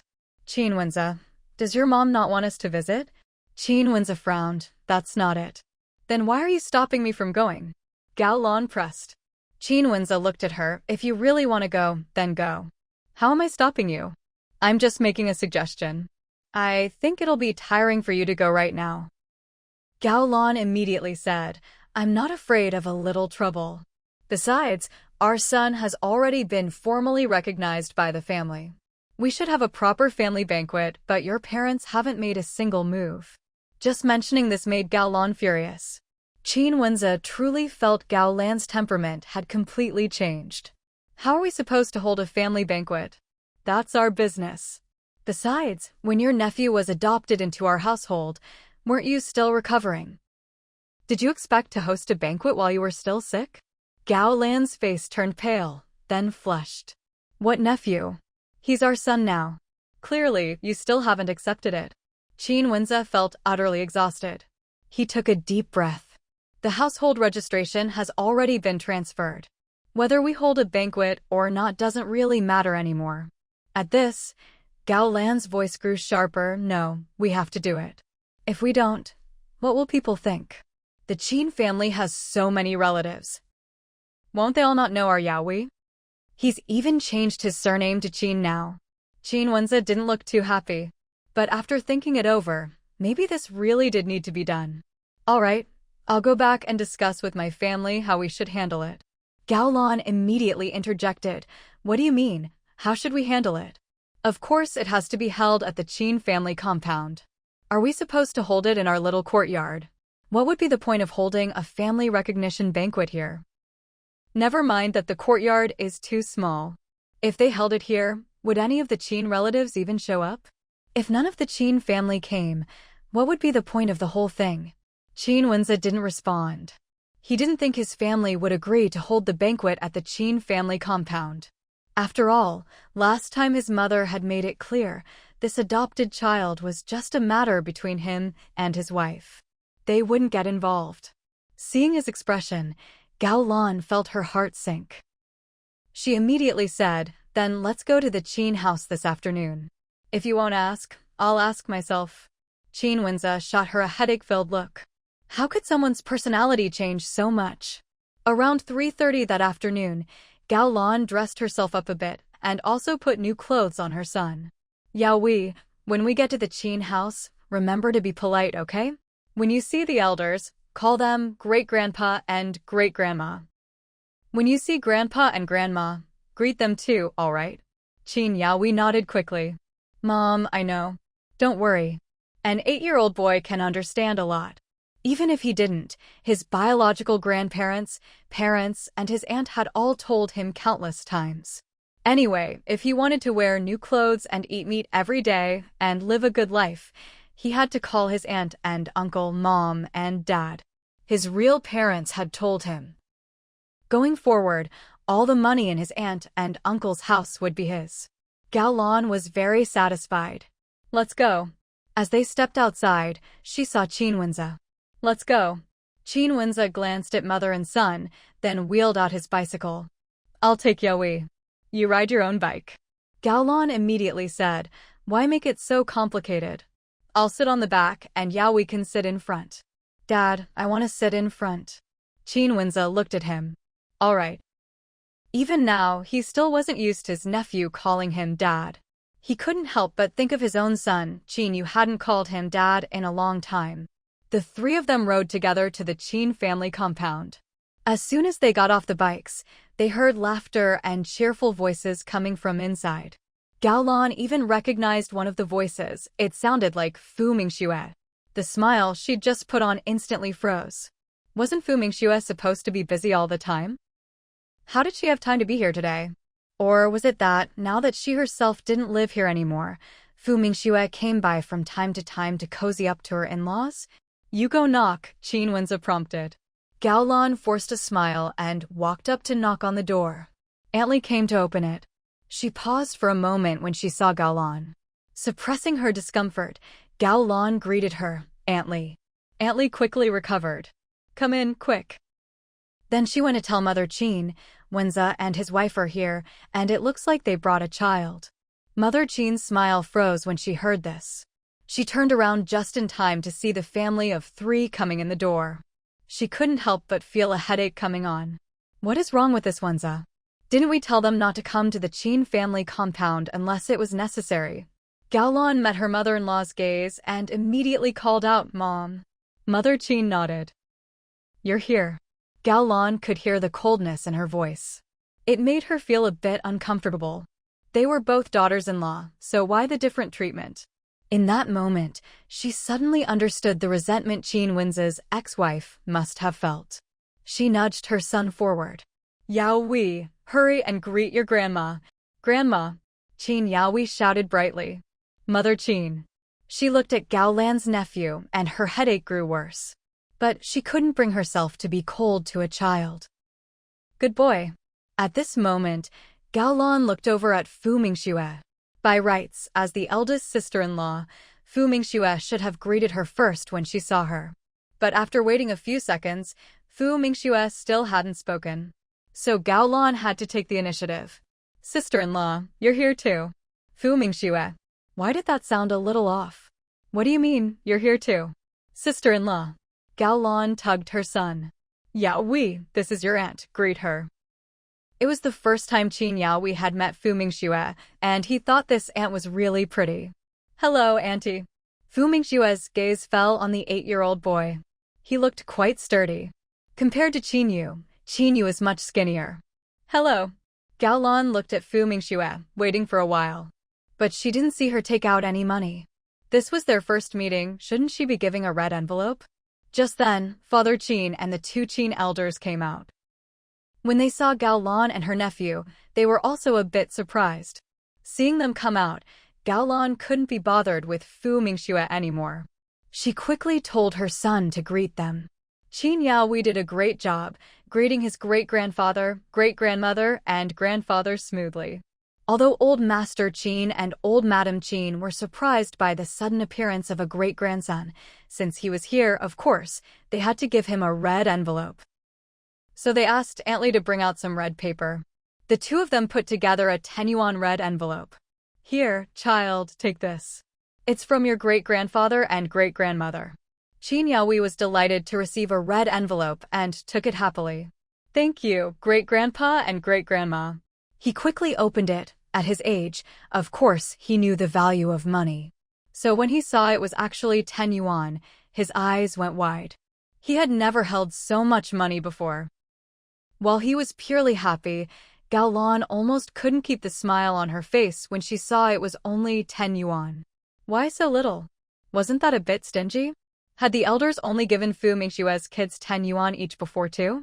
At this point, Mother Qin also gave a 10 yuan red envelope. Here, child, this is from your grandpa and grandma. Qin Yaoi knew money was a good thing. Seeing someone else giving him money, of course he accepted it without hesitation. He quickly took the red envelope.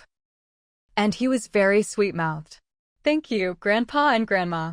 Then he opened it right away. Gaolan kept watching, only to see it was another 10 yuan.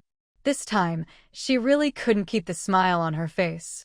Now, Qin Yaoi looked at his pretty young aunt, Fu Mingxue, with eager eyes. Fu Mingxue handed over the 8 yuan red envelope she had just prepared. After all, since the elders and parents-in-law had only given 10 yuan, as an aunt, she couldn't give the same amount. When Gaolan saw it was only 8 yuan, her face turned green. She still couldn't quite believe it. Fu Mingxue had so much money. How could she have the nerve to give just 8 yuan? Since that's the case, she'd just give the twins less in the future too. Thinking of this made her feel a bit better. Just then, Qin Yu came out. She immediately put on a smile again. Yeah, this is your little brother. He's not familiar with this place yet. Why don't you take him to play together? My brother is Qin Hao, Qin Yu said, then turned around and walked off. He did feel sorry for accidentally hurting his stepmother's child. But he couldn't accept, out of nowhere, having someone else's kid suddenly become his own brother. Besides, he didn't live with his dad anymore. He'd already given his and his sister's dad to his stepmother, so he didn't feel guilty toward her anymore. When Gaolan heard what Qin Yu said, her face immediately darkened. She couldn't help but look at Qin Wenza. Qin Wenza immediately called out to Qin Yu, displeased, "Qin Yu, where are your manners?" Qin Yu ignored him and ran straight back into the house. Seeing her grandson being wronged, Qin mother was not having it. She immediately glared at Qin Wenza. "Qin Wenza, why are you yelling at my grandson? I told you long ago, kids at his age are sensitive.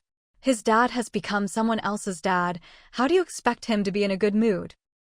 Don't forget, he's only 8 or 9 years old." Sure enough, having the eldest's family move out and leaving the 2 kids in the Qin family compound was the wisest choice. Otherwise, with another boy of the same age in the house, wouldn't that just be chaos? At this point, Gaolan quickly apologized. "Mom, I'm sorry, it's my fault. I didn't think it through.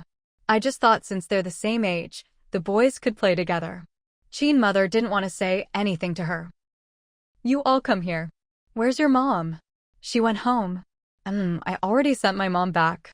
I thought since the child hasn't formally met you all yet, we'd bring him over to see you." Qin mother. Really not necessary. Just seeing this whole family gave her a headache.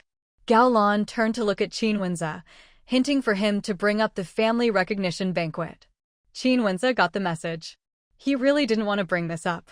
Couldn't they at least wait until after dinner? Qin mother saw the couple exchanging glances and immediately guessed they hadn't come just to let the child meet them. Thinking a bit, she more or less guessed their real purpose. Could she just throw Qin Wenza out? Hadn't she told him before, adopting Gaolan's nephew was their own business, nothing to do with the Qin family? Did this kid have sure *T for brains? Did he treat her words like wind in his ears? Qin Wenza thought about it. He'd have to say it sooner or later. Might as well get it over with. After all, whether you stick your neck out or shrink it, it's still one chop. Better to get it over with early. He cleared his throat and spoke. "Grandpa, Grandma, Dad, Mom, here's the thing. Since Gaolan and I have adopted the child into our family, we need to hold a family recognition banquet. How do you think we should arrange it?" As soon as Qin mother heard this, she snorted coldly. Knew it wouldn't be anything good. "Why are you asking us about this? However you want to do it, just do it. It's your own business." Gaolan immediately said, "Mom, thank you. Then we'll hold it here, okay? Our own courtyard is too small. We can only fit 2 or 3 tables at most. Definitely not enough for everyone. It's more spacious here, so we can set up more tables." Qin mother. Did she send the wrong message somehow? They actually wanted to hold it here? She narrowed her eyes slightly. "So, how many tables are you planning to set up?" "Mom, my side of the family will need at least 1 table. I'm not inviting anyone else, just my parents, my siblings, and my eldest sister's family. As for the Qin family's relatives, there are more of them, so you can figure out how many tables you'll need, and that's how many we'll reserve." Then she turned to Fu Mingxue, who was standing nearby. "Sister-in-law, you absolutely have to come that day. And Auntie, you need to tell her too. Make sure she comes, no matter what." Fu Mingxue. How did this suddenly involve her and her mother? She was still thinking about how to respond when Mother Qin spoke up first. Qin Wenze, didn't I tell you before? Whatever you two want to do, that's between you and your wife. If you want to hold a family recognition banquet, then do it at your own place. It absolutely cannot be held here. And another thing, your father and I are busy, your grandparents are busy, and as for your uncles and aunts, if you can get them to come, that's your own business. At this point, Father Qin also spoke up. Wenze, your mother's opinion is also mine. We agreed from the start. You could adopt, but we wouldn't get involved. Now, if you want to hold a recognition banquet, it's the same thing. Do it yourselves. We won't interfere. Qin Wenze's face turned red. Dad, Mom, I'm sorry. I understand. Before he could finish, Gao Lan's dissatisfied voice rang out. Dad, Mom, aren't you being too biased? Both are adopted children. Why is there such a huge difference in how you treat them? They treat the twins like they're the apple of their eye. But when it comes to her own child can't even have a recognition banquet. They don't even want her child to set foot in the Qin family. Father and Mother Qin's faces darkened. Even Fu Mingxue's expression turned cold. Gao Lan, don't you dare bring my children into this. I hope this is the first and last time. Gao Lan's face went pale. Qin Wenze also realized what was happening and immediately stopped Gao Lan from saying more. Gao Lan, why are you dragging the kids into this? He quickly turned to Fu Mingxue to apologize. Sister-in-law, I'm sorry. Gao Lan spoke out of turn. Please don't take her words to heart. Big brother, I'll let it go this time, but if she ever brings up my two children again, don't blame me for cutting ties. Also, just based on what your wife said just now, I think it's best if our families keep our distance from now on. Fu Mingxue was protective. The twins are her children now. She absolutely wouldn't allow anyone to gossip about them. Qin Wenze was stunned. Sorry, I won't let her speak out of line again. Fu Mingxue didn't respond. Anyway, she had already decided not to have anything to do with Gao Lan. Before, she thought Gao Lan was tough and positive. Now it seemed. Some people just aren't meant to walk the same path. Mother Qin's face was still dark. Qin Wenze, Gao Lan, since you've said all this, let me make it clear one more time. If you had adopted some other child, we wouldn't have objected. But you insisted on adopting Gao Lan's own nephew, so that child is yours alone and has nothing to do with our Qin family. Now you should go home. The Gao family just wants to get their hands on the Qin family's assets. She had no intention of letting this family get all mixed up in the future. After hearing her mother-in-law's words, Gao Lan's face turned from red to white. Qin Wenze knew his parents were truly angry this time. Fine, we'll leave now. He pulled Gao Lan along. Let's go home. Gao Lan didn't want to leave. Why should she have to go? She was also a daughter-in-law of the Qin family. Why should she be treated like this? Mother Qin looked at the two of them still standing there and said coldly, What, do you want us to cut ties with you completely? If that's what you want. Before she could finish, Qin Wenze immediately said, We're leaving right now. He shot a glare at Gao Lan. Then he called out to Qin Yaohui, let's go home. Qin Wenze was about to leave, and he was taking Qin Yaohui with him. Gao Lan immediately started to panic. But unfortunately, her panic was useless. Because Qin Wenze really did leave. So how was she supposed to stay? She had no choice but to chase after him. Qin Wenze had already wheeled out his bicycle, and their son was already sitting on the crossbar in front. He hadn't ridden off yet, clearly, he was waiting for her. With a dark expression, Gao Lan got on the bike. Once she was settled, Qin Wenze started pedaling and rode away. Meanwhile, Mother Qin let out a silent sigh. Then she turned to Fu Mingxue and said, Mingxue, don't mind what just happened. Mom, what I said earlier wasn't out of anger, I was just stating the facts. If people aren't compatible, I don't think there's any need to force things. So, sorry for troubling you all. Originally, she'd wanted to leave, but then thought if she just left like that, wouldn't her in-laws think she was upset and go talk about it back at the courtyard? She felt there was no need for that. Besides, why should she let a few words from Gao Lan drive her away? It's fine, as long as you're not bothered by it. Come on, let's go eat. Mother Qin took Fu Mingxue's hand and led her back inside. The Qin family didn't take that little episode to heart. After all, they'd made it clear long ago they had no objection to Gaolan adopting a child, but the prerequisite was that she couldn't adopt the son of her eldest brother from the Gao family. What Gaolan said that day had really upset Mother Qin. The woman hadn't even married in yet, and she was already eyeing the Qin family's money. Was this really about adopting a child? It seemed more like she was after the Qin family inheritance. The Qin family had more than one child. Were they supposed to watch as these kids grew up and schemed against each other for the family fortune? That wasn't the kind of family the Qins wanted to be. After dinner, Fu Mingxue took her twins back to the courtyard. When Mother Fu saw her return, she asked, "Why are you back so soon?"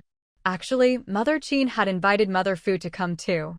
But Mother Fu didn't want to go. There was so much leftover food at home. Wouldn't it be a waste not to eat it? As for the fridge, Mother Qin hadn't even turned it on, and Mother Fu couldn't bear to use it either. Besides, it wasn't summer.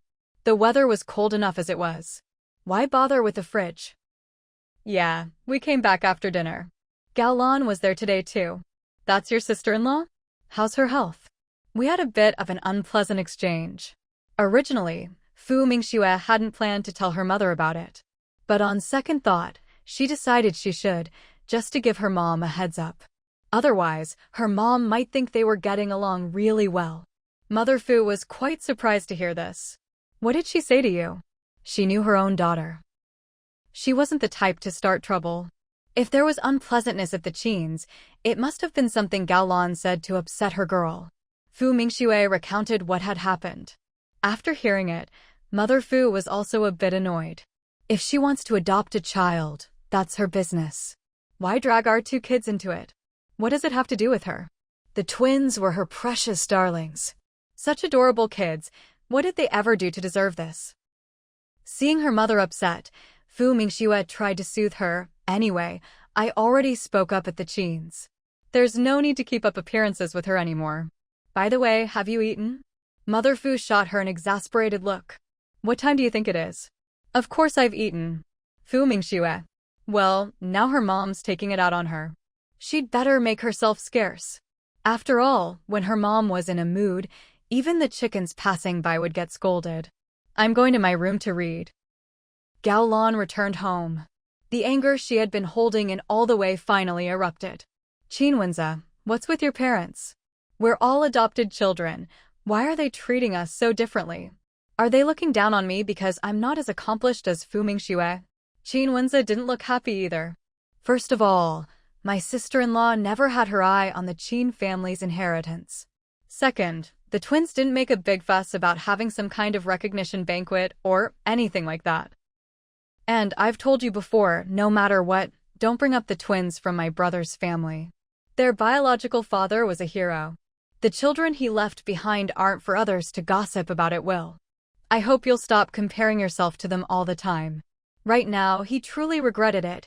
He never should have agreed to let Gaolan adopt this child. Now everyone was unhappy. Gaolan was so angry her eyes turned red. Qinwenza, how am I making a fuss about them? I just mentioned it in passing. Besides, your parents are obviously playing favorites. As elders, why can't they treat everyone fairly? And you say Fu Mingxue isn't after the Qin family's money, huh? Does she even need to be? She doesn't have to say or do anything, and your mom just gets everything ready for her. Like that fridge they bought in the summer. When Qin Wenhua came to ask for it, your mom just handed over 3,000 or 5,000 yuan without a second thought. The Qin family pushed the two of them out to this little courtyard. Isn't that basically splitting the family? But did her in-laws give them any money to help them settle down? Not at all. Seeing her so hysterical, Qinwenza couldn't help but think of his ex-wife, Lan Qingman. He just didn't understand, how could someone's personality change so much? He suddenly felt exhausted. Not just physically, but deep in his heart as well. Gaolan, are you sure you want to keep fighting like this? If you insist on making a scene, can our marriage really go on? Gaolan stared at him in disbelief. Qinwenza, what's that supposed to mean? Qinwenza looked at her seriously. What I mean is, if you want our marriage to continue, then let's just focus on our own lives and stop worrying about the Qin family or my brother's family. My salary isn't low, it's enough to support us. Our family can live perfectly well on our own. Didn't you say you wanted to take the college entrance exam again? Then focus on your studies. If you pass, go to school. If you don't, you can try again or I'll help you find a job. People can't just sit around doing nothing. If she's idle, her mind will only dwell on all sorts of grievances. Besides, why does she have to keep comparing herself to Fu Mingxue? What's the point? Just because someone else is outstanding doesn't mean you aren't. Maybe in other areas, you're even better than them. Take him, for example. He's the eldest in the family, but ever since they were kids, the only ones the elders saw as smart and talented were his younger brother and sister. Does that mean he should be jealous of them? He has his own strengths. For example, he's more even-tempered than his brother and sister. From that day on, the couple fell into a cold war. To be honest, it all stemmed from Gao Lan's inability to let go of losing her child in the accident, which meant she couldn't be a mother. On top of that, she truly felt her in-laws were far too biased toward Fu Mingxue. It left her feeling deeply unbalanced. Mother Gao also came to ask Gao Lan about it. Are you going to hold this recognition banquet or not? It's almost New Year's, and if you wait any longer, are you planning to do it after the holiday? The Qin family won't allow it, Gao Lan replied, her face dark. She hadn't spoken to Qin Wenzi for days now. Just thinking about it made her feel miserable. As soon as Mother Gao heard this, she couldn't help but raise her voice. Why won't the Qin family allow it?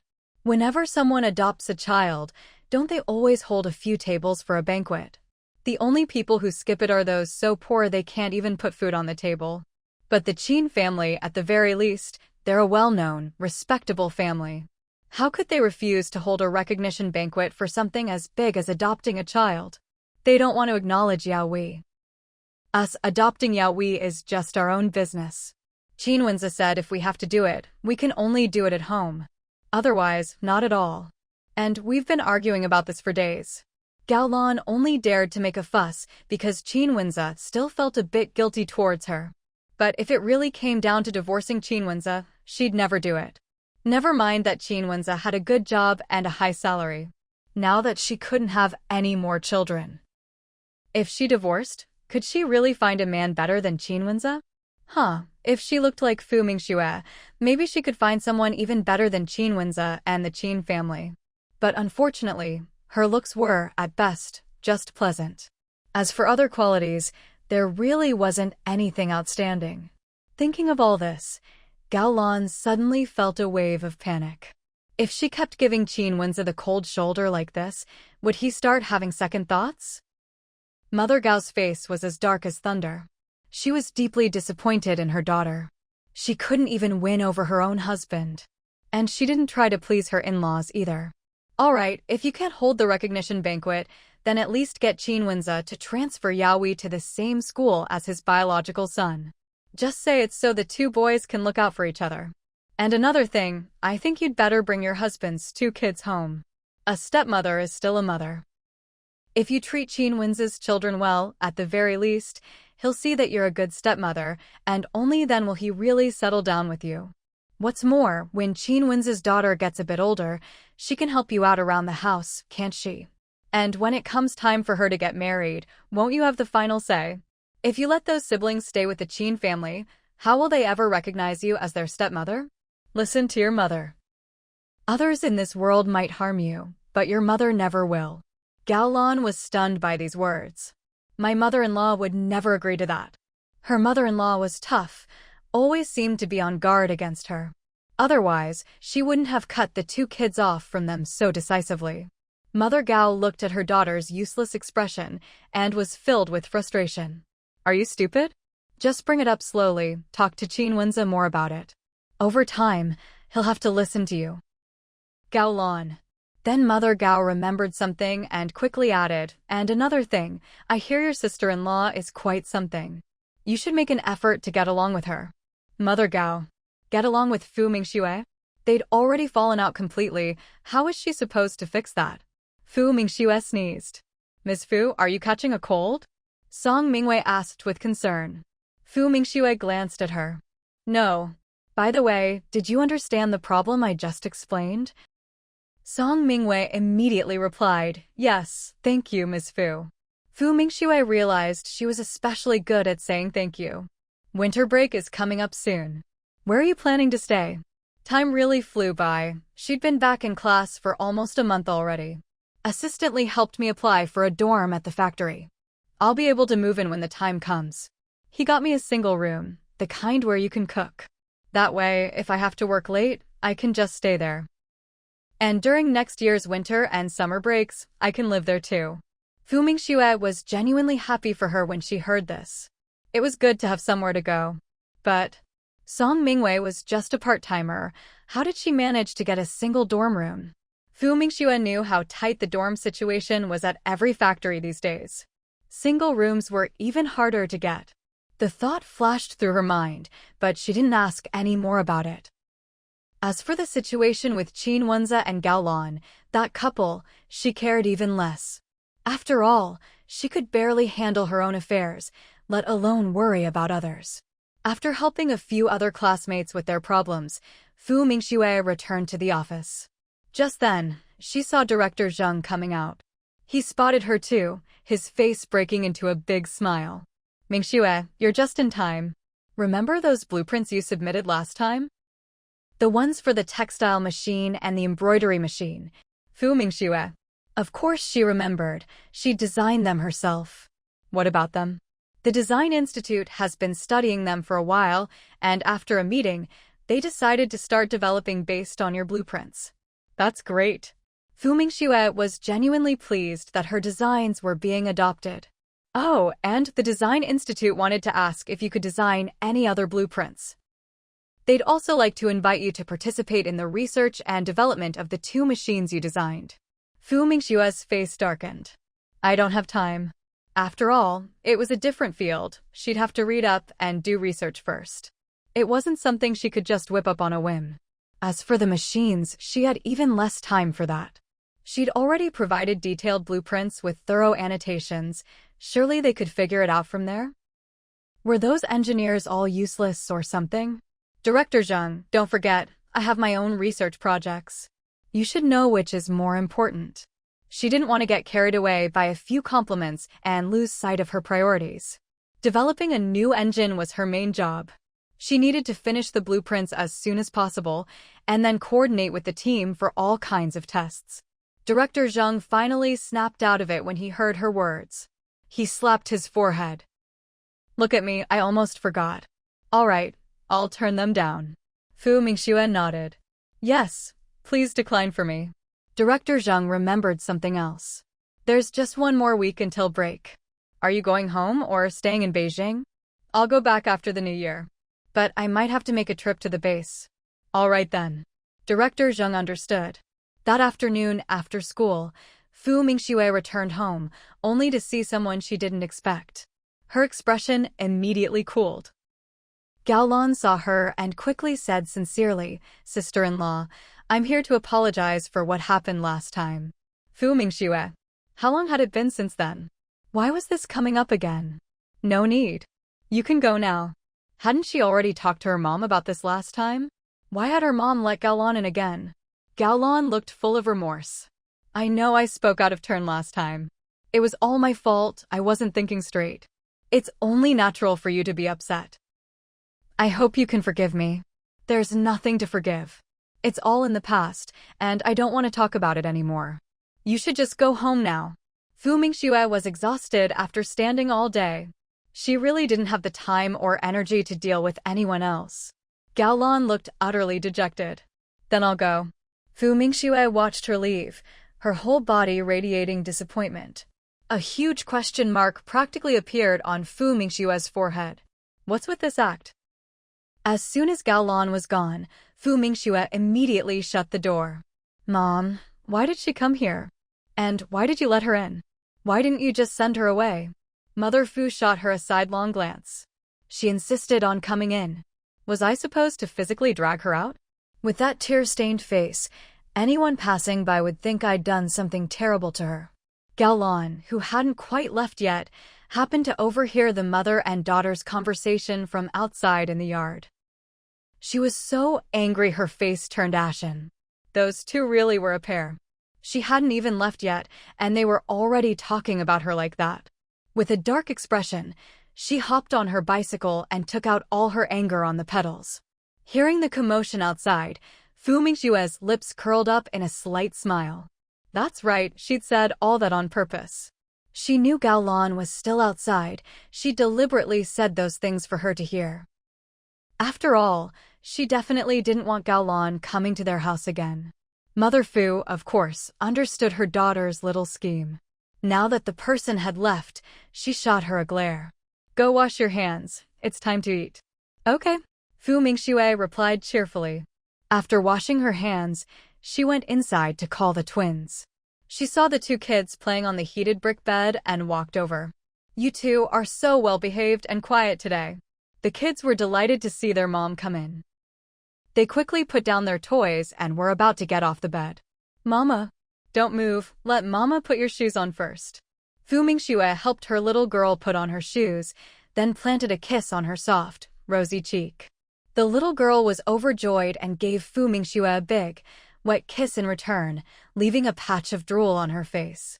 Feeling the dampness on her left cheek, Fu Mingxue thought, was that really necessary? How, come here, let Mama put your shoes on. The twins still couldn't quite manage their shoes by themselves. Qin Hao sat at the edge of the bed, stretched out his little feet, and said in his babyish voice, "Thank you, Mama." Fu Mingxue adored the twins. After all, who wouldn't love such polite little ones at this age? What are you doing? Come out and eat.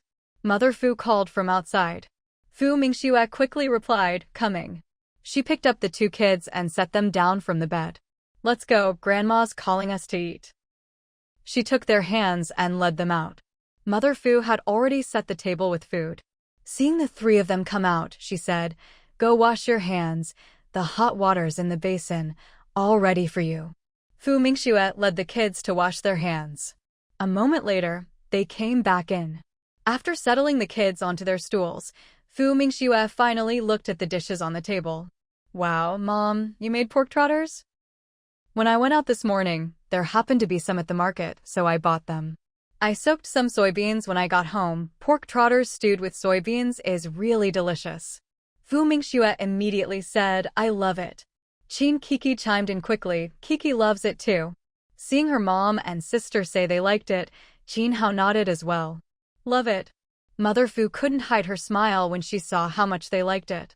If you like it, then hurry up and eat before it gets cold. Gao Lan rode her bicycle home.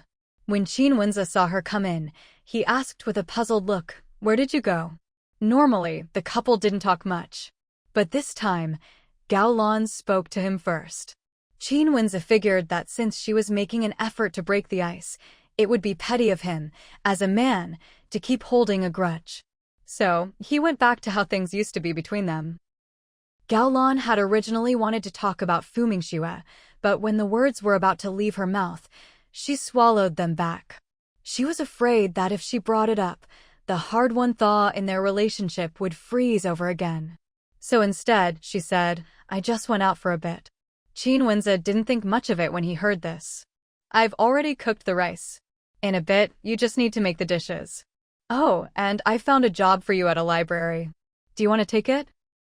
Even though they'd been giving each other the cold shoulder these past few days, Qin Wenze had still been looking around for work for her.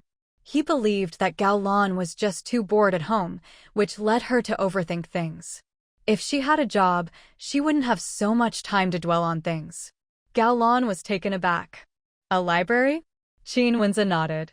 It's at a university library. The work is pretty easy. The pay is 30, with 1 day off a week. What do you think? There had also been a cafeteria job, but he figured Gao Lan wouldn't want that. Gao Lan's eyes flickered. Which university? Could it be Capital University? Wouldn't that mean she'd be at the same school as Fu Mingxue? It's Capital Normal University. When Qin Wenze said this, Gao Lan looked a little disappointed. She thought she might be at the same university as Fu Mingxue. Fu Mingxue was at Capital University. If she was there too, in a way, they'd be schoolmates. When does the job start? 30 for salary was just SOSO. Most people could get 35 or even 40. And Fu Mingxue's salary, wasn't it? Thinking of this, Gao Lan's good mood vanished again. She didn't even feel like taking the job anymore. After all, the difference was huge. It starts on the 8th day after the new year. The person leaving is going on maternity leave. Qin Wenze swallowed the last part of his sentence. After all, having children was a taboo subject for Gao Lan. Hearing that the job started after the new year, Gao Lan realized there was still some time. Which was just as well. She really didn't want to start a new job before the holiday. All right then. By the way, I wanted to ask you something. Can you help transfer my nephew to Qin Yu's school? Qin Wenze frowned. Didn't I tell you last time it's not possible? Qin Yu goes to the school for children of the compound. Yaoi can't get in.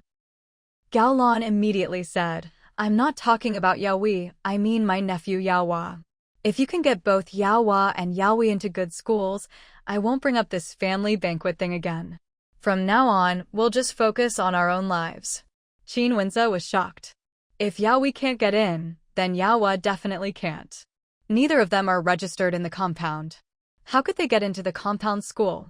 His own household registration had already been moved out. It was now registered here. We have to go by the school district that matches our household registration. Gao Lan's face fell when she heard this. With your dad's connections in the Qin family, you can't even pull some strings for a school transfer? I told you, it's not possible. Besides, the local elementary school here is pretty good, and your nephew's current school is fine too. Why does he have to come to our school? And even if he could, your brother lives quite far from here. How would the kid get to school every day? Gao Lan immediately said, can't he just stay with us? The two boys can share a room. It's just an extra pair of chopsticks at the table. Qin Wenze almost laughed in exasperation when he heard this. Just an extra pair of chopsticks?